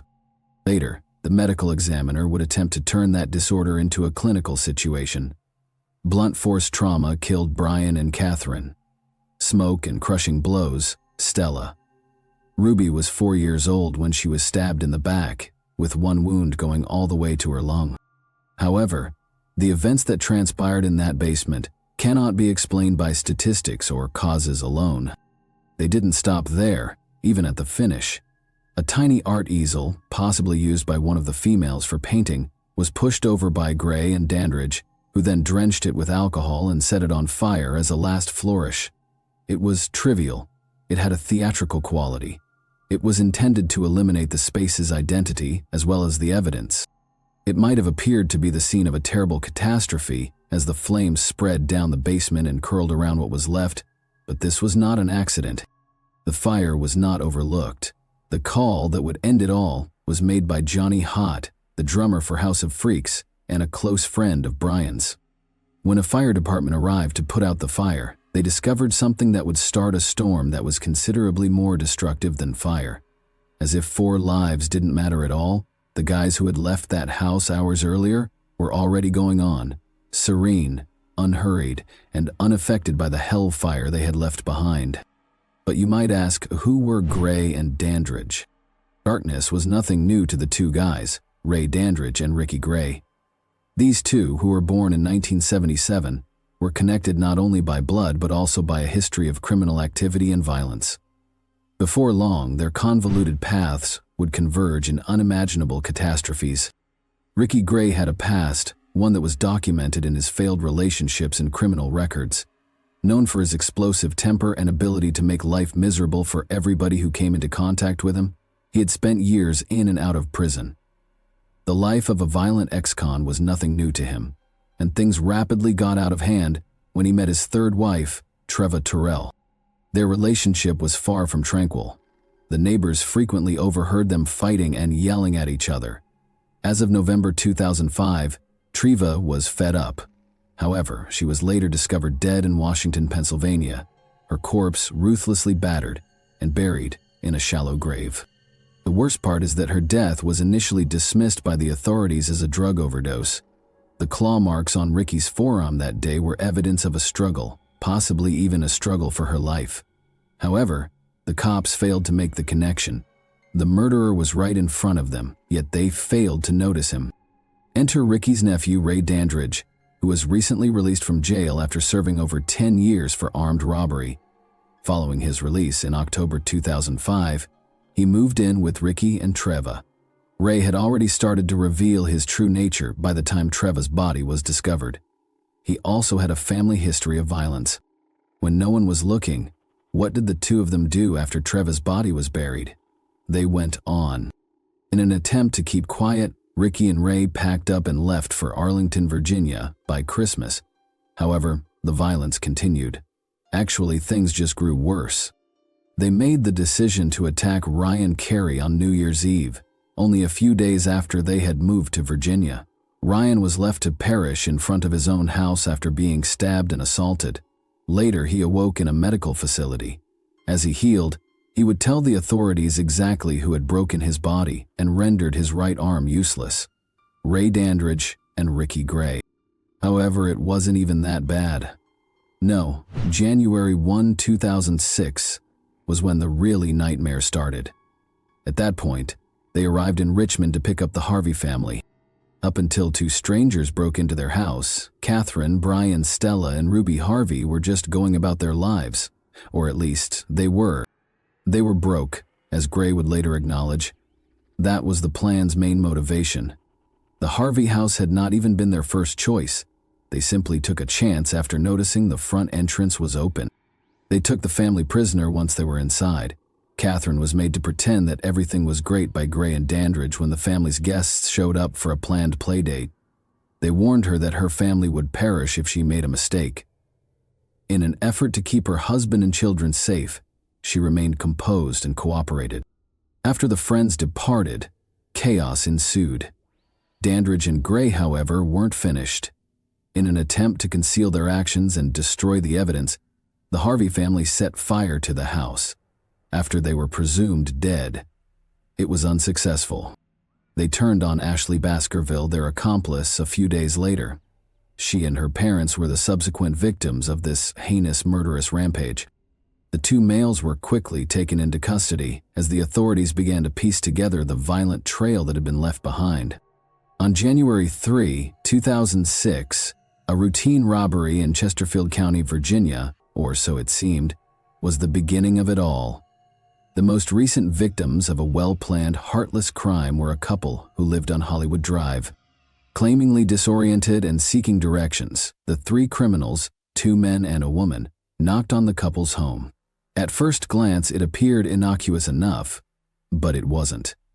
The couple was caught off guard as the burglars forced their way inside as soon as the door opened. They stole a computer, a television, and $800.00 in cash as they raided the house. However, the robbers paused when the husband tried to deter them by bringing up his wife's condition and his obligation to take care of her. It was sufficient to convince them not to tie the pair up, but the harm had already been done. They had been singled out. The burglars grabbed their belongings after breaking into their house. The pieces of the puzzle started to fit together shortly after this crime. The phone at the Chesterfield police station rang on January 6, 2006. Ashley Baskerville, 21, was a friend of her daughter, and her peculiar connections to two men, Ricky Gray and Ray Dandridge, who had both visited at Ashley's house as houseguests and were now suspected of being implicated in the Harvey family killings, disturbed a worried resident.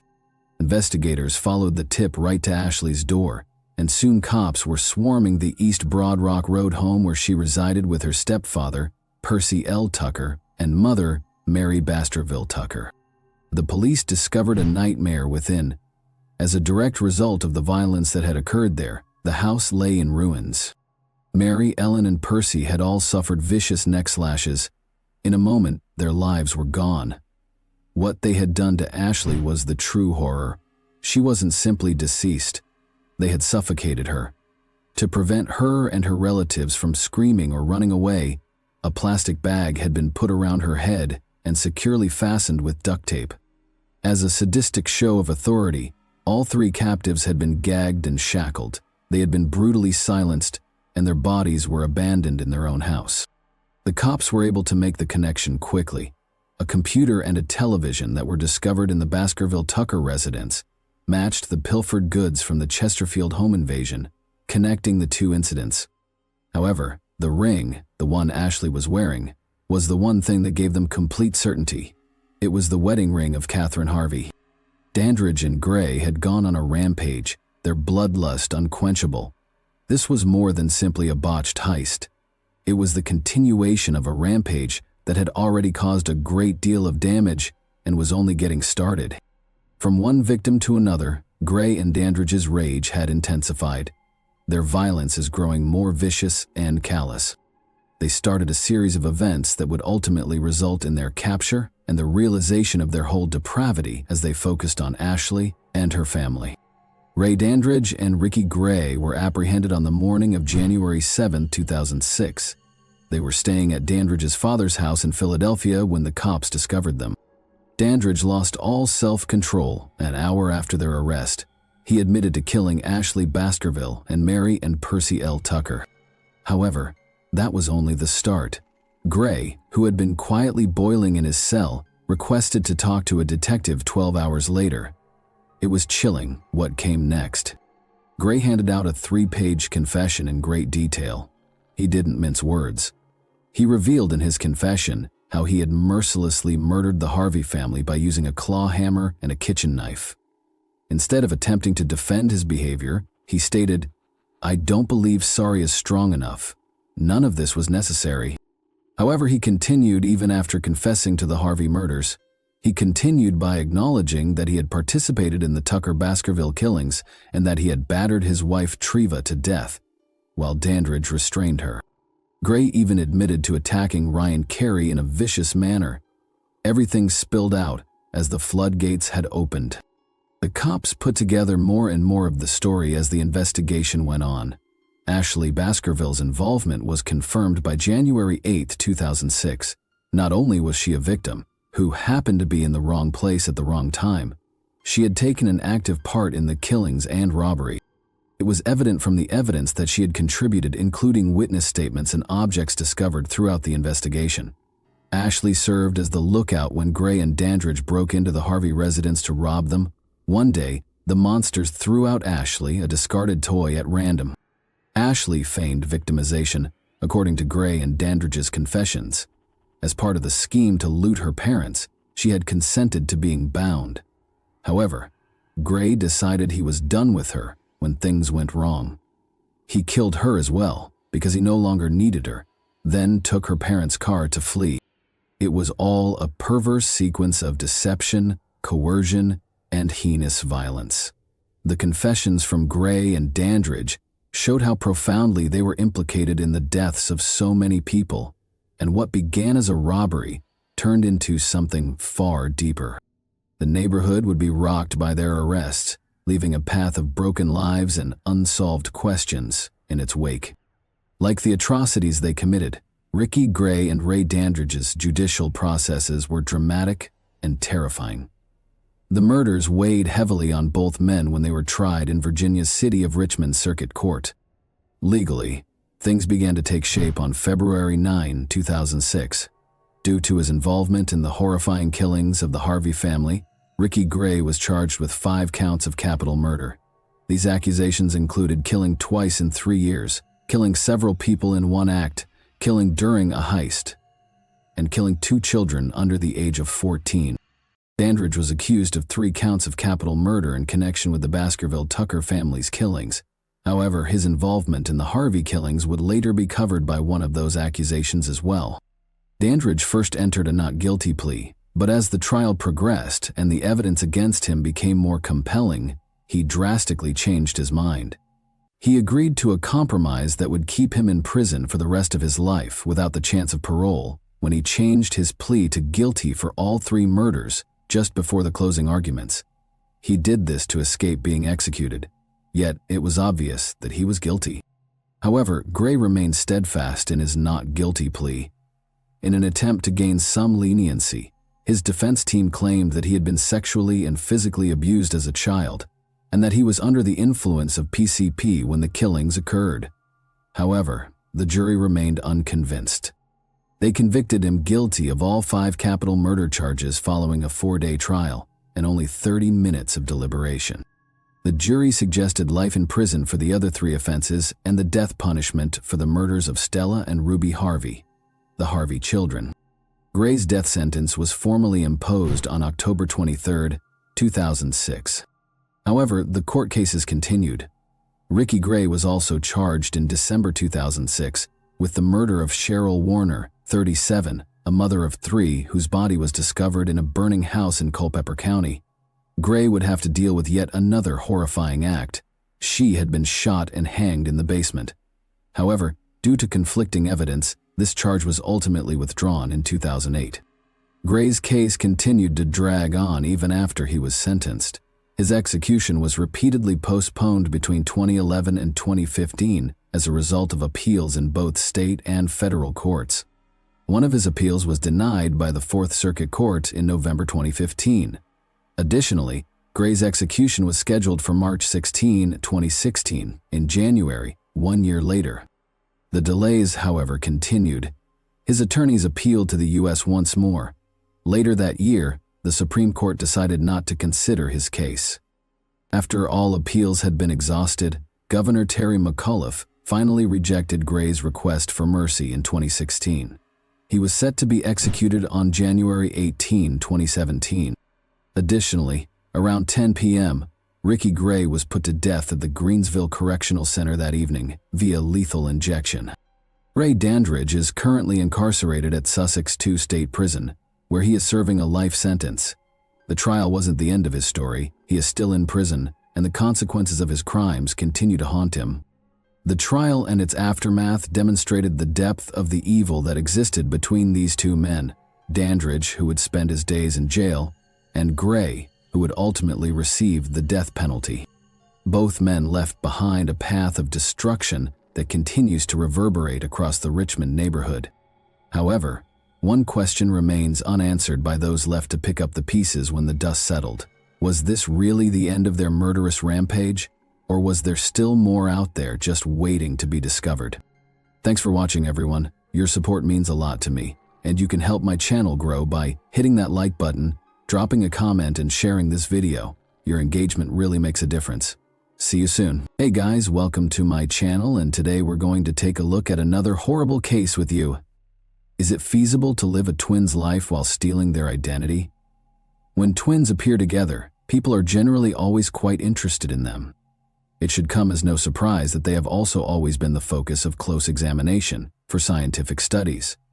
From biology to psychology, such research is thought to be essential for understanding the genetics of their behavior. Even though they live far away, many twins say they can sense their sibling or sister's emotional state, and occasionally even their physical suffering. They have a unique bond that sometimes even causes them to repeat each other's fate.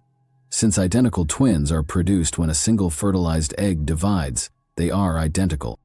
In addition to their striking physical similarities, their fingerprints are strikingly similar in terms of pattern type and line count, albeit the finer details are obviously different. Though it took place in real life, the story of Sunny and Gina Hahn, twin sisters, reads like the plot of a thriller or even a horror film. After being split up in their early years and then reunited, the girls experienced a peculiar emotion that turned into jealousy and a never-ending rivalry in everything. Every girl thought her sister was luckier and more successful than she was, and their relentless pursuit of perfection at all costs led to a true tragedy. On April 3, 1974, sisters Sunny and Gina Hahn were born into a modest household in a South Korean province. Sunny and Gina were the names given to the twin daughters. The couple's modest, if not impoverished lifestyle was severely impacted by the way their two children looked. The parents chose to divorce when the daughters were under 2 years old because they were continuously scandalized. In this instance, the children only shared during the divorce proceedings. The mother stayed in her home province with Sunny, while the father took Gina to a nearby city. The sisters did not see each other throughout the nearly 4 years that the ex-spouses did not speak. But when Mr. Hahn found a woman in 1980, she made the decision to be married and start a family. But Gina was detested by his new partner. Almost once, by forcing the man to give the child back to his mother, the lady tensely posed the question and only agreed to marry him in this situation. He took the girl to his ex-wife in the fall of that year and simply left her there without providing an explanation or even taking note of the circumstances in the home. After that, he departed and never again showed concern for his children's welfare or provided them with financial support. By that time, the daughter's mother was severely struggling with alcoholism, had no steady employment, and was addicted to gambling, which led to her accruing enormous debt. For days at a time, the lady might be gone from home, leaving her girls alone with a bag of inexpensive convenience foods or perhaps no food at all. They appeared to have no one else in the world but one another, and they were both hungry and terrified. Still, the sisters' relationship was falling apart quickly. They started fighting over everything and were always vying for their mother's attention. Their arguments frequently resulted in violent altercations that left them with abrasions, bruises, and ripped hair. In an interview many years later, the mother herself stated that she never tried to reconcile her daughters or separate them. She did not step in to stop the clashes between siblings because they were usual in Korea. In the early 980s flee to the United States of America. Mrs. Han chose to leave the country by sea in order to avoid creditors and attempt to start over, since she was unable to pay off her growing debts and was worried about her life and the safety of her daughters. The woman, who had only seen images and articles of the sunny state of California, wanted to visit. She purchased one-way tickets for herself and her kids and just packed the essentials in her suitcase. They encountered a number of issues as soon as they moved to Irvine, a city in Orange County, California. They had no family, friends, or acquaintances to offer any assistance. The girls who didn't know English struggled in school, and Mrs. Han was unable to get employment since she didn't speak the language. Living on a limited stipend, the family was barely surviving, and the future appeared ghoulish and terrifying. The mother and kids took a few years to get used to their new surroundings. However, just as things appeared to be improving, the woman developed a gambling and alcohol addiction. The same thing happened again, but this time she also started exhibiting mental health issues. She wanted to place her daughters in a foster home or orphanage because she couldn't raise them herself. Mrs. Hannah, Aurem, sister and her spouse, relocated to California in 1986. She herself offered to take the 12-year-old girls to her for rearing, after learning about the circumstances in a relative's home, as the pair did not have any children of their own. Mrs. Han eagerly accepted the offer, but she didn't even discuss it with her daughters. She hurriedly packed their things in a suitcase, caught a bus to Sunny and Gina in a nearby town, and just told them where to go when she dropped them off at her sister's house at the bus stop. The girls' lives quickly started to resemble a fairy tale, as they were embraced with open arms at their aunt's house despite their confusion and fear. Auntie and her husband made every effort to ensure the sisters were comfortable and had nothing to require. For the first time in their lives, Sunny and Gina ate enough, dressed beautifully, and were driven to a prestigious school. However, not only did the sisters' relationship not get better, it got so bad that it broke down. They were in the same class, studying together, and they were always competing. Each of the top-achieving females attempted to get around her sister in this way. In an effort to outperform their sister, they participated in athletics as well.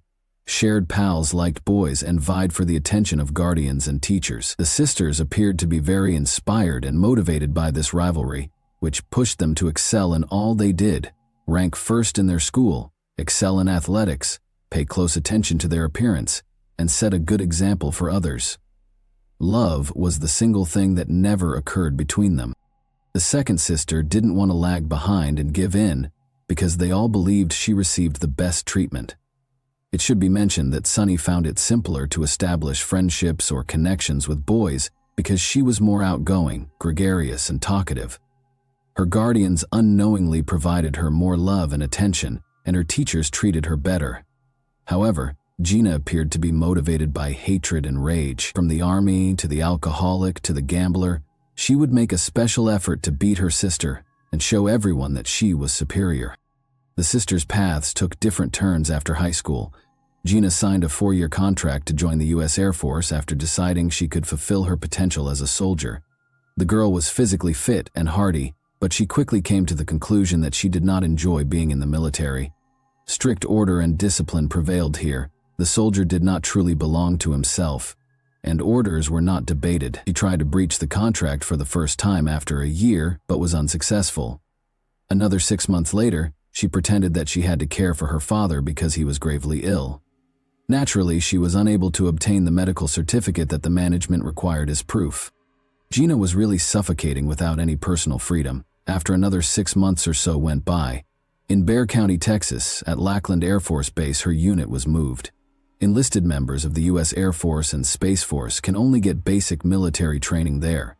Furthermore, Lackland is most famous for being the sole place where the U.S. Air Force conducts military training.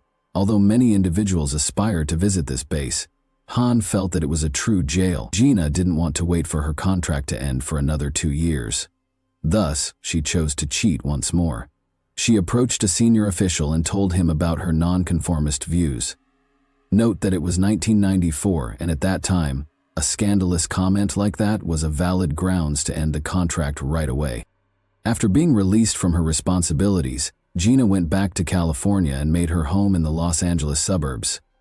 The attractive 20-year-old lady soon secured a position at a well-known casino, earning roughly $20,000, 0 cents annually. Even at the time, the amount was modest, but tips occasionally far outstripped her daily income.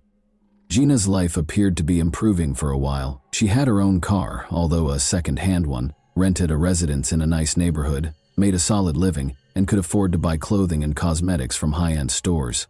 However, that was short-lived. She quickly developed an addiction to hot beverages and started using them virtually every day. It wasn't as bad as that, though. After working a shift one day, Han decided to try her luck and sat down at a slot machine after picking up her paycheck and collecting a respectable tip. She lost everything she had made in a matter of hours. However, she woke up with a genuine, excruciating excitement rather than remorse. Every day, once her work ended, she hoped to win back and hit the lottery. She sat at the machines where she lost all the money and drank. She initially only bet her salary and tips, but she soon started taking out loans from friends and co-workers, which led to her debt. Gina was unaware that she was following in her mother's footsteps, who also struggled with gambling and alcohol, and as a result, the woman once fled her own country to America while carrying 2 children. Gina became more addicted. She soon stopped lending money as she just didn't repay them, and she started doing common thievery. She took money from her coworker's purse for the first time, but after realizing the loss, the coworker felt terrible for Han and chose not to call the police. The thief was brought to administrative accountability when the incident recurred, but she was simply given a fine and a suspended sentence. She visited her aunt, who reared her, in mid-1995 and stole from her a few months later. For the first time, Gina was given a real sentence after being found guilty of stealing. She was sentenced to 3 months in prison, but she was released early after less than a month. She was seen by the police a few more times for drunken revelry after that, but she was only in prison for a few days. Sunny, a successful twin, attended a renowned university after graduating from high school. She pursued a scholarship to study law, made many wealthy and accomplished acquaintances, moved around in high society, and led that painfully ideal life that many often boast about on social media. She rented a large apartment in a high-end apartment building in a posh neighborhood, complete with a gym and swimming pool. Sunny and Helena Smith, a fellow student and close friend who was the heiress of extremely affluent parents, split the rent. In addition to owning a pricey white BMW, Han was in a relationship with a young, attractive man from a bright family who was enrolled in medical school and aspired to become a surgeon. She appeared to be the total opposite of her sister, to have fulfilled all of her dreams and to have a long and contented life ahead of her. Sunny was almost forgetting about her twin sister. Since high school graduation, they had not seen or spoken to each other. She was aware from her aunt's statements that Gina had previously served time in jail for stealing, struggled with alcohol, and accrued debt due to gambling. The girl didn't try to locate her sister, get in touch with her, or offer assistance because she was too preoccupied with her education, relationships, and creating the ideal existence. But early in 1996, Gina called her sister out of the blue and requested assistance. Is it feasible to take another person's life? Gina called Sunny in April 1996 and requested to see her. For the first time in 4 years, the sisters saw one another, but they were not happy about it. Because it appeared as though they were seated in front of a mirror, the folks in the cafe across from them had their eyes fixed on them. Gina told her sister that she was having a lot of problems and was unsure of what to do. Unemployed and very indebted, Gina had no place to live and no one to turn to. Sunny truly felt sad for her sister and paid close attention to what she had to say. Without even talking to Helena, she recommended that Gina remain at her apartment for the time being. With just a bag and her possessions, Gina moved into her sister's apartment that same day. Gina had heard that Sunny wasn't impoverished, of course, but she hadn't anticipated seeing such an opulent and comfortable apartment in a nice neighborhood with all the amenities one could want. Gina, of course, did not pay for the apartment and lived at her sister's cost for almost a month. Envy and loathing consumed her more and more each day. She was always wondering what might have happened in her life. In what way was her sister superior to her now? Gina had an apparently insane idea. After all, she and Sunny had the same appearance, and only her mother and aunt had ever been able to tell them apart. What if the twins simply vanished, and Gina was able to lead her ideal life. Since Gina had virtually no friends and her family, to be honest, didn't like her, she believed that no one would even notice the changeover or her disappearance. Such thoughts quickly became obsessive. Over time, a sneaky scheme developed in Gina's brain. She closely observed who her sister spoke to, where she went, and how she dressed and spoke. She also meticulously imitated her hair, cosmetics, and mannerisms. In an effort to get to know her sister's friends better and keep them from noticing the changeover, Gina made every effort to interact with them. The sisters continued to argue and struggled to find common ground. Sunny's constant threats to evict her sister were the primary point of contention, but she simply gave up and bottled up her resentment since she had nowhere else to go. After yet another scandal, on August 18, 1996, Gina had been drinking when she walked through the apartment, took all the money she could find, and went to the casino, while her sister and a neighbor went somewhere else.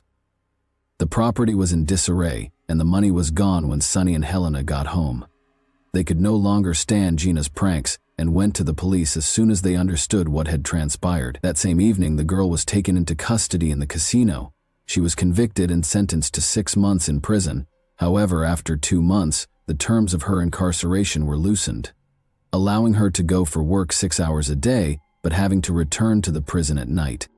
After 2 weeks of compliance, she made the decision to flee in order to finish her scheme, a cunning one. After being set free, Gina returned to Orange County by hitchhiking. The hunt for her was not a full-time job because she was not a dangerous criminal. Gina had to spend the night in a homeless shelter in a highly underprivileged area since she had no money. She wanted to replace her sister and kill her as quickly as possible, but she couldn't do it by herself, and she couldn't afford to hire a hitman. Then, after meeting 2 local adolescents in the same problematic neighborhood, Gina recruited them. They were identified as Joni Sirrett and Archie Bryant, his friend. In the event that they were successful, the girl agreed to give them each $100, 0 cents. The men made extensive preparations for the crime, purchased duct tape and rope, and even obtained a gun, albeit unloaded, that they could use to threaten people. After borrowing funds from friends, Gina hired a used Ford Mustang on November 15, 1996, with the intention of traveling to her sister's home with her accomplices. Everything was to take place on Wednesday, November 20, in the afternoon, when Sunny would undoubtedly be home by herself, based on her sister's estimates, as well as to do reconnaissance. The invaders also purchased a pack of magazines so that Johnny, posing as a salesperson, could inspect the apartment and see who was inside. The strategy appeared to be perfect. Each of the 3 criminals understood what they were supposed to do, and their roles were scripted, but all of a sudden, everything went wrong. A failed assassination attempt, to be exact. When a Mustang arrived to Sunny's apartment building at midday on the scheduled day, 2 men got out. While Johnny carried the magazines to the victim's apartment, Archie quietly moved to the side. Sunny answered the door when he knocked, but she didn't bother to knock and just slammed it in his face, claiming she didn't want anything. Johnny returned to his assistants, filled them in on everything, and they went over the plan's specifics again. Because the girl had opened the door without calling anyone, nobody was suspicious that she might not have been home alone. The young guys returned to the apartment after concluding their discussion of the subtleties and retrieved the rifle, duct tape, and rope from the car. When Johnny called the apartment again at around 1, Archie was standing a short distance away, ready to kick down the door when Sunny opened it. But by that time, Sunny had already gone to shower because she had a crucial meeting to attend. When the bell rang, her neighbor, who was seated in front of the TV in the living room, refused to even open the door. However, the unexpected guest persisted, so after a few minutes, Smith gave up and made his way to the door. Without any fanfare, the males kicked out the door as soon as the latch clicked and it started to open, knocking the girl on the ground before realizing that it was not Sunny in front of them and brandishing a revolver. After duct taping Helena's mouth shut and tying her up, Johnny rushed to Gina to ask her how to handle the problem and whether to allow the witness to remain alive. A bank card in Sunny's name was on the dresser when he left. Sunny, who was still in the restroom at the moment, heard a sound and warily peered out. After concluding that the house had been broken into, she went back to the bathroom, picked up the cell phone in the corridor, and began phoning the emergency services. She only had time to inform them about the armed robbery and provide the address. The friends anticipated being tortured to discover where the money and valuables were in the house, or being abused when Archie grabbed a terrified Sunny by the hair, tied her up with rope, taped her mouth shut, and threw her on the floor next to a bound Helena when the connection was abruptly cut off and the room door swung open with a powerful kick. But the police showed up a few minutes later. When the cops got to the residence, Johnny and Gina were still in the Mustang. A few minutes after the initial 3 police officers rushed past them, a second vehicle arrived to assist. Every force was hurried to the scene because it was a hostage situation. The intruder sitting in the car heard the number of the apartment radioed by a passing police officer. Gina shouted that she was Sunny as she exited the vehicle. Law enforcement officer Han glanced at her, but he couldn't make out what that meant. He requested that she rush to the location, where his colleagues had already disarmed the assailant and freed the hostages. The policeman was astonished and confused when he walked into the flat. The same girl he had just rushed past on the street was sitting in front of him, weeping and terrified. The policeman briefly questioned whether what was happening was genuine when he inquired her name, and she replied that it was Sunny Han. Since the same person could not be in 2 locations at once, he believed he was going insane. The Ford Mustang carrying the girl and her accomplice, the good twin and the bad twin, had already vanished when the man who had told his colleague that he needed to check something leaped back into the yard. Gina knew the attempt had failed when she heard the radio announce the apartment number and saw the cops coming. Then, in a desperate move, she jumped out of the car and called herself by her sister's name. By claiming that the true offender was now in her flat, the girl attempted to appear like a victim, but the rushed officer ignored her and merely requested her to wait. Gina, of course, didn't wait. She and Johnny went to the closest ATM and used her sister's stolen card to withdraw a couple $1,000s. The crooks then hurried to the Mexican border, but not before they had to swap their car for a less noticeable one at the car dealership. Gina used her sister's name when introducing herself, but she accidentally wrote her own name on the form. The staff found this extremely odd and requested her to wait while the formalities were completed. The management was then notified, and the police were contacted.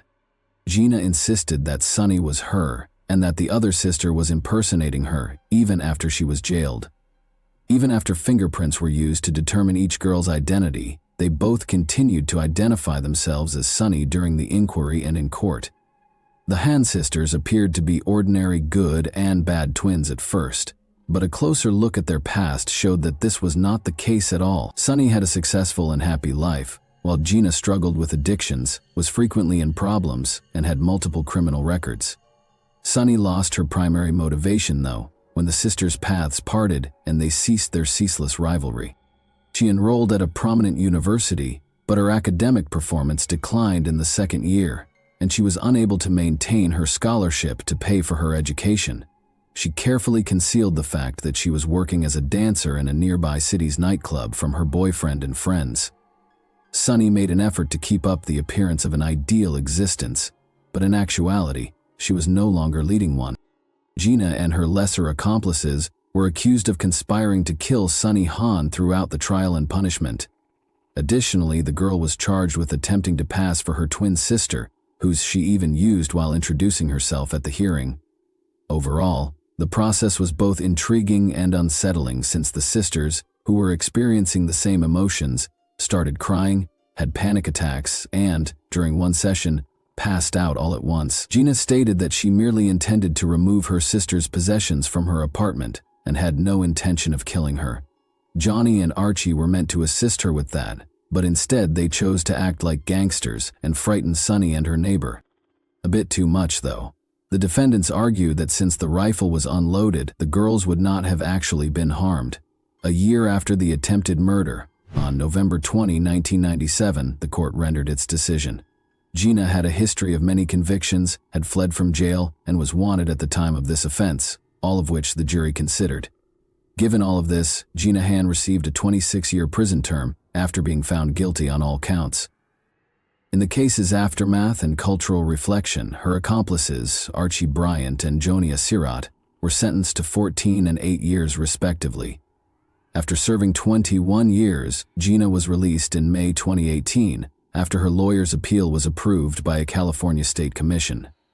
It's important to note that Sunny supported her in her parole case because her sister was able to pardon her. After Gina gained her freedom, she moved into her mother's home and now looks after her.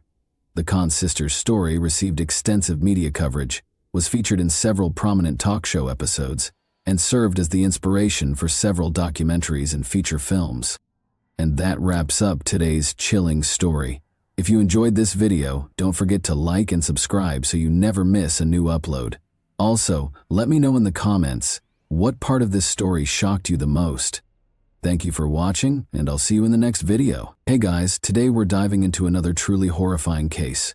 If you want to support my channel, make sure to subscribe and stay active. It really helps me out. I'd be super grateful for that. Let's get started. Like many of the stories we've told, this family appeared to be a living example of the American dream, but appearances can be misleading. On the surface, it all started out as a typical night in a peaceful house with a mother putting her daughter to bed. However, by dawn, the same house would be transformed into a crime scene, with the lady and her 7-year-old daughter discovered brutally killed. By brutally, we mean that this wasn't an attempted robbery. This was anger and malice. There was only blood and silence, no shouts in the night, no evidence of forceful entrance. Palmerston North, a little secure city where doors are left unlocked, was rocked to its foundation. Why attack an innocent family, and who may have done this? Suspicions quickly began to surface due to a late-night trip, an oddly stained clothing, and a computer that was shut off at a certain moment. Suddenly, the story that everyone believed to be true began to change. Because the monster may have been closer than anyone thought in this instance. You will remember the Lundy murders narrative for a long time. They lived in Palmerston North and were a close-knit family consisting of Mark, Christine, and their daughter Amber before everything fell apart. Amber was the only child of Mark and Christine, who had been married for 17 years. She was intelligent, vivacious, and adored by her parents. Together, they operated a kitchen sink sales company. It wasn't particularly glamorous, but it usually covered the expenses. However, behind the scenes, things weren't quite as stable. The business was always in debt, frequently owing its supplier about $100,000, 0 cents. And in 1999, Mark took a risk and went overboard rather than retreating. Dreaming of a vineyard and possibly a new beginning, he purchased 2 pieces of land near Hawke's Bay to cultivate grapes. But such aspirations are not inexpensive. Mark skipped several dates for settlement, according to the landowner's later testimony. Interest rates rose as high as 14% and penalties began to mount. The Lundys were deeply in debt by August 2000, with penalty interest alone amounting to about $140,000, 0 cents. Additionally, the last day to make the payment was August 30th, which was also the day when Christine and Amber were discovered dead. The couple had signed documents to raise their life insurance from $200,000, 0 cents to $500,000, 0 cents just 5 days before to the killings. The page still bears Christine's signature, but the new policy hasn't been processed yet. Bruce Parson, the insurance representative, made it apparent that the increase was not in effect. Christine passed away prior to the paperwork being processed. Tower Insurance did pay $75,000, 0 cents of the Lundy mortgage after the murders, but there was no large payoff or $500,000 check, just sadness and suspicion. Although it appeared to be a family pursuing lofty goals, there were already fissures showing beneath the surface. Let's go back to Tuesday, August 29, 2000, before we go into those cracks. Palmerston North had a cold, unremarkable day, the sort that most people would forget, but by the following morning, the sleepy little town would be completely changed. Mark Lundy got into his car and drove off for Wellington that morning. For him, it was simply another business trip. He made a living selling kitchen sinks and fixtures, so these business trips were nothing out of the ordinary. He might occasionally be gone all day or simply for the night. There were no concerns about that Tuesday.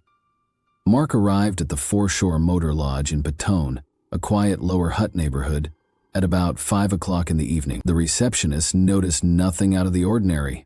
From the outside, everything appeared to be normal after he received his room key and settled in. He seemed to have no motive to return home, and he had an alibi. At 5:30, only half an hour later, his cell phone called. Either his wife Christine or their daughter Amber was calling from home. They spent almost 8 minutes talking. One of them said they were going to McDonald's for dinner, Mark subsequently informed the police. That particular detail was verified. A McDonald's receipt, timestamped at 5:45 that evening, was later discovered by police in the Lundy residence. An everyday scene captured on grease-stained paper was unequivocal evidence that Christine and Amber were still alive at the time. However, things started to change gradually. Christine took a friend's phone call at about 7 o'clock. She didn't sound panicked or odd, and there was no indication that something wasn't right. Whatever terror lay ahead in that house had not yet materialized. Mark, meantime, continued his evening activities back in Petone. He contacted a business associate at 8:28 to discuss investing in a Hawke's Bay vineyard project. However, a dark force was infiltrating Palmerston North. At 10:52 that evening, the family computer was manually turned off by someone, not disconnected or crashed, marking the end of life in the Lundy residence. Alarms were aroused by that innocuous behavior. Some thought it signaled that the murderer had completed their mission. At 11:30 that evening, Mark called again, but this time he was calling a Petone escort service rather than a business associate. Around 1 in the morning, a woman was allegedly sent to his motel and left. He would later use this detail as a key component of his alibi. How could a man host a guest in his motel room and be complicit in a vicious double murder in a different city? However, the escort's presence wasn't what would completely change the course of this tale. That was Wednesday, August 30, the next day. Glenn Wary, Christine's brother, stopped by the house sometime in the middle of the morning. When he knocked on the front door, no one responded, but he needed to talk to her about a business situation. The ranch slider door was unlocked when he walked around the back. When he entered, he discovered Christine's blood-covered, lifeless body on the bed. She had been hit in the head several times, so badly that pieces of brain and bone had sprayed the bedroom doorway and walls. Amber was discovered on the floor, still wearing her nightgown, face down. She hadn't gotten very far because, like her mother, she had been brutally attacked. The murderer was merciless. This was anger, not simply murder. As soon as the police arrived on the scene, they realized something was wrong. There was blood on the frame of a back window that appeared to have been tampered with, possibly to simulate a break-in. The window belonged to Christine. Only after the murders were completed did it seem as though the murderer had attempted to create the impression that someone had broken in. The scene was deliberate and ruthless. It appeared to be a robbery at first. Investigators wondered if someone had broken in for valuables because a little jewelry box was stolen, but nothing else of value was found. Why merely take a trinket box and abandon everything else? This action wasn't impulsive. It was intimate. Detectives thought the weapon was similar to a tomahawk because of the severity of the injuries. It was small, sharp, easy to swing, and equally easy to dispose of. That raised the most important question of all. Who would carry out this action? Who had the time, the chance, and the reason? At that point, Mark Lundy came into focus. The police thought he was to blame. The surprise is that they couldn't even agree on the alleged date of the incident, depending on which version of the story you follow. According to one account, Mark killed his wife and children after leaving his motel after the business calls, drove more than 150 kilometers back to Palmerston North, and then hurried back to Petone so no one would notice. Another theory made me shiver even more. That version states that the killings did not take place at night. Rather, they asserted that Mark Lundy left his motel covertly after midnight, precisely within the minuscule time frame between calling an escort service and the woman showing up at his room. He had less than an hour to drive back to Palmerston North, kill his wife and daughter in a horrible manner, get clean, and then go back to the motel as if nothing had occurred. Imagine traveling more than 300 kilometers in less than 60 minutes, carrying out a brutal double homicide, and returning with no signs of guilt, blood, or evidence.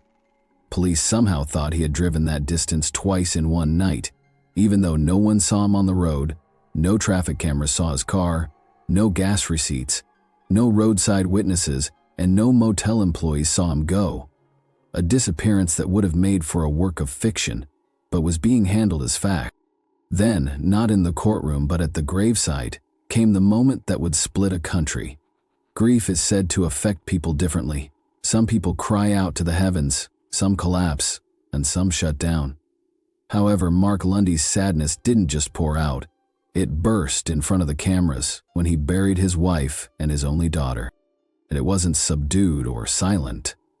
Only a few days after Christine and Amber were discovered dead in their house, it was shown. There was a funeral. There were so many mourners in the church. The town as a whole felt shattered. There were still no arrests, despite the fact that 2 innocent lives had been taken in the most brutal manner possible. People came to find serenity, to remember, and to grieve.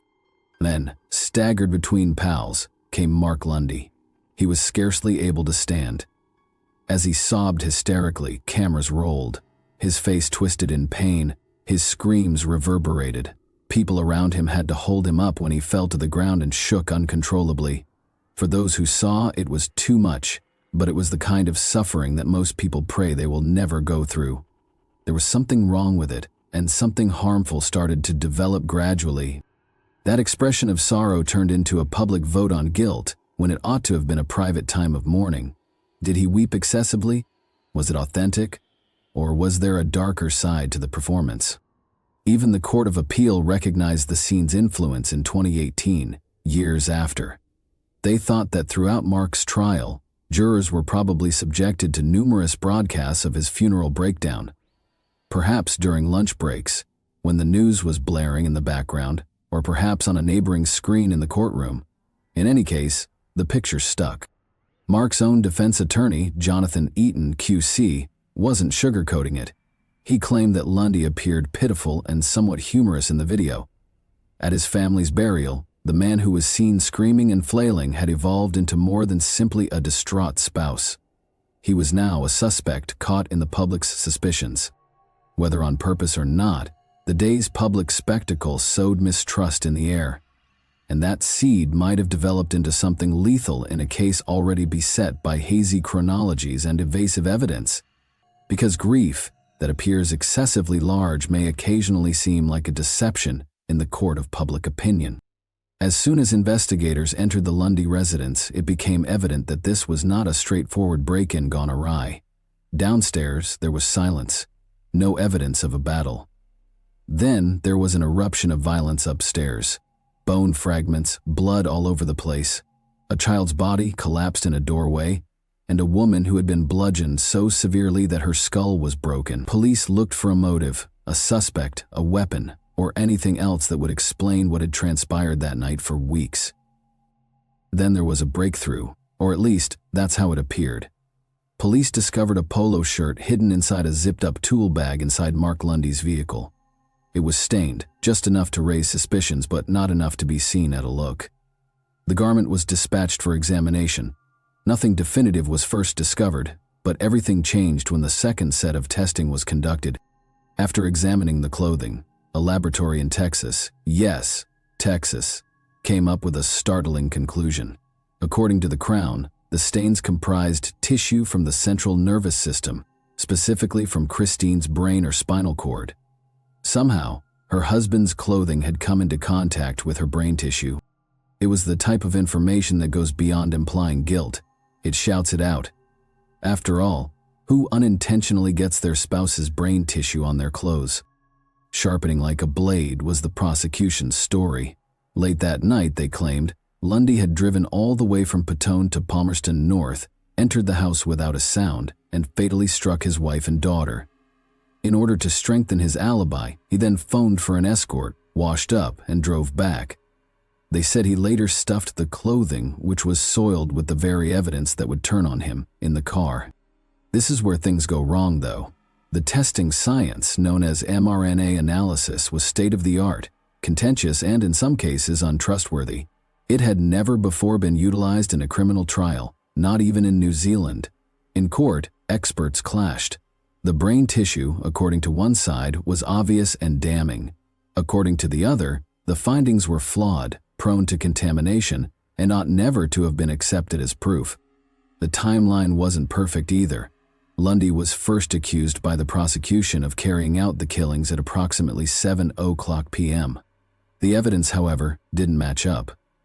The call to the escort, the McDonald's ticket, and the phone records all pointed to the fact that he was not in the vicinity of Palmerston North at the time. Thus, they modified the theory. They now asserted that the killings took place closer to midnight, within a window of time that was hardly large enough for what he allegedly accomplished. He allegedly drove the 3 hours in disguise at a high speed while it was dark. All of this was done in order to return to his motel before dawn, without any physical weapon ever being found, no witnesses, and no blood in his car. It was ripped apart by the defense.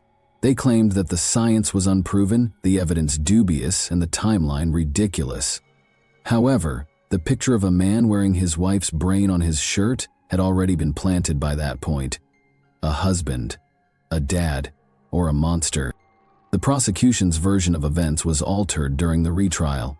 They had earlier claimed that the murders couldn't have occurred, but now they had to occur after 10:52 p.m. It seems desperate.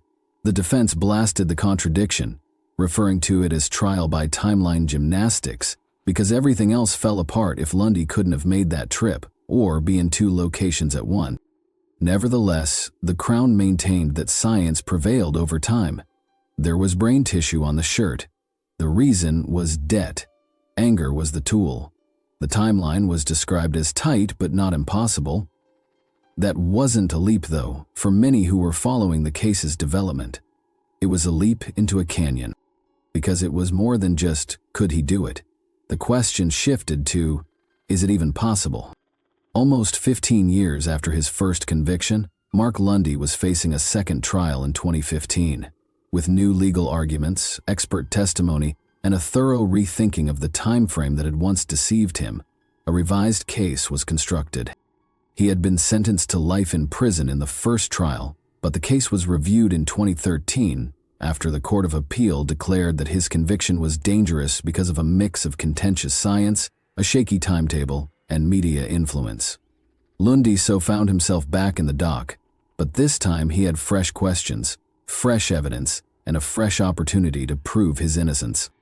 Was it a new beginning, though? The 3 main pieces of evidence were the same: the strange time frame, the financial motivation, and the brain tissue found on Lundy's shirt. The defense would continue to challenge the forensic evidence's validity. They had to. But what about the motivation? The chronology? Could they present a compelling enough case to overcome the years of rumors, media hysteria, and courtroom drama? The prosecution maintained the brain tissue argument, claiming that Christine's head was the only possible source. However, the defense refused to accept it.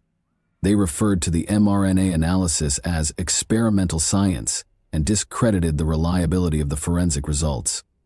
They questioned if the study, especially when it came from a tainted sample, actually demonstrated anything about the tissue. The timeline followed. The premise of the prosecution's case remained that Lundy could have driven from Petone to Palmerston North, murdered his wife and daughter, and then driven back to Petone in the middle of the night in a manner that defied common sense. This time, however, the defense said that it wasn't only a stretch. There was no way. All of the prosecution's presumptions were questioned by them. What about the motivation, though? Why Lundy would murder his wife and daughter a few days after raising their life insurance payout was a question the defense sought to answer. It didn't add up, even though the prosecution claimed it was all about the debt. When there are simpler alternatives, why kill your family? Given that the insurance coverage had not yet taken effect, why would the indebted businessman go to such lengths? Not to mention the circus of the media.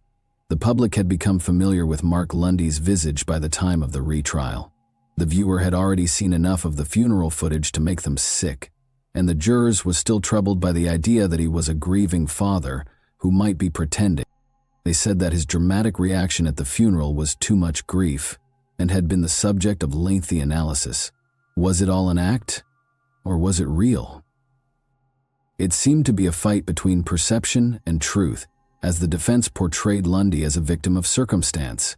Even if the scientific evidence was questionable, the prosecution held on to it. The defense, on the other hand, attempted to cast doubt on every single premise, including the timeline, the motive, and the forensic evidence. all while presenting a picture of a guy who had been falsely accused. The jury's verdict would ultimately depend on one point, though. Following all the arguments, expert testimony, and scientific disputes, was Mark Lundy indeed responsible for 2 heinous murders, or had the system failed him? Mark Lundy would be found guilty of killing his wife Christine and daughter Amber at the end of the retrial. This time, he was not saved by the disparities in the timing, the dubious forensic science, or the damaged public image. But the fight for the truth was far from ended. Although an appeal was promised by Lundy's attorneys, the final decision would not be made for years. Paul Peterson, Christine's brother, was the first person to reach the crime site in the hours after the horrific killings of Christine and Amber Lundy. This individual wasn't an investigator or a police officer, and everything about his presence looked out of balance in the icy calm of that moment, as if fate had put him in the middle of a storm that would rock his family's entire universe. Although it began as a typical day in Palmerston North, a peaceful town, Paul would remember that day for reasons that would follow him throughout his life. It started, oddly enough, with his sister calling. Despite Christine's assurance that they would talk about a family issue, Paul felt uneasy when he showed up at the Lundy residence to meet with her. A feeling of dread swept over him as he entered through the open front door. Then he discovered that Christine and Amber Lundy had been brutally robbed of their lives. Paul saw the finding as a moment that would never be able to be undone. There was no turning back once he stepped into that crime scene. He had entered a nightmare that would tear apart his family's fundamental existence. What was most noticeable, though, was the uncanny quiet that seemed to envelop him. Paul Peterson phoned the police right away after discovering the bodies, as anyone would. However, as detectives started piecing together the chronology, something didn't fit. In addition to being the first person to reach the residence, Paul had also found the bodies. The question was raised: was Paul complicit in the killings? Was he a guy gripped by the horror of what he had just discovered? Or was his calm manner in the aftermath an indication of guilt? The emergence of a disturbing pattern was immediately noticed by the police. In addition to being the first to find the dead, Paul's deeds and testimony played a crucial role in determining how the crime was told, but the way he described his discovery was a little unsettling. A cloud of suspicion hovered over Paul every time the pictures of him entering the house quietly, talking to the police, and then testifying at trial were shown back. Paul Peterson came under more scrutiny as the investigation went on. Paul Peterson was the quiet witness to all of this, remaining in the background while Mark Lundy was taken into custody and charged with killing his wife and daughter. However, many were unaware that Paul was starting to draw his own questions as a result of his own anguish. Had Paul remained too composed after the incident? His calm response to discovering the victims and his icy description of the crime scene were later questioned by some, who questioned whether this was the response of the murderers. Was it anything more sinister?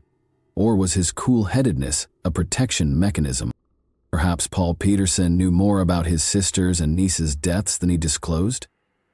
The suspicion around Paul never really went away, even though he was never officially accused or connected to the crime. People in the neighborhood couldn't help but worry whether he had been too close to the crime, and some started to wonder if there was something crucial that the investigators had overlooked, like a detail in Paul's testimony or something he did before phoning the police. Ultimately, despite persistent suspicions, Paul Peterson was never prosecuted with his sister's and niece's deaths. Paul went back to being on the sidelines of the case, while the investigation shifted to heavily focus on Mark Lundy. Mark Lundy was acquitted in 2019, following years of court proceedings, when the Court of Appeal determined that the case against him had been essentially faulty.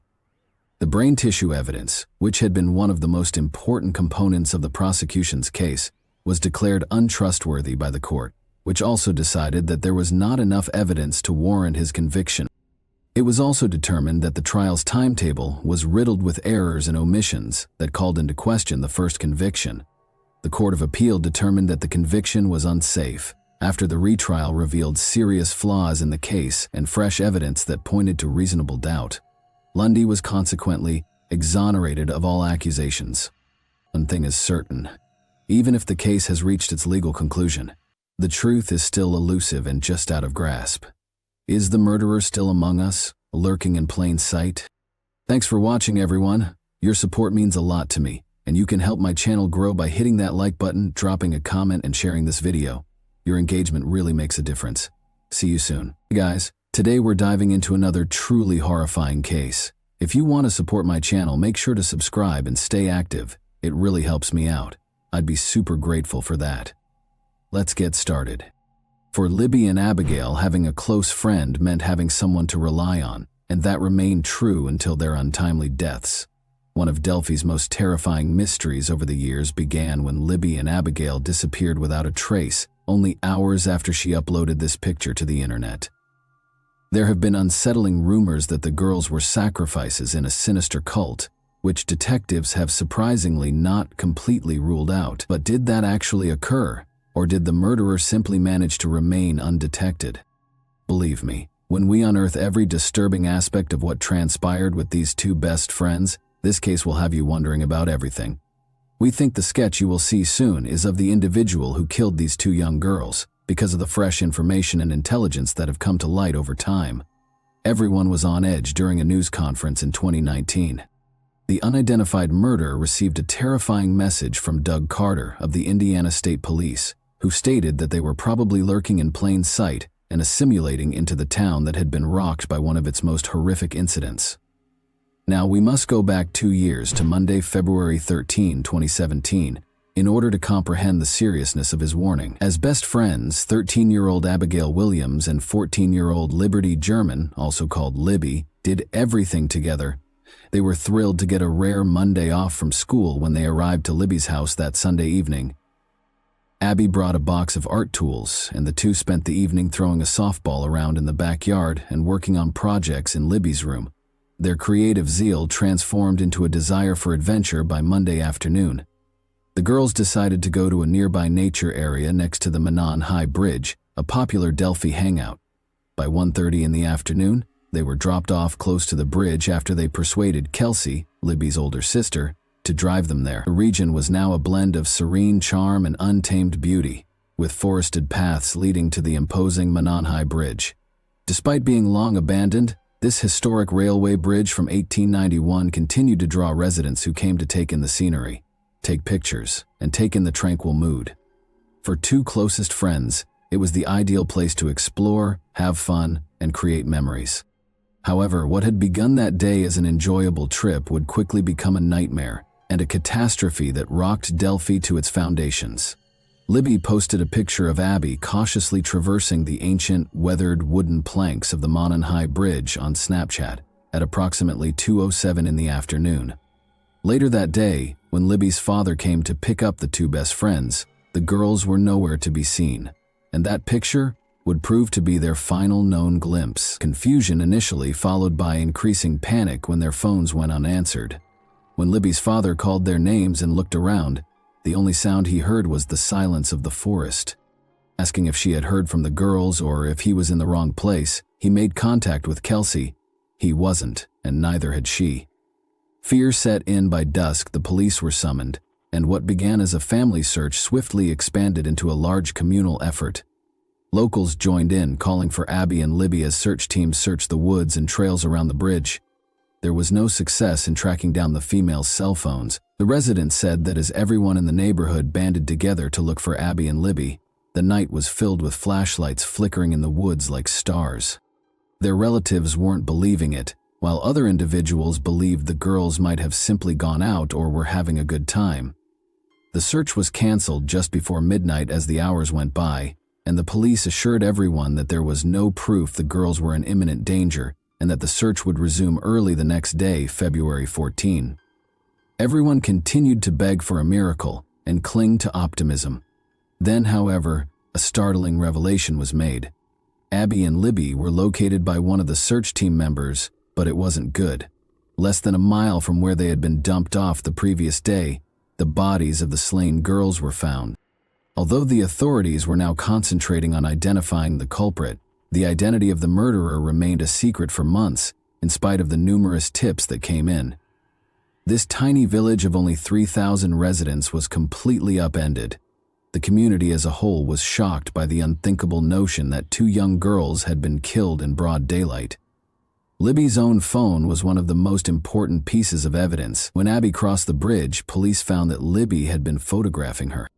She also recorded a man's voice and image as he walked along them in that video.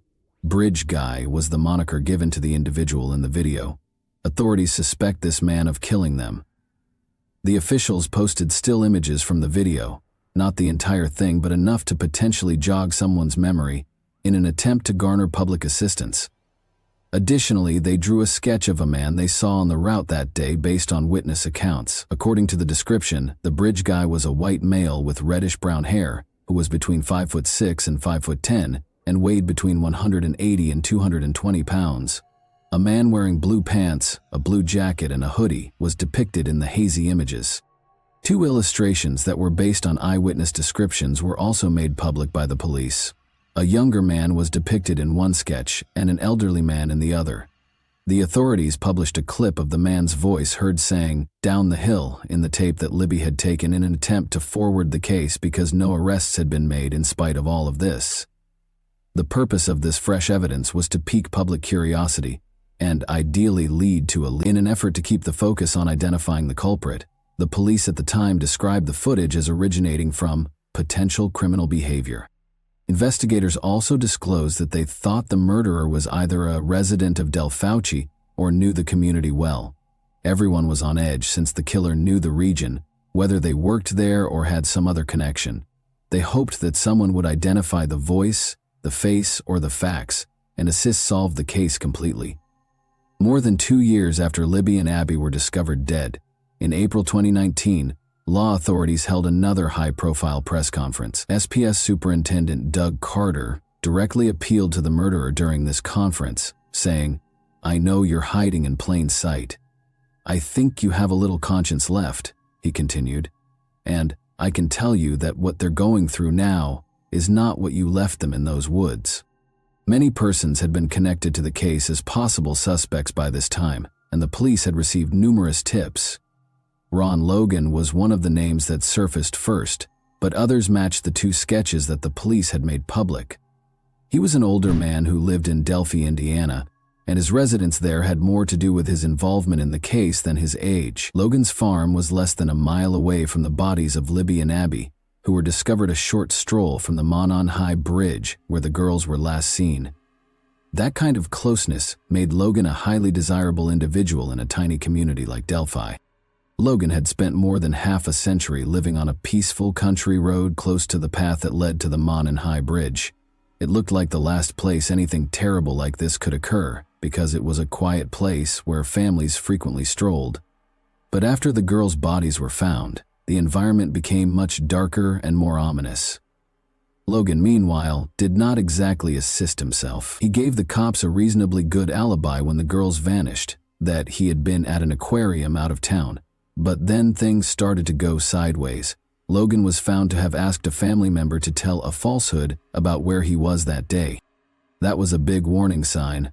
Why would he strive to hide his whereabouts if he had nothing to conceal? A month after the killings in March 2017, the FBI intervened, further complicating matters. Ronald Logan's home, garage, pickup truck, computers, and cell phones were all allowed to be searched by the FBI. The FBI agent explicitly stated that there was probable cause to believe in the warrant request. Evidence of Eve Logan's involvement in the killings was discovered on his property. The spy even described in full their suspicions about Logan's involvement. Before we get started, though, the request provided some previously unreleased information regarding the crime site. The FBI first verified that a piece of clothing was missing from one of the victims. Investigators discovered fibers and unidentifiable hairs at the crime scene, but no indications of a struggle or brawl were present. The bodies also seemed to have been staged and transported, even though just a few seconds of the notorious video had been made public. Until then, the agent verified that it was 43 seconds long by referring to it on Libby's phone. There were no obvious signs of a scuffle in the video, which showed the guy trailing the girls around the Monon High Bridge. Additional suspicious information was uncovered by the search warrant for Logan's property, which was situated directly adjacent to the scene of the girls' deaths. According to the FBI agent, Logan had instructed a family member to fabricate an alibi for the afternoon the girls vanished. Additionally, mobile tower data revealed that Logan's phone was in the vicinity of the girls' disappearance and, later that evening, close to the location where the remains were subsequently found. Additionally, Logan's former girlfriends came out with unsettling information regarding his actions. According to both, Logan had physically abused them. One lady said that Logan had threatened to kill her and that no one would ever locate her body. Additionally, the agent stated that the victims had lost a significant amount of blood, and it was highly likely that the murderer would have come into contact with blood on their person or clothing. The remains appeared to have been staged and transferred deliberately, and 2 items of clothing belonging to one of the females were missing. The agent conjectured that the murderer may have done something to commemorate the crime scene, such as taking a memento. Investigators searched Logan's property in the hopes of discovering something that would connect him to the killings. However, Logan persisted in claiming that he had been purchasing tropical fish in LA Fauci, which was 20 miles away, and that he hadn't returned home until 6:30 p.m. However, when authorities investigated his alibi, they discovered that his cousin, who was purportedly with him, had not supported his account. Actually, they were unable to verify any of Logan's alibi information. Nothing tangible was discovered to link Logan to the killings, even after a thorough search of his property was conducted as part of the investigation. He had a history of legal issues, including a prior DUI conviction, and he was prohibited from driving while on probation. Investigators thought it was the reason he had requested his relative to tell a falsehood on his behalf. Ironically, Logan was eventually arrested for probation violations, which had nothing to do with the Delphi killings. While he was in detention, investigators had the opportunity to inspect his property once more, but once more they were unable to find any concrete evidence connecting him to the crime. Logan's death from COVID-19 in 2020 marked the formal end of suspicions about him, although it didn't seem like it had ended yet. This time, another interesting individual was discovered. Keegan Anthony Klein is the man in question.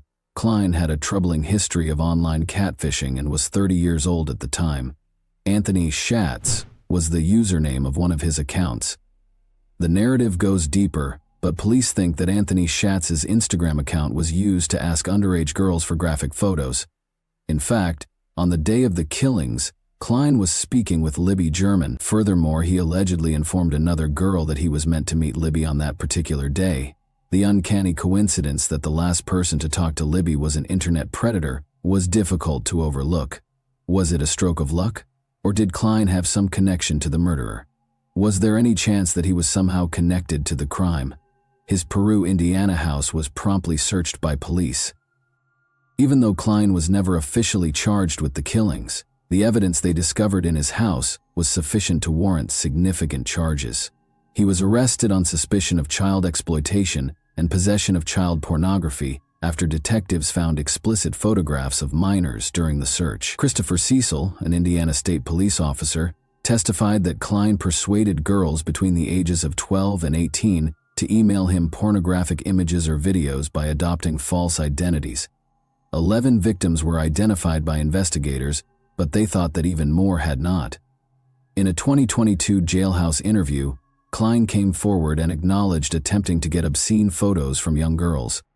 However, he stated that he was really lonely and didn't really know why he did it, and that he never planned to meet any of them in person. Klein was given a 40-year prison term with 3 years suspended after entering a guilty plea to the charges. Even while his term served as a reminder of how serious his actions were, Abby and Libby's case remained unresolved. 5 years after the horrifying killings in 2022, many people worried that justice would never be served. The case appeared to have stalled for years. The neighborhood was becoming more and more irritated, and investigators were making little headway. Then, on October 26 of that year, everything changed when it was revealed that Richard Allen, 50, had been arrested and charged with Abby and Libby's murders. Richard Allen was not an unfamiliar or aloof person. He was a well-known figure in Delphi, a tiny town. He was married, had a daughter, and worked at the neighborhood CVS pharmacy. He had even produced tribute images for the families of the victims, which was shocking. How could someone with such a strong sense of community be able to commit such a horrible crime? Maybe, just maybe, what Indiana State Police Superintendent Doug Carter had said 3 years prior had been frighteningly true.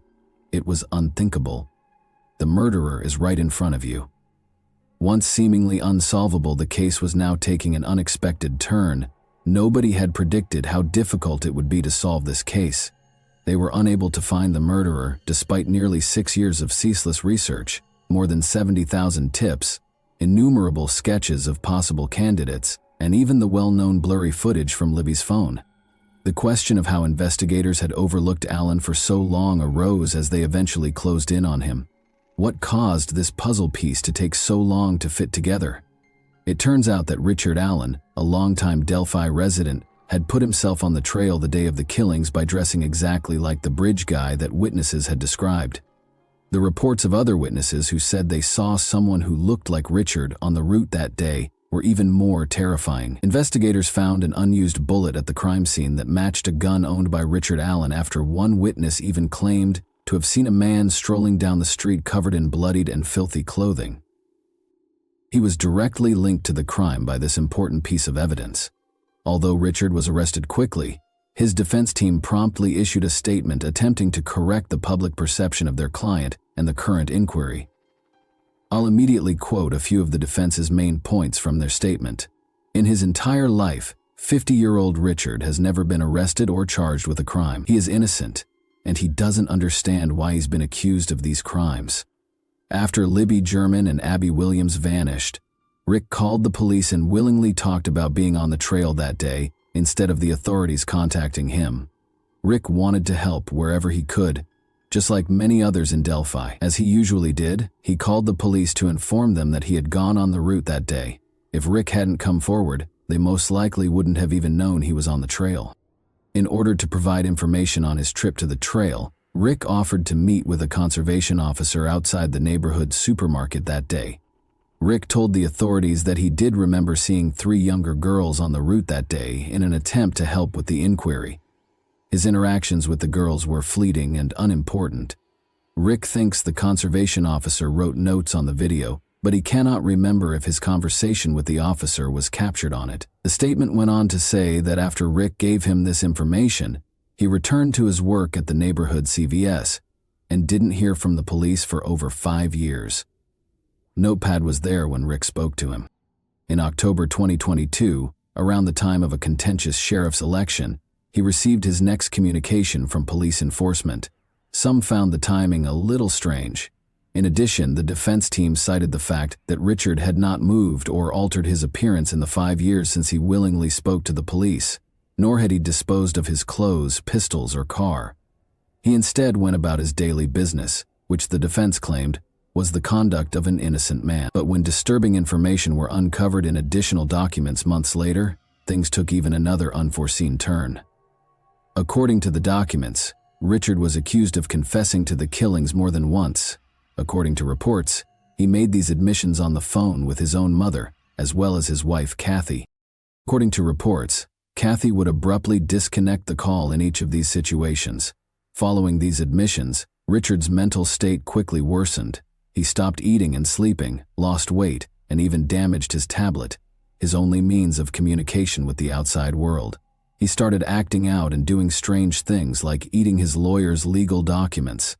The case became even more sinister after this discovery. The defense said that these admissions were untrustworthy because they were made while Richard was in protective confinement, which caused severe mental strain. The judge denied the defense's request to transfer Richard to a different jail, citing the fact that he was being treated better than other prisoners in the same facility. However, the story thickened once again when the defense submitted an odd 136-page letter that blamed a group of people who practiced Odinism, a pagan Norse religion, rather than Richard Allen. According to the defense, these people were behind the killings. Throughout the memoranda, the defense cited a 2017 statement by an FBI agent that Abby and Libby's bodies seemed to have been staged and manipulated. The crime scene was mostly unknown before this. Only text messages purportedly sent by Abby's uncle David had gone viral online, and no autopsy results had been made public. Details about the girls' bodies were disclosed in these texts. They were discovered touching but unbound close to one another. Livy was naked, with sticks and leaves covering the upper half of her body, while Abby was dressed. They had reportedly had their throats slit. The defense's assertion that Odinism rune-like symbols had been discovered at the crime scene was the most startling aspect of this recent development. By claiming that these symbols were left by members of this Odinist cult, they attempted to deflect attention from Richard and allude to a much more sinister and intricate story. The finding of Libby's body at the base of a tree was one of the most remarkable aspects. Her right arm was at her side, while her left arm was outstretched above her head, touching the tree. One enormous branch extended from her head to her legs, and many more were arranged above her in a purposeful design. The absence of blood near Libby's neck and tree, according to the defense, indicates that she might have been slain somewhere else before being transported. The body of Abby was discovered a few feet away, completely clothed, but wearing Libby's sweatshirt and jeans. The defense suggested that the suspected criminals had previously slain Abby and then made amends. Except for the area around her neck, there was not much blood on her clothing, despite her deadly neck wounds, suggesting that she made an effort to keep her body clean. The branches were arranged in an asterisk pattern on top of Abby, who was standing with her right knee bent under her left. Additionally, the defense pointed out that one of the branches looked to have been chopped precisely, indicating premeditation. Smaller sticks, like horns or antlers, were positioned over Abby's hair above her head. An additional disturbing feature was a red F-shaped smear on a neighboring tree that was identified as Libby's blood. According to the defense, this symbol was similar to the Norse rune and symbols which represent Odin. Additionally, they identified the Norse god of hail with the symbol Hagalaz that was discovered on Abby's body. According to the defense's theory, these runes implied a ceremonial purpose for the murders. The defense contested the prosecution's timetable, which implied that the killings had place in a brief period of time, arguing that it was not possible for a single person, especially one as diminutive as Richard Allen, to have carried out the killings by themselves. They questioned if the bullet found buried between the girls was located right away after the bodies were found, or if it was discovered days later, and how it was linked to a gun that belonged to Allen. The defense cited the link between Abby and Odinism, and contended that the murders took longer than one individual could complete in such a short period of time. The father of Abby's purported lover, B.H., had connections to Odinism and shared images on social media that mirrored the symbols discovered at the scene of the crime. Before information about the crime site was made public, the defense alleged that B.H. had mentioned it. The unsettling meme that B uploaded was also part of the theory. H, days after the killings, making jokes about keeping quiet and assisting with the body disposal. The defense said he acknowledged to being engaged in the killings and brought up another possible suspect. In addition, the defense claimed that a number of law enforcement personnel who were part of the inquiry secretly supported the Odinism idea but were silenced in order to concentrate on Allen. The defense contended that Allen's declining mental state while incarcerated might have resulted in forced confessions. They said he had been coerced into admitting by threats from Odinists serving as guards. They also claimed that, in order to get a search warrant for Allen's house, the lead investigator concealed important evidence. The destruction of evidence was brought up as another important concern. 70 days' worth of witness interviews, which could have been vital in the early phases of the inquiry, were allegedly destroyed, according to the defense. The defense became even more frustrated as they attempted to refute the prosecution's argument. The prosecution presented evidence to counter the defense's Odinism theory at a 3-day hearing in 2024. Although the expert was unable to identify the blood source, the prosecution put in a blood spatter expert who testified that the blood on the tree was a transfer stain rather than painted. Additionally, the defense contended that Allen's confessions, more than 60 in all, were forced and ought not to be allowed in court. They contended that Allen's rigorous treatment at a high-security facility had deteriorated his mental health, resulting in stress-induced psychosis. Numerous witnesses attested to Allen's worsening health, as well as his strange conduct and final admission of guilt for the killings. Additionally, according to testimony from a DNA specialist, Allen's DNA was not found at the crime scene, and none of the objects discovered at his house contained any traces of Libby or Abby's DNA.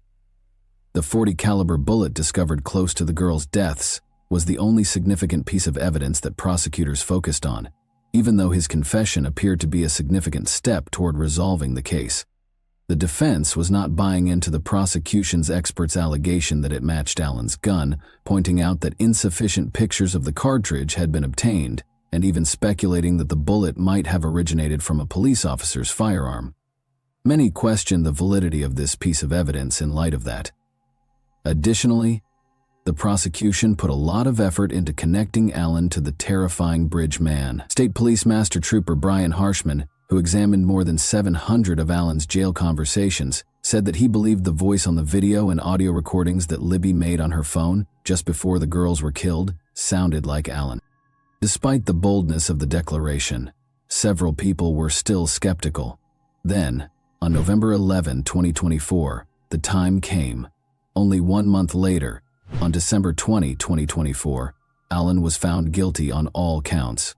Judge Gall gave him a 130-year prison term, of which 65 years had to be served for the killings of the girls. In order to begin his sentence, he was consequently taken right away to the Westville prison. The problem is that there is still a significant division, even though some people were relieved to see justice done. Many people are wondering why it took 5 years for Allen to be linked to the case. The voices, the movies, and those doodles were there. Why, then, didn't someone look into Allen earlier? Furthermore, suspicions were heightened by the fact that his arrest occurred right before a sheriff's election. Was there more to the story, or was it all a coincidence? Serious discussions have been triggered by this. What are your thoughts? Was Allen the murderer, or do you believe Logan, the initial suspect, may have been involved? Thanks for watching, everyone. Your support means a lot to me, and you can help my channel grow by hitting that like button, dropping a comment, and sharing this video. Your engagement really makes a difference. See you soon. Hey guys, welcome to my channel, and today we're going to take a look at another horrible case with you. The body of 22-year-old Katie Sepich was discovered dead on the morning of August 31, 2003, next to a distant dump in the Las Cruces, New Mexico desert, last spotted by pals departing a nearby house party following a night of going out to bars. Her mother characterized her killer as a 22-year-old lady who was loud, lively, and intelligent. It would take almost 4 years to identify her. Carlsbad, New Mexico is where she was raised. Out of her 3 siblings, she was the eldest. After graduating from New Mexico State University with a business degree, Katie planned to enroll in graduate school to earn an MBA in the fall. She was employed at a nearby Mexican restaurant as a waitress. Katie was an extremely gregarious individual. She met Joe Bischoff while she was a student at the institution. They soon developed a more romantic relationship from their friendly one. Katie expressed her happiness with Joe to her mother, Diane. When Joe offered Katie a diamond ring a few months later, Katie understood that her dream of building a future with him could actually come true. There were issues in their relationship after Katie and Joe graduated from college in the summer of 2003. Joe went back to live with his parents in Gallup, New Mexico, a little town roughly 350 miles from Las Cruces, while Katie chose to continue her education at the university. Joe's departure caused Katie a great deal of distress. Even though their long-distance relationship was intolerable, they occasionally managed to get together. When Joe visited Las Cruces over Labor Day weekend in 2003, Katie was ecstatic. But their weekend together ended tragically. The date was August 30, 2003, a Saturday. After having a good time with Joe and his friends, Katie went from bar to bar until they arrived at a house party in the area, where she vanished. Katie's mother, Jay Ann, had a call the following day that permanently altered her life. My family woke up to the promise of a beautiful day. We had a house bursting with friends and family, and we were preparing to celebrate Labor Day weekend with a cookout. Then, at 2:15 that afternoon, the phone rang, and our lives were shattered with just 6 words. Have you talked to Katie today? Jayanne later wrote about the morning she learned her daughter had vanished on August 31, 2003. My daughter Katie was brilliant, lively, vocal, and amazing. Our firstborn Katie brought joy and sunshine into every space. Her roommate wanted to know where she was, so he called. Even the nearby hospitals and all of her friends had been contacted, but Katie was nowhere to be found. Jayanne was informed by Katie's roommate, Veronica, that Katie had left the party by herself that evening. In the house where the party was being held, Veronica and Joe dozed off. Katie was nowhere to be seen in the morning, despite their belief that she had gone home. Here, relatives reported the disappearance to the police. A half-naked woman's body was found near to a desert landfill at the same time. The police officers who arrived at the scene came to the conclusion that the body had been laying there for little more than a day based on the exterior evidence, even though there were no documents close to it. Additionally, they recognized right away that the victim's death was not due to an accident. The victim looked to be between 20 and 25 years old. Since she was completely nude, the motivation behind this crime was clear. Her arms bore wounds from self-defense. She was scratching the assailant in an attempt to save her life. Under her fingernails were bits of the criminal's skin. Thus, the DNA sample of the individual who killed her was in the possession of the police. Her neck showed evidence of strangulation, which initially appeared to be the most likely cause of death. Since there were no indications of a struggle close to the body, the detectives were able to determine that the young woman passed away elsewhere. In the hopes that it would take a long time for someone to find her, the criminal apparently transferred her remains to the isolated desert landfill. The victim's back and arms had burn marks, which was another startling discovery. It suggested that the offender set the victim on fire in an attempt to get rid of the body or destroy any evidence. The police made a rapid connection between the body of a young lady they discovered and Katie's disappearance. Diane, Katie's mother, said of the body when her father visited the morgue to identify it. A few agonizing hours later, our worst fears were realized. There are no words to describe the agony, no way to express the pain. We fell into a deep black hole with no way out. There was no tomorrow. All joy was gone. In order to identify his cherished daughter, Katie's father had to visit the mortuary.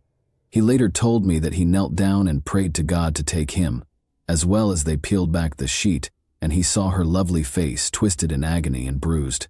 The people who lived in the formerly tranquil town of Las Cruces were afraid. Katie's experience was horrifying. Since there was no assurance that the offender would not conduct another crime, the police made every effort to apprehend them as quickly as possible. When the police started looking into Katie's case, their initial goal was to learn as much as they could about her final hours, including where she was, who she was with, what she was doing, whether she had any enemies, and whether she had argued with anyone. The house where Katie lived was roughly a mile away from the location of the party. The investigators first spoke with her roommate Veronica and her boyfriend Joe in order to determine whether or not she had arrived at her house. The fact that these two remained at the party while Katie went home by herself in the middle of the night appeared odd. Joe didn't seem interested in helping the cops. He said that Katie had departed, leaving behind her keys, phone, and purse. The investigators began examining Katie's path. In an attempt to gather hints, they interrogated the locals as they went from door to door. Unfortunately, though, it was ineffective. Nobody heard or saw anything. Based on one discovery, it was assumed that Katie arrived at her residence but never entered. She departed without her keys, in case you forgot. After looking throughout the property, the investigator discovered Katie's shoes outside her bedroom window. Someone apparently attacked her as she attempted to enter the residence through the window. This was further supported by footprints found in the gravel around the home. Although Katie battled for her life, the assailant ultimately proved to be more formidable. The investigators hypothesized that the offender transported Katie to the desert landfill and attempted to burn her after killing her. They began to wonder, was it someone she knew and trusted, or was it a complete stranger? There were maybe 40 people at the gathering. Perhaps Katie was attacked by someone who followed her home. Is this someone who might be her boyfriend? These were the questions the investigators sought to answer. After interviewing all of the guests, they learned one important element that Joe had forgotten to include. Katie reportedly witnessed Joe kissing another girl, according to many witnesses. They later witnessed them fighting. That's why Katie went home by herself and left her handbag behind. She wanted to get out of there as quickly as possible since she was upset.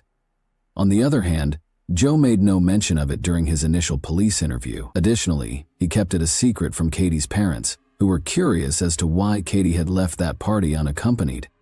Joe was questioned once more by the investigators.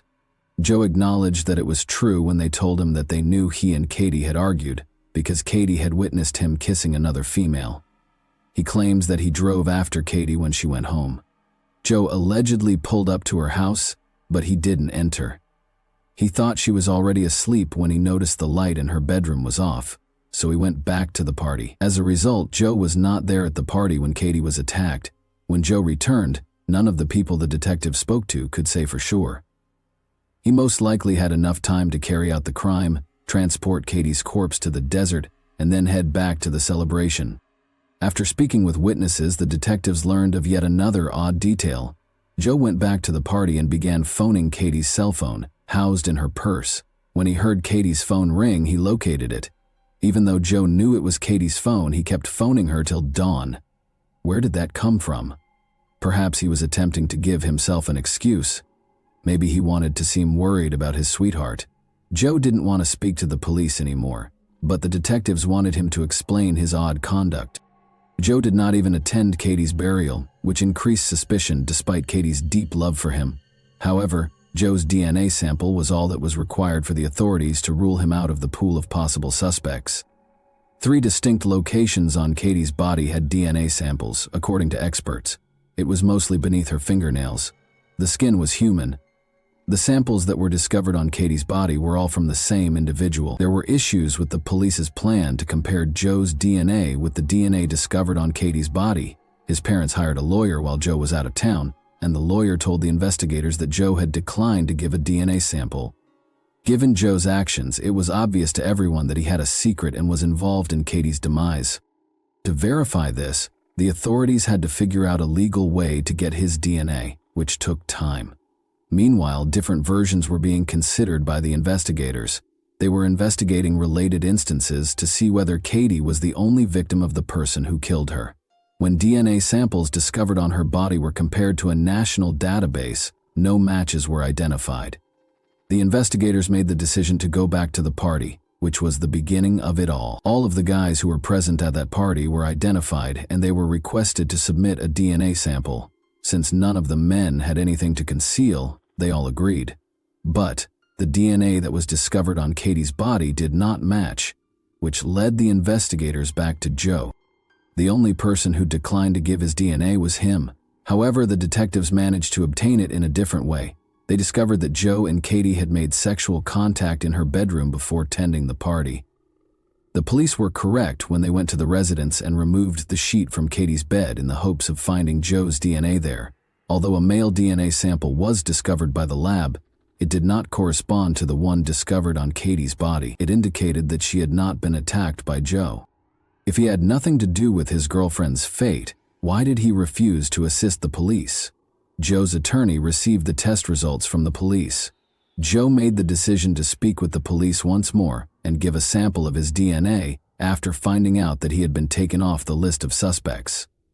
The first conclusion, that Joe was not involved in this crime, was validated by the new test. When asked why he wouldn't help the police, Joe explained that he was worried they might find his DNA on Katie's body because he and Katie had had sexual contact prior to the party. The police and Katie's family were still unsure of Joe's actions the night of Katie's death. The police had to search for alternative versions when Joe was removed from the suspect list. Investigators were informed by a number of partygoers that Katie was wearing rings on her fingers that evening, including the one Joe had given her, but Katie's fingers had no rings on them when her body was found. The police thought the person who killed her had taken them away. They searched every pawn shop in the neighborhood but were unable to locate Katie's jewelry. Tire traces close to where Katie's body was discovered could also be a clue. The tire's model and brand were determined by the experts. Police were told by the manufacturer that these tires were typically found on pickup trucks. Sadly, it did not advance the search for the perpetrator, and the investigation came to a standstill. A year or so later, someone in Wisconsin committed a crime that was strikingly identical to Katie's experience. In Green Bay, a girl was attacked and subjected to the same treatment as Katie. Luckily, the sufferer survived despite being set on fire as well. She said to the police that the only reason she survived was because she feigned to be dead. She extinguished the fire and went to a neighboring house for assistance after the perpetrators had fled. She claimed that 2 Hispanic men had attacked her, but all the evidence in Katie's case pointed to just one individual. To verify or disprove the link between the 2 crimes, DNA analysis was required. The Wisconsin victim gave the authorities a detailed account of how the males who attacked her looked. One of the farmers identified Gregorio Morales and Juan Nieto, his employees in the sketches when the Green Bay police released them. One of them frequently traveled to Las Cruces to visit relatives. Both males were taken into custody.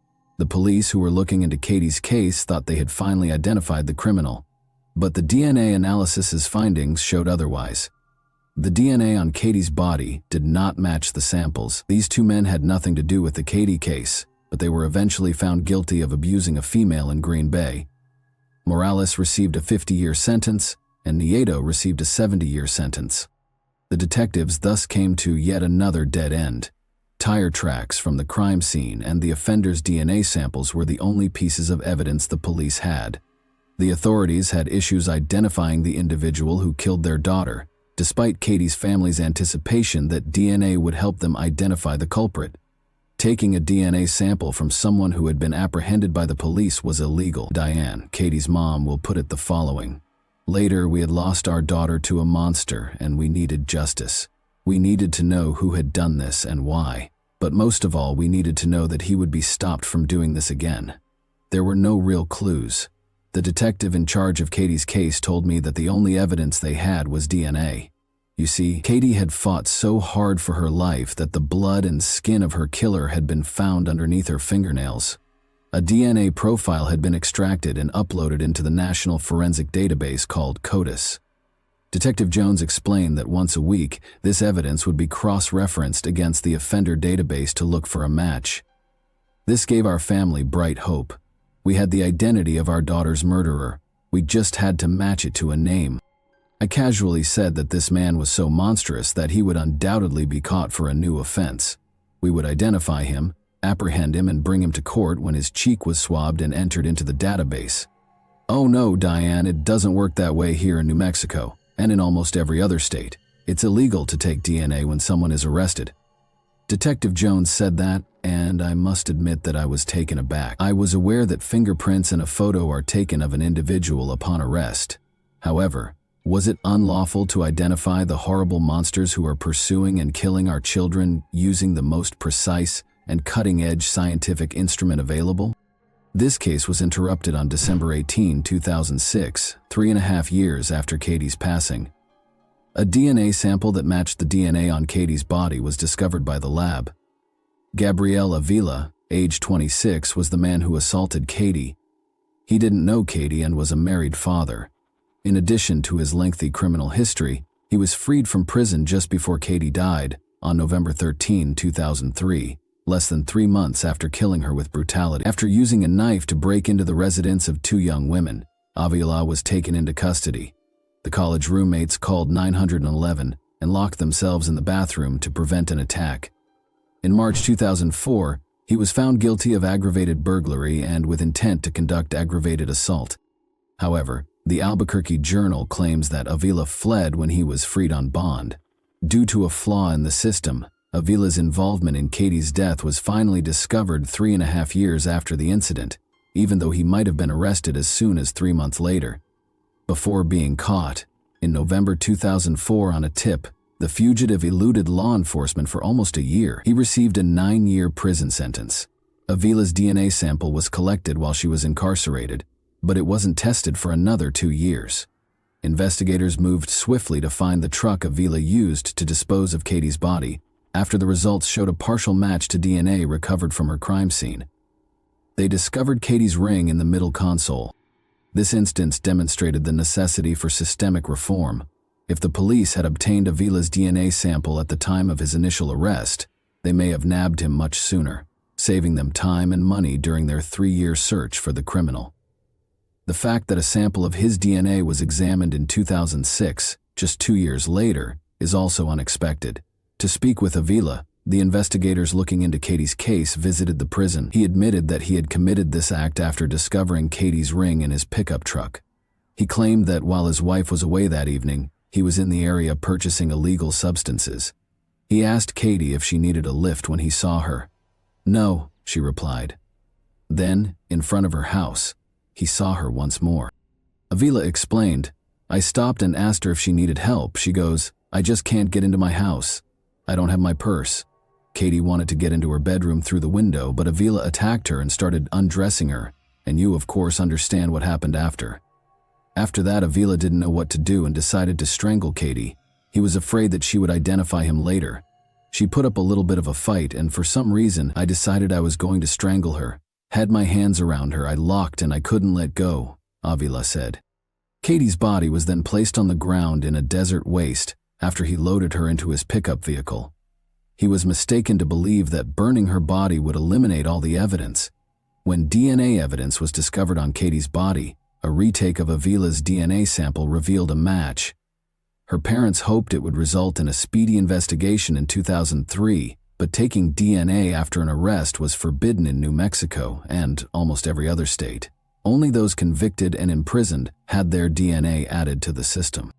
Katie's parents launched a national effort to have a law passed in each of the 50 states bearing their daughter's name, forcing anyone detained for a violent crime to provide a DNA sample. After that, the DNA would be included in the National CODIS database. Katie's bill was signed into law in March 2006 after passing the New Mexico state legislature with just 5 nay votes. It became federal law in 2010 as a result of Katie's parents' unwavering efforts, and more than 31 states now have laws that are comparable to Katie's law in New Mexico. According to Katie's father, David, his greatest worry was that Katie's killer would have to kill someone else. However, he may now relax about that fear. Opponents claim that this regulation violates civil rights and infringes on privacy. Others remark that DNA is very different from fingerprints in the U.S. because it carries sensitive genetic information. In the case of versus Poole, a federal district court affirmed that there is no constitutional infringement of the federal statute permitting the gathering of DNA samples prior to conviction for inclusion in the National DNA Database. The court explicitly said in its decision that the collecting does not constitute a Fourth Amendment infringement. In 2007, Gabriel Avila's trial got underway. Avila expressed regret to Katie's relatives. His attorney claimed Avila was sorry and asked the judge to be forgiving. Susana Martinez, the district attorney, contended that Avila did not confess until officers approached him with DNA evidence, more than 3 years after the murder. David, Katie's father, pleaded with the judge to impose a severe penalty during the sentencing hearing. He said, "We do not get another chance to see her in this life, and it is only right that the person who did this to her not get a chance to experience freedom again in his life." Gabriel Avila was convicted in May 2007 and given a 69-year jail term. He will serve 30 years of his sentence before being eligible for release in about 2043. Jan stated that although she is prepared to move on, there's no such thing as closure. "We've been healing. We've been going forward with our lives. We have 2 other incredible children we love so much," Jan added. In honor of their daughter, Jan also promised that she and her husband would keep pushing for the passage of Katie's law in each of the 50 states. And that wraps up today's chilling story.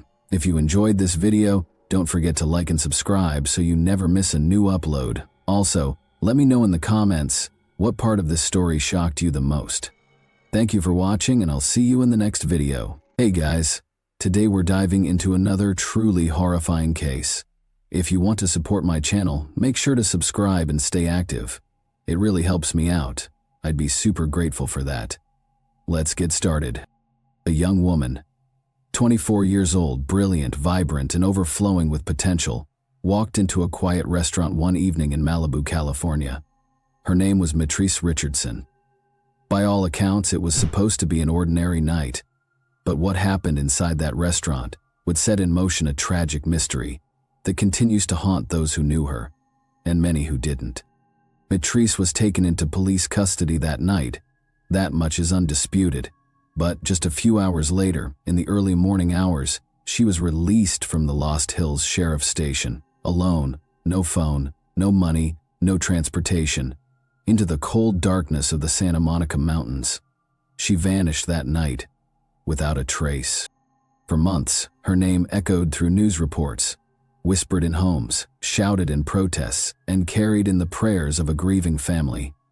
Theories swirled, conflicting reports emerged, yet no clear answers surfaced. And when her remains were finally discovered nearly a year later, deep in a rugged canyon, the questions only grew darker.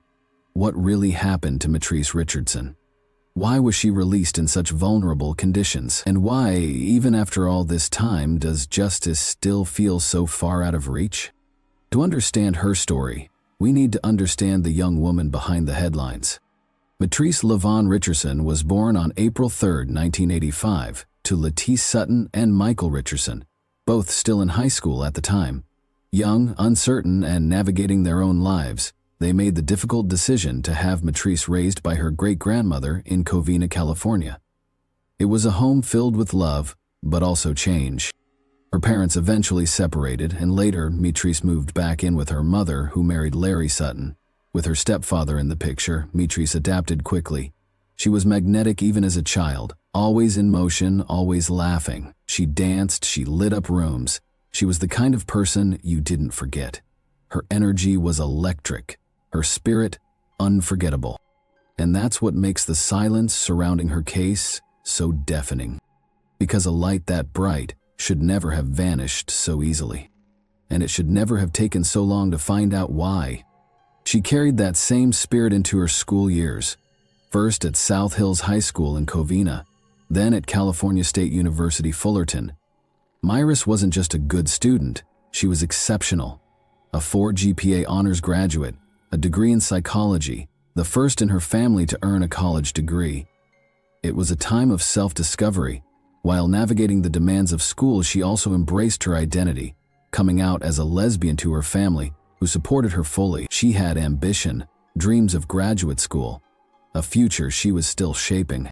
After graduating in 2008, she took on multiple roles. She worked as a store clerk, danced at an LGBTQ+ club, and interned with Dr. Rhonda Hampton, a psychologist who saw something bright in Matrice, but also something troubling, because even with all her success, something was off. Matrice's behavior began to shift in ways that unsettled those closest to her. Friends noticed her moods changing. Social media posts became strange, disjointed rants that didn't sound like the Matrice they knew. Dr. Hampton would later recall moments during her internship that raised concern. Moments that hinted at a struggle happening beneath the surface. By 2009, Matrice had moved back in with her great-grandmother, now 91 years old. It was a quiet home, a place of stability, a relationship built on mutual care. Matrice was a companion to her great-grandmother, offering support, company, and in return, she had a place to stay. As she figured out her next steps, she had her whole life ahead of her. And yet something was coming, a shift, a single night, that would unravel everything. Her story changed on the night of September 16, 2009. The Pacific Coast Highway stretched along the cliffs of Malibu, quiet except for the occasional car passing by. The night was still, but something about it felt unsettling. Matrice wasn't familiar with Malibu. She knew Covina, where she grew up. She knew Fullerton, where she had excelled in her psychology studies. She knew Long Beach, where she worked Friday nights dancing under neon lights. She knew South LA, where her father lived, and the quiet streets near 118th and Central, where she stayed with her great-grandmother. But Malibu? It wasn't her world. Then she saw it, a sign glowing in soft blue letters, Jeffrey's, located below Point Dume. Jeffrey's was a high-end restaurant known for its ocean views and exclusive diners. Matrice pulled into the parking lot. She turned off the engine and sat there for a moment. The valet approached, expecting her to hand over her keys, but something was off. By the time he reached her, she wasn't in her car anymore. She had moved into his. The door was open, and she sat in the driver's seat of his vehicle. Her body relaxed, as if this was normal. Hazel eyes peered up at him, flickering with an unreadable energy. Her curly hair stuck out from beneath a Rastafarian-style hat. She wore a long-sleeved white shirt under a black Bob Marley t-shirt, paired with faded jeans and a pink alligator mixered belt. Her Vans were slightly worn, but she seemed unconcerned with appearances. The valet hesitated. She wasn't aggressive, but something about her behavior felt strange. Her words, when she spoke, were cryptic. She muttered something about Michael Jackson's death, as if she were solving a puzzle only she understood. Then, just as casually, she handed him her own car keys and asked a bizarre question. "Vanessa here?" She told him to look out for a girl with tattooed arms, as if he should already know who she was talking about. Before he could respond, she strolled past him and entered the restaurant. Matrice took a seat and placed her order, a Kobe steak and an Ocean Breeze cocktail. At first, she dined alone. Then she became drawn to a nearby table where a group of 7 people were engaged in lively conversation. Without hesitation, she got up and joined them, slipping into their conversation as if she had always been there. Her energy was erratic, her words fast and disjointed. She talked about astrological signs, jumping from topic to topic without pause. The group exchanged glances, uncertain but entertained.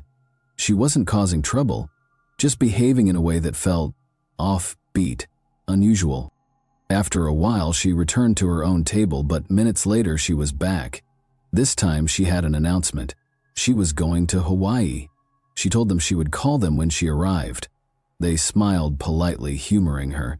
Then they paid their bill and left Mitris. However, she stayed. When she tried to leave, the restaurant manager stopped her. Her bill remained unpaid, $89.00 in total. She looked confused. Hadn't the other table covered it? Matrice was asked to pay her bill, which was more of a shocking news to her. A slow smile spread across her face, as if this were an amusing misunderstanding. She gazed at the restaurant's computer screen, watching the numbers blink and change. Her expression shifted, lost in thought. "I am busted," she finally said. "What are we going to do?" As the manager spoke, she wasn't listening. Her eyes remained fixed on the screen, as if she were deciphering something invisible to everyone else. Then her demeanor changed. She said something strange. She wasn't from here. She was from Mars. Her voice was calm, her expression unbothered. She wasn't joking. The staff grew uneasy. When she emptied her pockets, she found nothing but a small joint. And a restaurant employee picked up the phone and dialed the Lost Hills Sheriff's Station. They told the sheriff that this girl seemed crazy, that she might be on drugs or something. In the distance, the glow of approaching headlights cut through the dark. A patrol car was on its way. Mitrice's night, however, was far from over. It was just beginning. While the sheriff's deputies were en route, Matrice continued talking, this time to the hostess. She told her she had been watching a soap opera at work earlier that day when God instructed her to take the afternoon off. Her words were confident, as if this was an undeniable truth. Then she made another strange claim. She had no parents, she said, just her great-grandmother, Mildred. Concerned, the hostess decided to call Mildred. When the elderly woman answered, her voice was filled with worry. She quickly offered her credit card number to pay the bill. But there was a problem. The restaurant required a signature. The 90-year-old Mildred was unable to help. She was still on the phone at around 9 p.m. when the Lost Hills deputies, Frank Brower, Armando Loureiro, and John McKay arrived. The manager quickly filled them in on what had happened and described Mitrice's bizarre behavior. One of the deputies took the phone from the hostess and spoke to Mildred, who pleaded for them to take care of her great-granddaughter. Then the phone was passed to Mitrice. She sounded completely unfazed, as if nothing about the situation concerned her. Mildred, however, was not amused. "You put that phone close to your ear," she warned. "They'll get ready to take your black ass to jail." Her words carried the weight of experience, the urgency of a grandmother who knew trouble when she felt it. After the call ended, Mildred wasted no time. She immediately dialed another number, Lettice Sutton, Matrice's mother. Matrice's mother was already worried. When she found out her daughter had been arrested, she called the sheriff's station before Matrice had even arrived. Would they be releasing her that night? She wanted to know. Lettice was uneasy. Matrice didn't know the area, and this kind of behavior was so unlike her. She even tried to joke, hoping to ease the growing knot of fear in her stomach.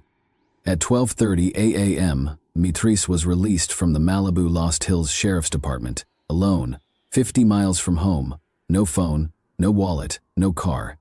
She stepped out into the night, disappearing into the darkness. By the time Lettice found out, it was already morning, and then began the journey of going back and forth at the doorsteps of law enforcement, demanding justice for their beloved daughter. For months, Matisse's name was on top of missing persons reports. Theories surfaced. Was she working as a prostitute, being held against her will? Her father, Michael Richardson, was convinced he had seen her in January. He was in Las Vegas when he spotted a young woman who walked like Matrice, moved like her. He almost got hit, but by the time he reached her, she was gone. Just like that night in Malibu. In the days following Mitrice Richardson's disappearance, her father, Michael Richardson, desperately sought help from local officials. He approached Malibu Mayor Andy Stern, hoping to rally support for the search. But instead of finding an ally, he was brushed off. Stern, in a hurry to attend a meeting, dismissed Richardson's plea, claiming he didn't have time to stop and talk. But Michael Richardson wasn't willing to be ignored. He decided to test the mayor's priorities. He called Stern's real estate business, disguising his voice and posing as a black professional football player interested in purchasing one of Stern's multi-million-dollar properties. The response was immediate. Stern suddenly became available, eagerly offered to cancel his meeting and show the property right away. When he realized he was actually speaking to the same man he had just rejected, Stern was caught off guard and embarrassed. The situation spoke volumes about whose concerns the mayor found worth his time. Tensions between the two escalated in October when Richardson called Stern again to discuss the case. The mayor abruptly hung up, later claiming Richardson had become abusive. Frustrated and desperate, Richardson left voicemails threatening to organize a protest outside the mayor's office. Stern responded by reporting Richardson to the sheriff's department. Despite this slow and reluctant response from local officials, the search for Mitrice continued. By November, the city of Malibu finally offered a $15,000 0 reward for any information leading to her whereabouts. A month later, in December, Congresswoman Maxine Waters intervened, requesting an FBI investigation into the case. In January, law enforcement from the Los Angeles County Sheriff's Department and the LAPD joined forces to conduct a search across the Lost Hills and Malibu Canyon area, but by then, crucial time had already been lost. Mitrice Richardson was 24 years old when she vanished. At that age, most people are building their futures, but for some it is the first time mental illness manifests in full force. Bipolar disorder, classified as an adult-onset disorder, often doesn't reveal itself until a person's early or mid-20s. Witness accounts from the night of her arrest strongly suggest that Mitrice was in the middle of a manic episode. Employees at Jeffrey's Malibu described her behavior as erratic. She seemed euphoric, talking about astrological signs and claiming she was from Mars. She attached herself to strangers, convinced they would pay for her meal, and when confronted about her unpaid bill, she became detached, as if the situation didn't fully register. The restaurant manager noted her fixation on the numerical patterns on a computer screen, her thoughts turning into incomprehensible statements, her speech patterns, delusions, and impulsivity were all red flags. Yet instead of recognizing these signs, authorities dismissed them. The sheriff's department did not conduct a proper mental health evaluation. Instead, they released her into the night, alone in a desolate area she had never been to before, without her car, phone, or money. After Mitrice's disappearance, her father spoke with a restaurant employee who revealed an alarming detail. Mitrice's car was filled with clothes, purses, books, makeup, and stacks of journals, almost as if she had been living out of it. Her friends later confirmed that it wasn't unusual for her to sleep in her car for days at a time. All the signs pointed to a mental health crisis. Her mother, Lettice Sutton, had called the sheriff's station the night of her arrest, pleading with them not to release her in the middle of the night. She explained that Mitrice was unfamiliar with the area and that her behavior was completely out of character. She even raised her concerns of finding her daughter's head chopped off, disguised as a joke. But little did she know what she feared would happen. If a police officer believes that an arrested person is mentally unstable, they have the power to detain them for a 5150 hold, a legal term for someone who may be a danger to themselves or others. In these cases, the person is either kept under strict watch at the station or sent to a hospital for a 72-hour psychiatric evaluation. But both options require extra paperwork, time, and effort. That didn't happen with Mitrice Richardson. The deputy who arrested her, Loretto, didn't mention anything unusual in his report. No strange behavior, no odd statements, just a simple charge, failing to pay her bill at Jeffrey's and carrying a small amount of marijuana. Her record was clean. Keeping her locked up without reason would have been against policy. Mitrice never called her mother from jail. The only number she had memorized was her great-grandmother, Mildred. The jail's logbooks show she tried to call Mildred 4 times that night. The sheriff's department later claimed that she had a conversation, but Mildred swears her phone never rang. And then came a shocking piece of information. The payphone in the station was broken. That meant Mitrice had to use a line that didn't record calls. No one knows if she actually spoke to anyone. She could have been talking to a dial tone. Alone in that cold, fluorescent-lit room, with no way to reach her family. Her mother, Lettice, assumed Mitrice would sleep in the holding cell overnight, but at 5:35 a.m., she called the station to check on her daughter, only to hear words that would haunt her forever. "She's not here." The jailer, Sharon Cummings, knew Mitrice had no belongings, nothing but her driver's license and 2 keys in her pocket. She also knew no one had come to pick her up. Yet, despite all that, Mitrice was released at 12:15 a.m. into the pitch-black night, alone, with nowhere to go. The sheriff's department later claimed she was offered a place to stay in the lobby, but that she turned it down, saying she was going to meet friends. But what friends? No one was expecting her. The jail sat along a desolate stretch of road.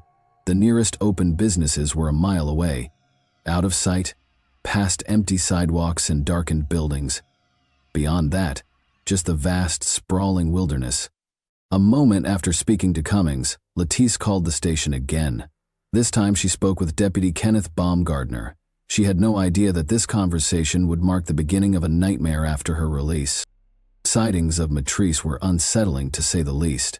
At 5:30 a.m., a man called the sheriff's department to report a young black woman asleep on his lawn. When he approached her, she assured him she was just resting. By the time deputies arrived, she had disappeared again.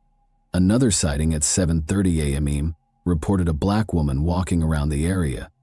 After that, the trail went cold. For months, there were whispers that Mitrice had been spotted in downtown Los Angeles and even in Las Vegas. Some theorized she was being held against her will or had been forced into sex work. Remember when her father almost got hit? It happened when he believed he saw her in Las Vegas, running into a girl with the same walk and body language as his daughter. The encounter was so eerily familiar that he jumped out of a moving car, risking his own safety just to chase after her. Yet law enforcement dismissed his claims, only taking them seriously when another witness reported something similar. The idea that Mitrice had simply vanished without a trace was not just improbable, it was impossible. The sheriff's department justified their decision to release Mitrice by stating that she had passed a field sobriety test and showed no obvious signs of impairment. But that reasoning ignored the reality of mental illness. A person experiencing mania does not always appear obviously distressed. They may seem alert, talkative, even overly energetic. That does not mean they are okay. What logical person would choose to be released into an unfamiliar area with no resources in the dead of night? The answer is simple: someone who is not thinking clearly. And yet, despite her mother's urgent warning and all the bizarre behavior witnessed earlier that night, Mitrice was sent out alone. The Friends Group of Pasadena later wrote to the sheriff's department demanding transparency about their nighttime release policies. Why had no mental health assessment been conducted? Why was Mitrice not held for further observation? When Mitrice Richardson went missing, people had questions. But when her body was found nearly a year later, the mystery only grew darker. It was a hot August afternoon in 2010 when park rangers made the shocking discovery. They were deep in Dark Canyon, a remote and wild part of the Santa Monica Mountains, checking on an old marijuana farm. The farm had been abandoned after a police raid the year before, but the rangers were making sure no one had come back to restart the operation. Dark Canyon was the perfect hiding place, thick with trees and steep hills. It was hard to reach and rarely traveled. It was close to Malibu and Calabasas, yet felt completely cut off from the world. The only way through was by scrambling over boulders and pushing through sharp, scratchy bushes. Poison oak grew everywhere, and the creek that ran through the canyon made the ground as slippery and uneven. Anyone moving through this area had to be careful. The rangers found the usual signs of an old grow site: coiled garden hoses, broken pipes, and other scattered equipment, but no new plants. Satisfied that the farm was still shut down, they started heading back. Then they saw something unusual, a clearing about 60 feet from the creek. It looked like nothing at first, just dirt and fallen leaves. But as they stepped closer, something pale stood out against the dark earth. A skull, and beneath it, a body. The remains were badly decomposed, lying in the dirt, uncovered and exposed. The rangers froze. They had come expecting to check on a drug operation, but instead, they had walked into something far worse. They immediately radioed for help. The Malibu or the Lost Hills Sheriff Station, the same station that had released Mitris alone into the night nearly a year ago. I was alerted. Deputies arrived quickly, securing the area and calling in the coroner. Though no one had confirmed it yet, they all knew. The missing woman had finally been found. But instead of bringing closure, this discovery only raised more disturbing questions. How did Mitris end up in this isolated canyon, miles from where she was last seen? Had she wandered here alone, or had someone brought her here? And most haunting of all, what really happened to Mitris Richardson? Thanks for watching, everyone. Your support means a lot to me, and you can help my channel grow by hitting that like button, dropping a comment, and sharing this video.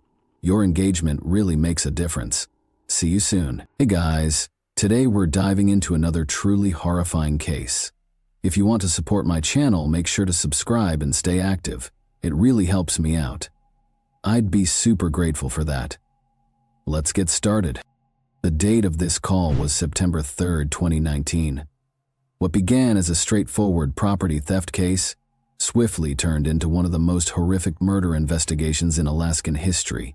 When a woman unintentionally stole an SD card from a man, she was confronted with graphic video of a vicious murder. The fact that the victim was someone she knew, however, was the true nightmare. The life of Brian Stephen Smith was one of deceit. He was a loving husband to his wife. He was regarded by his co-workers at the Marriott Hotel as a giving individual who loved vlogging. He was a sinister and deranged mystery to his mistress. To his victims, however, he was a self-describable serial killer who had terrorized them beyond belief before taking their lives. And that one small SD card contained it all. The monster's mask would eventually be torn off by that small piece of proof. Even with him imprisoned, though, the terrifying question still stands. Are there any more victims that we are unaware of? According to reports, Smith was the kind of man who appeared to be your typical American neighbor. The kind that no one would ever suspect of being evil. And everybody, I mean everybody, affirmed his normalcy. Even after he was imprisoned, his wife maintained his innocence and refused to accept that he was capable of such atrocity. However, Smith picked up a woman one night while cruising the streets in search of companionship, ostensibly offering her a ride and a cozy place to stay while he entered a business. In his automobile, she sat by herself. She picked up a cell phone he had left behind out of curiosity. She would be horrified by what she discovered inside. A folder named Homicide at Marriott Hotel Midtown. It contained a number of graphic images and videos that showed a woman's frantic pleas for assistance. As her body lay crushed and battered, the video showed her struggling for oxygen as a guy ruthlessly recorded himself stamping on her throat. There were 12 films and 39 pictures on the SD card, all of which documented the same horrific event. These files, which we have lawfully gotten from law enforcement, are unquestionably quite graphic. Extreme violence and a vicious sexual attack against a woman inside what looked to be a hotel room were captured on camera. The voice was audible, but the individual behind the camera never revealed his face. The woman struggled back, scratching at him, attempting to get away, but he strangled her. He once grumbled that his hand was growing weary. Instead of pausing, he started stomping down with his entire weight on her neck. Anyone who watched the video was left disturbed for days as the man repeatedly strangled the woman, who was already dead at one point. But the next round of pictures was much more unsettling. They displayed the woman's dead body on the ground, bare, beaten, and abused. As if recording his crime without regret, the man had even snapped close-up pictures of her face and genitalia. The file's timestamps showed that they were taken on September 4, 2019, which was less than a month before the SD card was found. In a place like Anchorage, this was really unsettling. With a population of slightly under 300,000, it is the largest city in Alaska, but violent crimes of this kind are uncommon there, since residents know one another. The individual never revealed his face, as was previously indicated, but officials were able to identify his voice. Investigators were already aware of Brian Smith for some reason, and they recognized him as soon as they heard the voice on the recordings. And this is how that voice sounded. The most notable aspect of this case was that initially, detectives thought there was only one victim. But during Brian Smith's interrogation, just as the police were about to wrap up and depart, Smith muttered something chilling, something that implied there was more than one. Authorities named the first casualty that same day as Kathleen Jo Henry, a 30-year-old, who was born on December 22, 1988. Although Kathleen was not well known, she had been active on social media until 5 days prior to the horrific videos that were captured in the hotel room. Her hometown was Eek, Alaska, a secluded community of less than 500 people, primarily Native Alaskans. You couldn't even travel from Anchorage to the location because of its extreme isolation. It was more than 400 kilometers away, over rough terrain and rocky mountains. Kathleen had relocated to Anchorage from that tiny world. Divorced, she referred to herself online as a tough Alaska chick since 1997. She obtained her GED in 2012 while jailed. She had a history dating back to 2007, which included numerous charges of theft, violence, disorderly conduct, drunk driving, and resisting arrest. On January 12, 2019, she was charged with fourth-degree assault, which in Alaska can include everything from hurling bodily fluids at law enforcement or other protected people to causing physical harm. Kathleen appeared resolute in her resolve to change her past. She had mentioned feeling optimistic about the future. There were individuals who loved her. She was well-liked and well-known for her love of poetry writing. However, it's still unclear how she met Brian Smith. Police reacted to a call regarding human remains in the city's southern section, which they thought belonged to the woman in the video.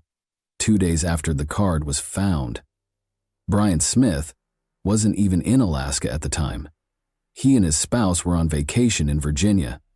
You could even view their YouTube videos, where they appeared to be a loving pair. Smith had no idea what awaited him at Ted Stevens International Airport when he eventually made it back to Anchorage and disembarked from his aircraft. There were already authorities. Although he was already employed at a Marriott location close to University Lake, he had returned to begin a new position at the Residence Inn, another hotel under the Marriott brand. This new job was meant to represent a new beginning. Rather, authorities intervened as soon as his boots touched the earth, and he was immediately taken into custody and accused of murder. But the real question is, how did his wife never suspect anything, and who was Brian Stephen Smith? South Africa's Queenstown, in the Eastern Cape, is where Brian Stephen Smith was born. With the exception of a series of alarming Facebook posts and an unnerving online presence, his past is still mostly unknown. He once managed a guest home in South Africa while attending Queen's College High School, and he had aspirations of opening his own hotel someday. But for whatever reason, he decided to abandon his homeland and start over in Alaska. Why he made the move has been the subject of several theories.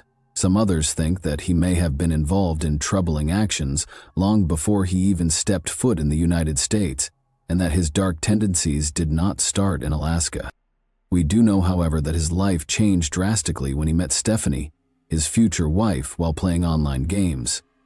Despite the fact that Stephanie was about 20 years older than Smith, they fell quickly and forcefully. They married in 2014, just 7 months after they first met, and Smith moved to Alaska that same year. Although Stephanie was an administrative officer for the U.S. government, she was passionate about music. One job that readily handled immigration papers was immigration and naturalization services. In retrospect, Stephanie said she had no suspicions. For the record, there was no criminal history of Brian Stephen Smith in Alaska, apart from the fact that he had served in the military after immigrating to the United States. There were little data available regarding his background in South Africa. Over the years, Smith held a number of jobs, including those at the Marriott at University Lake. Dell Engineers, and Alaska Tire Service. He seemed like a regular guy adjusting to his new life. He then formally became a U.S. citizen in September 2019, a few weeks before the shocking SD card was found. Smith, his wife, and their cat shared a house in Geneva Woods, a quiet neighborhood in Anchorage at the time of his arrest. Although they appeared to be a typical pair at first glance, Smith's internet behavior suggested otherwise. He chronicled his life in Alaska with travel vlogs and other videos on his active YouTube page. He was unaware that his compulsive urge to record everything would ultimately be a major factor in his demise. In addition to YouTube, Smith was a frequent user of Quora, a website where people post questions and receive answers. It was on Quora that he revealed another troubling aspect of himself. He was obviously prejudiced. His posts exposed a pervasive animosity, especially toward South African and African racial relations. There was little question about his prejudices, because his outbursts were full of poisonous radical viewpoints. However, Stephanie, the wife of Brian Stephen Smith, emphasized once more that she never found anything odd about her husband. He was merely a hard-working man living a tranquil life in Anchorage, Alaska, with a reliable job, in her opinion. However, as we all know, in private, murderers can be masters of deceit. Smith was leading two separate lives. One of his mistresses was considerably younger than his wife. She wasn't just any affair, and her name was Alicia Youngblood. His worst desires were shared by this woman. Smith himself claimed that their bond was based on delusions. They supported one another's desire for sadistic gratification in addition to their affection for one another. Smith would receive terrifying messages from Alicia about her violent dreams of attacking and possibly killing someone, and Smith was turned on rather than horrified. According to Smith's interview, his mistress was the one who initially admitted to possessing sinister secrets, including ones that allegedly included murder. Nevertheless, this proved to be merely a story. However, Smith claims that it served as inspiration for his own criminal activity. But many folks weren't persuaded. Long before Smith ever stepped foot in Alaska, they thought he had violent impulses. After all, he previously boasted that it was simple to commit crimes and dispose of dead covertly, calling the state the ideal location for carrying out horrible deeds. The fact that Smith obviously preferred to target Native Alaskan women added to the frightening nature of his acts. However, text conversations showed that long before the SD card was even found, Brian Smith had really told Alicia Youngblood about the murders. In a single message, Youngblood inquired, "Did you ever find your deleted videos? Just a teeny tiny clip would be the ultimate baby.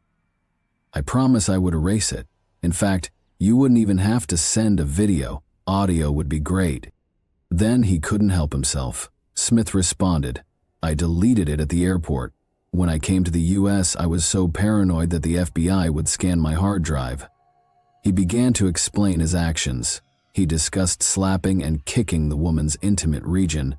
He even acknowledged at one point that, even though she had died, he felt better knowing she had lived. "I would have loved to see that," Youngblood said chillingly, to which Smith reported, "I didn't know then how serious you were." Smith has previously discussed his aggressive impulses, particularly in relation to sex. He sent Youngblood videos of his violent and brutal wants in several messages, as if to see how far she would go. He confided his sinister secrets to others besides Youngblood. Smith also confided in Ian Calhoun, a buddy. Prosecutors used text messages during the trial to demonstrate that Smith had informed Calhoun of his offenses. He even alluded to wanting to show him Kathleen Henry's body before disposing of it on the Seward Highway during one of their conversations. However, Calhoun was never charged with a crime in spite of this incriminating evidence. In the end, Youngblood gave in to the cops and revealed all of her knowledge about Smith. The most unsettling aspect, though? In drive-through CCTV footage, she and Smith were seen ordering lunch casually, as Kathleen's body was inside the same truck, and Alicia Youngblood disappeared. Just as the world was eager for additional information, she committed suicide in 2021, leaving behind more questions than answers. The horror didn't end there either. It turned out that Smith had more victims than only Kathleen. Youngblood might have discovered even more terrifying information about the man she once referred to as a lover if she had survived, because Smith casually confessed to yet another murder the day he was captured. During their investigation of Smith's house, police confiscated a number of electronic devices, including USBs, SD cards, and hard drives. Among them, they discovered a disturbing film of a woman lying still on a couch. Veronica Abuchuk was the woman in question. Months had passed since Veronica vanished. Christy Grimaldi, her daughter, made the devastating Facebook plea, "I don't think anyone should have to go through this. Just hoping she is alive and well," when word of her absence first broke. Sadly, Veronica's bones had been found in April 2019, months before Smith was arrested, but nobody knew who she was because there was only a skeleton and a bullet fragment in her skull. Smith's identity and the graphic reality were only revealed after her confession. Smith then acknowledged that, when his wife was out of town, he had taken Veronica from the streets and provided her with a comfortable bed for the night. He said she smelled, so he even let her take a shower. However, his monster nature took over after that. Veronica was brutally murdered, just like Kathleen, but Smith shot her before disposing of her body in the woods. Veronica's story was made even more awful by her tragic past. Veronica never had the opportunity to raise her and her siblings, according to reports made by her daughter Christy Grimaldi. She had lived a difficult life, which Christy thought was caused by trauma experienced as a youngster. She revealed that her mother had suffered a life-altering tragedy when she was assaulted by a Catholic priest in St. Michael. Grimaldi had attempted to get back in touch with Veronica after becoming a mother herself. After learning that they had a basic yet reassuring favorite snack, rice with melted cheese, she even extended an invitation for her to move in with her. However, the streets consistently dragged Veronica back, no matter how many times she attempted to start again. She met Valerie Kassler, the person who would eventually find the solution to this whole situation, in this way, because it was Valerie who discovered the SD card, the single piece of evidence that sealed Smith's doom. How did she discover it? Well, Brian Smith had a sinister tendency that would eventually bring him to ruin. He stalked the streets every night looking for women who were at risk, sex workers, fugitives, and people society ignored. Valerie Kassler spent the following 12 hours with Brian Smith after he picked her up off the streets one evening. Valerie said there was nothing strange about him. He didn't threaten her, harm her, or even say anything out of the ordinary. He was merely another customer. However, when Smith went to an ATM to take out cash for their date, everything changed. Valerie's curiosity overcame her as she waited in his automobile. She grabbed up 2 phones he had left behind, wondering if she would recognize any of the photographs or if they had any contacts in common. What she discovered, however, was much worse than she had ever dreamed. She happened onto the horrific footage of Kathleen Henry's vicious murder. Panic struck the once she became aware of what she was witnessing. She snatched up the phone and ran without thinking. She hid in the woods for days because she was afraid Smith would find her. He probably knew she had his phone now that she had witnessed his abilities. But Valerie had the guts to accomplish something no one else had, in spite of her anxiety. Finally, Brian Smith's reign of terror came to an end when she turned in the evidence. But it wasn't easy to get justice. Brian Smith's trial wouldn't even start until 4 long years after his arrest. Smith abruptly changed his mind after being questioned for 8 hours straight, alleging that he was coerced into confessing to the murders, even though he had previously confessed. However, there was no denying the evidence against him. Furthermore, the trial was cruel. The horrific tapes that Smith had taken were shown to the jurors. The judge contemplated whether or not to play them in public. Despite Smith's attorney's best efforts, the court refused to have the tapes removed. The entire nation watched as the case was live-streamed, revealing the horrifying details of his crimes. The jury then returned a guilty verdict on all 14 charges in February 2024. Smith was found guilty on 2 counts of first-degree murder for the heinous murders of Veronica Abuchuk and Kathleen Jo Henry. That wasn't all, though. In addition, he was convicted of tampering with evidence, second-degree sexual assault, and even mistreating their bodies after they passed away. The jurors made it quite evident that his treatment of Kathleen was extremely cruel. Smith was automatically sentenced to 99 years in prison for torturing her. An additional 30 to 99 years were added after Veronica's murder. His final sentencing was also scheduled for July 2024. The courtroom was full when that day eventually came. Advocates, friends, and victims' families came, many of them dressed in red to pay tribute to murdered or missing Indigenous women. In front of the court, Veronica's daughter expressed her strong desire for Smith to remain incarcerated for the remainder of his life without the possibility of release. The judge concurred. Even her niece expressed hope for a better trial outcome in one interview. Smith received a 226-year prison term with no possibility of parole or future freedom. However, the case did more than merely provide the relatives of the victims with justice. It brought attention to a far larger issue, the horrifying reality that Alaskan Indigenous women must deal with on a daily basis. Because women like Kathleen and Veronica had been going missing for too long and no one was paying notice, activists came out, calling for change and asking authorities to take more action to protect these communities. However, the fate of Cassandra Boskovsky remained a mystery long after Brian Smith was convicted. In the summer of 2019, she was last heard from, and then, one day, she just disappeared. Cassandra was more than a case of a missing person. She had 7 children and maintained good relationships with her family and friends. Her abrupt quiet was alarming. Cassandra was then formally reported missing in September 2019. However, it wasn't until investigators obtained Smith's phone later that year that the truth would start to come to light. Unsettling pictures of a woman lying on the ground, presumably dead or unconscious, were hidden among the files. The woman in the photographs looked a lot like Cassandra. Her relatives were certain it was her. However, the police never formally named her as a victim. In spite of the graphic evidence, although Smith acknowledged being with the woman in the photos, he maintained that he left her alive. She wasn't formally pronounced dead by a jury until September 2024, 5 years later. Her family put in a lot of effort to demonstrate that she was one of Smith's victims, citing little but obvious clues that the woman in the pictures was Cassandra, such as a butterfly tattoo the size of her feet. Emotions were running high when the jury returned its decision. There felt profound sadness mixed with relief. Cassandra's family members desired more than a formal announcement. Justice was what they want. Just like Smith had been held responsible for the others' deaths, they wanted him to be held responsible for hers. However, Brian Smith has not yet been charged or found guilty in relation to the death of Cassandra Boskovsky.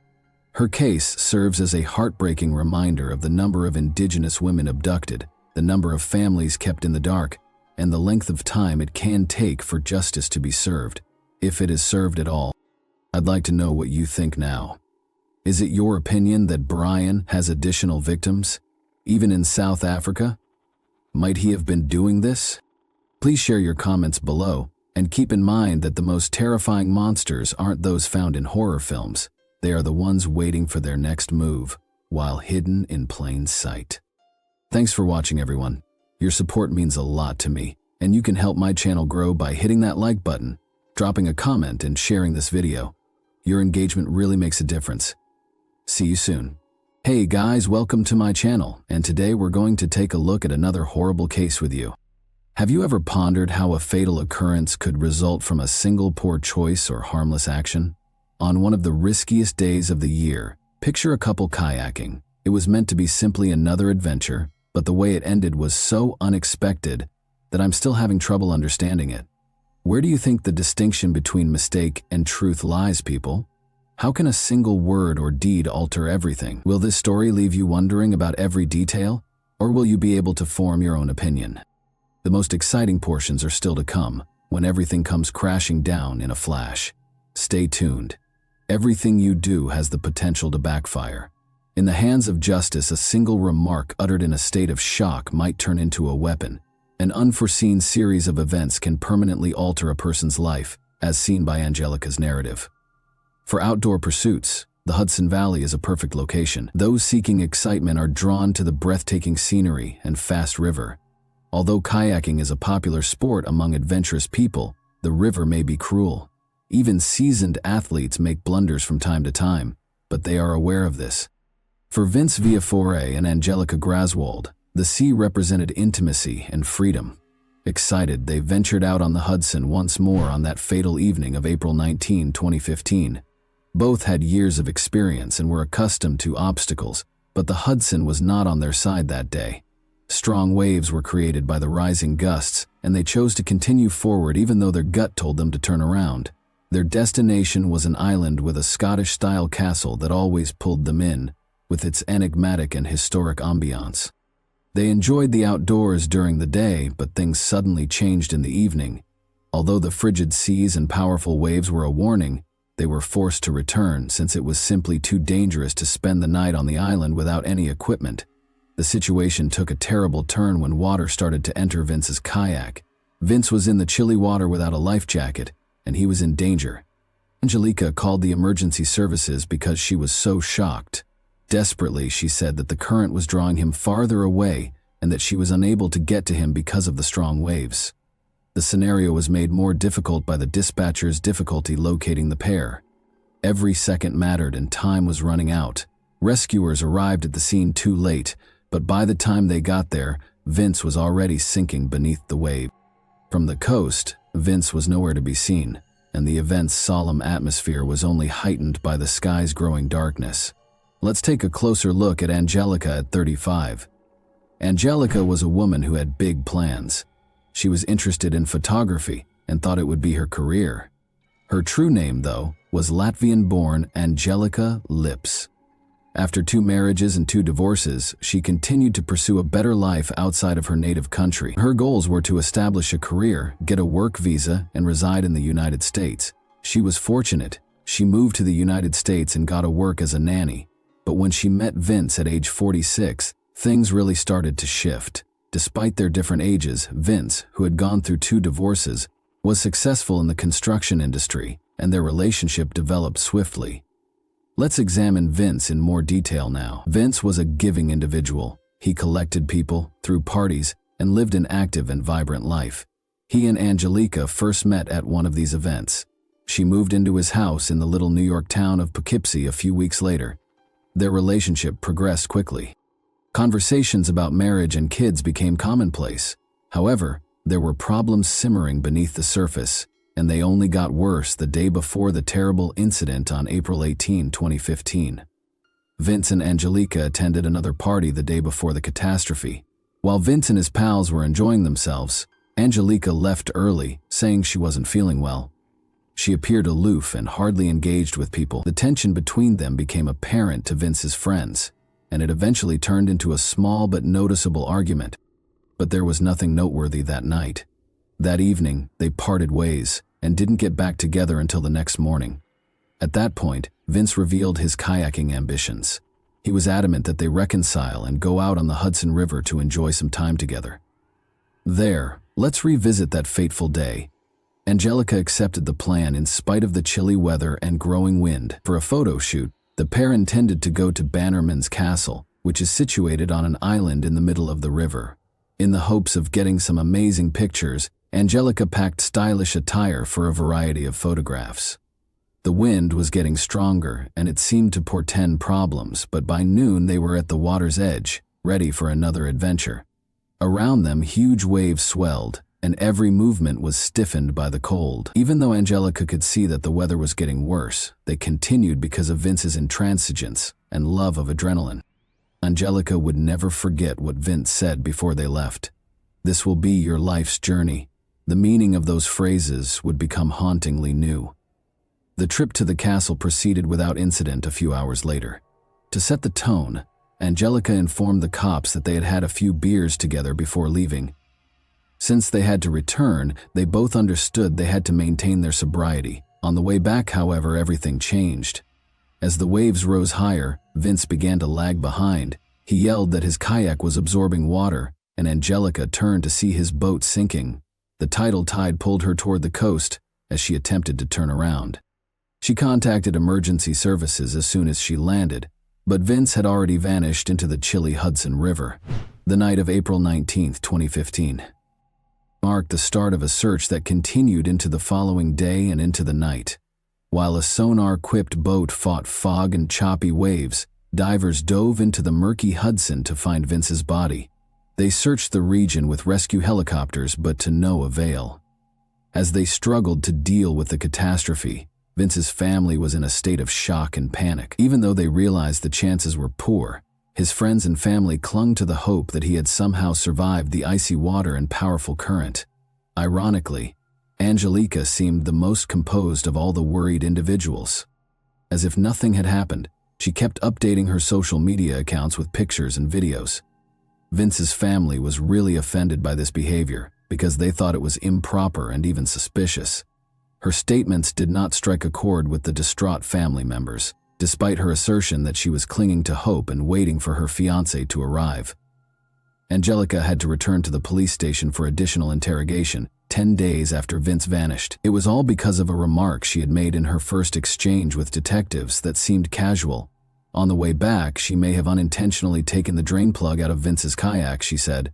The investigation's trajectory was significantly altered by this minor detail. The idea that Vince's death was just an accident began to lose credibility, as there were suddenly more questions than answers.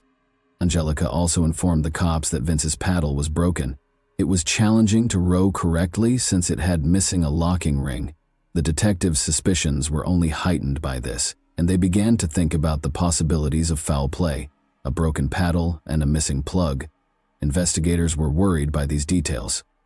When taken together, these minor details led the authorities to believe that Angelica might have purposefully created the conditions for Vince to drown. However, why would she have done this?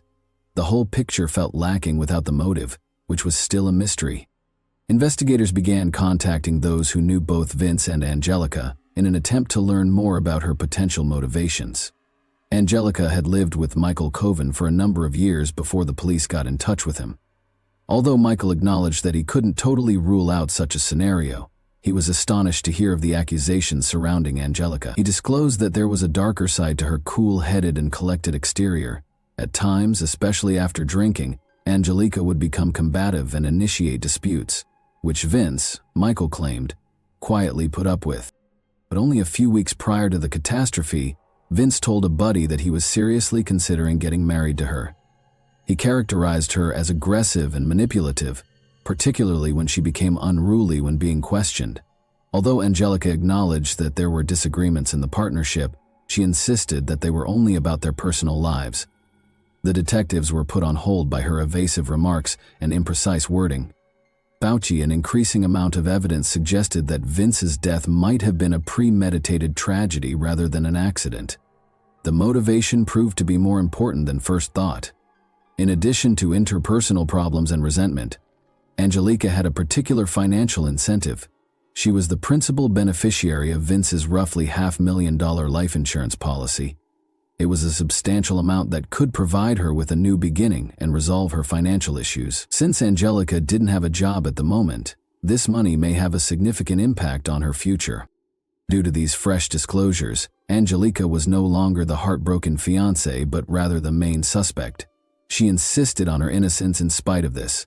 Nevertheless, she was arrested on charges of second-degree criminal wrongdoing and released on bail of $9 million, 0 cents, which, considering her foreign nationality, she could scarcely afford. Angelica was kept in detention pending trial because investigators were concerned that she could try to escape. According to Angelica's defense, her remarks during the 11-hour interrogation were not legally enforceable. Since Vince's body had not yet been found, her lawyer maintained that it was impossible to verify any foul play or deliberate crime in the absence of forensic proof. He maintained that Vince died in a terrible accident. He said that a wave caused the kayak to capsize and that the drain plug may have fallen off later when the boat began to sink. The defense set up an experiment on the Hudson River to bolster their version of events. There was a person sitting in a kayak of the same model who looked like Vince. Even on a calm day, the tests showed that the ship was resting very low in the water, only a few inches over the surface. This proved that even if the plug hadn't been loosened, Big waves could readily fill the kayak with water. The lawyer also reminded everyone that Vince had been drinking, which might have affected his ability to coordinate and react in a flooded kayak, make dubious confessions, and conduct water experiments. This led to a great deal of discussion. Even though Vince's body had not been found, the inquiry was moving forward. The drain stopper, a tiny hole little larger than a fingertip, was the primary source of conflict. The idea that such a minor detail might have led to such a tragedy was difficult to accept. Since Vince's kayak had a drain opening on top, it seems doubtful that enough water could have entered the boat for it to sink. As doubts grew, Angelica's attorney demanded more studies to help solve this riddle. A precise simulation was carried out using the same kind of kayak, a mannequin that had the same size and weight as Vince, and circumstances that were very similar to those of that fateful day. According to the studies, the kayak didn't fill with water fast enough to capsize even after the drain plug was removed. Only a few droplets of water were able to enter through the drain hole, far too little to have resulted in a deadly situation. This implied that Vince's kayak could have easily made the final mile or two back to shore even without the plug, but the prosecution turned its attention to the paddle after the experiment appeared to totally refute the plug argument. Angelica stated that the paddle was broken and lacked the locking ring, which investigators thought might have made it more difficult for Vince to maneuver the kayak. The defense, however, refused to concede even in this case. They showed that the paddle's operation was unaffected by the ring's removal. It was still robust and totally functional and could be used efficiently. This did not alter the fact, though, that Angelica confessed to touching Vince's paddle and the plug while being questioned. This admission served as the impetus for the accusations against her. Even the smallest elements, like touching the paddle or unintentionally brushing across the plug, were used by the police to suspect Angelica of intentional acts because they appeared to be part of a well-planned crime.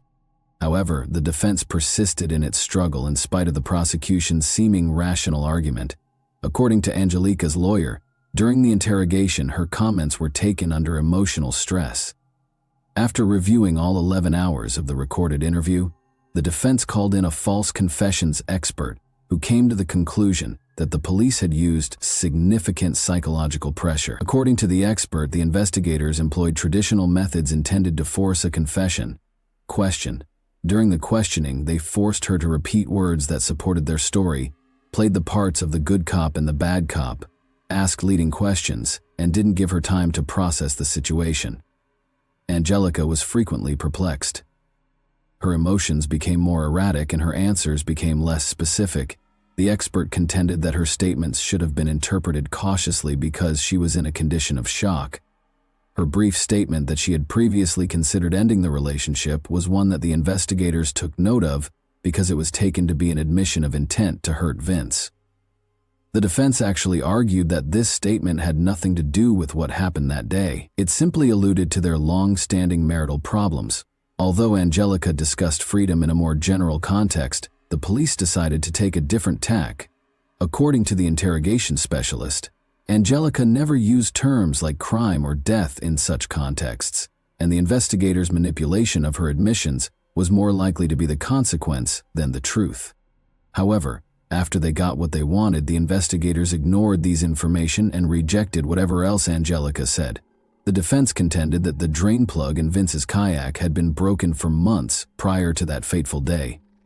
Angelica claims that they had gone kayaking multiple times without the plug, and that there had never been any significant issues. Although there were hazardous circumstances on the river that day, the disaster was caused by the weather rather than any deliberate activities. However, the prosecution did not waver in its position. It all made sense to them. A woman fed up with the partnership, looking for money, arranging an accident to earn insurance payouts, and becoming independent. The questioning of Angelica seemed to go on forever. She felt trapped and had lost all sense of time. She initially made an effort to resist, but her determination waned as the officers kept bringing up the drain plug problem. Her account of the plug, whether it was present or not, got confused, which the investigators decided to take advantage of.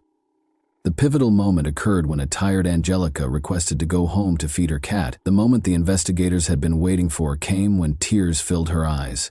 They increased the pressure since they could feel how vulnerable she was. Despite the fact that she never explicitly admitted to a crime, the police persisted in asking her a series of leading questions. According to an expert who later watched the interrogation video, Angelica looked worn out, overburdened, and obviously unable to think straight. Her erratic answers were the usual outcome of emotional exhaustion rather than a deliberate admission of guilt. The expert claims that she only wanted to get away from the constant interrogation, which caused her to provide a number of evasive responses that served as the foundation for the case against her. Vince's body, meanwhile, was still unaccounted for.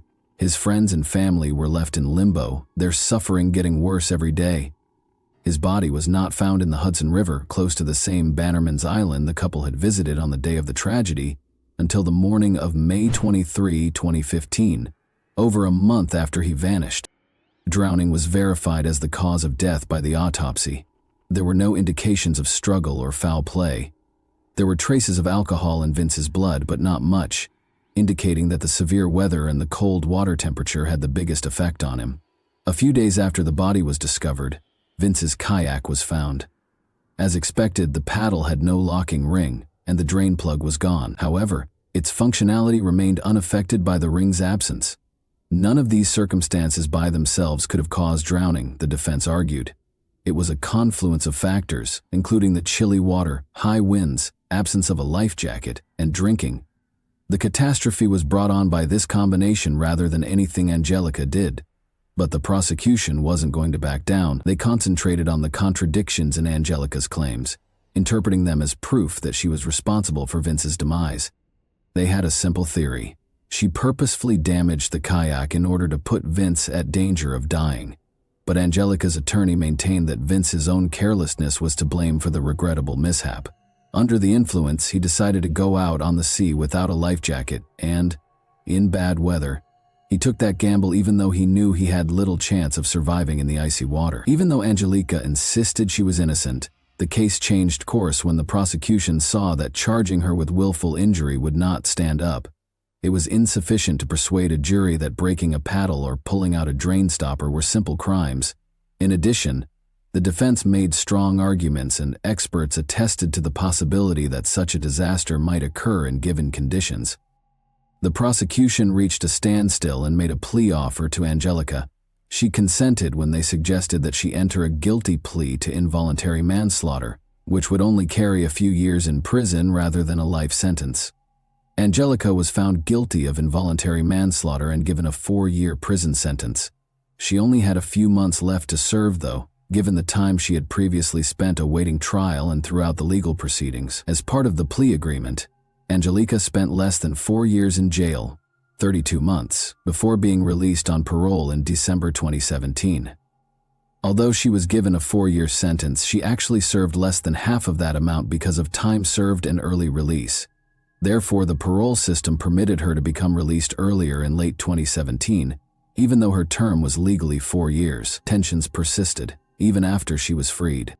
The result was too difficult for Vince's family to accept. They were outspoken in their displeasure with the light sentence, believing that Angelica was the cause of their son's death.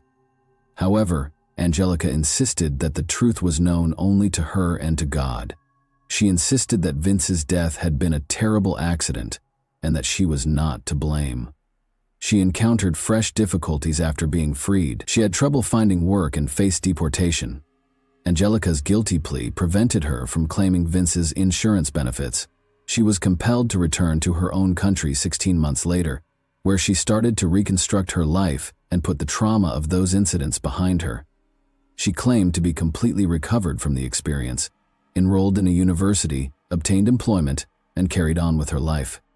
People, this is a story with many unanswered questions that may never be resolved. A complicated and intense picture is painted by Vince's passing, Angelica's actions, and the contradictory testimony. In these circumstances, it's simple to be influenced by the narrative of the prosecution or by public opinion, but it's crucial to keep in mind that the truth isn't always clear. In my opinion, the legal system is capable of errors. Particularly in situations such as these, false confessions can result from coercion, psychological weariness, and interrogation techniques. Angelica was in a predicament where she was disadvantaged by both the external factors and her own blunders in speech and behavior, However, was she really to blame for Vince's passing, or was it really a terrible mishap that turned into a nightmare for all those concerned? I want to now address you, the audience. Which do you believe is more significant in this tale, chance or guilt? Has a judge made a mistake in Angelica's case, or is she really involved in Vince's demise? If you were in her shoes, what would you have done? More significantly, can we always rely on judgments based on contradicting evidence? I want to know what you think. Stories like this one make you wonder about the thin line that separates accusation from truth. And that wraps up today's chilling story. If you enjoyed this video, don't forget to like and subscribe so you never miss a new upload. Also, let me know in the comments, what part of this story shocked you the most? Thank you for watching, and I'll see you in the next video. Hey guys, welcome to my channel, and today we're going to take a look at another horrible case with you. Genetic genealogy testing has revolutionized cold case investigation by reviving cases that might otherwise have remained unsolved. It had been like trying to capture smoke with their bare hands for the investigators working on the cases of John and Jane Doe. However, new developments in DNA testing are now providing investigators with the advantage they need to solve crimes that were previously thought to be unsolvable. These victims are now receiving their names back after being unidentified and nameless for decades. Today, we'll examine two instances where genetic genealogy has ultimately provided the answer and some measure of closure for both families and investigators. Immediately, let's get started. Today's first case takes place in Rock County, which is located in the southwest region of Minnesota. Rock County is one of the 4 counties without a natural lake, despite Minnesota's reputation as the land of 10,000 lakes.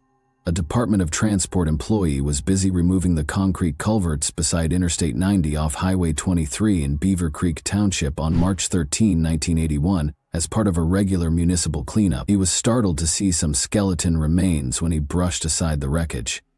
The employee phoned the police after speaking with his boss right away. The area was cordoned off when the police came, and everyone in the vicinity was questioned about the finding. According to the supervisor, the culverts were cleaned out once a year, with the most recent cleanup taking place on October 21, 1980. The remains might have been disposed of in the culvert at any point between October 1980 and 1981, Wyatt investigators hypothesized. After removing the deceased, forensic specialists and crime scene detectives set about gathering any hints that might have been left behind. The body was taken to the medical examiner's office in Ramsey County. The medical examiner found it challenging to identify the John Doe. From what was left of the nearly full skeleton, the body had been severely decayed and was hardly identifiable. According to the coroner's findings, John Doe was a white man in his 30s to 50s. 5 feet 6 to 5 feet 8 inches was his estimated height.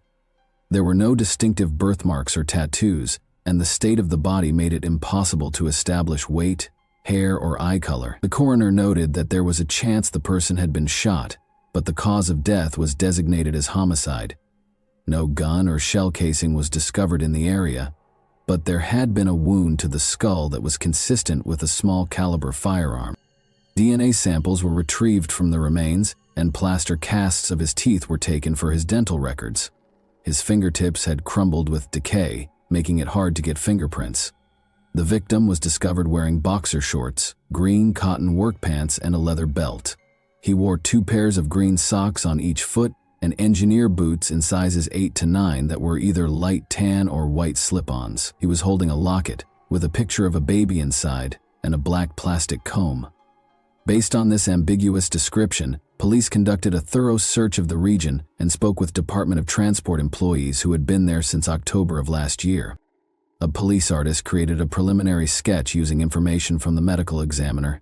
Beaver Creek Township saw the creation and distribution of posters. They also asked drivers who frequently traveled the road if there was any strange behavior going on nearby. When asked about the John Doe who was discovered in the culvert, locals were unable to name anyone who fit his description. No one appeared to know who this individual may be, and a search of missing people databases in and around Minnesota produced no results. The case eventually became cold due to a lack of leads. Despite authorities routinely reviewing the case, no one had come forward to report someone missing in the region, and no new information emerged. As technology developed, known criminals' DNA profiles were being converted to digital format, so that law enforcement could obtain data more quickly and easily. In 1981, a profile of Rock County John Doe was created, and it was used to look him up in national criminal databases. But this was also in vain, because no victim records could be located. Decades passed with no new information about the case.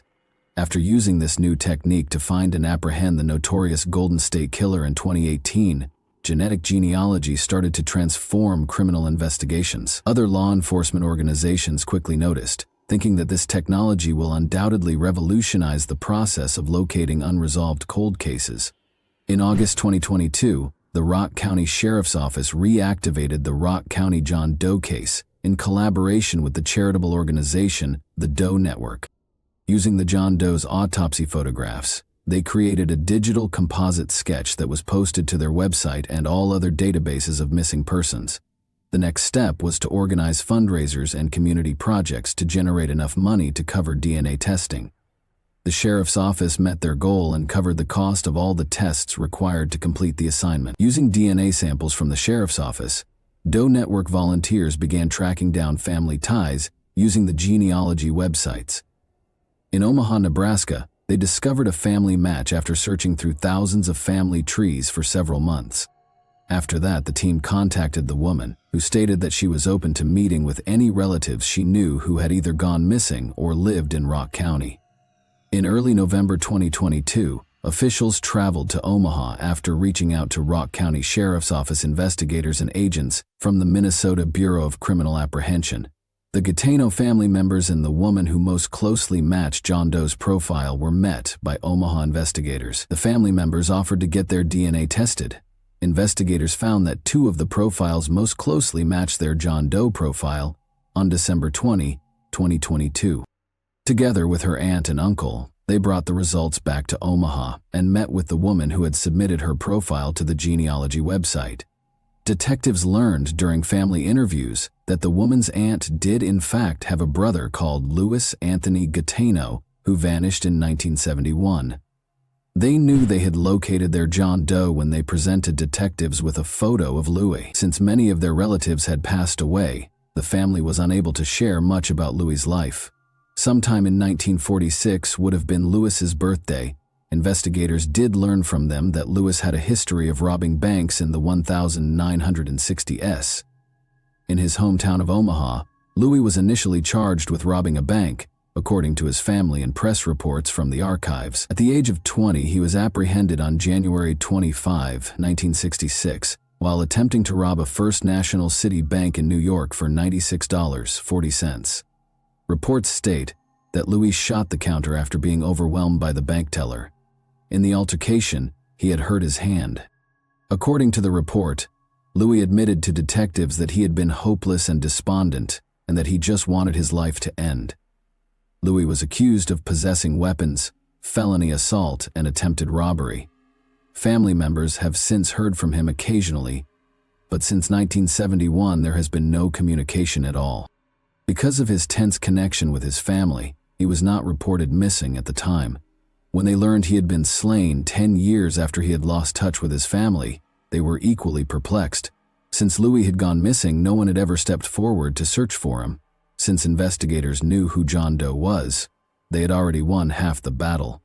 Evan Verbrugge, the sheriff for Rock County, described the occasion as bittersweet. Finally, Louis Gateno's family has some answers, though it's not news anyone wants to hear. Even though there is still a lot to learn about Mr. Gateno's passing, being able to identify him decades after his passing is a crucial new piece of information in this case. Despite the difficult task, he stated that the case will stay open for Brooks. We'll have a hard time finding out, but it's our responsibility to try and get answers, and it won't cost much. According to him, officials are urging anyone with knowledge about the case or who may have known Louis Anthony Gateno between 1971 and 1981 to come forward and get in touch with the Rock County Sheriff's Office. Rock County, Wisconsin, is the location of our next case. Anyone can enjoy the great outdoors and reestablish a connection with nature in this county, which is full of parks and open spaces. However, a riddle perplexed law enforcement for 27 years until fresh DNA testing provided much-needed clarification. On November 11, 1995, Hunters were pursuing a herd of deer in a forested region close to Bradford, Wisconsin. Unaware that he was going to show his nephews a scene from a horror film, Gary Gilbank wanted to share his love of hunting with them. Rather, they came to a halt when they arrived at the southern shore of Turtle Creek. The man's skeleton remains were on the ground. They couldn't understand it. None of them knew who owned the skeleton or how it got here, and they owned the ground it was lying on. They called the cops without hesitation. As soon as they got there, investigators roped off the area to start their investigation. His hands seemed to be over his head as he lay on his stomach. He had been wearing a plaid shirt and a t-shirt with the name of the British band Venom on it, and a denim jacket that partially covered his head and back. There was a Nike sneaker close to the body, and he was also dressed in gray camouflage pants. The other was not located.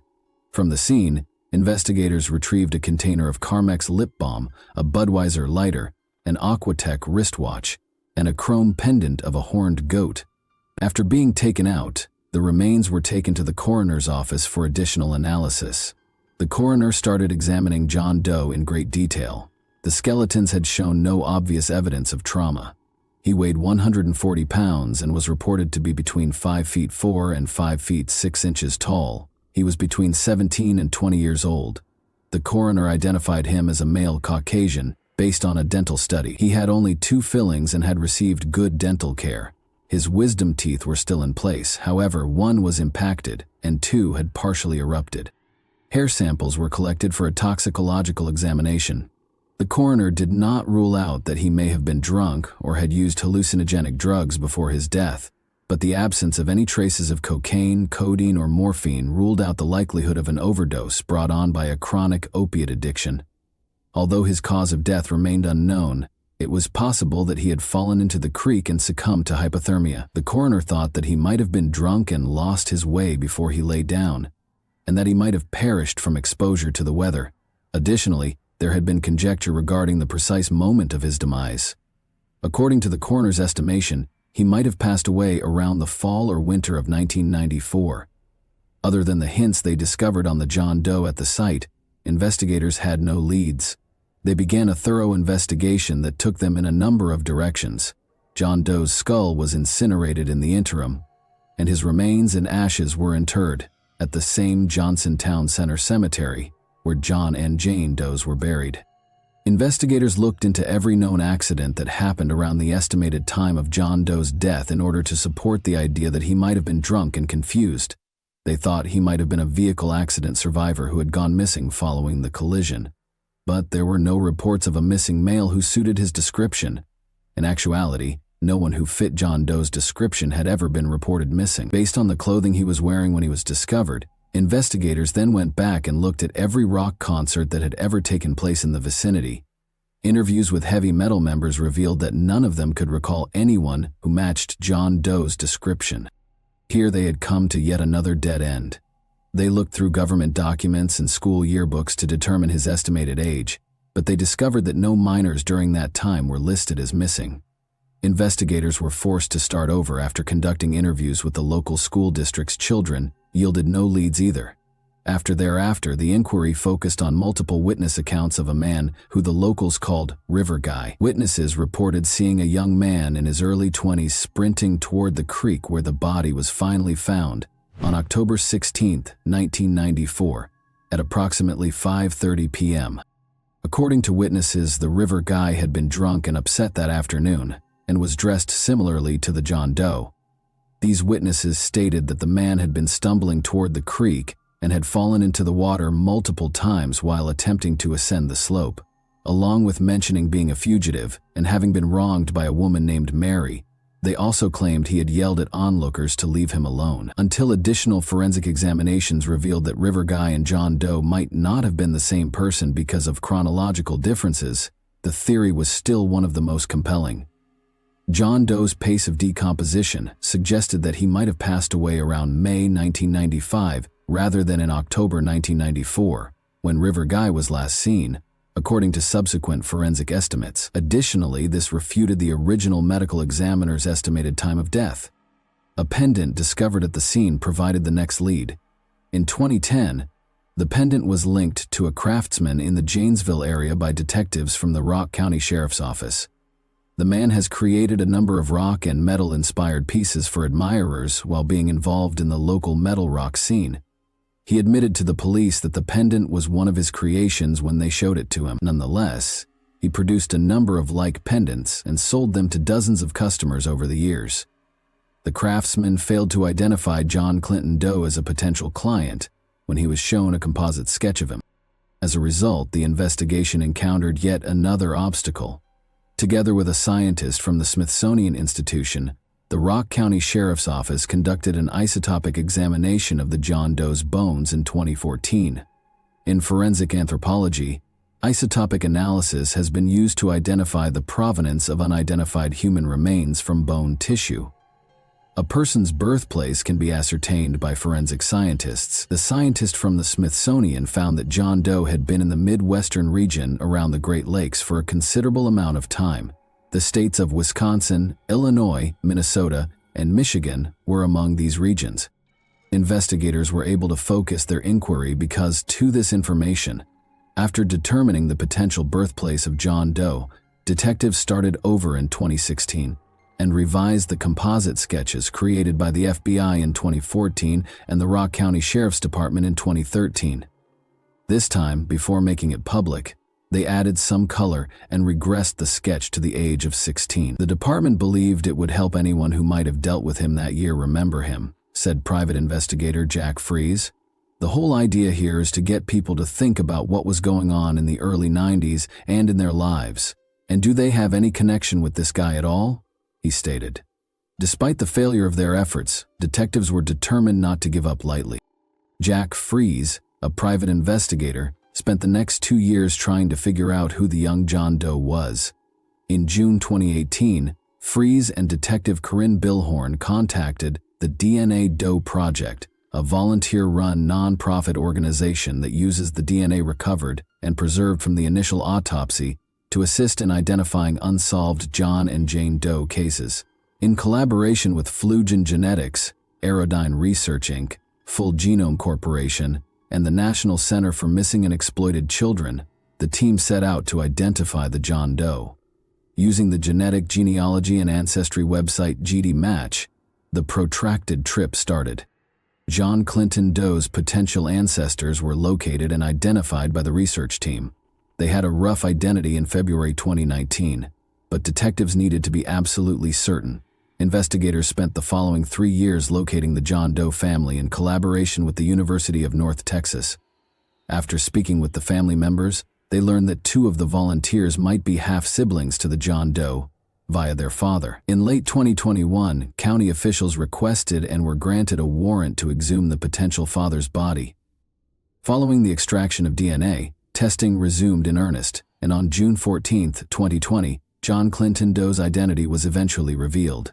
The body in the creek was identified as 20-year-old Carl Isaacs Jr., according to the Rock County Sheriff's Office. On April 30, 1974, Carl was born in Delavan, Wisconsin. He seems to have never fully recovered from the shock of his parents' divorce when he was quite young. In 1991, Carl had gone to an alternative high school for pupils from the Badger, Delavan, Darien, and Elkhorn areas. Carl had become addicted to drugs at the age of 17.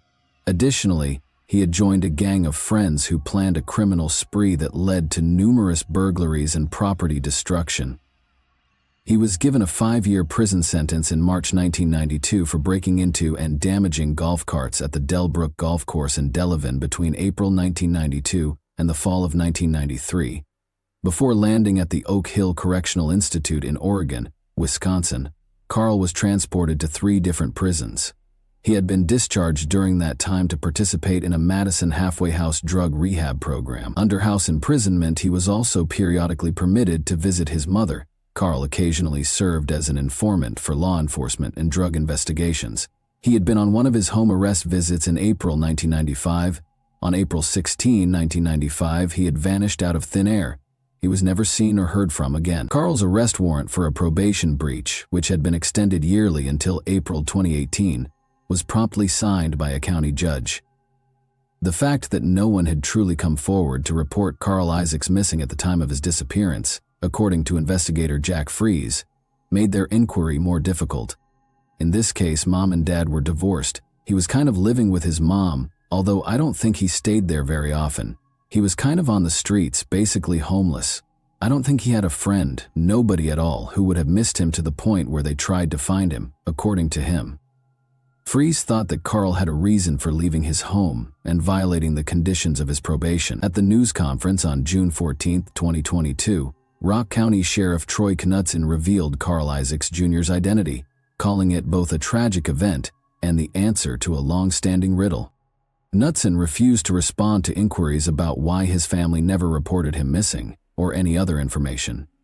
I'm kind of sad to have to get together and discuss the untimely death of a young individual in our community, but I'm glad to finally be able to bring a little bit of resolution to the individual's identity. However, he did say that the family had been anticipating the news since the DNA matches were found and the investigation was conducted. Rather, he emphasized to everyone that the case was still pending. We're really looking to flesh out exactly who he was and how he found himself in that particular location. That's where we're looking to the community to help provide some of those details for us, he stated. Knudsen went on to say that although the inquiry took a long time, the identification was made possible by technological developments. He gave Jack Freese, a former employee of the Rock County Coroner's Office, praise and gratitude for his voluntary assistance on the case. Additionally, he expressed gratitude to the DNA Doe Project, which gave investigators the breakthrough they needed to identify Carl Isaacs. Nick Gilbank, the person who found Carl's body in the creek, can still clearly recall that moment. He still has some unanswered questions, but he is relieved that there is some closure and that he knows who John Doe is. I walked over to see what I was looking at, and there, next to a garbage bag of his belongings, was a clothed skeleton. I remember kneeling down and picking up the shirt, and there was a skull, completely decomposed. I guess I'm glad they finally identified the remains, he stated. And that wraps up today's chilling story. If you enjoyed this video, don't forget to like and subscribe so you never miss a new upload. Also, let me know in the comments what part of this story shocked you the most. Thank you for watching, and I'll see you in the next video. Hey guys, today we're diving into another truly horrifying case. If you want to support my channel, make sure to subscribe and stay active. It really helps me out. I'd be super grateful for that. Let's get started. The second biggest city in Washington, Spokane, is the setting for this tale. The city may be just as dangerous for its citizens as it is for visitors, despite its seeming beauty and allure. Spokane County has the highest crime rate in Washington, at double the state average, according to the state. Thus, today's Cinderella story has a bitter taste within and a lovely appearance. The Holdens were a normal American family who had long resided in Spokane. The house was constantly crowded with youngsters because they loved them. Joshua, an adoptive son, and two girls were the children of Judy and John Holden.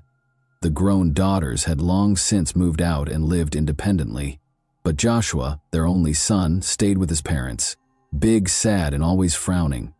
The young man regretfully stayed at his parents' house because he was unable to start his own family.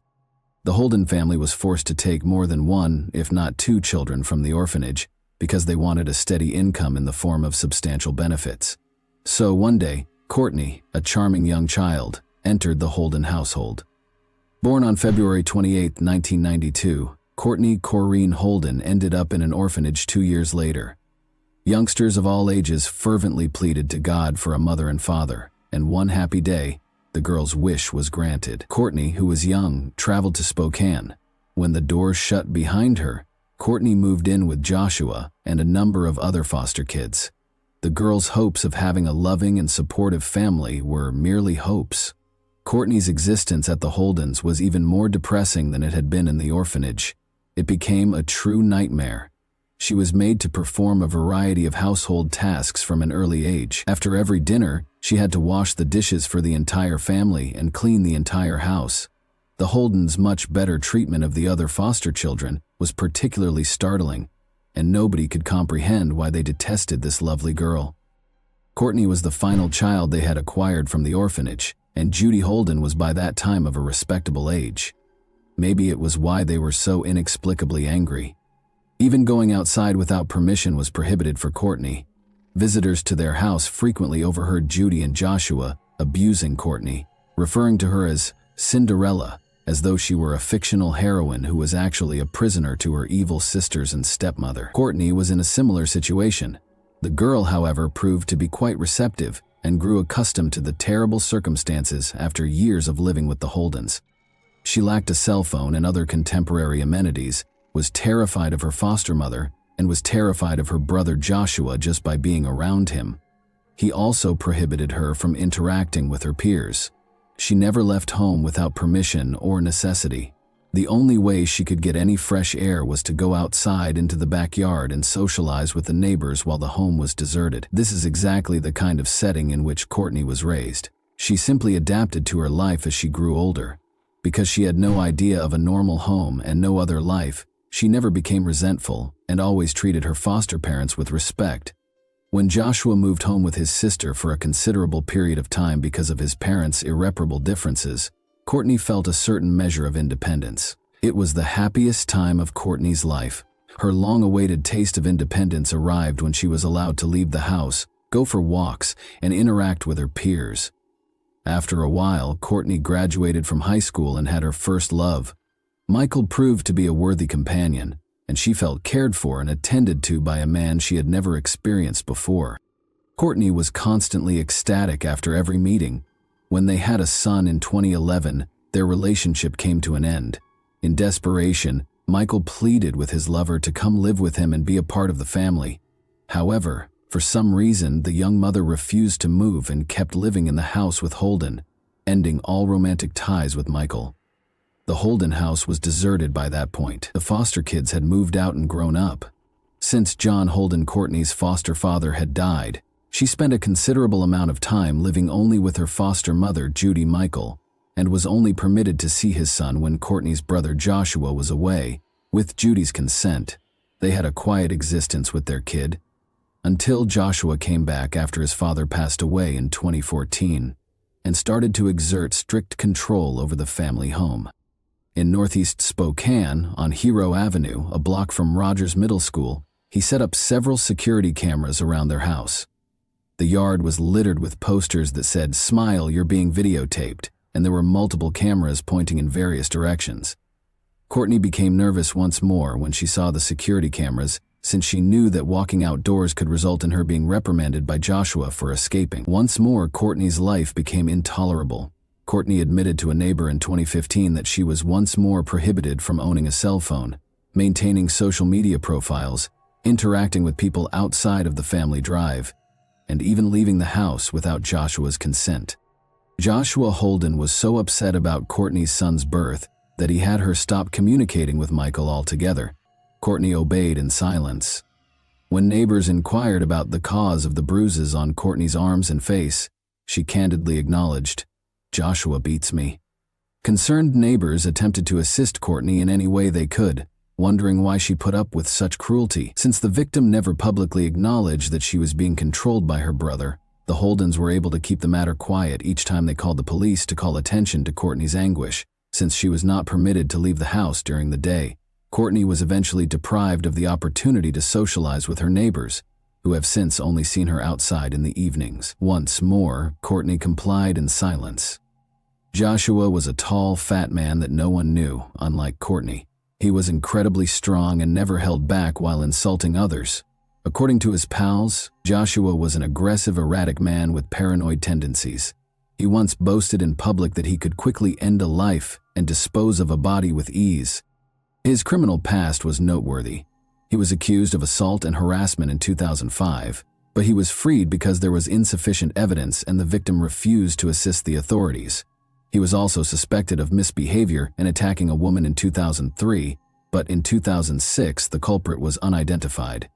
Joshua was taken into custody for both burglary and abusing his mother. He was compelled to leave his parents' house for a number of years as a result of these experiences. Joshua grew even more irate after his return. In an attempt to exert total control, he put cameras both inside and outside the house. Courtney, the young mother, nearly ceased interacting with friends, claiming she was scared to go anywhere for fear that Joshua would learn and things would worsen. Until Joshua discovered that Courtney had a Facebook account, one person spoke with her every day. "I must go. I must go. Josh is on his way." Nearly 2 years have passed since her previous message. Her account was then disabled indefinitely. According to acquaintances, the Holden family's dynamics are strange. In August 2018, following another argument, Courtney hurriedly packed her belongings into a suitcase and ran outside. An enraged Judy yelled after her, "Come home!" To which Courtney responded, "I'm not staying here anymore." Those familiar with the family have been baffled as to why Courtney's son calls Judy Mom, and Joshua is called only by his first name, while his biological mother is referred to as Dad.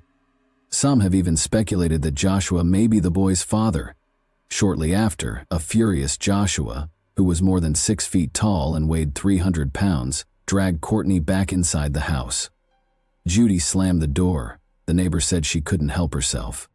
Courtney was a young woman who had led an invisible existence, and that was the last time this neighbor, and perhaps the rest of the family, saw her. She remained.